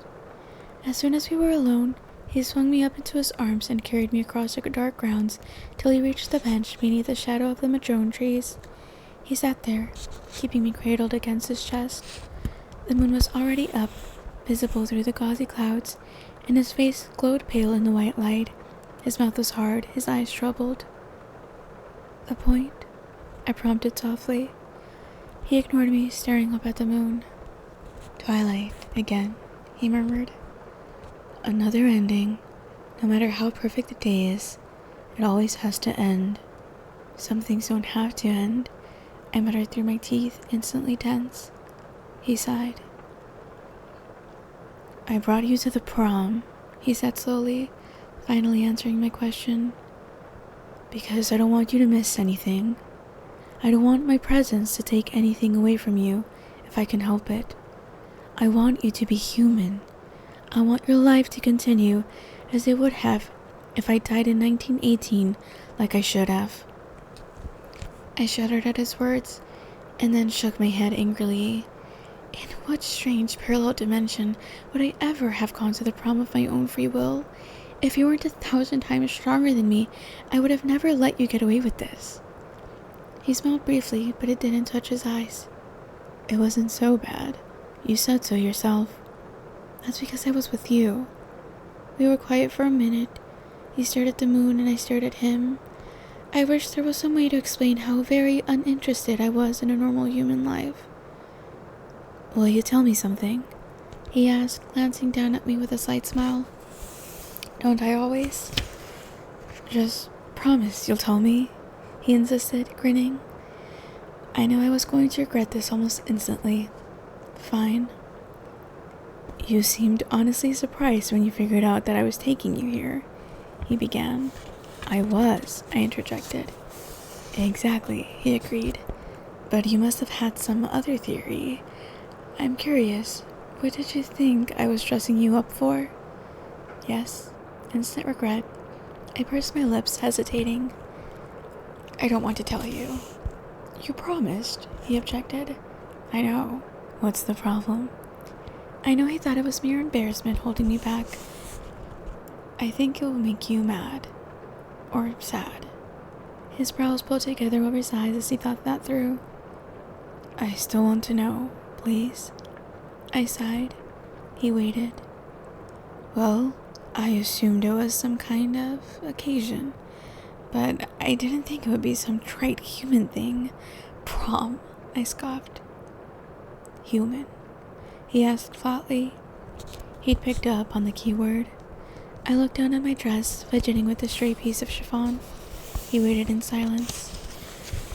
"Okay," I confessed in a rush. "So I was hoping that you might have changed your mind, that you were going to change me, after all." A dozen emotions played across his face. Some I recognized: anger, pain, and then he seemed to collect himself and his expression became amused. "You thought that would be a black tie occasion, did you?" he teased, touching the lapel of his tuxedo jacket.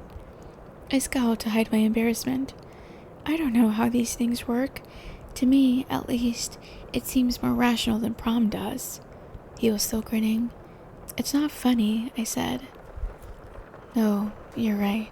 It's not," he agreed, his smile fading. "I'd rather treat it like a joke, though, than believe you're serious."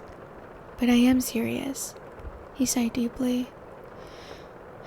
"I know, and you're really that willing." The pain was back in his eyes. I bit my lip and nodded.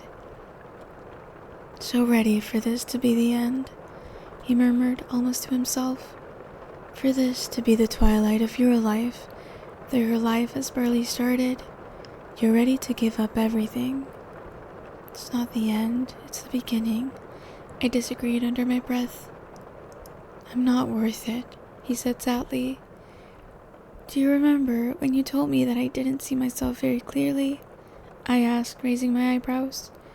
You obviously have the same blindness. I know what I am, I sighed, but his mercurial mood shifted on me. He pursed his lips and his eyes were probing.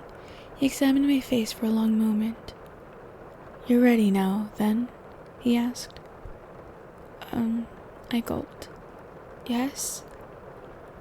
He smiled and inclined his head slowly until his cold lips brushed against the skin just under the corner of my jaw. Right now, he whispered, his breath blowing cool on my neck. I shivered involuntarily. Yes, I whispered, so my voice wouldn't have a chance to break. If he thought I was bluffing, he was going to be disappointed. I'd already made this decision, and I was sure. It didn't matter that my body was rigid as a plank, my hands balled into fist, my breathing erratic. He chuckled darkly and leaned away. His face did look disappointed. You can't really believe that I would give in so easily, he said with a sour edge to his mocking tone. A girl can dream. His eyebrows rose. Is that what you dream about? Being a monster? Not exactly, I said, frowning at his word choice. Monster indeed. Mostly I dream about being with you forever. His expression changed, softened and saddened by the subtle ache in my voice. Bella. His fingers slightly traced the shape of my lips. I will stay with you. Isn't that enough? I smiled under his fingertips. Enough for now. He frowned at my tenacity. No one was going to surrender tonight. He exhaled, and the sound was practically a growl. I touched his face. Look, I said. I love you more than everything else in the world combined. Isn't that enough? Yes, it is enough, he answered, smiling. Enough for forever. And he leaned down to press his cold lips once more to my throat.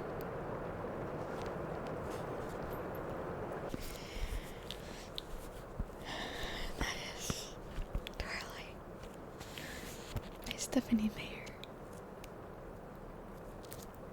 Makes me a little emotional. Just a little.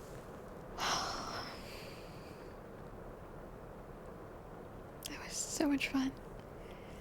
Thank you so much for reading Twilight with me. Thank you so much for coming back every single video. Thank you for all the likes, all the comments, for subscribing to be ready to see the next one when it was uploaded. We still have a bit of ways to go through this series, so we can all look forward to that.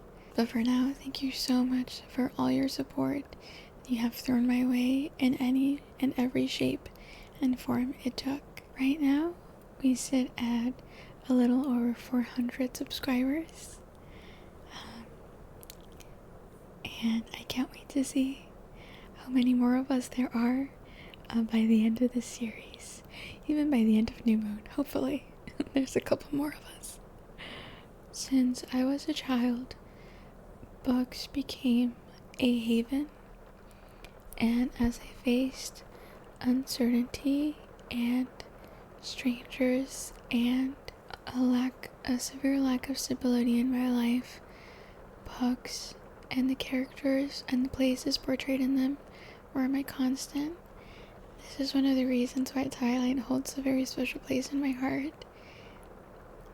They were my friends when I felt very lonely, and I went through one of the most difficult parts of my life. But when I opened these books, I was no longer me. I no longer existed. All I knew was a crazy, cheesy, irrational love story happening between a human and a vampire. 16 years later, it is still a story and a series I hold close to my heart that I still seek safe haven in and I am happy to share the joyful moments and the sad and the insanity with all of you. So, thank you. But with that, that would be all for this video. Thank you so much for watching. I hope you rest well, and I will see you in the next one.